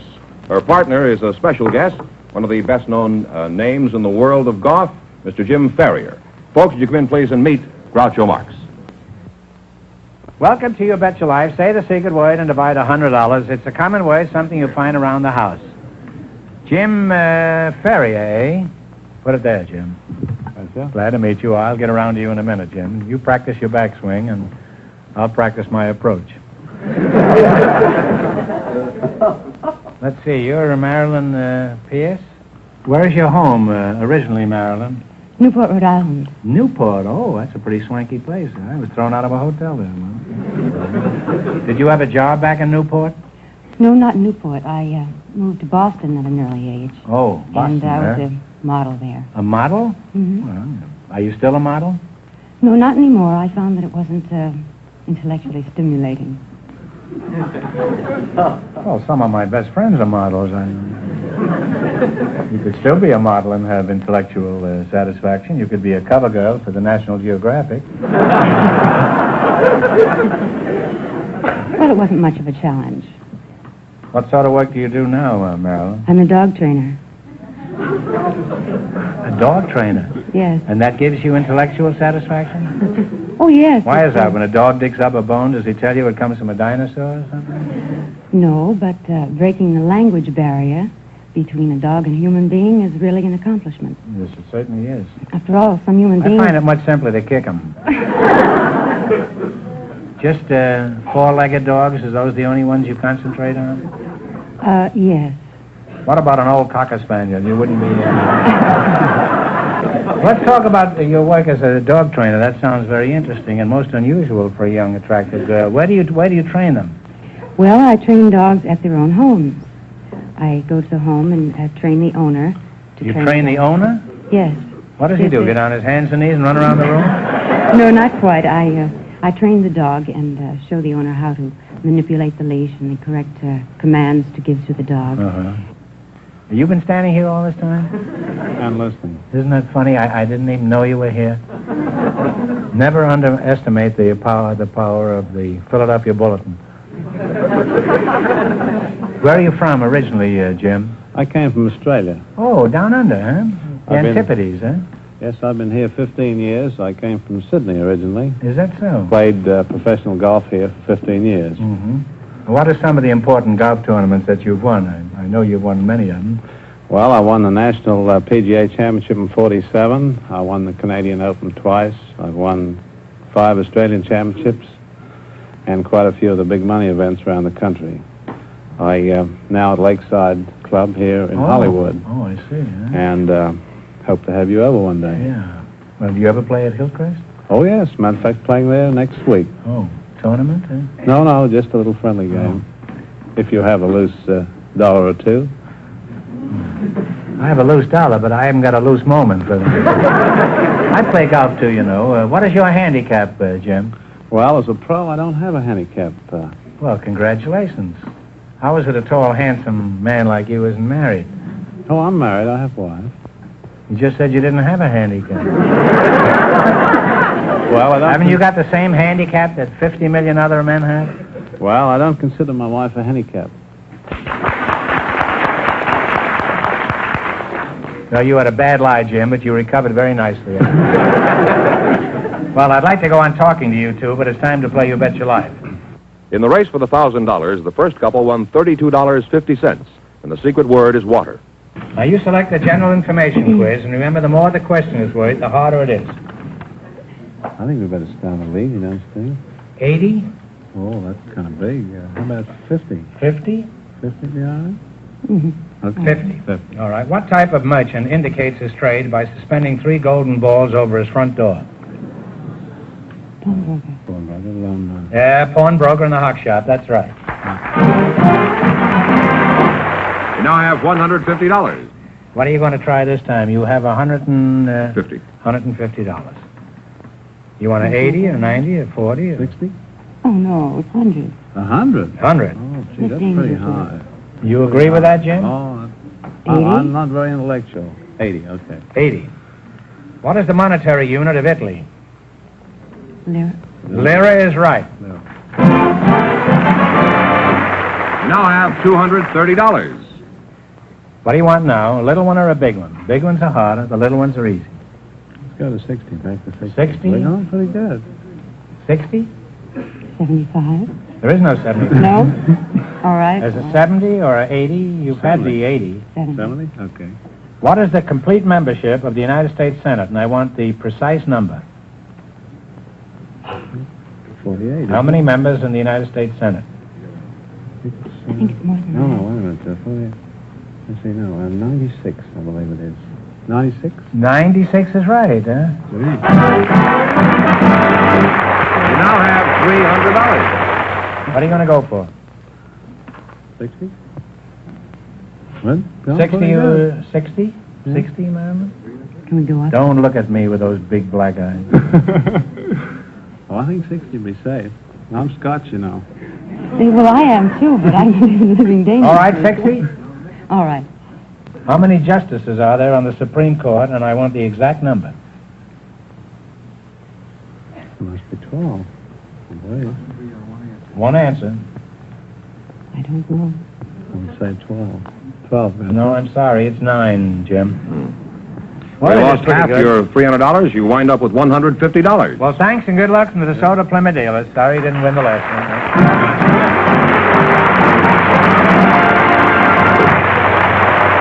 Groucho, we invited some school teachers to the show tonight, and just before we went on the air, our studio audience selected Mrs. Evelyn Sorrells. Her partner, Mr. Floyd Humiston, has an unusual occupation. So, folks, you come in, please, and meet Groucho Marx. Welcome, welcome to the DeSoto Plymouth dealers. Say the secret word and divide $100. It's a common word, something you find around the house. Isn't she cute? Evelyn Sorrell, and Floyd Humiston. Evelyn, I'll start with you because you're a girl. You're a teacher, is that right? Yes. Oh, what a nice little teacher, huh? Where are you from, Teach? I teach at El Monte. Are you married? Yes, my husband goes to Caltech. Oh. Well, I'm sorry to hear that. Floyd Humerson, huh? Yes, sir. How old are you, I'm Floyd? I'm 24. Now, Mr. Fenneman says you have an unusual profession. What do you do, Floyd? Well, with a name like Floyd Humerson, I should guess you're a flute player with the Philharmonic. What do you do? Well, I train lions, Groucho. What was that? I train lions. You mean the van and storage company? No, the kind that eat meat. How long you been doing this kind of work, Floyd? About half an hour? No. People say anything to get on this show. Trains lines. He probably sells pencil sharpeners or something. I could use one. My head has been coming to a point lately. Well, my father was a lion trainer, and so I've been at it since I've been about 8 years old. What did you do? Did you start training mice first when you were a kid? Well, no, just being around them. You say your father was a lion tamer? Yeah. What happened? Did he collect a severance pay? No, he's retired. He's in the termite business now.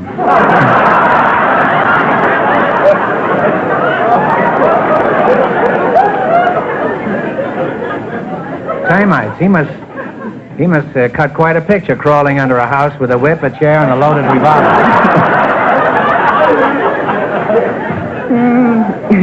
Where did he find these termites? On the lion? Well, I don't actually know. I've been worked with him a little bit, but was your mother in the animal training business too? No, she was an aerialist with the circus. Flying in the air? Yes. Well, that sounds like a typical American family, doesn't it? He trains lions, his father chases termites, and his mother swings in the air. That's what you call the ideal American home. Must be very restful around there around dinner time. Do you have any brothers and sisters, or does the lion do away with them? Yeah, I have a half-sister, Groucho. You have a half-sister? Yeah.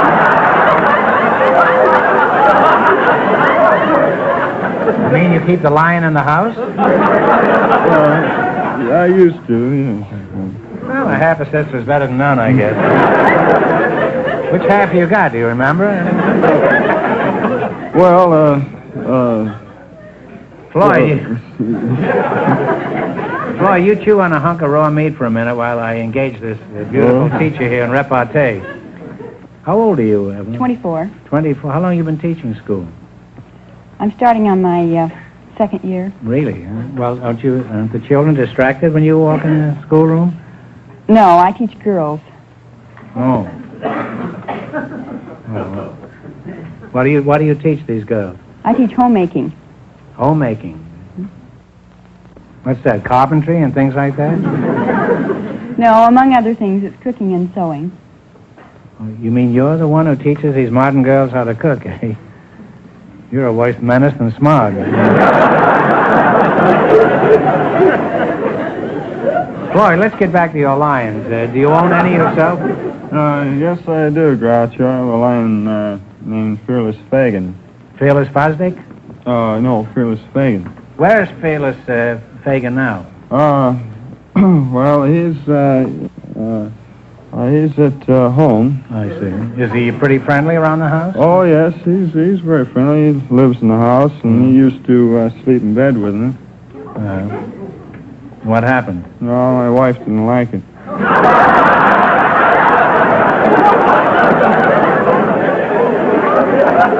Well, I think there's some justification for that. I think you should have got her a lion, too, huh?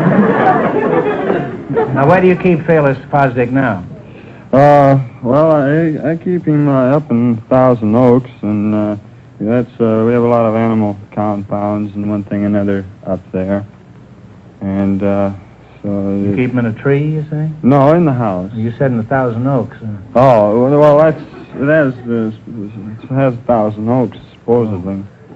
Unless they might have cut one down. What a... Is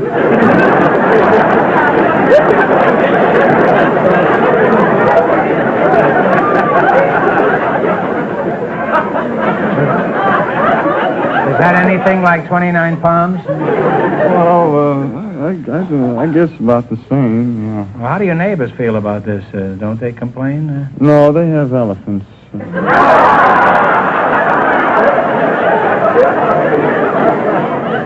Well, that I can understand. Having an elephant in the house is logical, but having a lion, that's ridiculous. You must live a rather interesting life, Floyd, with a lion in the house. What do people say when they ring the doorbell and the lion answers? Oh, well, not too long ago, why, we have the Dutch doors in our house, you know, the kind that open up one at a time. And so... what do you mean, open up? Well, you know, it's kind of used to have in barns, you know, where they sawed them in half, you know, where the bottom part opens up and then the top part opens up. This is like your half-sister, huh? Well, anyway, so this Fuller Brushman, he came up to sell me some brushes, and so I was talking to him, and so Fagin stuck his head out over the door and top of the door, and so I still have the man's brushes and briefcase.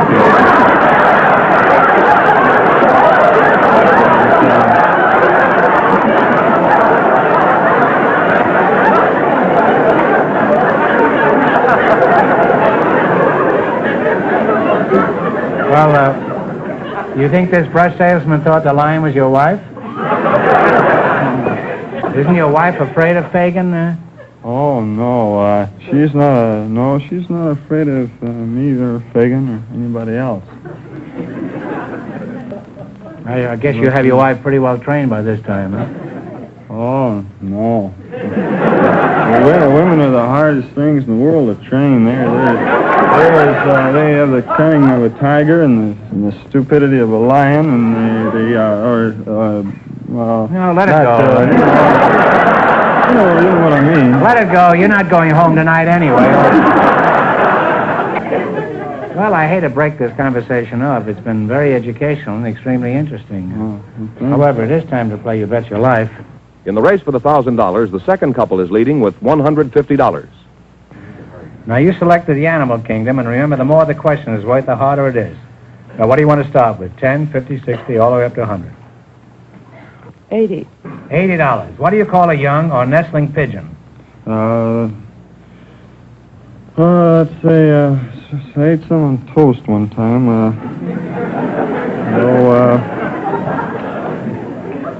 I hope they agreed with you. Squab. Squab is right, yes. You have $180. Now, what are you going to go for? 90. 90. What kind of an animal is a Flemish giant? Flemish giant. That's a fowl, if I'm not mistaken. Flemish giant. Let's see. Guess.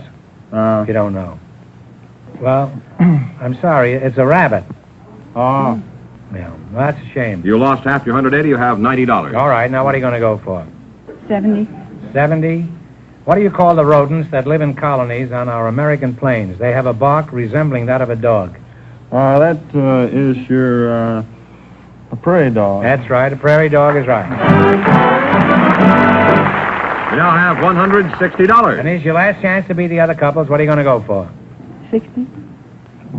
60? What are teals, golden eyes, and canvasbacks? Teals, golden eyes, they're ducks. That's right, ducks is right. And you wind up with $220. Thanks, and good luck to the DeSoto Plymouth dealers. Thank you.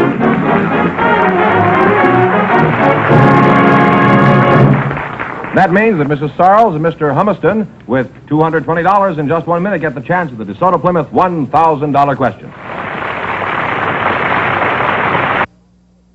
Mrs. Sarles and Mr. Humiston all set for the DeSoto Plymouth $1,000 question. All right, here we go for $1,000. I'll give you 15 seconds to decide on a single answer between you. Think carefully and please no help from the audience. One of the most famous cartoon characters of the last 40 years is the Timid Soul, created by H.T. Webster. For $1,000, what is this painfully timid character's name? Talk it over. Old friend of mine.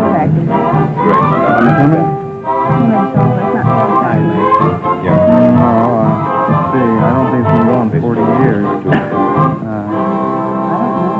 All right, what is the answer you two have decided upon? I'll take a long guess. It wouldn't be sad sack, would it? No, it's Casper Milk Toast. Oh. So that means the big question next week will be worth $1,500. Well, they lost the big money, but how much did they win the quiz, George? $220. Well, thanks and congratulations to both of you and to all of our contestants on the show tonight.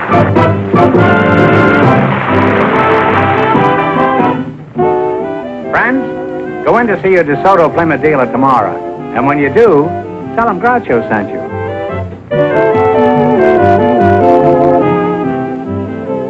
Be sure to tune in next week, same time, same station, for Groucho Marx in You Bet Your Life on television. On radio every Wednesday night. And don't miss the big Chrysler Corporation TV show each week on another network.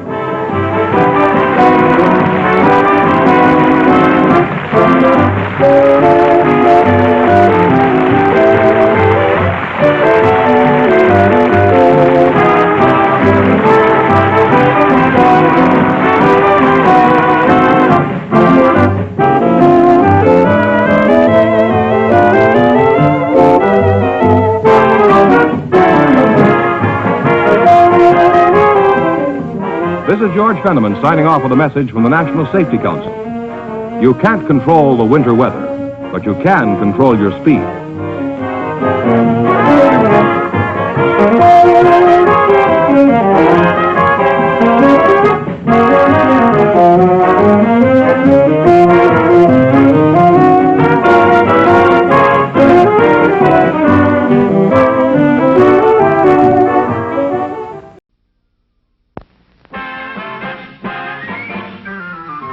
DeSoto and the DeSoto Plymouth dealers, coast to coast, present Groucho Marx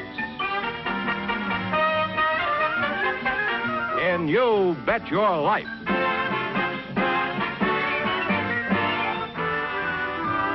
Groucho sent me to see the new DeSoto. Groucho sent me, and I love to drive this car. It's long and low and roomier, so handsome you can see. It's powerful, and I'm so glad that Groucho sent me.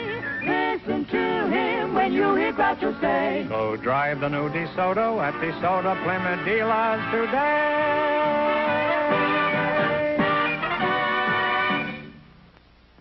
And now, here he is, the one, the only... Oh, brother, what I know about him. Oh, that's me.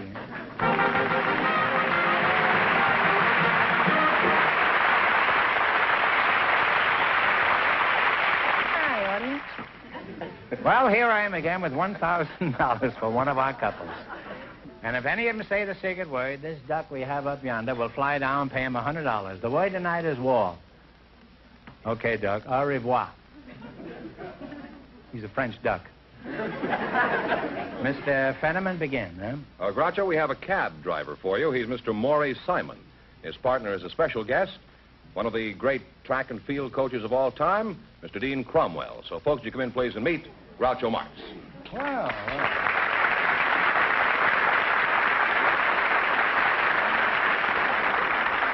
Welcome, welcome. For the DeSoto Plymouth dealer, say the secret word and divide $100. It's a common word, something you find around the house. Dean Cromwell, eh? Anybody who reads the sport pages know who you are, Mr. Cromwell. You're a fine-looking fellow, Dean. How old are you? Well, my friends have been telling me for the past 20 years that I am 55. Well, you don't look any older. Do you have any rules for keeping in such good condition? Yes, sir. Groucho, do not have any minor vices. Don't smoke, nor drink, nor use swear words. No profanity, Groucho, no profanity. Well, those are admirable qualities, Dean. I don't use profanity either, unless, of course, I have to give up smoking. Now, let's see. Who are you again? I'm Maury Simon, Mr. Marx. Maury Simon? That's it. I see. Where are you from, Maury? I was born behind a dairy that my dad owned in Cleveland, Ohio. Are you a baseball fan, Maury? Oh, I'm more than just a baseball fan. I used to work at the Cleveland Indian ballpark. I used to sell peanuts and popcorn and ice cream. Would you like to hear how I yelled? I used to vend Well, I'm not crazy about it, but I mean, if it's an overwhelming desire you have, why, tear loose. Here's the way you feel. Peanuts, popcorn, crackjack, fried meat in every pack. Then I used to have another one. No wonder they lost the World Series. There's another one I used to have. I used to sell ice cream. Did I say that? I had to go. Sure. Ice cream, you scream, we all scream for ice cream. Bicker Telling's honey-coated ice cream here. Cooling and refreshing. Enjoy the game of ice cream. Was this written by Robert Browning? Do people holler like that around where you work, Dean? No, Peanuts? they're very, very quiet because my sport is individual sport. I see. Well, let's get back. You've been track coach at USC for 30 years, haven't you? 40 years, Groucho. Oh, well, my watch has stopped. Does the track coach give the boys a pep talk like they do in football in order to steam them up to win? I always did, Groucho. Yes, I told each one of those boys that he was a champion. I called him champ. Told him that he was going to be better tomorrow than he is today, that next year he's going to be better than this year. Continually keep that word champion in front of him. Well, did you tell them this collectively? Individually. And in the meantime, you keep them relaxed. Well, how do you do that? Do you hit them with a baseball bat or something? Talk to them gently. Oftentimes you can tell them a short story. Funny stories? You know, it'd better be funny if you're going to keep them relaxed. Could you tell us one of these funny stories? Uh-oh. If the audience goes to sleep, we'll let Maury sell some more peanuts.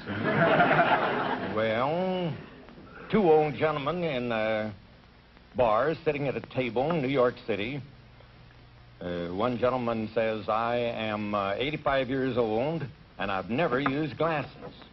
The other one said, why? And he says, I drink my liquor from a bottle.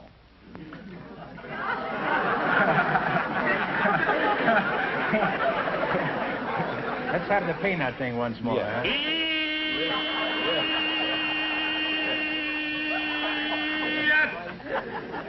He not only sells them, he steams them. And the other old gentleman says... Oh, this is over. The other old gentleman says... Oh, I'm sorry, Dean. I thought that was all there was to it. Oh, this is... we're still going with the second one. Oh, I see. The other one says, I'm 86 and I have you beaten. I am 86 years old and I've never done a day's work in my life. But they got even with him. He died shortly after. They cremated him, put his ashes in an hourglass, and he's been working ever since.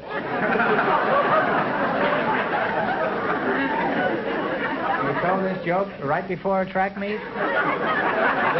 Well, that joke would make anyone run fast. Yeah. Including the person who told it. Dean, who are some of the famous... I like that joke. Thank you, Groucho. It's not funny, but it's sincere. Well, Dean, who are some of the famous athletes you've helped to develop over the years? Three of the greatest sprinters the world has ever seen, Groucho. Charles W. Paddock, the first of the fastest humans, and then Frank Wyckoff, the next of the fastest humans that defeated every sprinter in the world, and then lastly, Melvin Patton, who now holds the world's record in the 100 yards and the 220 yards. And then, of course, the heavenly twins, Earl Meadows and Bill Sefton, that broke the world's record in the pole vault on an afternoon about 2 minutes apart. Well, you've got quite a record. You were the coach of the United States Olympic team, weren't you, a few years Yes, sir. back? I was in London in 1948, an assistant coach in Amsterdam in 28, Los Angeles 32, Berlin in 36.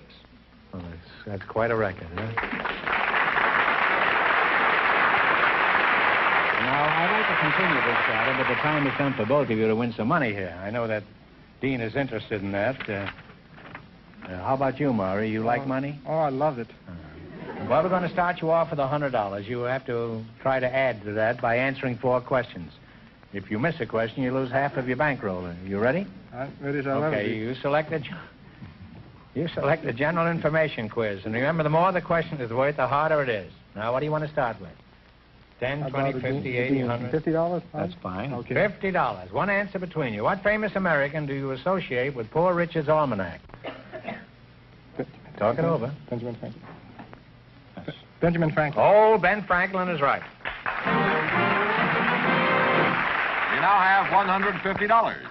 Okay, now what are you going to go for? Yes, we 60?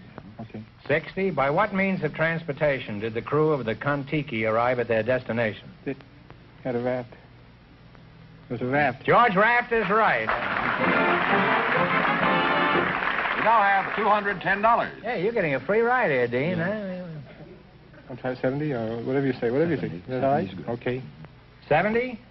What instrument is used to determine the altitude of an airplane? Altimeter? That's close. You now have $280. Well, you're climbing. Is your last chance to beat the other couples. What are you going to go for? Safe and make it 40. $40. 40.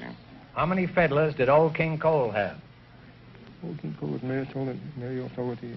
Fiddlers 3. Well, Fiddlers 3. You are absolutely right. 3 fiddlers is right. And you wind up with $320. Thanks and good luck from the DeSoto Plymouth dealers. Thank you, Dean.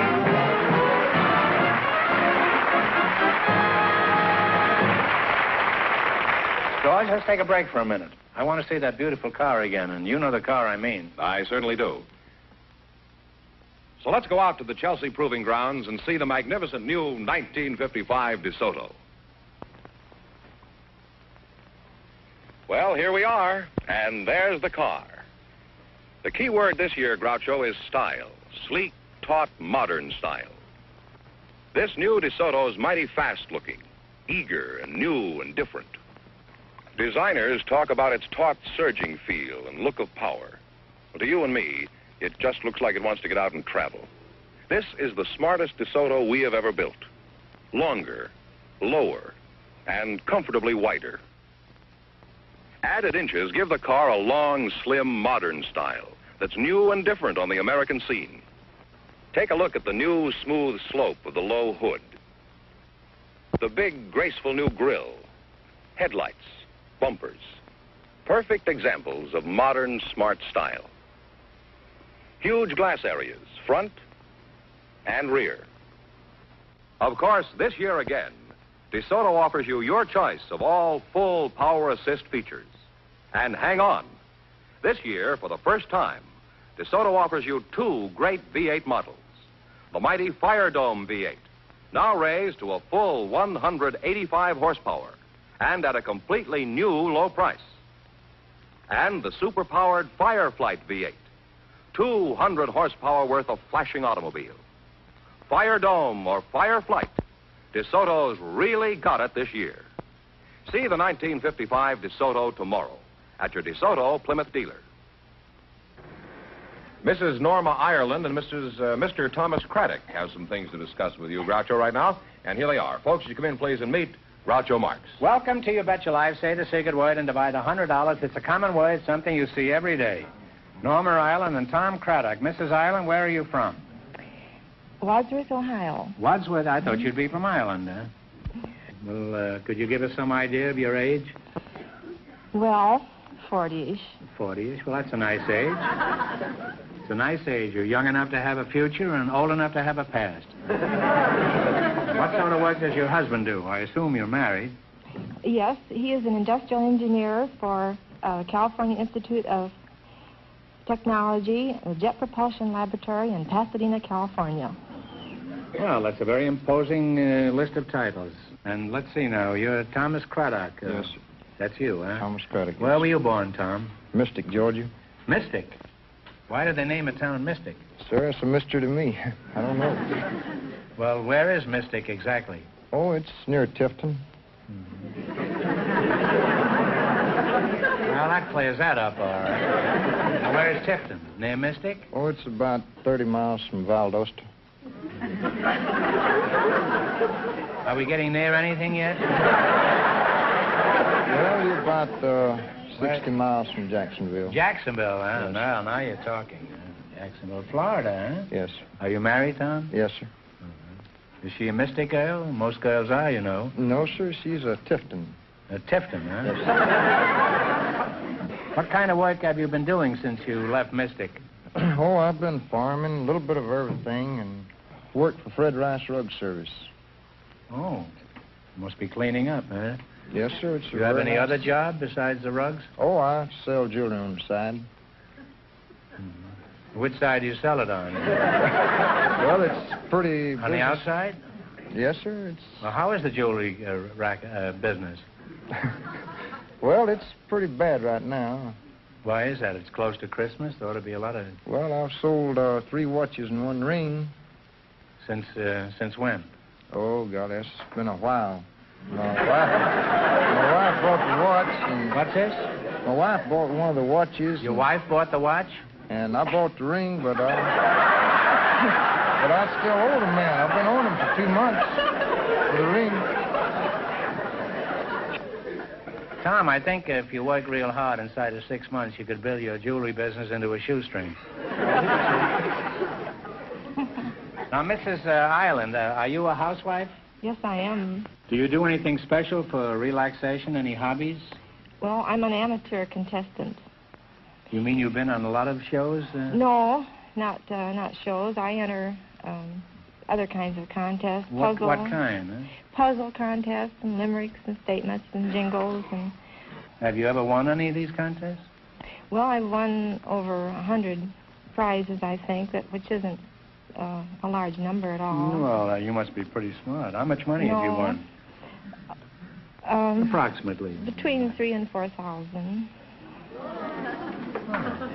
What are some of the prizes you've won? You probably have 300 electric toasters at home. No, I'm not that good. You have 200? Would you be interested in buying a watch here from me?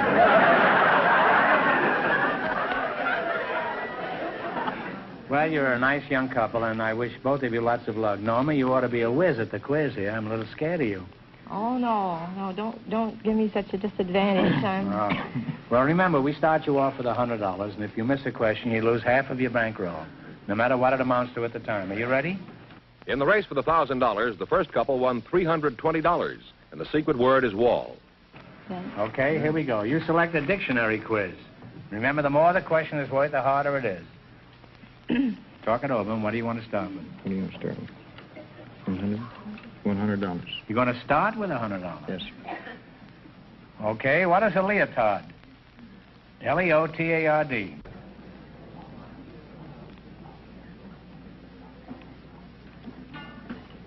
Come on. A slow person or individual? No, it's a form-fitting garment worn by ballet dancers. Well, you lost half your original 100. You now have $50. Well, don't get discouraged. What are you going to go for now? 90. 90? Okay, what is a lexicon? Lexicon. Dictionary? Dictionary? Dictionary is right. Dictionary is right. We now have $140. Now what? 80. What do you call the blanket or shawl worn over the shoulder by some of the people of Mexico?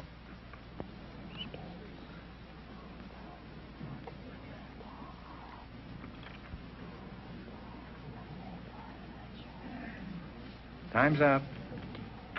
Mandela? Mandela? No, it's a serape.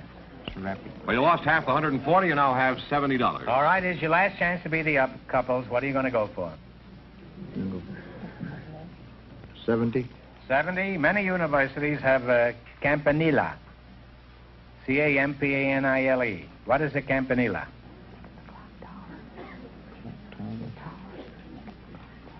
Is it a tower, clock tower? Well, that's close enough. It's a bell tower or a steeple, but we give you...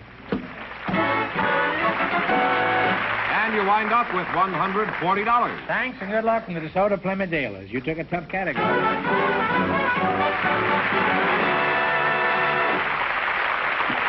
Groucho, we invited a married couple to come to our show tonight. Always married couples. And if Reverend and Mrs. Carl Doss will come in, I'm sure you'll discover some pretty unusual topics of conversation. So, folks, you come in, please, and meet Groucho Marx. Welcome, welcome for the DeSoto Plymouth dealers. Say the secret word. Say the secret word and take home an extra $100. It's a common word, something you see around the house. Reverend and Mrs. Carl Doss, eh? I don't think we've ever had a minister on the show before. Not really a coward, but I just may let you do all the talking here tonight. Where are you from, Reverend? Is that what I should call you, Reverend? Call me Carl. Carl, huh? I was Carl, born in Reverend? No, just leave the Reverend off. Okay. I was born in Long Beach, grew up in Southern California. Oh. And Mrs. Dodd, what is your first name? Helen? Helen. Well, that's good. Where's your church, Carl? At the present time, I'm not serving a church. I'm lecturing and preaching on invitation in churches throughout Southern California. Oh, you're sort of a guest conductor, huh? Yeah. How long have you been married, Helen?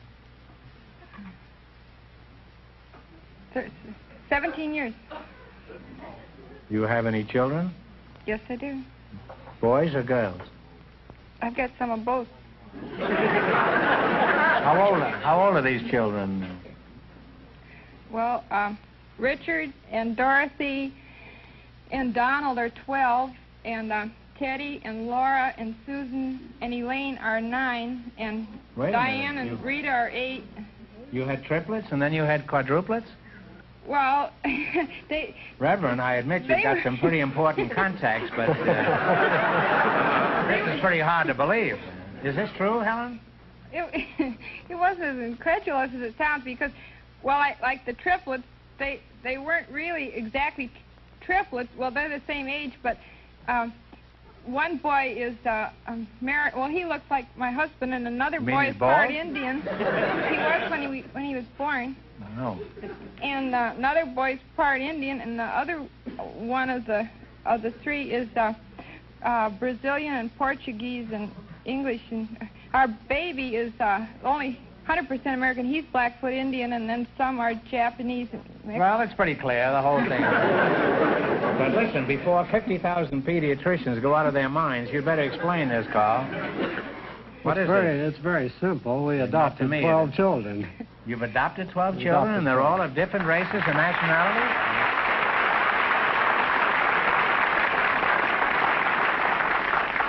And they're all of different races and nationalities? Yes. I'm speechless with admiration. I think you should get the handshake, really. Huh? You have to do taking care of them, eh? Well, do the racial differences present any problems, Helen? Well, the children don't really realize... well, they know it theoretically they're different, but it doesn't make any difference. For instance, the two oldest boys always play cowboy and Indian, but the blonde, blue-eyed boy always plays the Indian, and the Indian always plays the cowboy. And when they must have fun chasing each other, eh? Well, that's wonderful. I'm sure there must be a story behind these youngsters, Carl. Could you tell us how all this happened?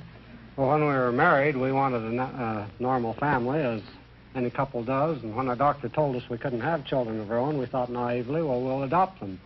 And then we discovered that for every normal, blue-eyed, blonde-haired youngster, there were a dozen or more couples waiting for that child, but that the mixed-race children were classified unadoptable because neither race wanted them. So we started taking mixed-race children.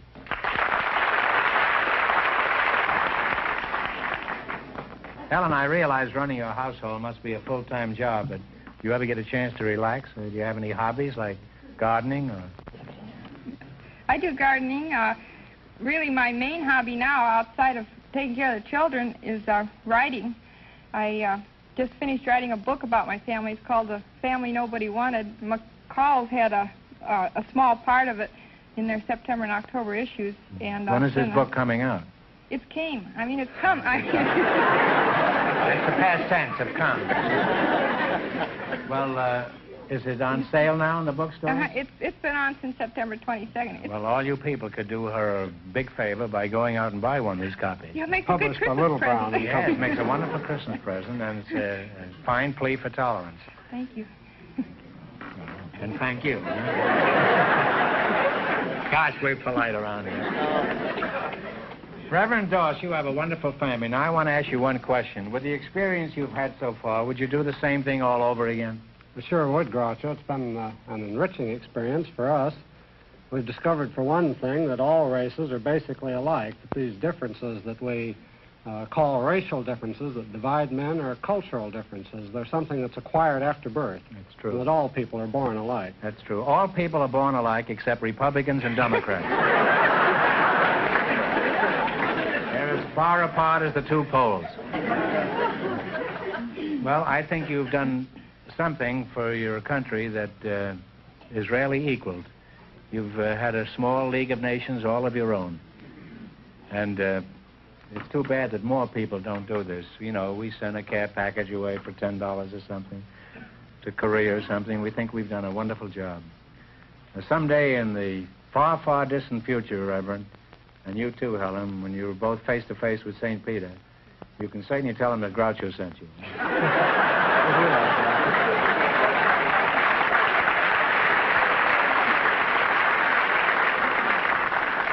Well, it's time to win a lot of money, and I think everybody in our audience, all 50 million of them, they're all pulling for you, and that probably even includes the other contestants here tonight. All right, this is a dictionary quiz. In the race for the $1,000, Dean Cromwell and his partner are still leading with $320. Well, all right, what do you want to start with? $50, 60, 80, 100, 10, easy ones? Let's live dangerously. All right, what do you call the front or face of a building? Elevation. Front elevation. No, it's called a facade. F-A-C-A-D-E. You lost half your $100. You now have $50. Oh, come on now. Enough of this nonsense. What are you going to go for now? 90. 90? What is the word for a remedy given to counteract the effects of a poison? Antidote. Antidote is right. You now have $140. All right, now what are you going to go for? 80. 80? What do you call the sheath in which the blade of a dagger is enclosed? Scabbard is right. You now have $220. 70. You've had 80, 90, and 100. Now you're going for 70? What do you call... 70? What do you call the strips of wood that make up the sides of a barrel? Staves. Staves is right. And you wind up with $290. I'm a little crooked tonight, but I couldn't help it. Thanks and good luck, Mrs. Soda. You did pretty good.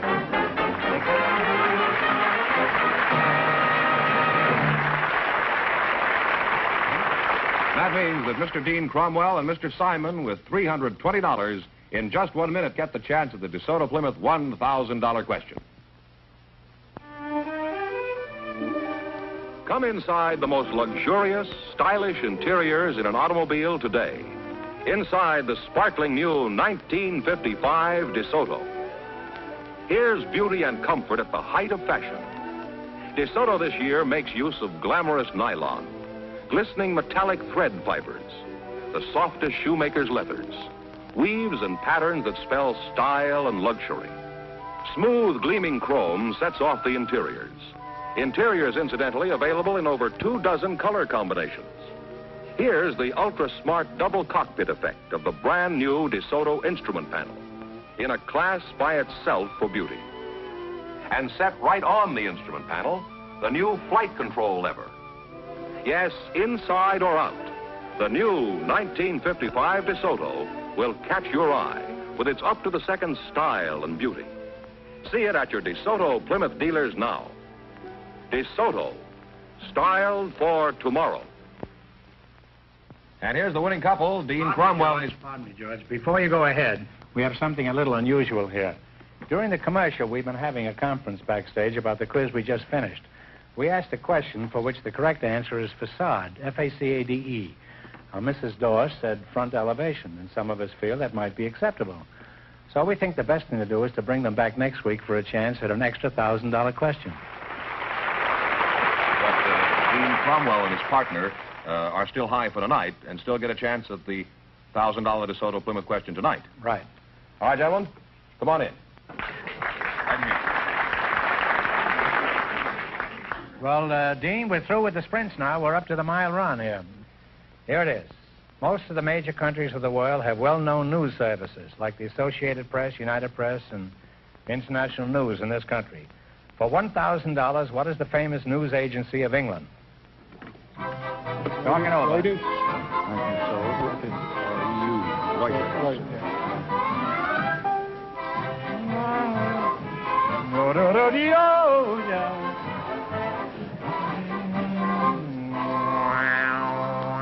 What is the answer you two have decided upon? Reuters. Reuters is absolutely right.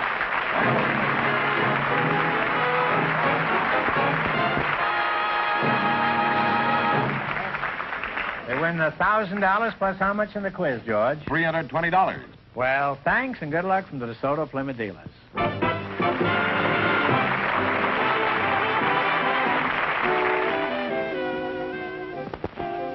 Friends, go in to see your DeSoto Plymouth dealer tomorrow.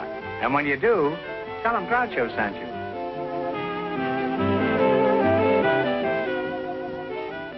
Be sure to tune in next week, same time, same station, for Groucho Marx in You Bet Your Life on television. On radio every Wednesday night. And don't miss the big Chrysler Corporation TV show each week on another network.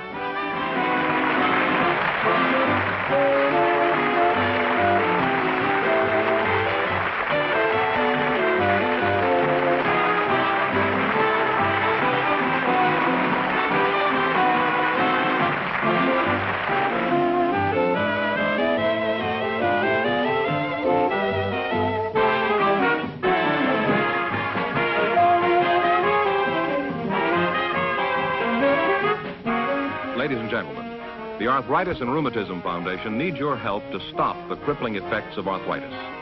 Send your contribution to Arthritis, care of your local postmaster.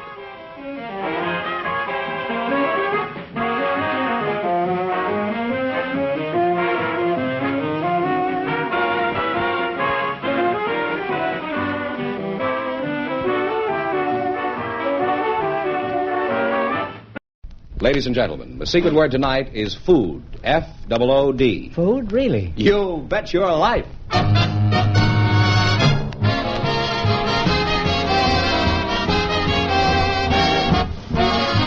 It's Groucho Marx in You Bet Your Life, the comedy quiz series produced and transcribed from Hollywood.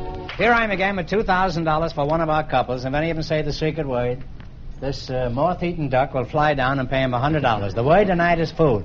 George, proceed. Well, Groucho, we have a couple of young single people for you tonight, and they've never met each sex? One of each. Oh. And they've That's never... a good arrangement. And these people have never met each other. You don't often see that anymore. These two young people have never met each other before tonight. And their names are Miss Barbara Schmidt and Mr. Mario DeRay. So would you come in, please, folks, and meet Groucho Marx. Say the secret word and you'll divide $100. It's a common word, something you find around the house. Barbara Schmidt and Mario DeRay A. How old are you, Barbara? I'm 18. 18, huh? A lovely age for a girl. In fact, it's a lovely age for a woman of 40. You're not married, are you, Barbara? No, I'm not. You're not. Are you engaged? No. Completely free agent? I'm completely unattached. Is that so? You mean your zipper's broken? Well, something's holding you together, and I wish it was me. Where are you from originally? Heaven? Originally, I'm from Albany, New York. Albany, huh? Yes, and now I live in Pasadena. Oh. Well, tell me, do you go to school, or do you have a job, or are you self-sustaining or self-supporting, or what? No, I go to school. I go to UCLA, and I'm majoring in English. Oh. Oh, that's pretty good. Do you speak it at all? Yes. Well, why did you come to California to learn English? Don't they speak English in Albany? Yes, well, I prefer the climate here in California. Oh. Mario, is that your name? Mario, yeah. Mario. You're not Mario Lanza, are you? No, I'm Mario DeRay. Are you related to Mario Lanza? No, but Al DeRay is my brother. He's related to Mario Lanza? No, he's my brother. Your brother's Aldo Ray? Yes. Well, congratulations. You're very lucky. Now then, who is Aldo Ray? He's a movie star. He's a movie star? Oh, movie Yes. star. The only movie star I know is Francis X. Bushman. Are you related to Francis X. Bushman? No, I don't know him. You're a pretty big brute, Mario, aren't you? I'm big, yes. Yeah. I'm surprised you don't play football. Why is it? I do play football. I play for the University of Southern California. I played there for 3 years now. You play with USC? That's just what I said. I'm surprised you don't play football.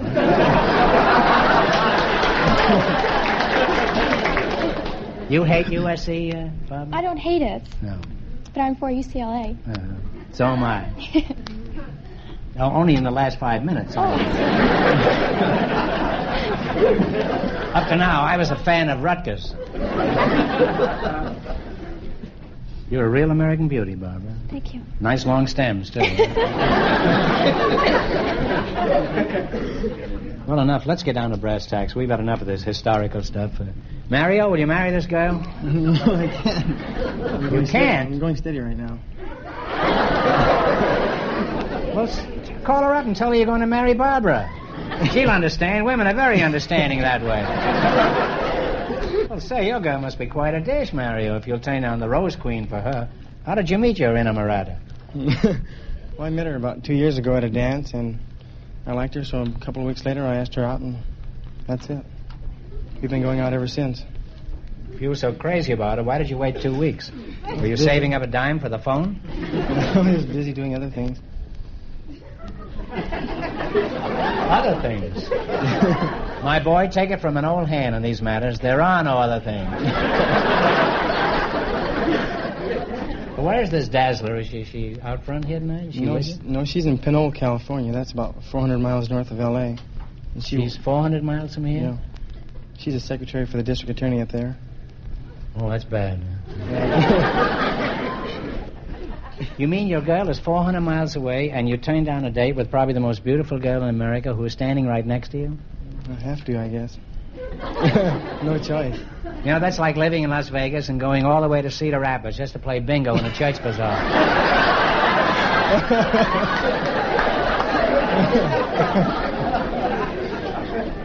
Well, you're an attractive couple, and Mario, if you're smart, you'll marry this girl as soon as she can support you. I forgot to ask you one question. Do you have a fella? No. Or did I ask you? No, Why you not? didn't. Well, I have many fellows. Oh. Oh, I see. All right, let's play You Bet Your Life. I had a fellow wanted to meet you. It was me. You both know the rules of this swindle? This game? You selected the musical category. These are all top tunes of the last 20 years. And Fenneman. Just keep looking right here. Huh? You've got a family and you've got your own obligations. Okay, now what do you want to start with? 10, 20, all the way to 100. 100 or? Not that much. How much do you want? 50? 70? Let's make it 70. 70? 70. Okay, this song is from the score of the musical Knickerbocker Holiday. Now you give me the title.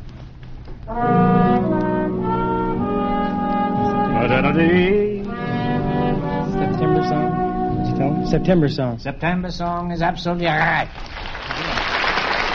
And we're off to a good start to have $170. Now, what are you going to take a fling at? Shall we go 75 or 80 or 80? We'll go 80. $80. Sammy Kahn and Julie Stein wrote this song about 10 years ago. What's the name of it? Play it.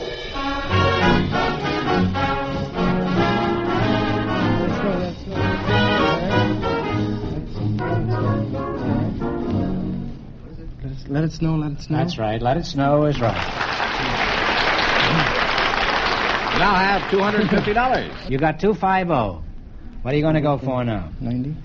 We'll go for 90. 90. This song was a big hit a few years ago. Let's see if you can identify it.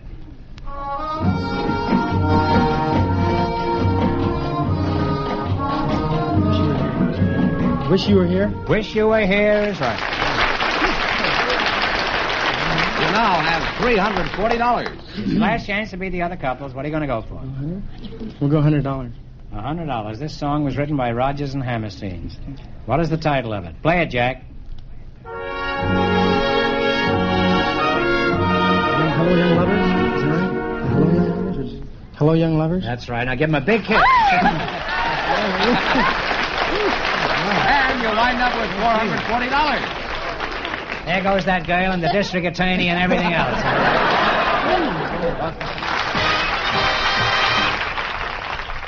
Well, Groucho, we have a man with an unusual occupation for you. He's Mr. Vern Lucius Cameron, and his partner is a housewife, Mrs. Mariana Ehrlich.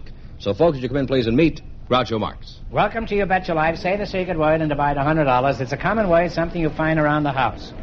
Mrs. Mariana Ehrlich and Mr. Vern Lucius Cameron. A couple of pretty fancy monikers there. Mariana, where are you from? I am originally from Czechoslovakia, and I came over friends in Portugal to the United States. You came with a friend from Portugal to the United States? I came with my best friend, my husband. Your best friend is your husband? Uh-huh. Well, that may be true in Czechoslovakia, but... Could you give us some idea of your age, Mariana? I'd rather skip that question. You'd rather skip it? Well, skip around here and then give us your age. I heard once Luella Parsons said that a girl who tells her age is liable to tell anything. Well, I expect to learn many other things out of you before we're through. What was your first impression of the United States when you arrived? Did you have any difficulties with our customs? I had difficulties with the language. I did not know a word of English, so I had to learn word by word. And then I found out the Americans don't always mean what they say, you know, like they say, well, I see you later, and I would wait faithfully. They would never show up anymore.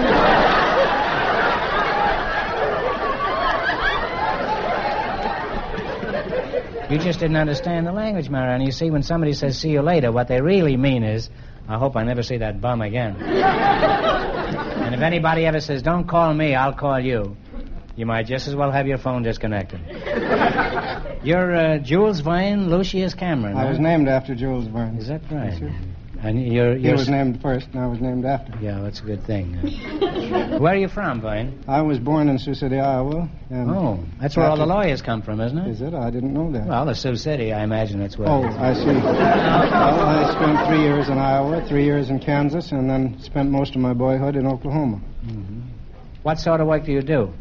Groucho, I'm a hydrologist.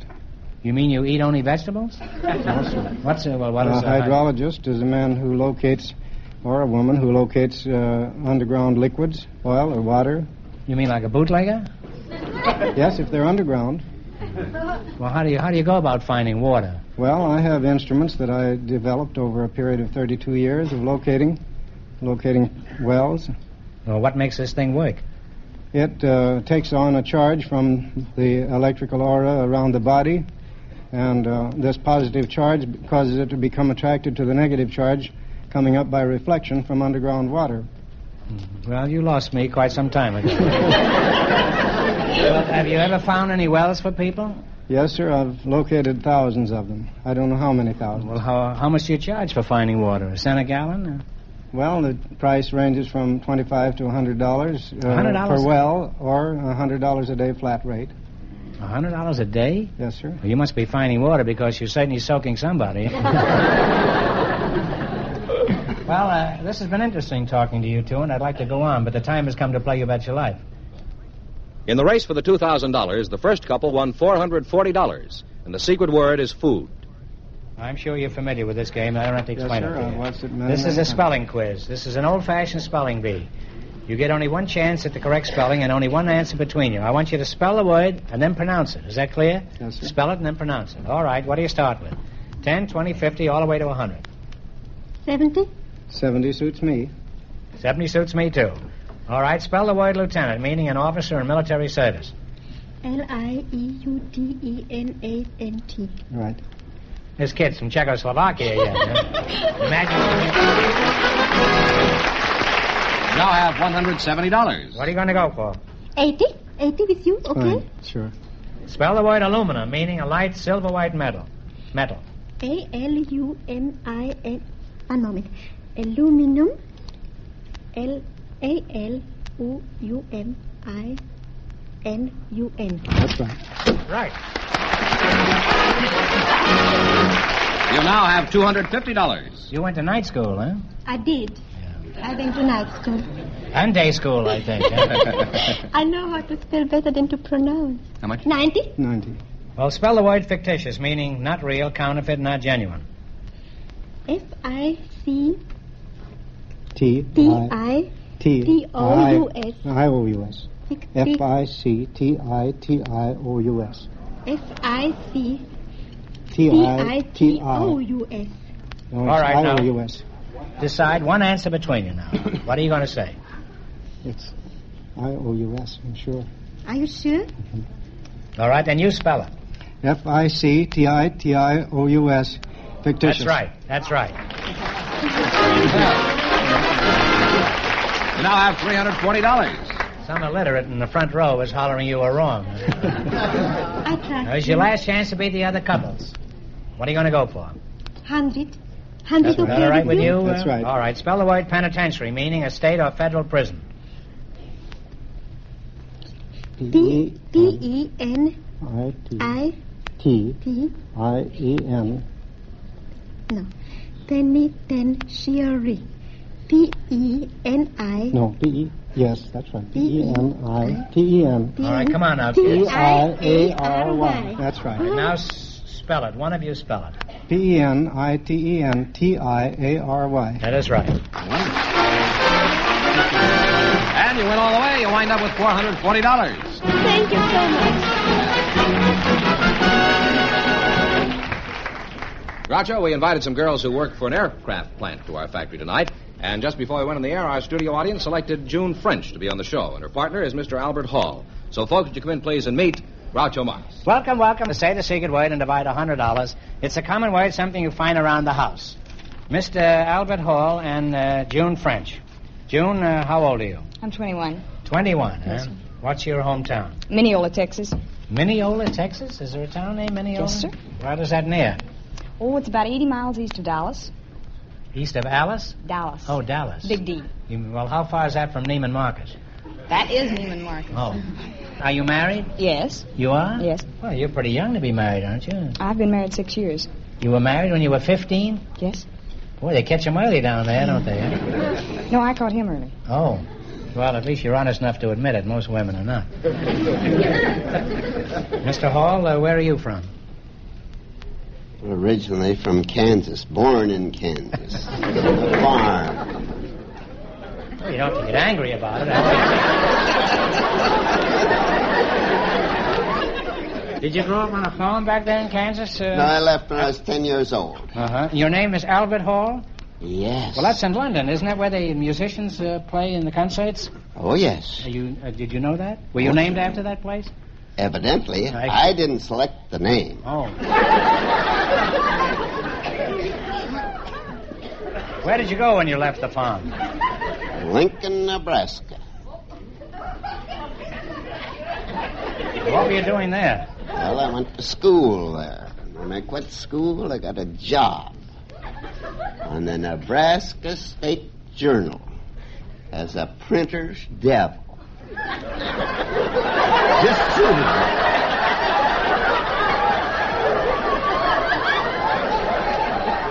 What sort of work have you been doing lately? Well, homicide? I came to Seattle and I got a job on the Seattle Times in the composing room. I see. And how long were you there?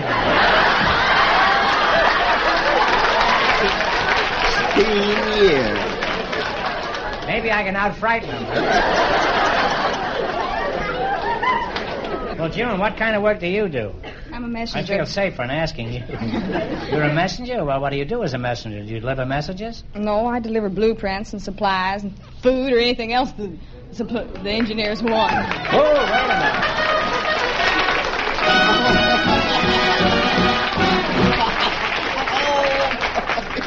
You said food, so you and Gargantua each get $50.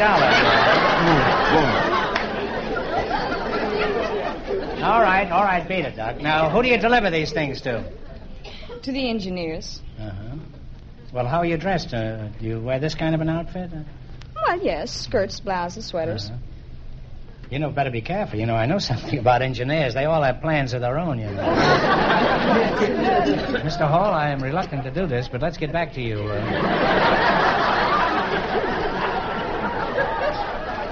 Al, are you married? Oh, yes. You are, huh? How long have you been married, Al? 42 years. Is your wife out here with you? Yes, she's in the audience. What are you doing here at present, Mr. Hall? Well, things got tough up in the mountains. No money. I came to Hollywood to find out how they make money. Well, how do they make money? I walk up and down Hollywood Boulevard, and I come to the conclusion that 50% of them there are on relief. And then I think the other 40% are going around to these banks and loan companies. There's 3 or 4 in every block to pay the other loan company. I think you've got something there. Now, have you decided on the type of work that you'd like to do in Hollywood? What would you like to do, Al, as long as you're out here now? You're not doing anything. Well, what you're doing there looks kind of soft.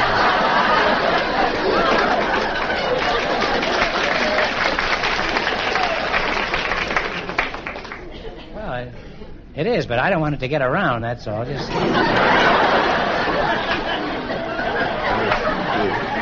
Well, this has been interesting talking to you two, and I'd like to go on, but the time has come to play You Bet Your Life. I assume you both know how to play this game, huh? Yes. And remember your partners. I want one answer on everything. In the race for the $2,000, the first two couples are tied with $440. Now, you selected geography. And remember, the more the question is worth, the harder it is. Now, what do you want to start with? 10, 20, all the way to 100? Whatever you say. All right. How much? She says 100. 100. Okay.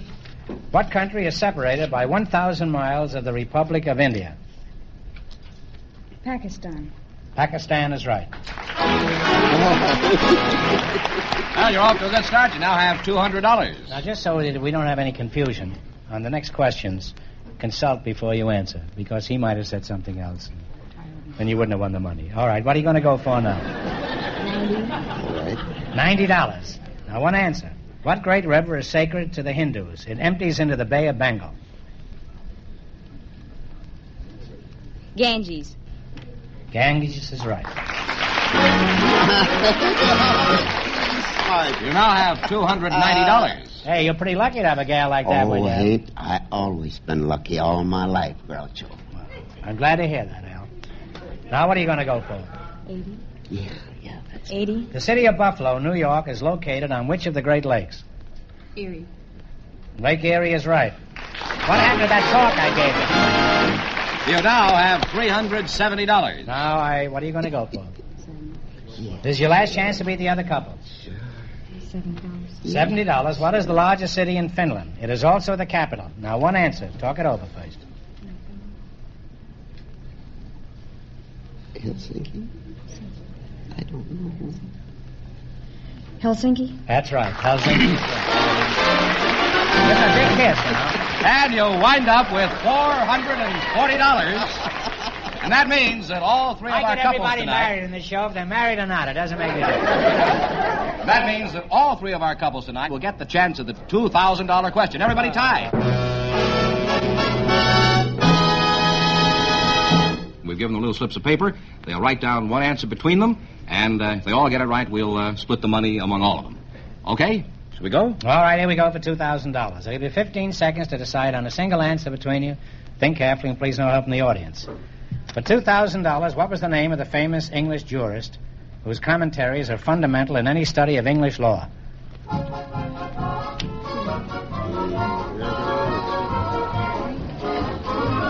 Some famous Englishman way back.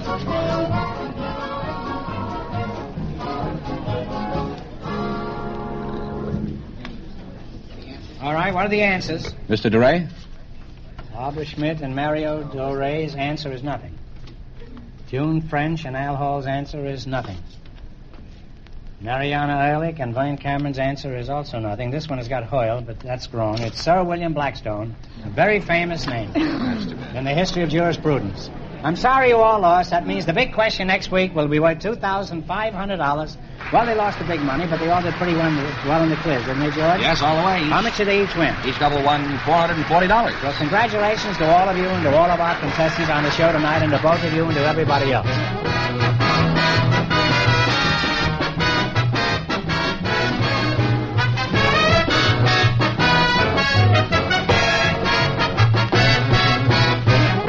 The Groucho Marx Show has come to you through the worldwide facilities of the United States Armed Forces Radio and Television Service.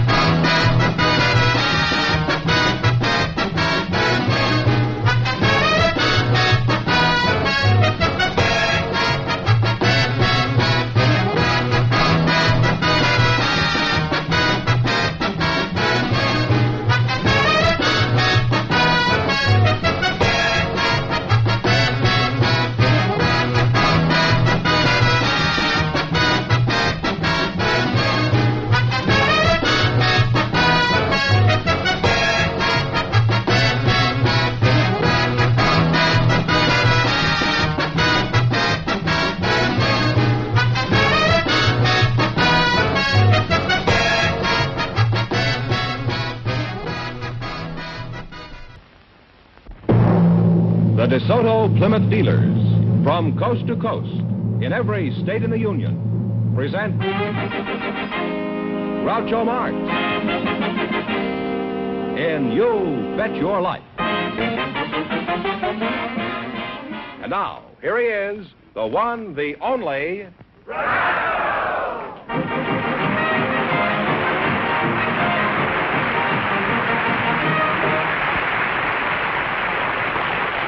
Well, here I'm again with $3,000 for one of our couples. If any of them say the secret word, they'll win $100. The word tonight is clock. Okay, Doc, you're excused. Groucho, we invited some dancing instructors to the program tonight. And just before we went on the air, our studio audience selected Miss Ann Reardon. Her partner is Mr. Bill Eddy. So, folks, would you come in, please, and meet Groucho Marx. Welcome to the DeSoto Plymouth dealers.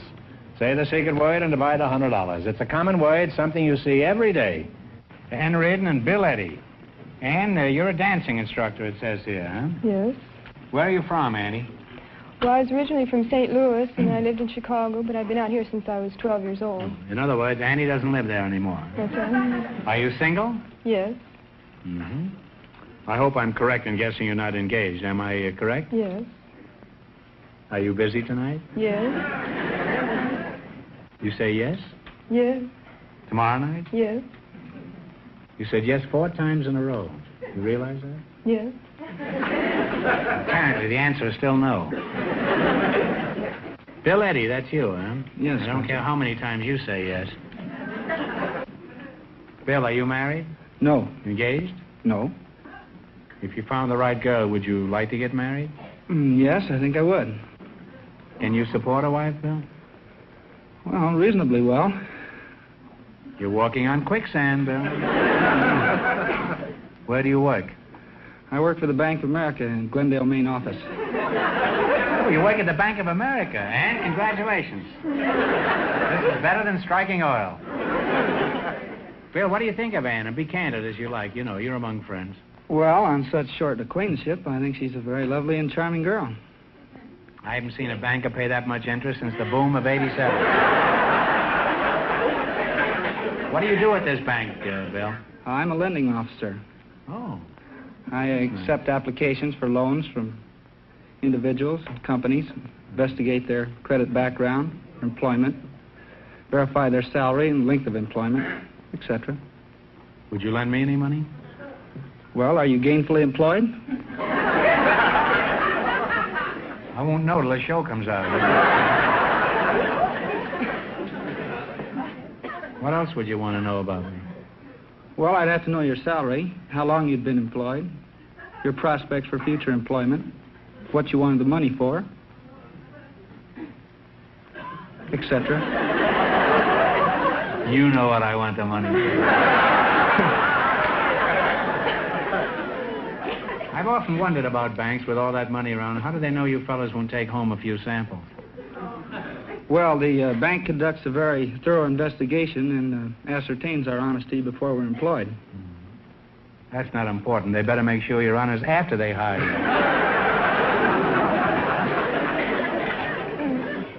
Isn't there some little way an employee can make an honest mistake, like slipping a couple of thousand under his toupee?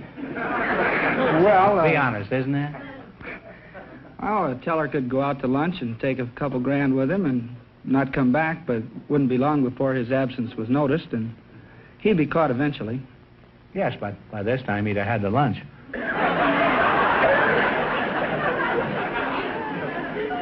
Well, apparently you've been giving this some thought anyhow, haven't you?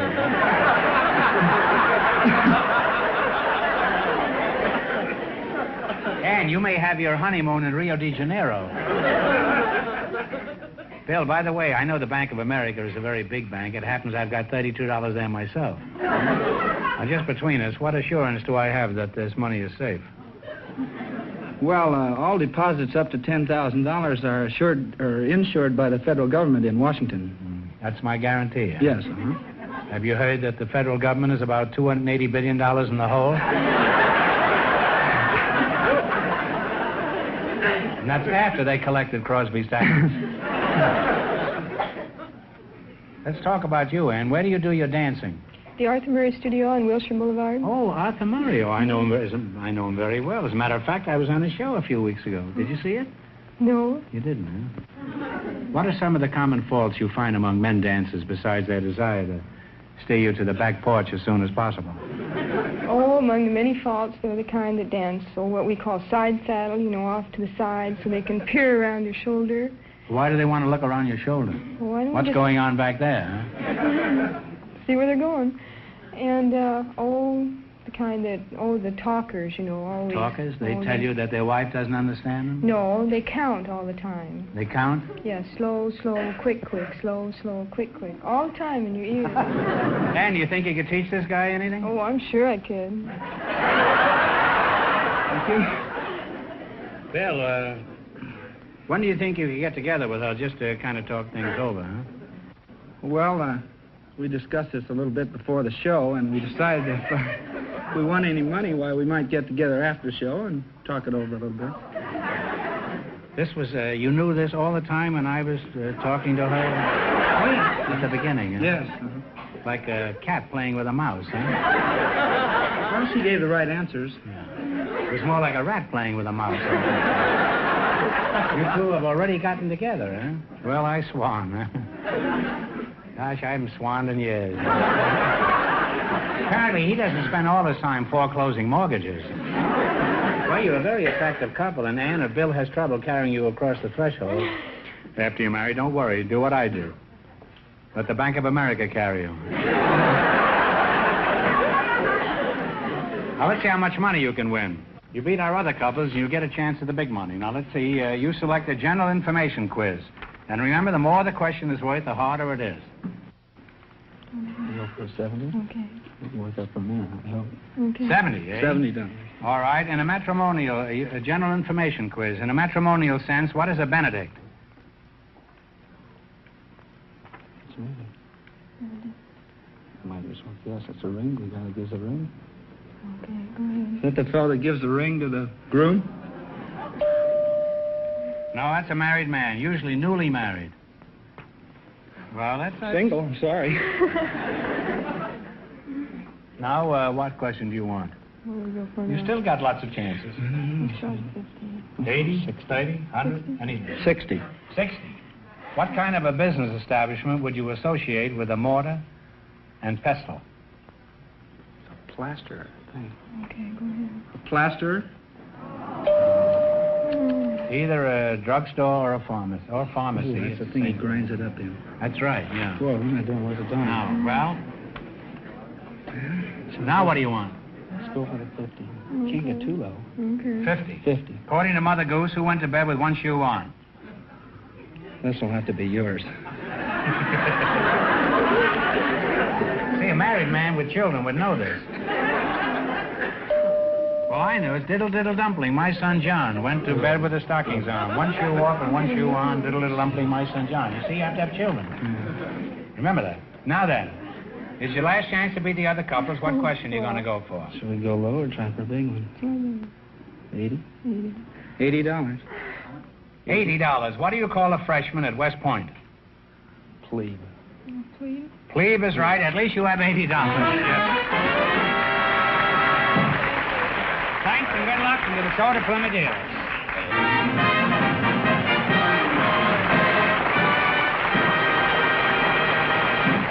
This is the California desert, a real desert of deep, loose sand, treacherous, soft shoulders, blistering heat. And this is a lovely 1954 DeSoto Automatic on the desert road. Now watch. We're driving this DeSoto Automatic out into the sand. In an ordinary car, it would be almost impossible to move or steer in this type of sand. Watch this, though.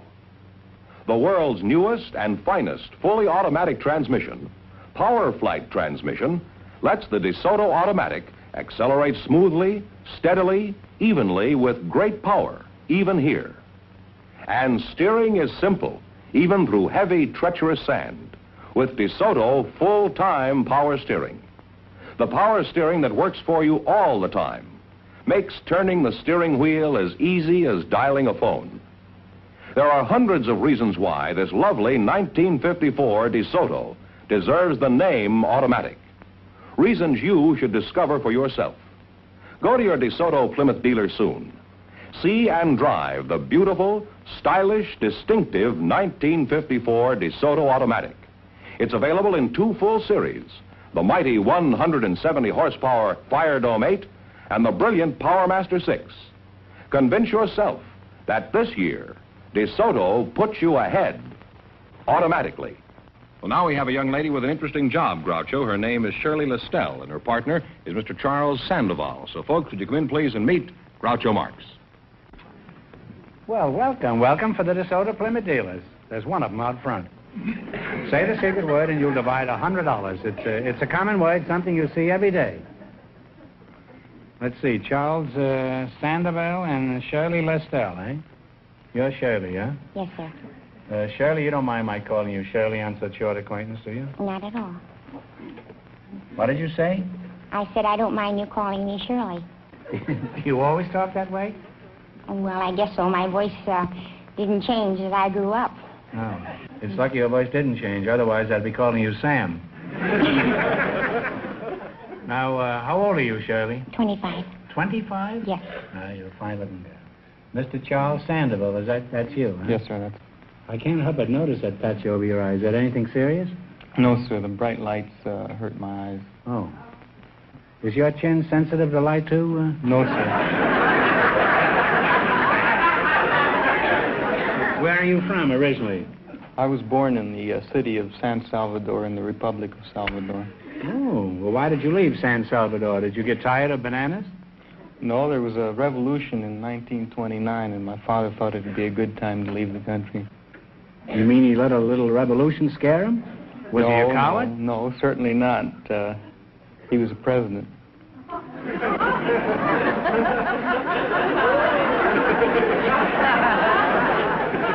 Well, the job blew up in his face, then, huh? I don't blame him for quitting. There's not much chance for advancement in a job like that. Shirley, let's get back to you. There's one question I haven't asked. You are married, huh? Yes, sir. Do you have any outside interest, Shirley, or do you spend all your time keeping house? Oh, no, I work for a paper-made pen company. I have for the last 2 years. Oh, well, what do you do as a paper maid? Well, right now I'm doing the first assembly. I've done fillers, first assembly, final assembly, inspection. Now, what's a filler? A filler is the... And that's the fellow you were married to. I don't mean him. Well, a filler in a paper-made pen is the little inside that you write with. That's what you buy when you run out of ink, but it doesn't happen very often. Only when you write, I guess, huh? About 70,000 words there. There is. I don't know that many words. Well, suppose I were to buy one. How would I know if it was any good, assuming that I did buy one? Well, it would be good if you bought it because each pen is tested. We got 20 girls. You test them underwater? No, on paper. We have 20 girls that ride Johnson all day long. Johnson must get an awful lot of mail, huh? Why do they write Johnson? I happen to know Johnson. He can't even read. Besides that, he's a married man. Well, Does Mrs. Johnson get wind of this? No, but Johnson has all the necessary loops and swirls and straight lines. If you think Johnson has them, you should see Mrs. Johnson.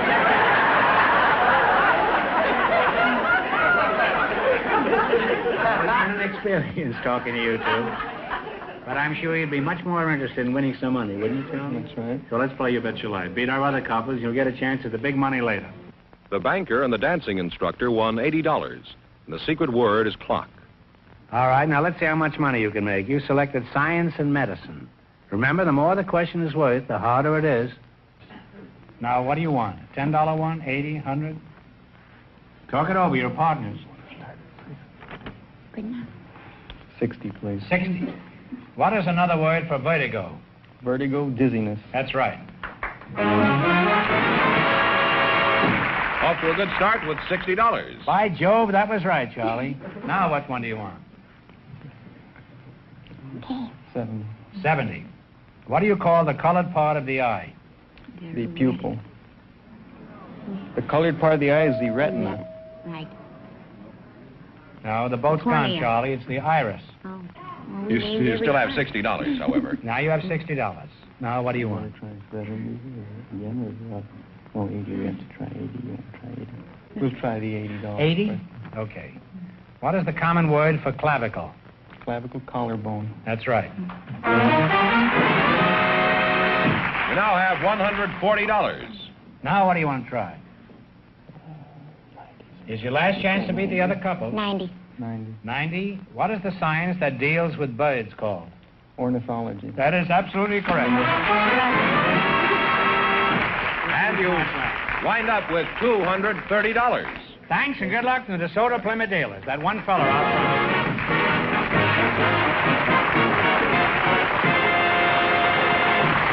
Now, before we proceed, I have a telegram here I want to read. This is to Groucho Marx, NBC Hollywood. Now, we rarely do this. This is the wire. 500 radio and TV editors participating in the annual Motion Picture Herald. 500 radio and TV editors participating in the annual Motion Picture Herald and Fame magazine poll have voted George Fenneman the best announcer in television.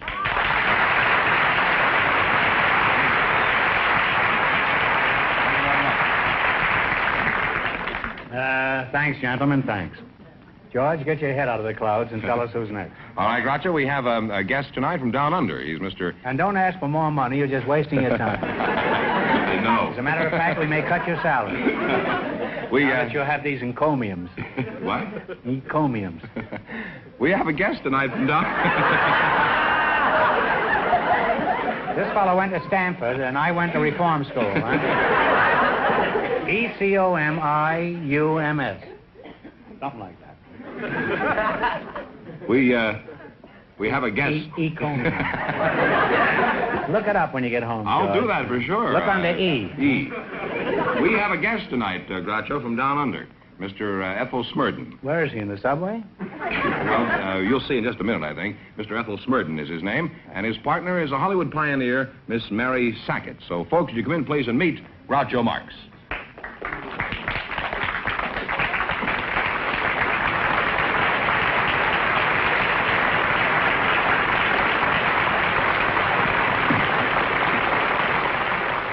Now you got a box seat.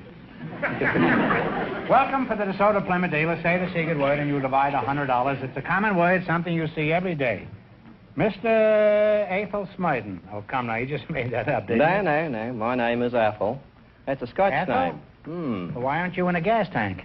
Oh, well, Ethel, you see, is the male equivalent for Ethel, the girl's name. Oh. How about Smurden? Smurden, well, What that... kind of a name is Smurden? That's Old English, Devonshire. My grandfather came from South Devon. Oh. Now, where are you from, Mr. Smurden? Oh, I'm from Auckland. Auckland? Well, that's right across the bay from San Francisco, isn't it? No, Groucho. Auckland, A-U-C-K-L-A-N-D.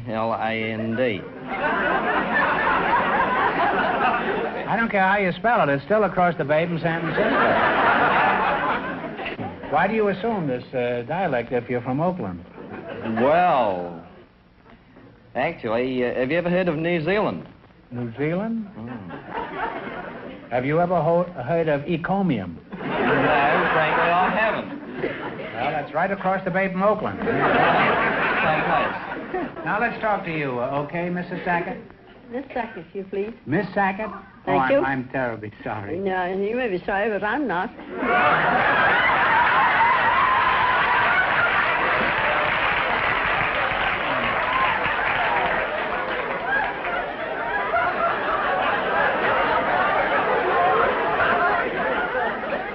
An easy day for me, sir. Well, I'm glad you're not sorry, Mrs. Sackett. You're a spinster, huh? I'm a spinster from Choice. From Choice. Is that near Oakland? Where were you born? In Suffield, Connecticut. In Connecticut, huh? Well, you were across the alley from the town hall, opposite the town park, with the town cigar factory in the backyard, the family orchard and the family garden, on my granddad's Connecticut seed leaf tobacco farm, 10 miles from Springfield, Mass., 16 from Hartford, Connecticut. And if you dispose of the cigar, I'll thank you.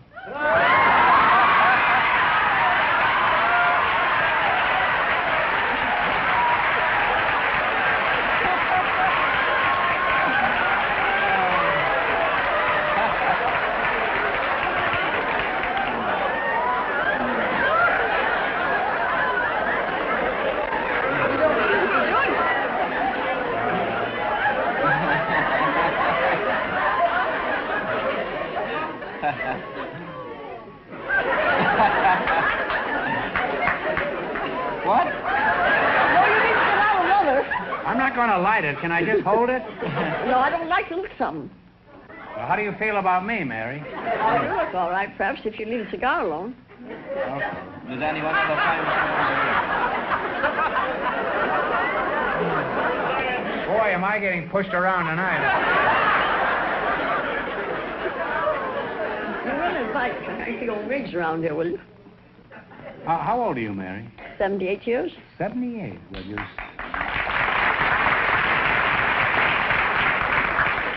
you're certainly spry and chipper. Mary, how do you account for the fact that you're so young-looking at 78? What do you do to keep in condition? Oh? You don't smoke cigars, huh? I neither drink nor smoke.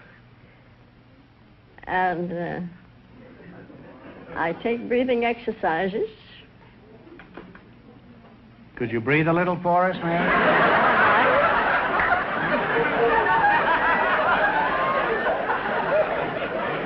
Say, how about stepping over here, Mary, and do a few of those exercises for us, huh? This is a slow breath.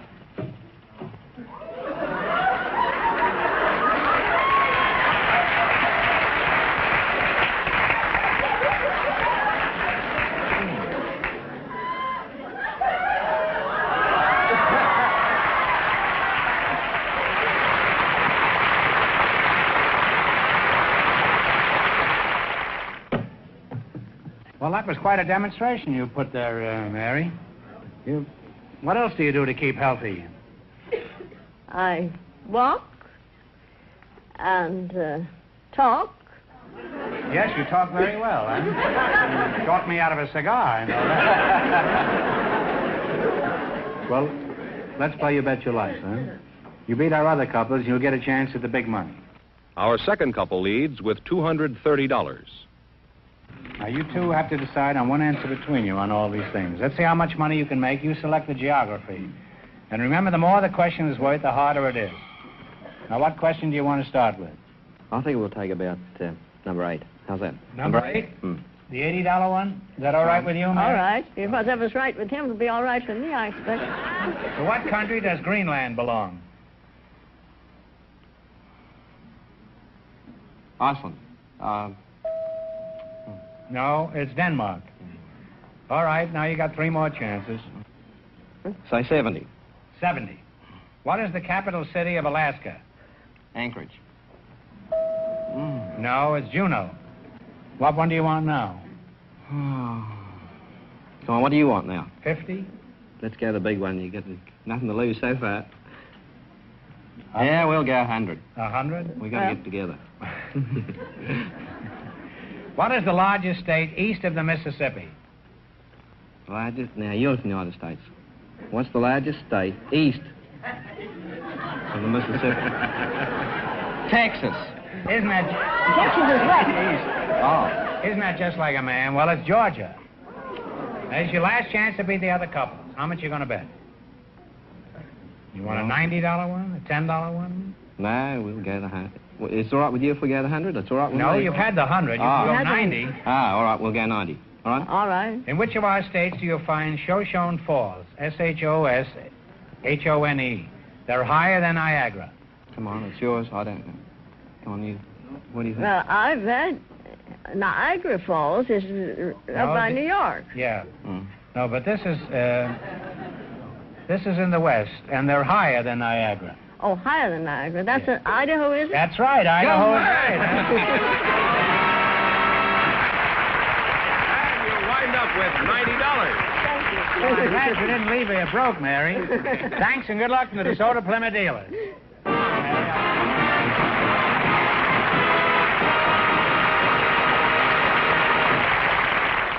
That means our second couple, Shirley Listell and her partner Charles Sandoval, with $230 in just one moment, get the chance at the DeSoto Plymouth $3,000 question. Before they come back, George, I want you to give our friends the word on the Groucho Special Used Car Campaign. The Groucho Special campaign is a tremendous success. Friends, take a good look at this sticker. So many people have gone to their DeSoto Plymouth dealer for a good used car and said, Groucho sent me, that your DeSoto Plymouth dealer is doing something extra for Groucho's fans. He's taken the best used car bargains he has and put this sticker on the windshield, marking the car a Groucho Special. These Groucho Specials are unusually good cars, especially priced to make them the hottest values in town. You see, the overwhelming popularity of the 1954 DeSoto means that your DeSoto Plymouth dealer has obtained some really great used cars in trade. Many of them are late-model, one-owner cars. The very best will be the ones he selects as Groucho Specials. So don't miss out on this great opportunity. Tomorrow, first thing, go to your DeSoto Plymouth dealers and look for the used cars with this sticker, the Groucho Special sticker, sign of a used car that's a really outstanding buy. There may be one that's just the car you've been looking for. It's the Groucho Special sticker, your dealer's way of showing you a real used car value. And when you drive in, tell them Groucho sent you. Groucho, here comes our winning couple, the man from San Salvador and Shirley Lestel, all set for the DeSoto Plymouth $3,000 question. Right in there. All right, for $3,000. I'll give you 15 seconds to decide on a single answer. Think carefully, and please no help from the audience. Here it is. One of the most famous of Greek legends concerns Jason and his quest for the Golden Fleece. The sailors who accompanied Jason had many wonderful adventures.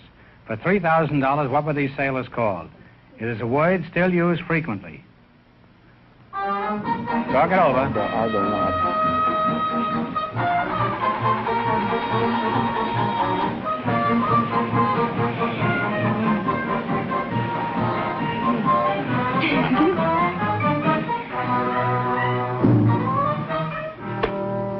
What is the answer you two have decided upon?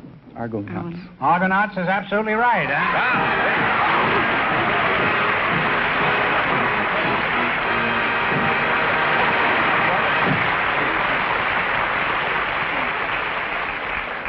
$3,000, and that was a tough question. How much did they win the quiz, George? $230 in the quiz. Which gives them 3230.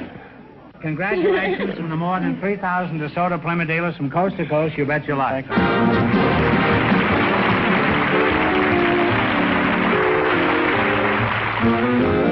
Remember that the dealers who sell the dramatic and remarkable 1954 DeSoto Automatic with fully automatic power flight transmission also sell the new 54 Plymouth, engineered and built better to be your best buy in the low-priced field.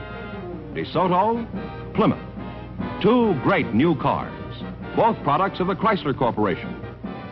Friends, go in to see your DeSoto Plymouth dealers tomorrow and see the 1954 DeSoto Automatic. And when you do, tell them Groucho sent you.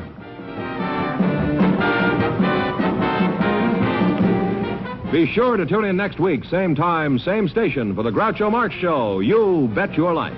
Brought to you by the more than 3,000 DeSoto Plymouth dealers of America, who also bring you the outstanding new dramatic program, Medallion Theater, presented over another television network. And don't forget Groucho Marx and You Bet Your Life on radio every Wednesday night.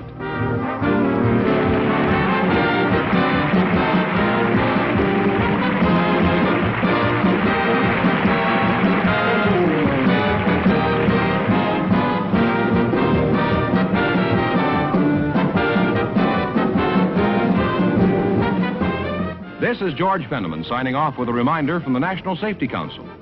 Don't be a wacky walker. Don't cross between intersections.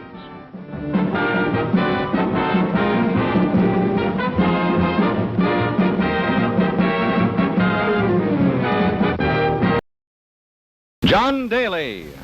Do not wear a toupee. Asks Bob Considine, Groucho Marx, June Lockhart, Quincy Howe. Who said that?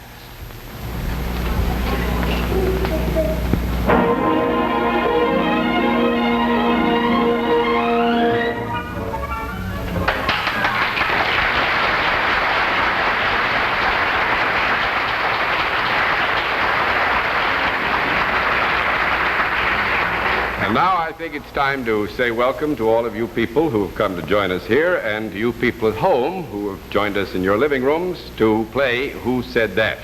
As I think perhaps many of you know, the questions are based on quotations from the news. And if at any time our friends on the panel here cannot tell us who said that, they are required to pay a forfeit. $10 from Mr. Howe, Miss Lockhart, and Mr. Marx into the Goldfish Bowl, and from Bob Considine, who is our anchor man, we get $20. So panel, good luck to you, but remember always that even if you don't get all the answers, you have nothing to worry about, because what you lose tonight goes to the National Association for Mental Health. And now let's get to our first quote. Who said, "I do not wear a toupee"? Who said that? Miss Lockhart, would you like to start things off? Was it Senator Newberger? Senator Newberger of Oregon? Yeah.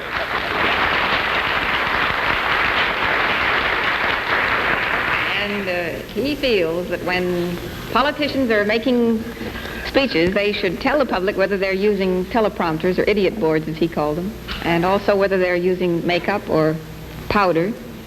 And I suppose how many times a day they shave and how many times a week they bathe. I don't know.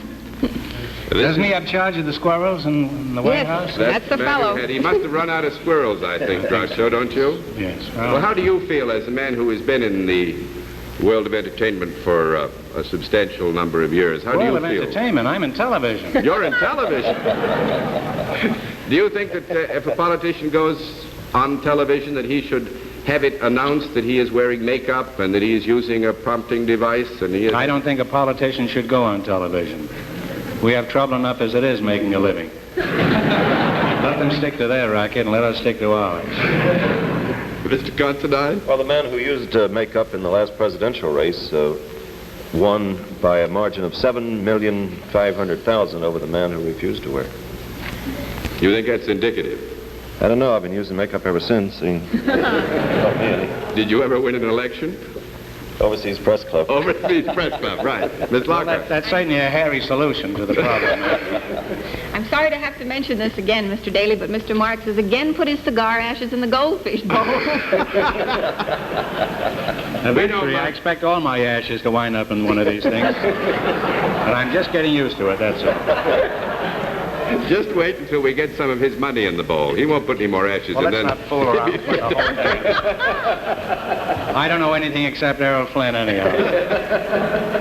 Well, let's take a test. I've got 3 misses coming to me. Oh, I wish I had 3 misses. Well, you got your money back now. Let's see if we can't restore it. Who said, "You don't sit down with murderers and discuss business. The longer we wait, the more awful the war will be"? Who said that? Quincy Howe. I would guess, I won't say I think, I would guess that was Senator Nolan. You guess that would be Senator Nolan? California. You do, eh? Yes. Well, you wish you had your books with you, I'll bet. Miss Lockhart. Was it Brigadier General Frank Howley? Brigadier General Frank Howley is right.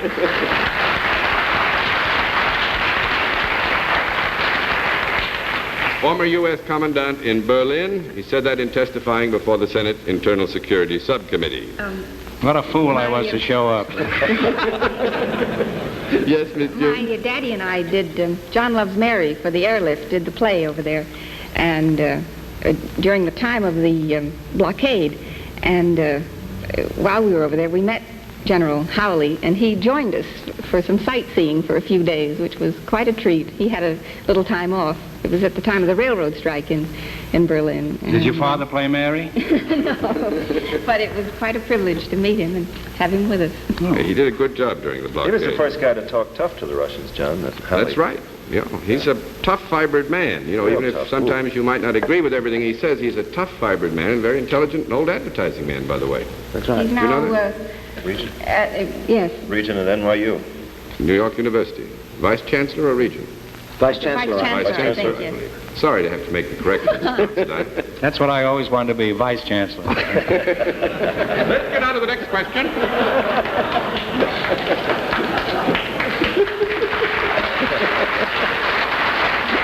All right. Who said the opportune time for a wisecrack is often when the moment that looked opportune is over? Who said that? The addition was, for a witty remark is often like an angry letter. A second thought will tell you not to mail it. Disraeli. Mr. Considine. That was said in This Week magazine by Lucille Ball, writing about humor in general. And Right. Very good. And Groucho, the title of the article was Humor Shouldn't Hurt. Do you, as one of the great practitioners, Yes, you're very gentle, I've noticed. I subscribe to that philosophy. You know, Max Beerbohm had a very good comment about that the kind of humor that doesn't draw blood. The kind that... Well, he was always anemic.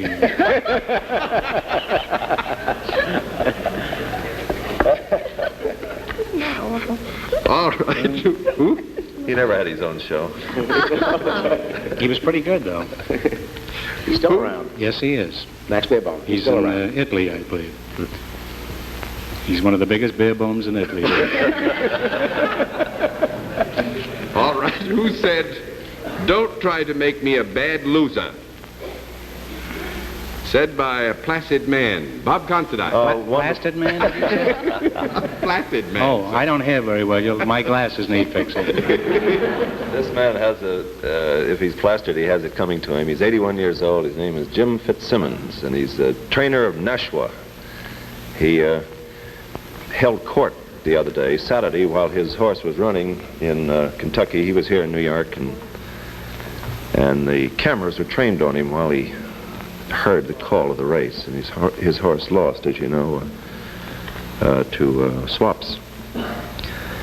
And he pleaded with him not to make him sound like a bum loser. And he also said, "Boys, I'm not going to cry." That's right. I think they wanted him to cry or look very sad, and he said, "Don't make me a bad loser." All right, we'll give you a double header now to spice things up a bit. You've got to get both of these quotes or pay. The first one is, "In a way, an umpire is like a woman. He makes quick decisions, never reverses them, and doesn't think you're safe when you're out." Who said that? Casey Stengel? No. DeRocha? No. Ty Cobb? No. Lou Gehrig? I'm going down the list. No. All right. Burley Grimes? Try Errol Flynn. No. I have tried Errol Flynn. Say the secret word and divide $1,000. Well, I give up. All right, I'll read by an umpire, but I don't know which one. It was said by an umpire. In a way, an umpire is like a woman. It's a very funny saying. That's right. He makes quick decisions, never reverses them, and doesn't think you're safe when you're out. And the sun never sets on an umpire. That's an old saying. The British umpire, I mean. But actually, we're talking about baseball, not cricket. No. Not a cricket. It's not cricket to bring up baseball. Well, so far, the thing isn't doing very well. Well, I think we'll ring the bell on you. Let's pay. Me? That's right. The bell means Mr. Howe, Miss Lockhart, and Mr. Marx, $10 each. Mr. Considine, $20. And all of it... Oh, wait a minute. Why does he have to pay more than I do? Well, he's the I was anchor as dumb man. as he was. You too? No, you were so innocent and quiet down there. I still am. I guess nobody's safe from this. Eh? Well, it goes to the National Association for Mental Health, and we've got to do better than this. I'll give you the second... Give you... Yeah, who said it? Yeah. Oh, I don't think I ought to tell you that. All righty. Never going to tell us? I don't think I ought to tell you. I don't think that's fair. After all, we can use this later then. Now, it was said by umpire Larry Getz. Strike chord, Bob? Yeah, I'd like to have about $5 of that 20 back, too, for saying it was an umpire. Well, no, I'm sorry. No rebates at all. Collected by sports columnist Milton Gross. You gets all 20, huh? He gets all 20. Well, you know what they say, him who hath gets.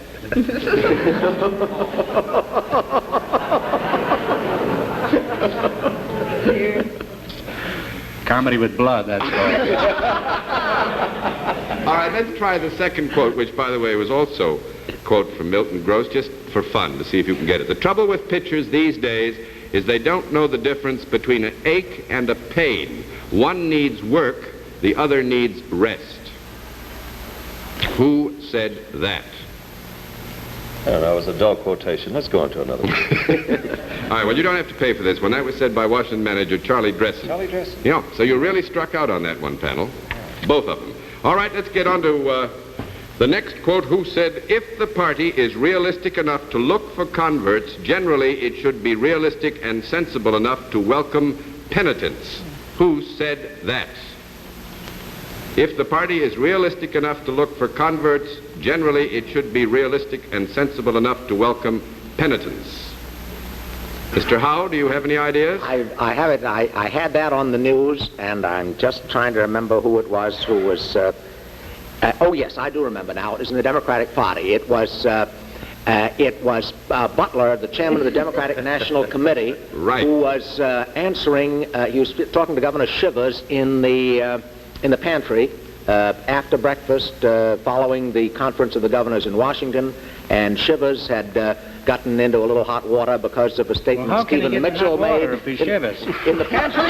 In the pantry. I guess anything's possible in the pantry. How's your pantry, Mr. Howe, by the way? Very nice, man. But when I was rudely interrupted, I was about to say... That's the only kind you'll get here, Mr. Howe. Okay. Not rude as long as it's funny. Please. Well, it followed Stephen Mitchell's attempt to read all these men out of the party who had bolted in 1952, Shivers and the governor of Louisiana and Burns. Not Talmadge. No, Talmadge didn't bolt. I just thought I'd throw that in, you know. All right, I think we got that covered like a tent. I did know that. All right, let's try another quote. Who said there is only one place for us in the world? That is at the side of the free peoples. Who said that? Bob Considine? That was said by Konrad Adenauer when Germany became a full-fledged member of NATO in the last few hours. Right.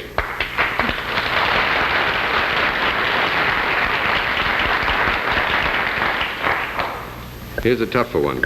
Mr. Marx, did you, by any chance... Mr. Marx? You say, here's a tougher one, and then you follow that with Mr. Marx? Yeah. I was just wondering if you'd been doing any selective reading in the general area of the theater. I know. I read Cliff and Fadiman's book the other day, Party of One, which is real good. Well, it's rather coincidental that you read Fadiman's book because we don't have a single quote out of it. Well, that's unfortunate. The reason I read it is because he sent it to me. But it was worth reading, and I'm sorry I didn't buy it. Well, As a matter of fact, I sent him $1.75 as soon as I got through reading it, which is half the price of the book. Why I only read half of it. I missed that. Why only half? I only read half the book. Which half? It's a wonderful book. There's the preface. The preface. And the addenda. You mean breakfast is now $1.75? $1.75, yes. Well. That's with grapefruit. This is one of the most intellectual conversations I've been involved in years. All right, let's give it. I thought I could really learn nothing sitting here. All this is preliminary to using a quotation which I give you previous Which you're going to hurl at me, I presume. Which I'm going to hurl right at you. And which I will hurl back again, huh? Who said, you must learn day by day, year by year, to broaden your horizon. The more things you love, the more you are interested in, the more you enjoy, the more you are indignant about, the more you have left when anything happens. Who said that? I don't know, but the only way to broaden your horizon is to keep sitting.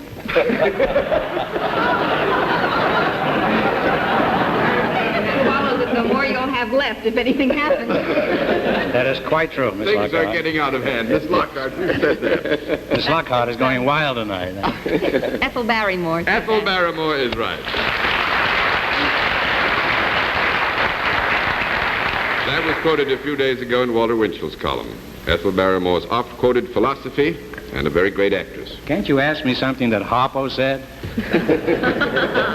Or Jimmy Savo, or Kelly, the circus? Be a wonderful question, you know, really. Who said... That's right. Well, who said? Harpo Marx. Harpo Marx, that's right. Let's put it all in there. Now nobody knows who has anything.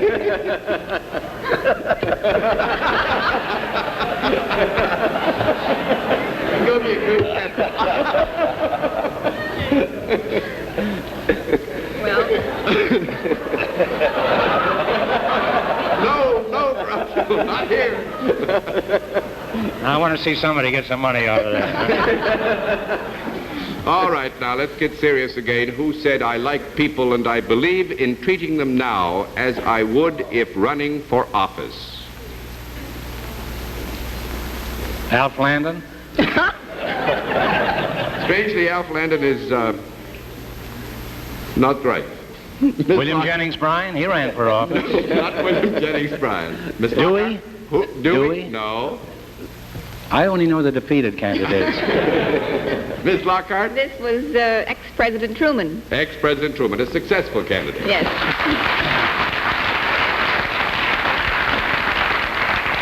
Have we got time for me to tell a story about Truman? We sure have. I had lunch with him last year in Kansas City, and there were about six of his henchmen sitting in this little dining room at the Mulebach Hotel. And Mr. Truman started telling me a story. And in the middle of this story, this fellow picks up a phone and starts talking to somebody outside. Real loud, and I could hardly hear Mr. Truman. I finally said, look, Harry, don't you remember you used to be president? Why do you permit anybody to sit here and talk louder than you when you're telling me a story? He said, I'll tell you, Groucho, we're having a big Democratic dinner here next month, and this fellow on the phone is raising the money for the dinner. That's why I keep him quiet. A very practical man.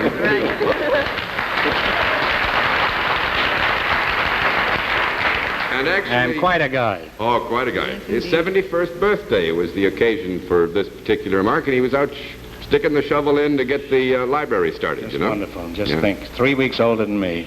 Big 3 weeks. All right, who said, love your children with all your hearts, love them enough to discipline them before it is too late? Who said that? Quincy Howe? I believe that was the father of this boy who was killed in the Bronx, apropos of the children who were guilty of the killing. No, sir. Miss Lockhart. That was Mrs. Fugel, I believe, Mother of the Year. American Mother of the Year, right.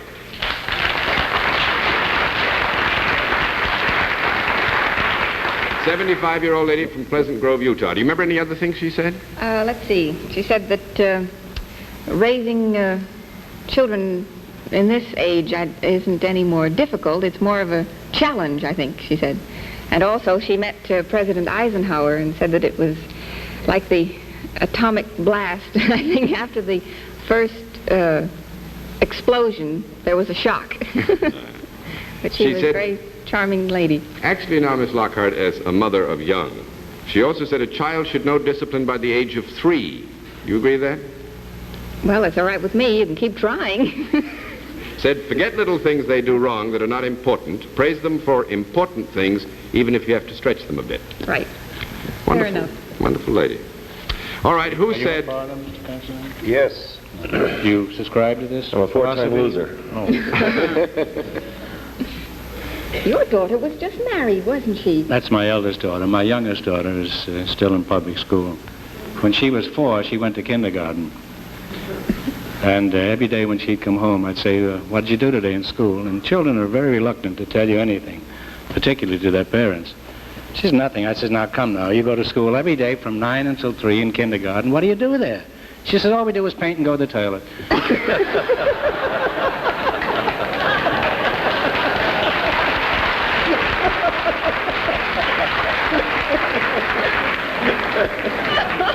It's the most accurate description of a kindergarten I've ever heard. I must say, as a father, I've got to agree with you 100%. All right, let's get serious again. This is about the 5th time I've said that. This is a quote which, in a way, is a relative quotation. It has a connection with what we might call a quote, if such quote had been spoken in this previous week. I don't want you to be confused about this, because I am, and it's not good that we should all be confused. But who said, if I ever go back to Baltimore, the city of Maryland, I shall miss again, as I missed before, 1,000 things of the world in store, the story standing in every door that beckons on every hand. Said by an English journalist in an American city. Who said that? Arnold Bennett? No. It's the only journalist I know. Wasn't Nick Kenny, huh? No, it wasn't Nick Kenny. You want to take a crack at this, Mr. Considine? No, thank you. How about you, Miss Lockhart? You interested in this question at all? English journalist? Dickens? He, yes, oh dear. Boy, they're all stuck. I'm so happy, huh? So nice to know that occasionally they're as dumb as I am.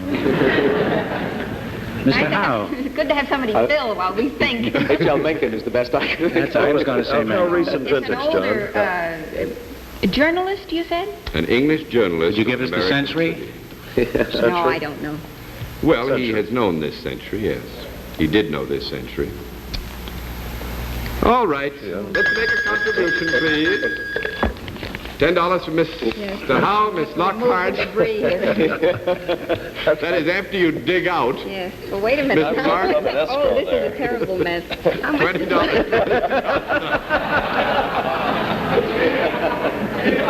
Now I'm going to get you.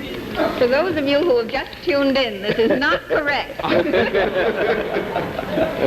did you have in here? Well, we'll figure it out later. I've got everything in there. Sure. June, you didn't have My life savings in there. No, my wife's savings. You know, you look like a senator now, Groucho.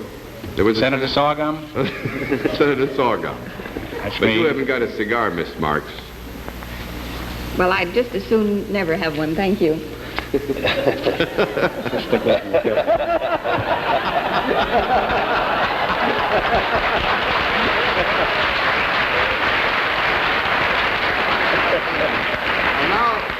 Bet my father never thought he'd see me doing this kind of low comedy bit. Must be because it's Tuesday night. You'll probably get a letter from Dunhill's lawyer in the morning. You mustn't bite too hard, No, must you? no, you mustn't. You have to treat them very tenderly and gingerly. I see. This happens to be a very expensive stogie. Well, I've just ruined it. Well, in that case, I'll smoke it later. All right, we will get back. If I ever go back to Baltimore, the city of Maryland. What's the name of this show, John? I was trying to make up my mind. Who done it, I think. The man who said, if I ever go back to Baltimore, the city of Maryland, I shall miss again as I missed before 1,000 things of the world in store, the story standing in every door that beckons on every hand. His name was Gilbert Keith Chesterton. Said that in a poem entitled Memory. But wasn't I close with Arnold Bennett? They were contemporaries. Yeah, you were close. And actually, we are using this quote because Mr. Robert Considine, our anchorman, received the keys to the city of Baltimore this week. Why, Mr. Considine. Have a cigar.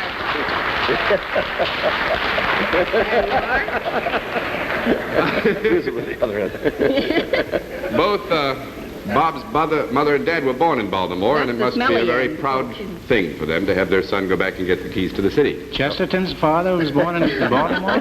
No, Bob Considine's father. Oh, I didn't know that. Because Robert said he Considine's planned... father was Chesterton. Oh. But that's just recently. Yes. First initial, G. Right. Robert said he was going to stay in town till he found the lock that the key fitted, but Never he found it. had to come back.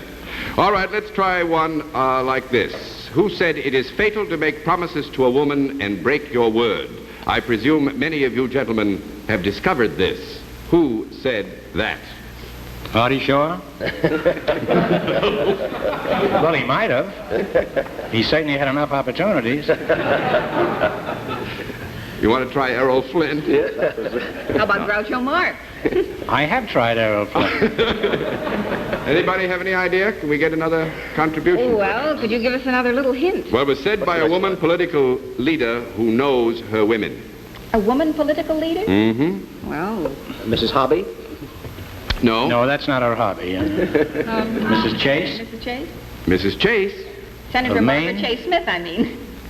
No. Well, and there's Mrs. Lewis. Well, let's do it again. Happily, and a very nice contribution for the National Association for Mental Health. It was said by Katie Lockheim, Democratic Party's Director of Women's Activities, and it was she who said, it is fatal to make promises to a woman and break your word. I presume many of you gentlemen have discovered this. What do you suppose she meant by the last remark? I have no That bothers idea. me. Well, now, panel, actually, we're at the point where we try you for general knowledge. You've been so brilliant on particular and specific areas. With an all-time great quote that we use, and this one does not come from the news. Now, the subject tonight is conservation. You may have exactly 3.5 seconds to think about conservation. 1, 2, 3.5. And the all-time quote, the subject, conservation, is, conservation means development as much as it does protection. Who said that? Mr. Marx. Teddy Roosevelt? Theodore Roosevelt? That's right. Yes. That's right.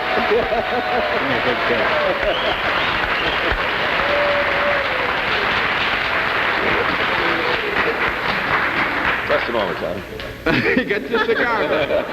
Give it a hug. Quincy got a cigar. I don't know. You didn't think I knew anything.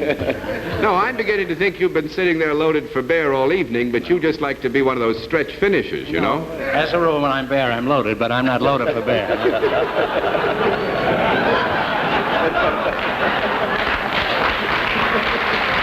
What a straight man that Daly is. He really is, isn't he? Oh, he's a wonderful straight man, huh? Why, you don't go in Vaudeville, I don't understand, John. This, I would Tell say... them your middle name. I don't think they know your middle name. My middle name? Yes. Well, Charles. John Charles Daly. He used to be an opera singer. I remember him very well. And on that happy note, I would advise you that your score tonight is 13 questions asked, 10 questions answered, and your total money lost is $150, which happily is going to go to the people who work so hard in the area of mental health. Now, thank you very much, Bob Considine, Groucho Marx. Thank you, Charlie. June Lockhart. Good old Charlie. He always was a great kid. And I'll be here next week with a new panel to fill the goldfish pond.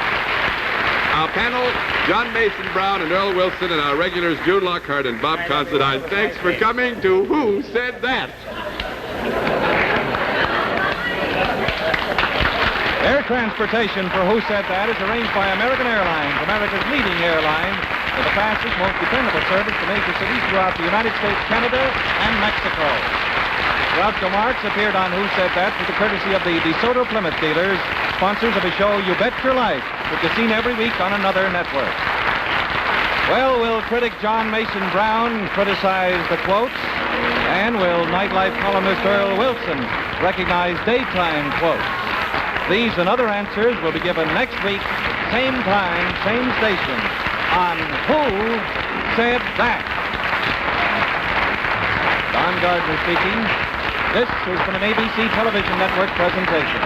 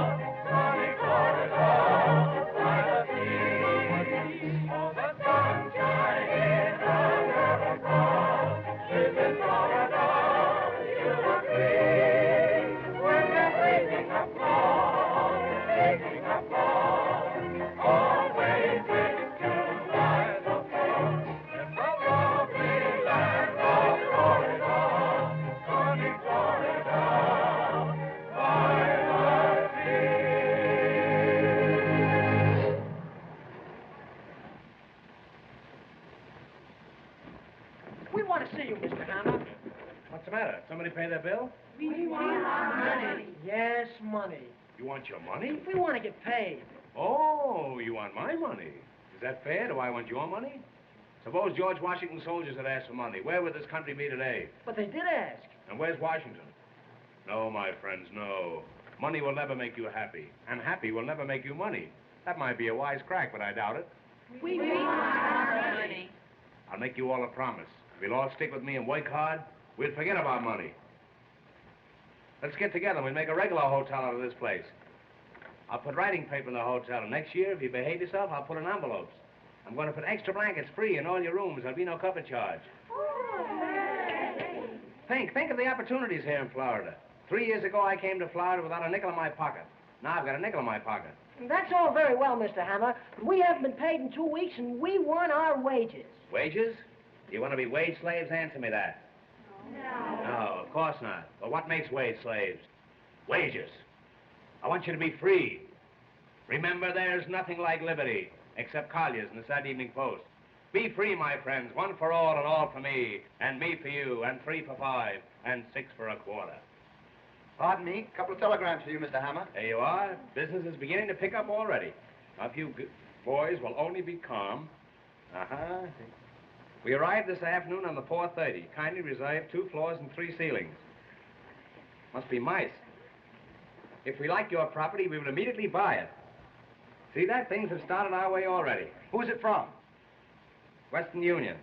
And they've got a lot of money, too. On the 4:15, eh? Well, I'll take the bus down myself. Here's another one, Mr. Hammer. See? We're going to be stuffed by tonight. This hotel will be so crowded that we'll be turning away thousands of people. If there's another hotel in Coconut Beach, cancel our reservations.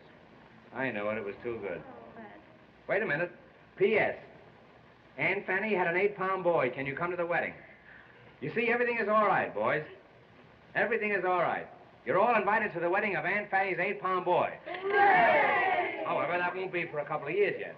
In the meantime, I want you to buck up. Get down to work. Let's put this thing over with a bang. And, above all, forget about money. Don't think of it. Just forget about it, because you won't get it anyway. Hooray! Hooray! Hooray!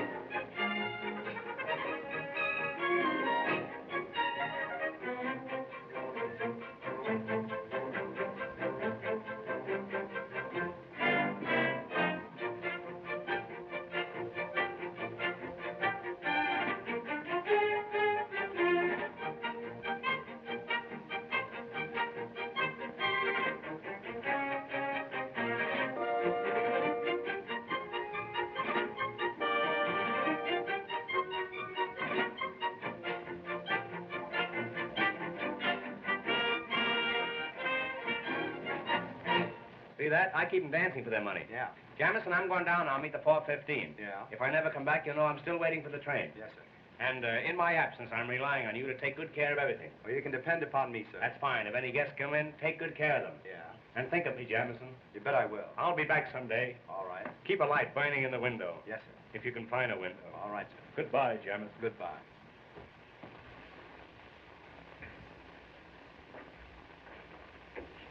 Hello, Harvey. Why so downhearted? Is Bob Adams cutting you out with Polly Potter? I'm not worried about a hotel clerk. No, but I'll bet you're worried about the Potter million. You generally could use money in the old days. Lay off that stuff. You know, marrying Polly is the only way for you to square your debts. I can take care of myself.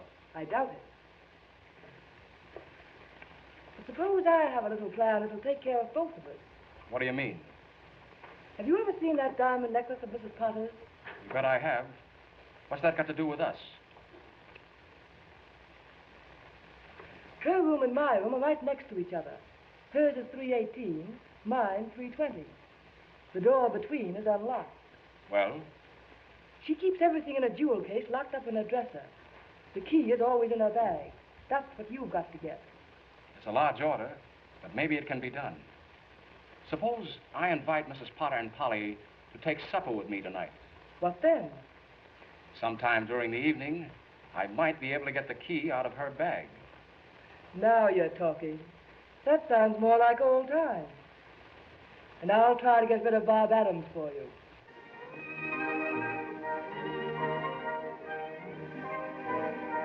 Look, this is Coconut Matter. You know that hill. What a question. Do I know that cunning little hill? It's cunning, all right. But that's why there hasn't been any development here. Couldn't it be cut down?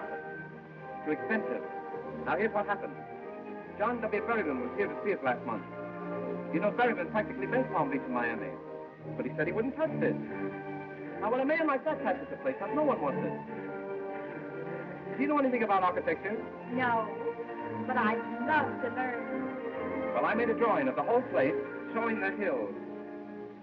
And to build that scheme without cutting down the hill or having it get in the way. I made the hill fit in with the architectural scheme. I sent Berryman a copy last week, and his secretary wrote me a nice note saying they were studying my plan. That's thrilling. Did Mr. Hammer know about it? Not yet, but if he takes it, I'll design the buildings. Say, I may be an architect yet. Oh, if he only does, I'm sure it will be the most beautiful place in the world. It would be, if you lived there. Look, see what I've written? Heaven, for Polly and me. That looks great. When do I move in? Any day now. It's a lovely dream, Bob. Let's make it come true. The skies will all be blue when my dreams come true, and I'll be smiling through when my dreams come true. That Spanish castle I build in my mind will be a love nest from a practical kind, and I'll be there with you when my dreams come true. Ever since I met you, all that I seem to do is dream. Wonderful dream. Heaven's before my eyes. Oh, when will I realize my dream? Wonderful dream. The skies will all be blue, and my dream come true, and I'll be smiling through when my dream come true. That baggy castle I built in my mind will be your love nest, the practical kind, and I'll be there with you when my dreams come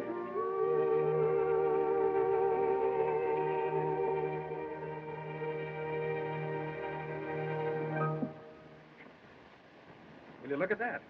I am looking. Well, it's darn cute. I wonder who it can be. Let's find out. That little Red Riding Hood said to the wolf. Woof, woof, woof, woof, woof, woof. Hello. Oh, hello. How do you do, Miss Potter? Hello. Your mother is looking for you, Polly. She generally is, and she generally finds me. You know, Mother. Thanks a lot. It was a lovely story, Mr. Adams. I'd like to hear the rest of it sometime. Goodbye. I wonder if I could hear it sometime. With pleasure. How about you, Yates? No, thanks. You know what happens to bad little boys who tell stories. Certainly. They marry the beautiful princess. So long. And I'll be there with you when my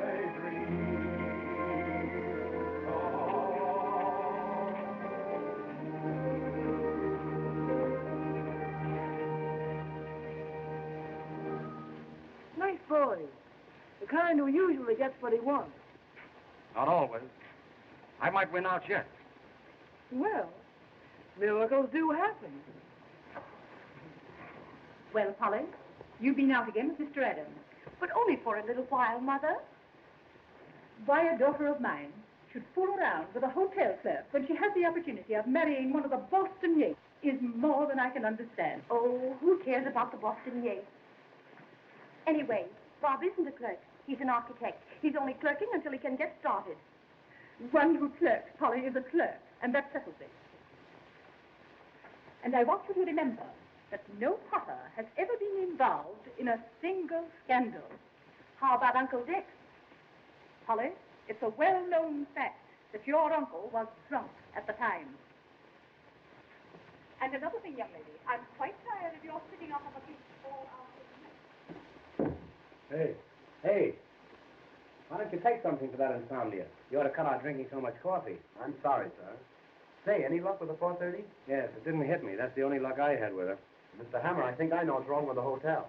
I think I know, too. You're fired. Get your hat and my coat and get out. Well, maybe the season hasn't started yet. Maybe the hotel isn't open yet. Don't worry, Mr. Hammer. In a few weeks, you'll be cleaning up. Yes, and making the bed. Go on, get out of here. I can handle this rush myself. 600 rooms in the hotel, and you have to sleep here. How do you do, Mr. Hammer? Why don't you whistle at the crossing? You're just the woman I'm looking for. Now, whether you like it or not, I'm going to tell you about Florida real estate. It's the first time it's ever been mentioned down here, today. I'm sorry, but I'm afraid... Do you know that property values have increased 1929 since 1,000%? Do you know that this is the biggest development since Sophie Tucker? Do you know that Florida is the show spot of America and Coconut Beach is the black spot of Florida? You told me about this yesterday. I know, but I left out a comma. Look. In a little while, we're going to hold an auction sale at Coconut Manor. The suburb terrible, beautiful. You must come over. There's going to be entertainment, sandwiches, and the auction. If you don't like auction, we can play contract. Here it is, Coconut Manor. 42 hours from Times Square by railroad. 1,600 miles as the crow flies. 1,800 as the horse flies. There you are, Coconut Manor, glorifying the American sewer and the Florida sucker. Why, it's the most exclusive residential district in Florida. Nobody lives there. And the climate. Ask me about the climate, I dare you. Very well. I'm glad you brought it up. Our motto is Coconut Beach. No snow, no ice, and no business. Do you know that Florida is the greatest state in the Union? Is it? Take its climate. No, we took that. Take its fruits. Take the alligator pear. Take all the alligator pears and keep them. See if I care. Do you know how alligator pears are made? Haven't the slightest idea. There you are. That's because you've never been an alligator. And don't let it happen again. You know that it sometimes requires years to bring the pear and the alligator together? They don't like each other. No? No. Do you know how many alligator pears are sent out of this state every year and told not to come back? I don't think I do. All they can get a hold of. Florida feeds the nation, but nobody feeds me, and that's what I want to talk to you about. Mr. Hammer. Another thing, take our cattle raising. Oh, I don't mean anything personal, but here is the ideal cattle raising section. We have longhorns, shorthorns, and shoehorns. Mr. Hammer, will you let me say something, please? I hardly think so, and there's something else I want to bring to your mind. Where will you be when you're 65? That's only about 3 months from now. If I were to buy, I should prefer some place like Palm Beach. Palm Beach? The Atlantic City of yesterday, the slums of tomorrow. Do you know that the population of Coconut Beach has doubled in the past week? Has it? 3 bulldogs were born. We're expecting a nanny goat in the morning. I'm sorry, but I'm afraid I must be going. Now don't go. Before you go, let me show you a sample of our sewer pipe we're going to lay. Look at it. Nobody can fool you on a sewer pipe, can they? A woman like you. Now, this is the 8-inch pipe, but of course, all property owners will be allowed to vote on the size of the pipe. In case of a tie, it goes to the Supreme Court, and I can give you a little inside information in advance. The Chief Justice is crazy about this type sewer. Here, put it in your pocket. I'll see you later. Mr. Hammer, I can't use this. I don't want it.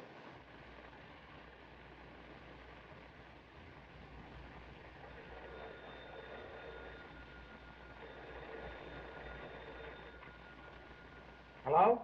Yes? Ice water in 318? Is that so? Where'd you get it? Oh, you want some? Oh, that's different. Have you got any ice? No, I haven't. This is Coconut Beach. No snow, no ice.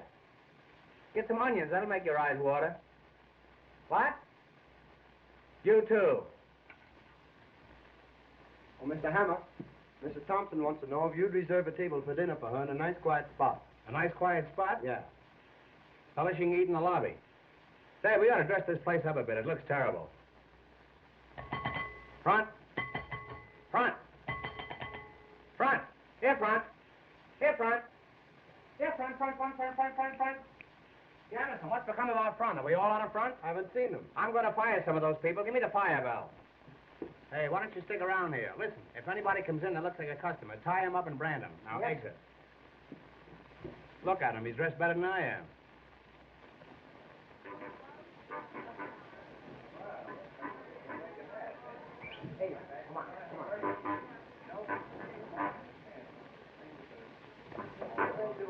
Hey, come on. Hey, come here. Ah, gentlemen, customers? How do you do? What are you boys giving me the runaround? All right. Come over here. Now, what's this?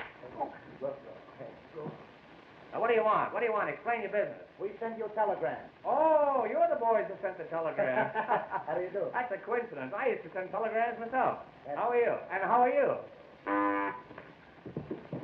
That's all right, don't worry. Hey.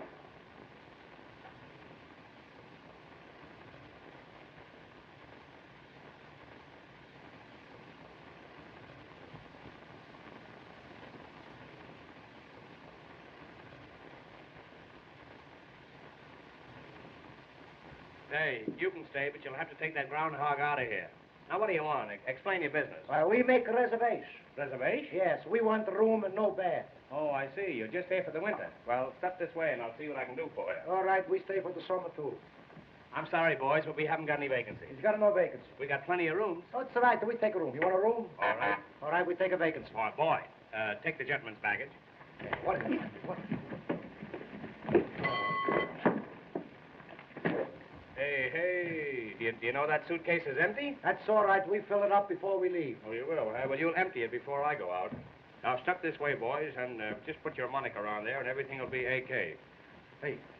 Look Hey, what don't don't the do baby. that. That's we got Step right this way, boys. And Three you shots get for the five. green, never miss The this, boy boy. wins the gold cigar. Get Anybody else? started. Step You right never up this miss. way. Hey. Don't throw that. That's only for long distance. All right. Come on, let's go. What's the matter? Now, then, what do you want? Would you like a suite on the third floor? No, I'll take a Pollock in the basement. Well, you'll have to take that up with the commissary department. That's an Well, entirely different proposition, and I can... Here you are. Let me help you here. I'm sorry. The afternoon mail isn't in yet. Say, I could use you the first of the month. Telegram for Mr. Hammer. Telegram? Just tell him I'll send him the money in the morning. Now then, what do you want? Now, what do you want? Do you want a single room? We'd like to double up. Well, eat some green apples. Hey, Just it's a moment. joke. What's that? You'll have to talk louder. I can't hear you. If you'll take your nose out of the receiver, it'll be okay. Funny fellow, you. Hello? What's that? You want to know where you can get a hold of Mrs. Potter? I don't know. She's awfully ticklish. Now, I'm in a position, gentlemen, where... He's hungry.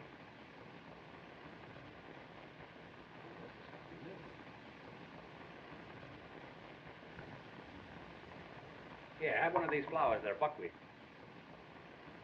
Pick out a nice one now. I don't want you to get any of the worst of it. There you are. I'm so glad. Now, you boys will pardon me for a few moments. I have some very important business to attend to. As a matter of fact, I'm going upstairs and get your partner a stomach pump. He needs it. And I'll be down in a few minutes. And while I'm gone, don't forget, register. Hey, don't forget, register.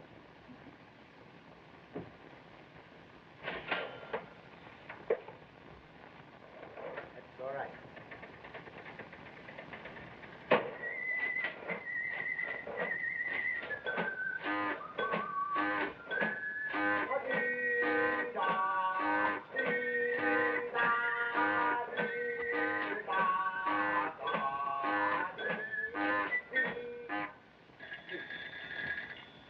Hello?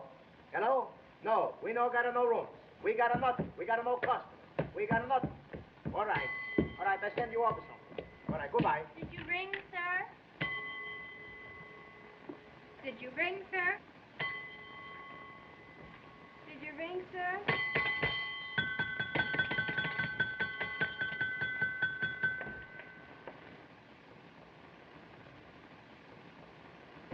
Hey, hello. In the bar. Come in. Come in. Get away from there. Come on. Hurry up. All right, then. But let's be careful. I will. Tell me, how is it that the door between your room and Mrs. Potter's is open? Well, you see, I told her that I trusted her. You trusted her.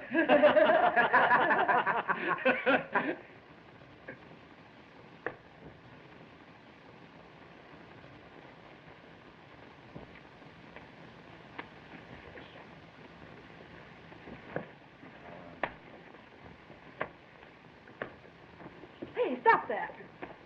Come on, we dead. Really? Come, Penelope. Let's get away from this bum.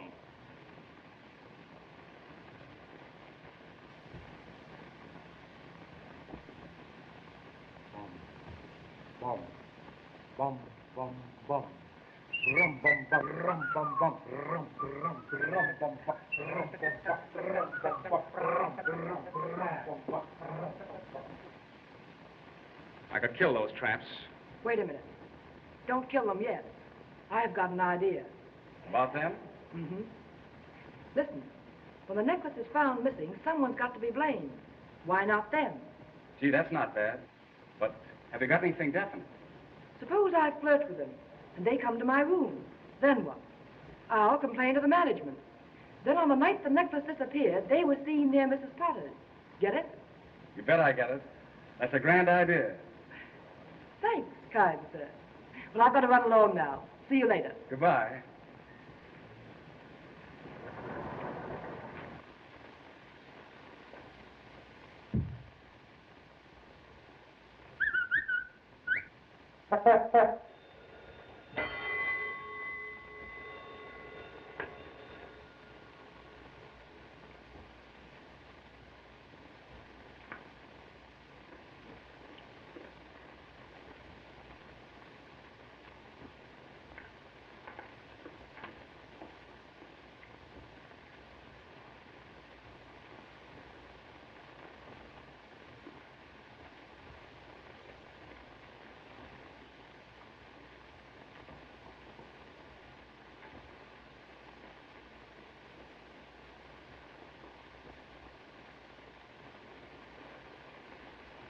Hey, what do you do, eh?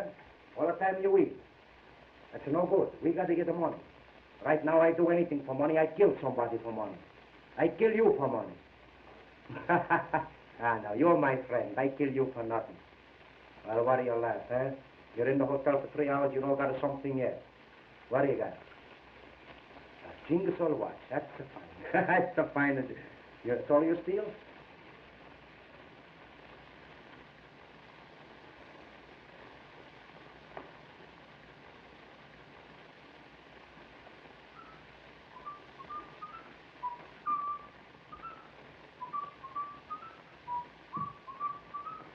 Hey.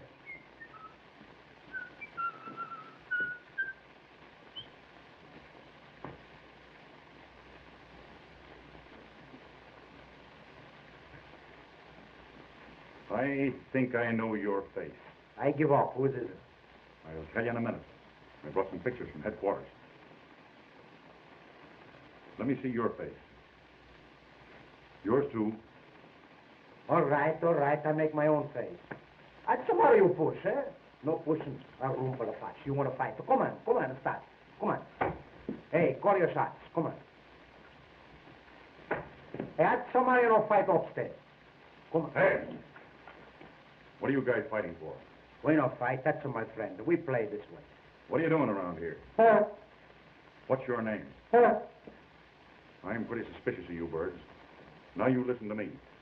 I haven't got anything on you yet, but I'm going to keep watching. I got your full records right here in my pocket. There's enough to send you up the minute you start anything. You get me? Wise guy. I gotta start a fight when detective come around. You can wait a little bit. Huh? What do you got? A badge. That's a fine. He's a no more detective. You detective. Hurry along, my dear. Get right in the cab. We've only a few minutes to get the train. Martin, can you tell me what time is the next train to Philadelphia? Train once a week, sometimes twice a day. Thank you. That's all right. That's a fine, huh? It's a little tight. Needs something taken out. All right, keep it. That's just what I need. Quarter like this. That's fine, huh? To look good.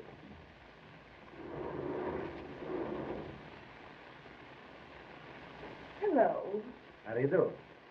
That's a good-looking coat you have on. You like it, huh? You know you look like the Prince of Wales. Better. Where did you get that coat? That's my coat. That's your coat? That's my coat. But it doesn't fit you. I know. I had it made to order. Tell me, what are you doing tonight? Maybe you got a good idea, eh? Well, don't you dare come to room 320 at 11 o'clock. All right, I come 10:30.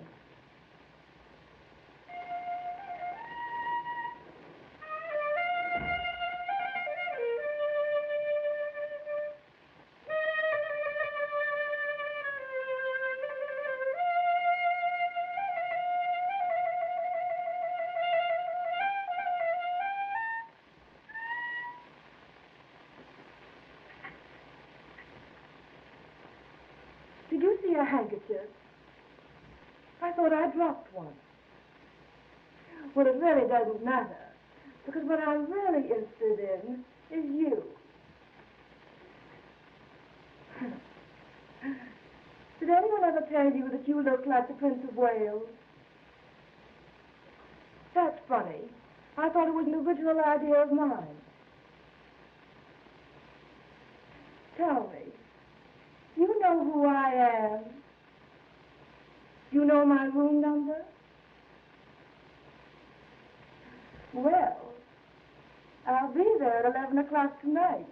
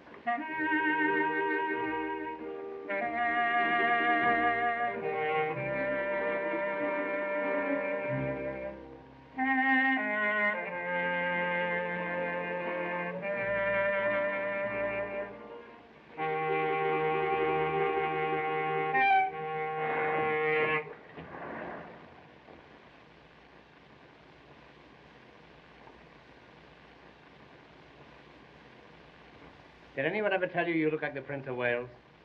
I don't mean the present Prince of Wales, one of the old Wales. And believe me, when I say Wales, I mean whale.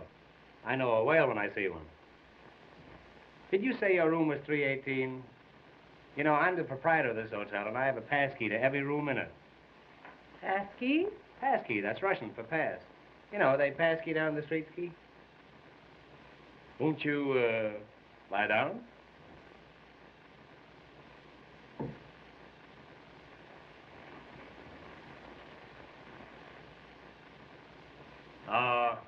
If we could find a little bungalow, eh? Oh, of course, I know we could find one, but maybe the people wouldn't get out. But if we could find a nice little empty bungalow just for me and you, where we could bill and cow. No, where we could bull and cow. Do you know what you're trying to say? Yes, it's not what I'm thinking of. What I meant was, if we had a nice little bungalow, and you was inside and I was outside trying to get in, or inside trying to get out.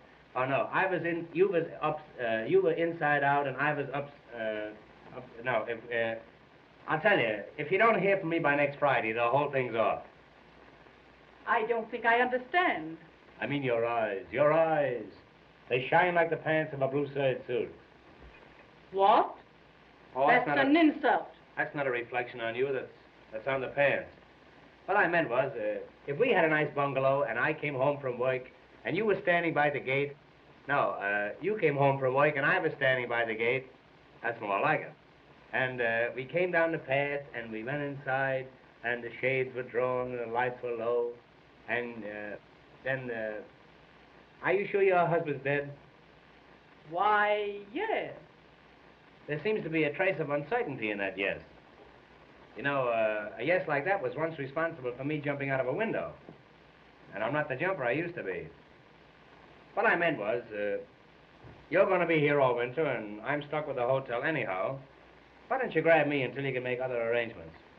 My dear Mr. Hammer, I shall never get married before my daughter. You did once. Oh, but I love you. I love you. Can't you see how I'm pining for you? What in the world is the matter with you? Oh, I'm not myself tonight. I don't know who I am. One false move and I'm yours. I love you. I love you anyhow. I don't think you'd love me if I were poor. I might, but I'd keep my mouth shut.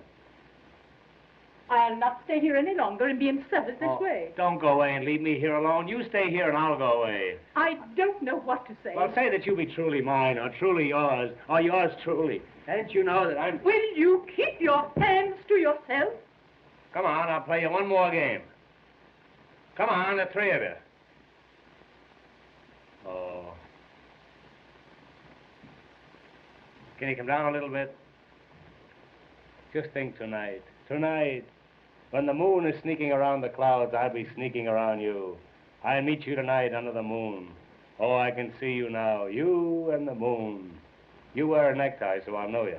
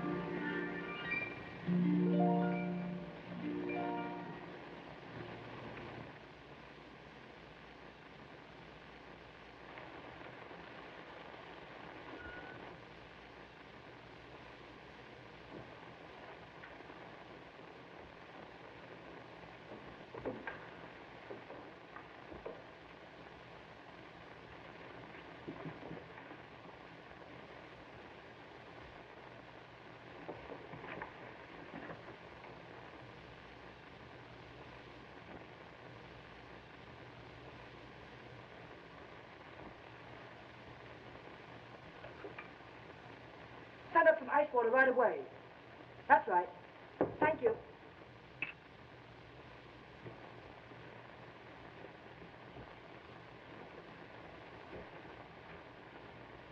Good. Close the door. Did you get the keys? Yes. It's one of these. Oh, that's fine. Now, listen, we can't take any chances on this job.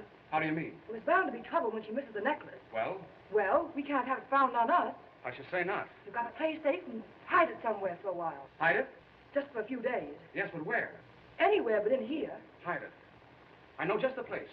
A hollow tree stump about a mile from here. Will that do? Fine, but how do I get there? It's Coconut Manor. You've been out there. Well, I'm not so sure, Harvey. Well, here, I'll show you. Now, you go right out Coconut Road. Then there's Augustine Road like this. But instead, you take the Granada Road. Suddenly, you come to a clearing with a fringe of trees around it. That's Coconut Manor, where the stump is.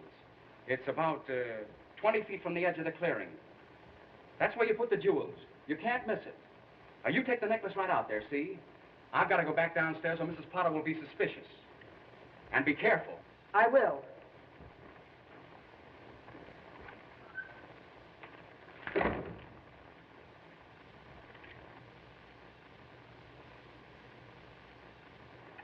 Coconut Manor, Granada Road, 20 feet from the clearing. Everything's going along swimmingly now.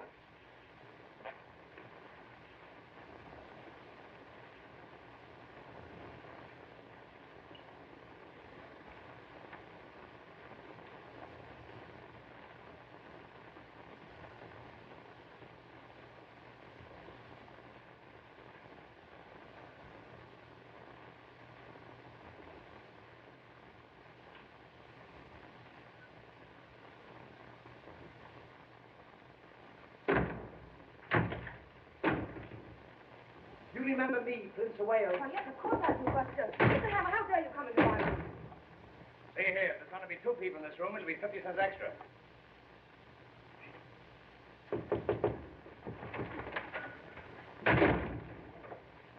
Did he go? Who? Anybody. Get out! Oh, you're trying to frighten me.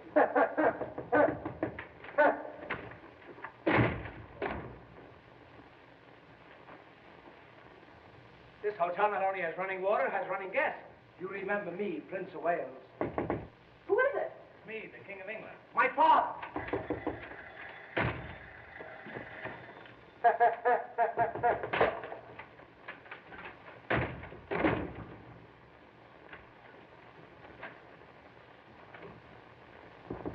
Come in.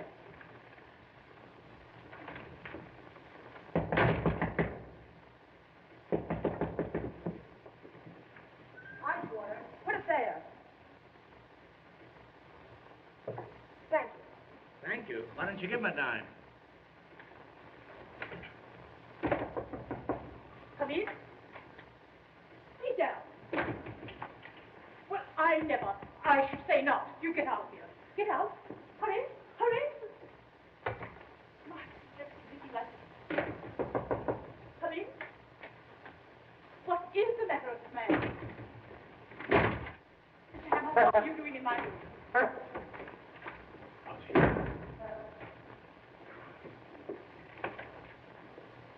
Don't you dare take that cobalt in this room. Well, you get out of here as fast as you can go. I was only playing it. I'll find out about this, I'll bet. Thank goodness he's gone. Never mind, operator. Come in. Who are you? That's all right. I'll be through in a minute. Well, I guess there's nobody in here. You don't know where to look. What's that you said? Oh, this is awful. When you're quite finished, let me know.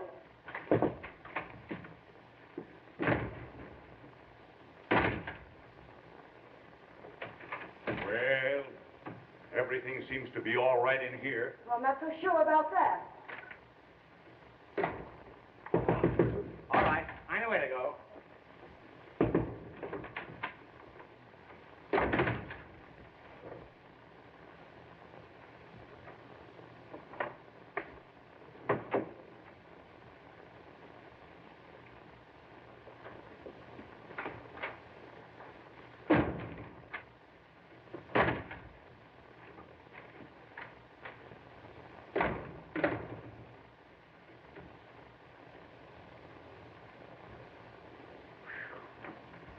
alone at last.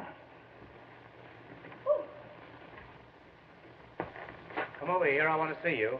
Now, listen to me. I'm not going to have that red-headed fella running around in the lobby. If you want to keep him up in your room, you'll have to keep him in a trap. You can't catch him. Who is he? It's my partner, but he don't speak. Oh, that's your silent partner. Well, anyhow, you wired me about some property. I've thought it over. Now, I can let you have 3 lots watering the front, or I can let you have 3 lots fronting the water. Now, these lots cost me $9,000, and I'm going to let you have them for 15 because I like you. I don't buy nothing. What? I no got no money. You got no money? I no got 1 cent. How you going to pay for your room? That's your lookout. Oh, you're just an idle rumor. Well, you see, we come here to make money. I read the paper and say big boom in Florida, so we come. We're a couple of big booms, too. Well, I'll show you how you can make some real money. I'm going to hold an auction in a little while on Coconut Manor. You know what an auction is, eh? Yeah, I come from Italy on the Atlantic auction. Well, let's go ahead as if nothing happened.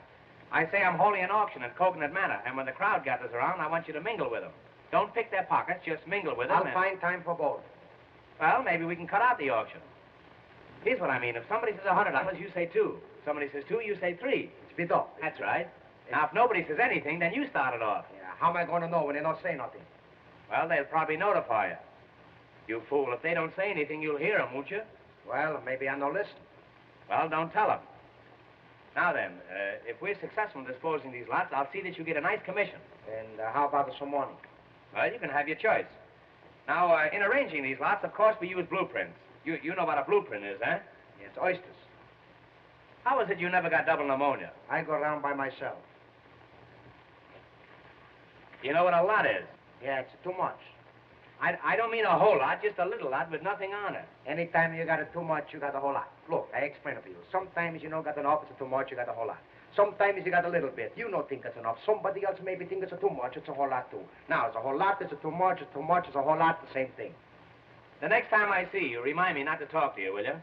All right, maybe. Come over here, Aunt McNally, and I'll explain this thing to you. Now, look, this is a map and diagram of the whole Coconut section.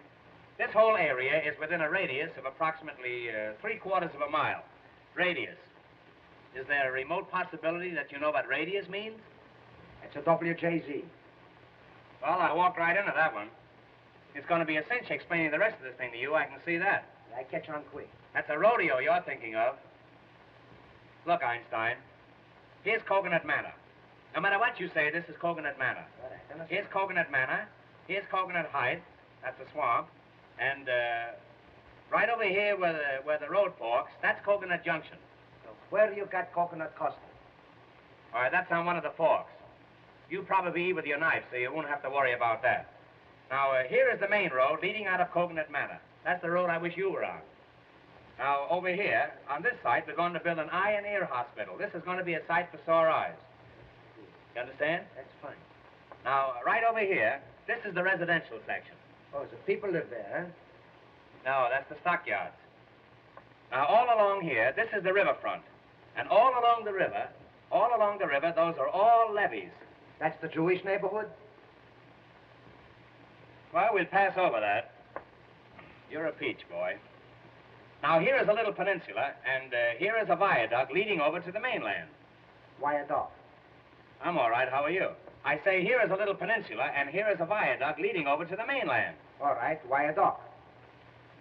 I'm not playing Ask Me Another. I say that's a viaduct. All right, viaduct. It's what that viaduct. Why you no chicken? Well, I don't know why I know chicken. I'm a stranger here myself. All I know is that it's a viaduct. You try to cross over there in a chicken, and you'll find out viaduct.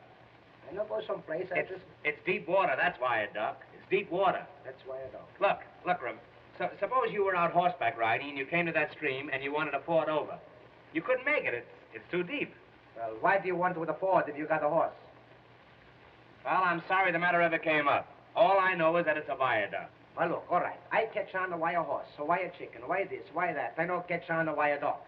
Now, I was only fooling. I was only fooling. They're going to build a tunnel there in the morning. Now, is that clear to you? Yes, everything except the wire dog. Well, that's fine. Then we can go ahead with this thing. Now, look.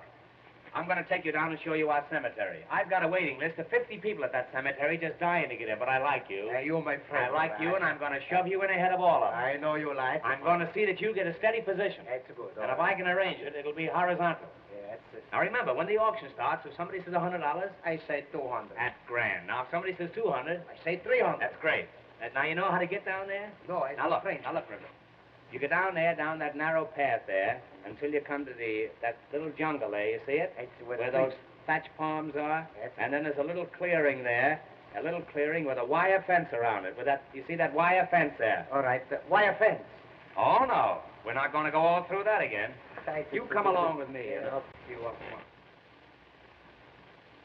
All right, I know what you mean. Bid them off. Go higher. One say 200, 200, 300. That's it. If somebody says $100, you say 200. If somebody says 2, you say 3. You help me put this deal over, and you can have anything you got. I got nothing. Be a light. That's it. Be a light. All Be right. a light, or Papa don't go out at all. All right, that be all right. I don't know what it is, but I be all right. All ye suckers who are going to get trimmed, step this way for the big swindle. Ladies and gentlemen, before proceeding with the main business of the day, which is the selling of these lots at any price, we are going to have a little entertainment. Very little. I want to present to you Miss Polly Potter, the best paying guest in the hotel. In fact, the only paying guest in the hotel. She will sing for you, and for me too. Miss Potter. Monkeys upon a tree never are very blue. They never seem to be on the park, that is true. Not like the ones you see on a mark in the zoo. Monkeys upon a tree, do the monkey doodle-doo. Oh, among the mangoes where the monkey can go, you can see them do. The little monkey doodle-doo.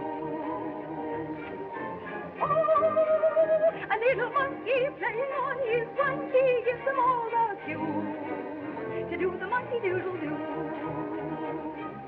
Let me take you by the hand over to the jungle band.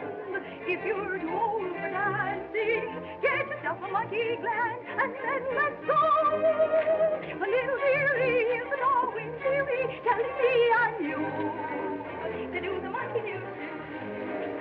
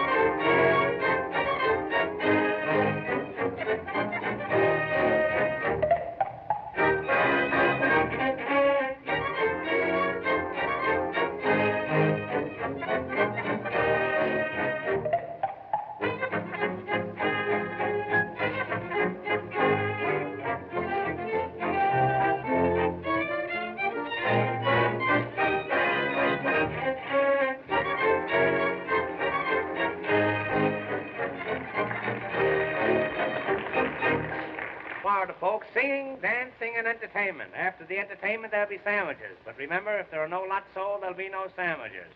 Florida, folks, sunshine, sunshine, perpetual sunshine all the year around. Let's get the auction started before we get a tornado. Right this way. Step forward, everybody. Friends, you are now in Coconut Manor, one of the finest cities in Florida. Of course, we still need a few finishing touches, but who doesn't? This is the heart of the residential district. Every lot is the stones throw from the station. As soon as they throw enough stones, we're going to build a station. 800 wonderful residences will be built right here. Why, they're as good as up. Better. You can have any kind of a home you want to. You can even get stucco. Oh, how you can get stucco. Now is the time to buy while the new boom is on. Remember that old saying? A new boom sweeps clean. And don't forget the guarantee. My personal guarantee. If these lots don't double in value in a year, I don't know what you can do about it. Now then, we take lot number 20. Lot number 20. Right at the corner of DeSoto Avenue. Of course, you all know who DeSoto was. He discovered a body of water. You've all heard of the water that they named after him, DeSoto water. Now, this lot has a 20-foot frontage, a 14-foot backage, and a mighty fine garbage. Now, what am I offer for this lot? Anything at all? Anything at all? $200. Ah, the gentleman bids $200. Who'll say $300? $300. Another gentleman says $300. Do I hear $400? $400.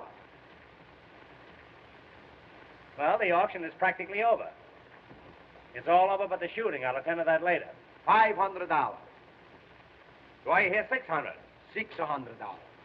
Sold for $600. Wrap up that lot and put some poison ivy on it. Yes, sir. Well, I came out even on that one. That was a big success. Yeah. One more success like that, and I'll sell my body to a medical institute. Now we'll take lot number 21. There it is, right over there. Right over there, folks, right where that coconut tree is. What am I offered for lot number 21? $200. Why, my friend, there's over $200 worth of milk in those coconuts. And what milk? Milk from contented coconuts. Who'll say $300? $300. $300. $400. $400. $500. $600. $700. $800. What the heck I care? What the heck do you care? But how about me? Sold her. What the heck for $800?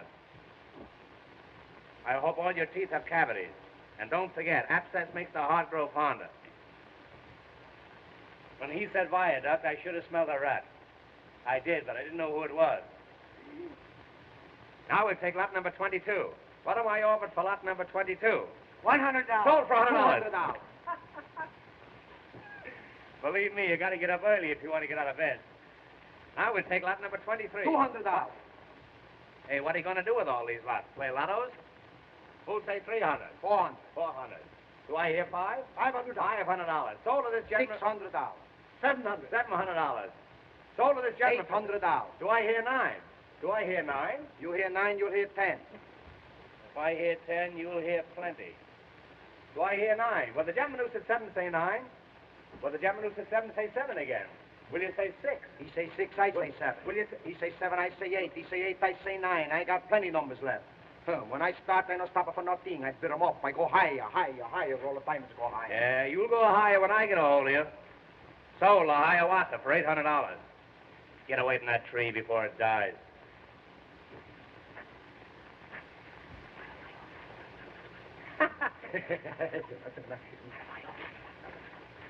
$50. Sold for $200. Too late, too late. Now we'll take lot number 25, right where you're standing. Will you please get your feet off this lot? You're getting it all dirty. Now, here's a lot, folks. It doesn't look very big on top, but it's all yours as far down as you want to go, and it's dirt cheap. Now, what am I over for lot number 25? Anything at all? Who'll start it off? Anyone at all? Anyone at... What become of Peter Rabbit? What am I over for lot 25? Come on, folks. You know you're all allowed to bid. This is a free country. What am I over for lot 25? What am I offer for lot 25 and a year's subscription to Youth Companion? Will somebody take a year's subscription? I'm trying to work my way through college. Will somebody take a 6-month subscription? I'll go to a high school. Does anybody want to buy a lead pencil? I'll wrestle anybody in the crowd for $5. Well, if there's not going to be any more bidding, I might as well quit. What's the matter with you people? Can't you visualize bargains? Don't you want to make money? I'm going to try one more lot, and if I don't dispose of this, I'm going to fold up. You get me? Now, we're going to take lot number 26, the star lot of the whole proceeding. Here it is, right over there where the stump of that tree is. Overlooking the ocean front, one of the finest sights in Florida. Now, somebody make me an offer. $200. $300. Who'll say $400? $400. $400. Now, do I hear... Keep Winnie the Pooh out of here, will you? He'll ruin me. Who'll say $500? $500. $500. Six? Come on now. $800. $800. Now, there's a gentleman with vision. And a nice haircut. There's a gentleman with vision. Who'll say $1,000? $1,000. $1,000. There's a gentleman with double vision and a better haircut. Who'll say $1,100? $1,100. $1,100. There's a gentleman with astigmatism. 12 once. Come on now. 12. $1,200. 12. Hail and farewell. Who'll say 13? 13. Come on. 13. I'll bid. 13. Do I hear 13? Do I? 12. 12 once. 12 twice. Sold to Mr. Adams for $1,200.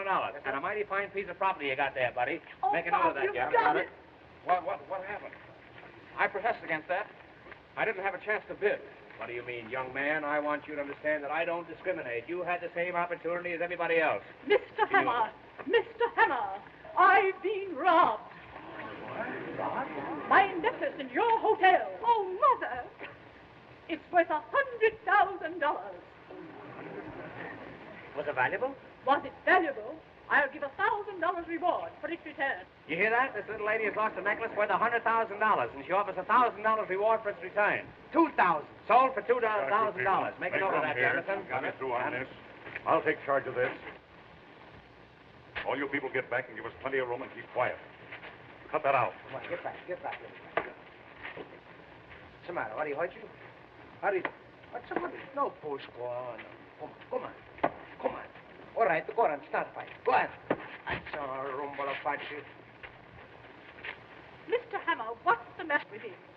I don't know where he's from. He hasn't any license on him. What is it? What?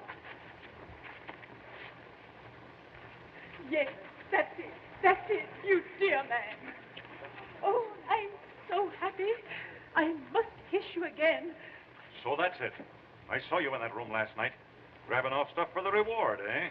Now then, you come clean. Hey, let go of that. All right, leave him go. Come on, leave him Put go. your foot on. How'd you know that necklace was there? Oh, officer, may I make a suggestion? What is it? Well, isn't it possible that the gentleman who bought this lot might know something about it? Why was he so anxious to buy it? How about it, you? Why did you buy this lot? None of your business. He's a desperate character. Oh, Mother, he isn't. Holly. Whenever a young fella shuts up and won't say anything, I've noticed it's generally on account of a woman. Who is she? None of your business. I won't say a word. You won't say anything.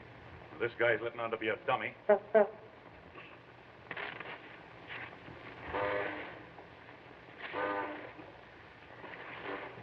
This bird you can't understand when he does talk. Shalom. Is there anybody here who will talk? I will, but I can't think of anything. Well, if you won't tell me about it, you'll tell somebody else. Here, wait a minute. Do you mean to say that... That's enough. Come on. Oh, please don't take him. What? Oh, I didn't want you to steal it, Bob. I'd no idea that you'd do it. Oh, I feel awful. What are you talking about? Bob, what does she mean? Holly. Oh, that's it. Oh, it's all my fault. I had no idea he'd think that I meant it. Bob, I didn't want you to do it. I just meant if you could give me one like it. Wait a minute. Are you accusing me of taking Mrs. Potter's necklace? Well, I'm taking all the blame myself. I was joking, and you took me seriously. Why, Bob, last night when you told me that you'd taken it, I just couldn't believe it. Told you I'd taken what? Why, Polly, she's out of her mind. It sounds quite plausible to me. Mother, he didn't know what he was doing. I begged him to take it back. Say, I'm not going to stand for any more of this. Why, the whole thing is ridiculous. It's absurd. Do you people really think for one moment that... Oh, I don't care what you think, any of you. Polly, you know it's a lie, don't you? It was just a harmless flirtation, and then, well, he lost his head. Don't you know it's a lie? Why, of course I do. You don't think I'd believe a silly story like that, do you? Holly. Mother, I don't believe it. Mr. Adams, I must ask you never to speak to my daughter again. But Mrs. Come on, Potter, young fella. Bob, I'm going with you. You'll stay here. Yes, Polly. You stay here. It's only for a little while. Why, the whole thing is ridiculous. You ready?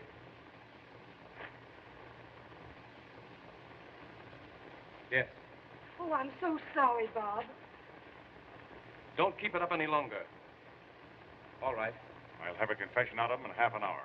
Come on, you. Bob, will you come back here? Now we'll take lot number 27.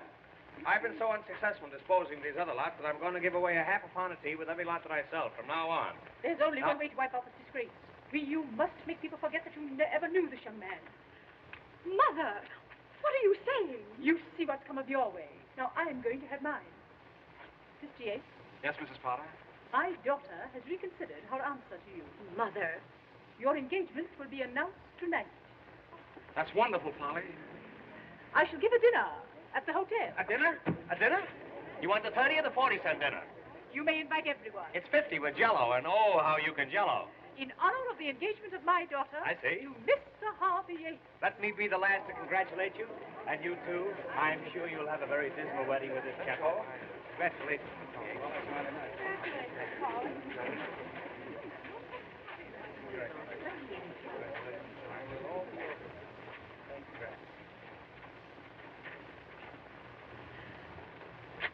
Coming, Polly? In a minute. Please go ahead. Why, what's the matter, dear? Nothing. Please go. All right. I'll wait for you.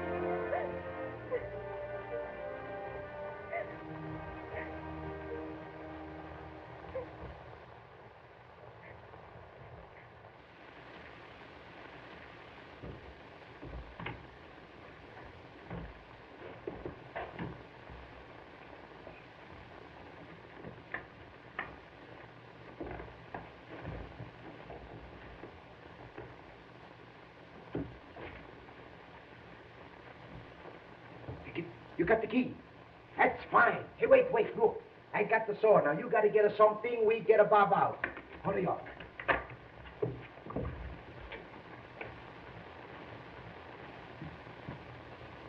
Bob. Hey, Bob. Hello. How do you do? What are you doing here? I didn't know they allowed visitors here. I'm a no visitor. We come to get you out. We got to be quick, too. Oh, thanks very much. You shouldn't have bothered, but I might as well stay here as any other place. You've got to come out. Polly, she wants you. Polly wants me? She got to have you, because tonight she's going to be engaged. Engaged? Yes, going to be married. Mrs. Potter, she's going to give a big engagement dinner. Who? To who? To Polly, the Yates to Polly. Everybody's going to be there. Polly's going to marry Yates? That's right. Come on, let me out of here. Get me out of here, quick. Wait, we get you out. Hey, Paisan, 3 in the clock. Come on, hurry up. Quick.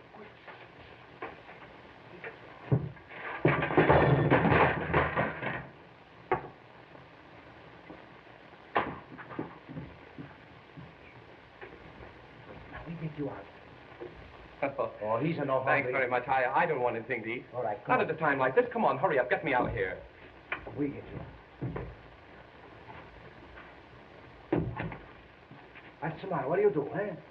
Come on, break the lock. Come on, hurry. What's the matter? What's the matter for you? Come on. Come on, stop quarreling now. Stop fighting. This is no time to fight. Come on, hurry up. Get me out of here, quick. Oh, come on, hurry. Come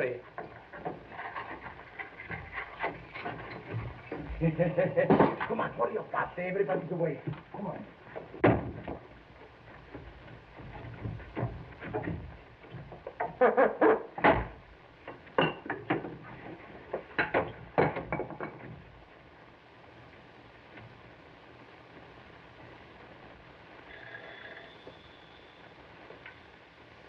Is that so? Well, I'll attend to that. Boy, it's been reported to me there's a poker game going on in room 420. You go up there and knock on the door and see if you can get me a seat. Yes, sir.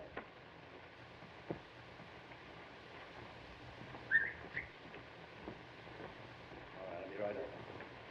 All right, Bob. Coast is clear. Nobody around. It's a fine, huh? Here he is. We got him. Yeah, we got him all right. Hello, you out on parole? No, these two gentlemen helped me to get out. I'm ever so much obliged to you, Mr. Hammer. They told me it was your idea. I can't begin to thank you.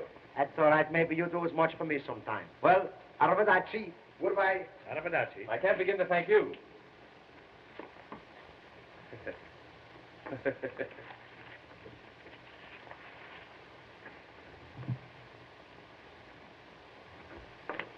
Why, that's polygamy. Believe me, it's no fun being in jail. Jail is no place for a young fellow. There's no advancement. But seriously, Mr. Hammer, you know the story of Penelope's was all a lie, don't you? Now, what's the use to worry? It's silly to worry, isn't it? You're gone today and here tomorrow. But you know it was a lie. How am I going to prove it? Well, of course, that's the question. What is it? Silent red, wanted by the police. What's going on here? Boy, everything's dropping from on high here. Something grapefruit. Hot one, all right. Well, I hope I still got my underwear on. You know, come here with that. I felt kind of flimsy. Bob. Yes, sir.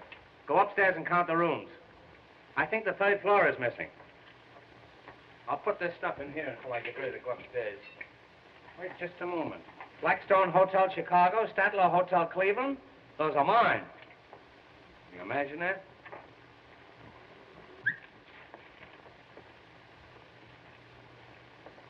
More papers. Man, I was Granada Road, Coconut Road.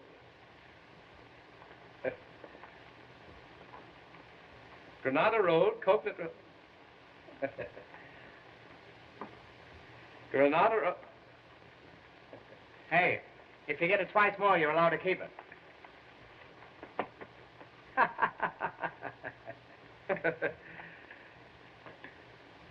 Come here with that, will you? Well, you can beat that, but you can't tie it.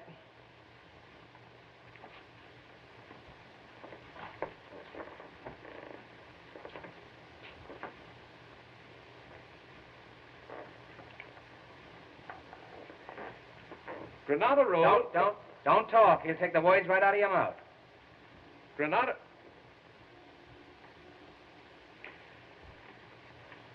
Road, Coconut Road, Hollow Stump, Jewels. Tell me, where did you find this? That's a great guy you picked to ask. Where did you find this? Mr. Hammer, whoever drew this knows something about that robbery. Look.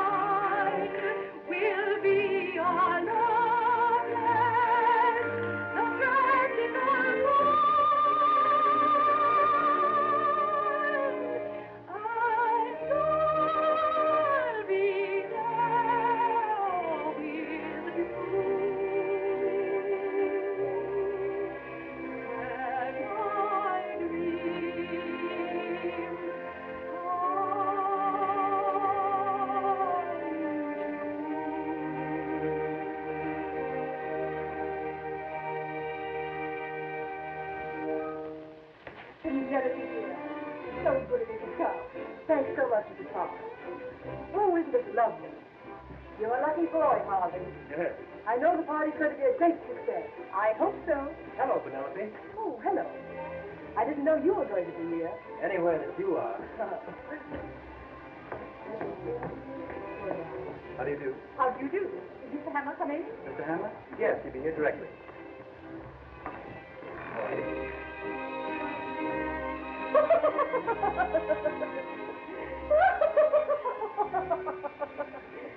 Mr. Hammer, your costume's wonderful. This costume has been condemned by good housekeeping. I love the color scheme. That isn't a scheme, that's a conspiracy. Signor Chico Joseph Maria di Acunia, Count di Ellisno. On track 25. Ah, signor innocenti la bellezza statue. Che so io quando si faccio una fanciulla da Italiano. Listen, Count, as soon as the guests leave, I'd like you to take the ashes out. A shalom. His Excellency, the ambassador from San Raffaello, Signor Di Harpeno.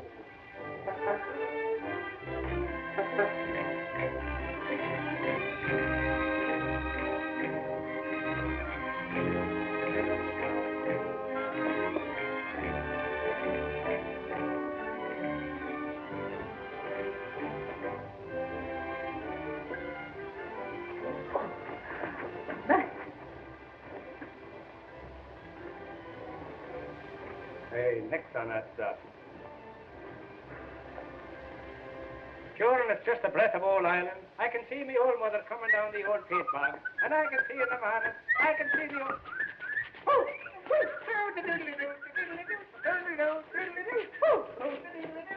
Goes the weasel. There goes the weasel now.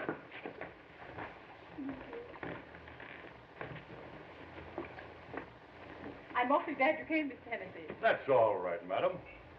At a party like this, you've got to have the law around.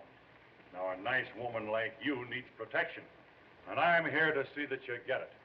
There's a couple of shady characters hanging around that I'm going to keep an eye on. What's that you gave him? No, give me that. You give me that. No, give me that. Give me that, I tell you. Who got my shirt? What's become of my shirt?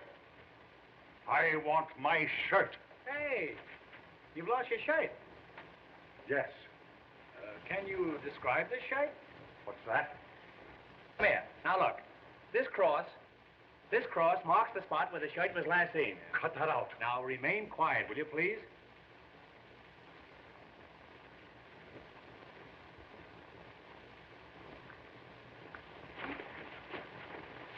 Just as I thought. You birds are all in on this thing, and you're all trying to keep me from finding my shirt. That's a lie, you whelp. Whelp. I want my shirt. He wants his shirt. I want my shirt. He wants his shirt. He wants his shirt. I want my shirt. He wants his shirt. I want my shirt. He wants his shirt. I want my shirt. I want my shirt. I can't be happy without my shirt. He wants his shirt. He wants his shirt. He can't be happy without his shirt. I want my shirt. He wants his shirt. He won't be happy without his shirt. He wants his shirt. He wants his shirt. He won't be happy till he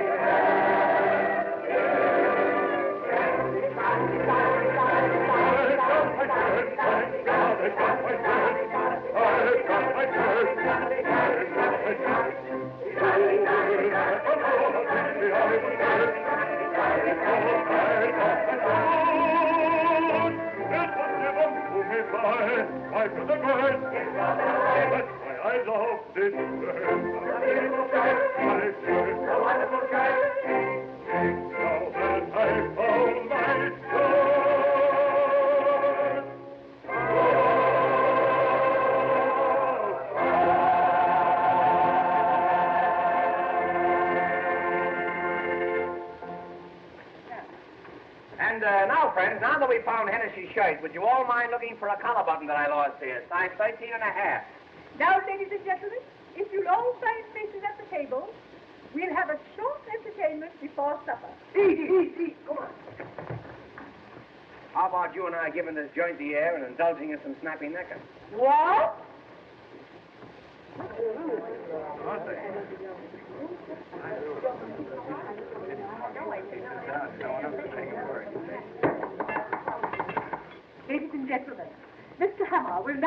Master of Ceremonies, Mr. Hammer.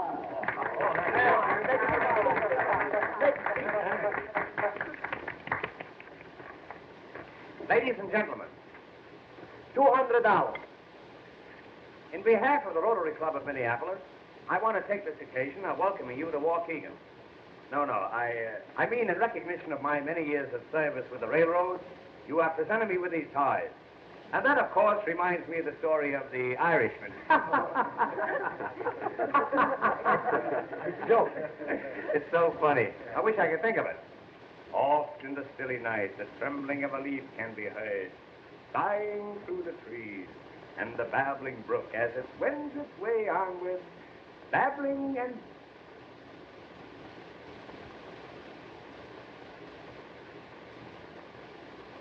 Well, I got rid of one.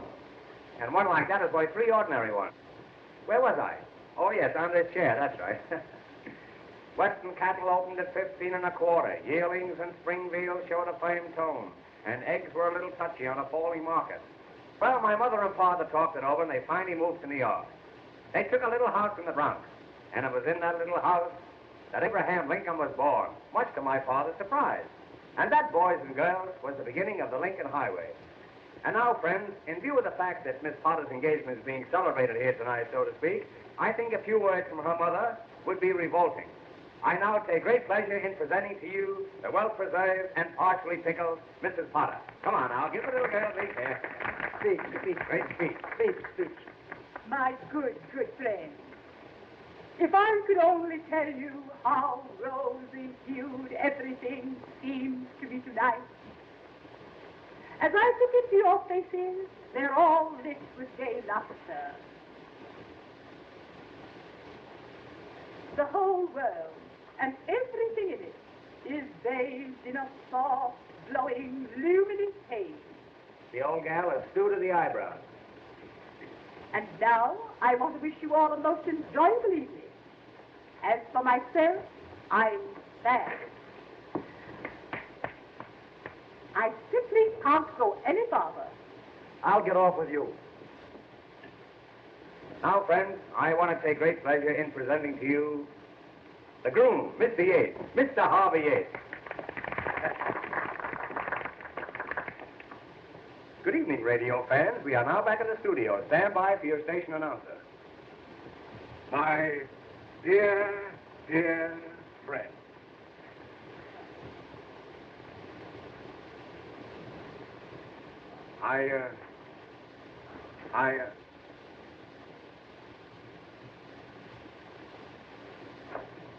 I really don't know what to say. Well, shut up. What a splendid suggestion. I feel highly honored, but I'm afraid I'm not much of a speech maker. Nevertheless, Mr. Hammer, it was very nice of you to call on me. You must call on me sometime. I was just about to say... come up and see my flower bed. What I intended to say... I want you to see my pansies. Well, I got short pansies and long pansies. I was just going to say that... Next spring, I'm going to get some early bloomers. As I was about to say... There seems to be a steady stream flowing in and out over there. I wouldn't dream of taking up any more of your time. I really wanted to thank you all. Yeah. And as I said before, I hadn't intended to make a speech at all. Well, you certainly succeeded. Now, friends, the good stage.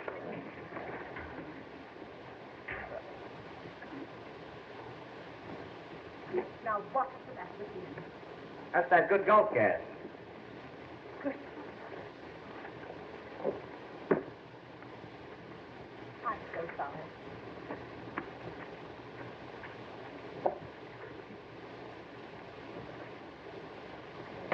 Hey, what do you do? No duty. Come on, have some more food.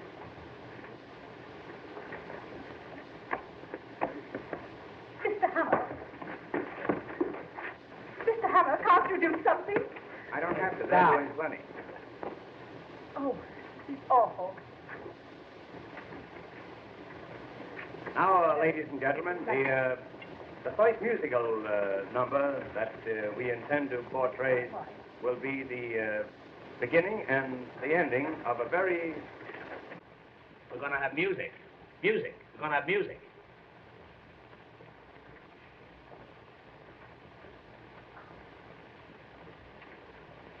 Now, the first musical number on the program will be a piccolo solo, which we will skip. And the second number will be Signor Pastrami, the Lithuanian pianist. The Signor, for his first selection, will play a cup of coffee, a sandwich, and you from the opera Aida. Signor, allow me to escort you to the dais. Oh, Signor Pastrami, what is the first number? Number 1.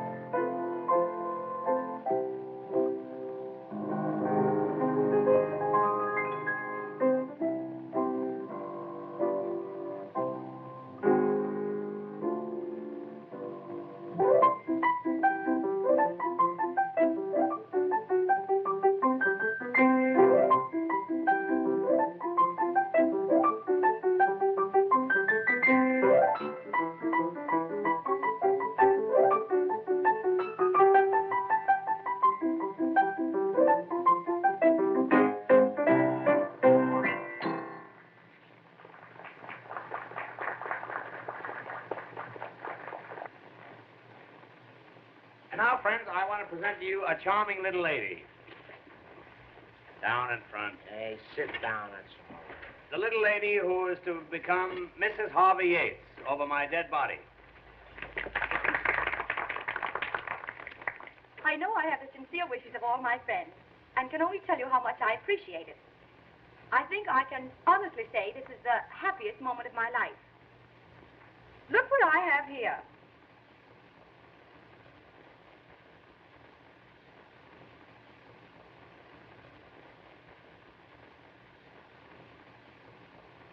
It's a little engagement present just given me by Mr. Yates.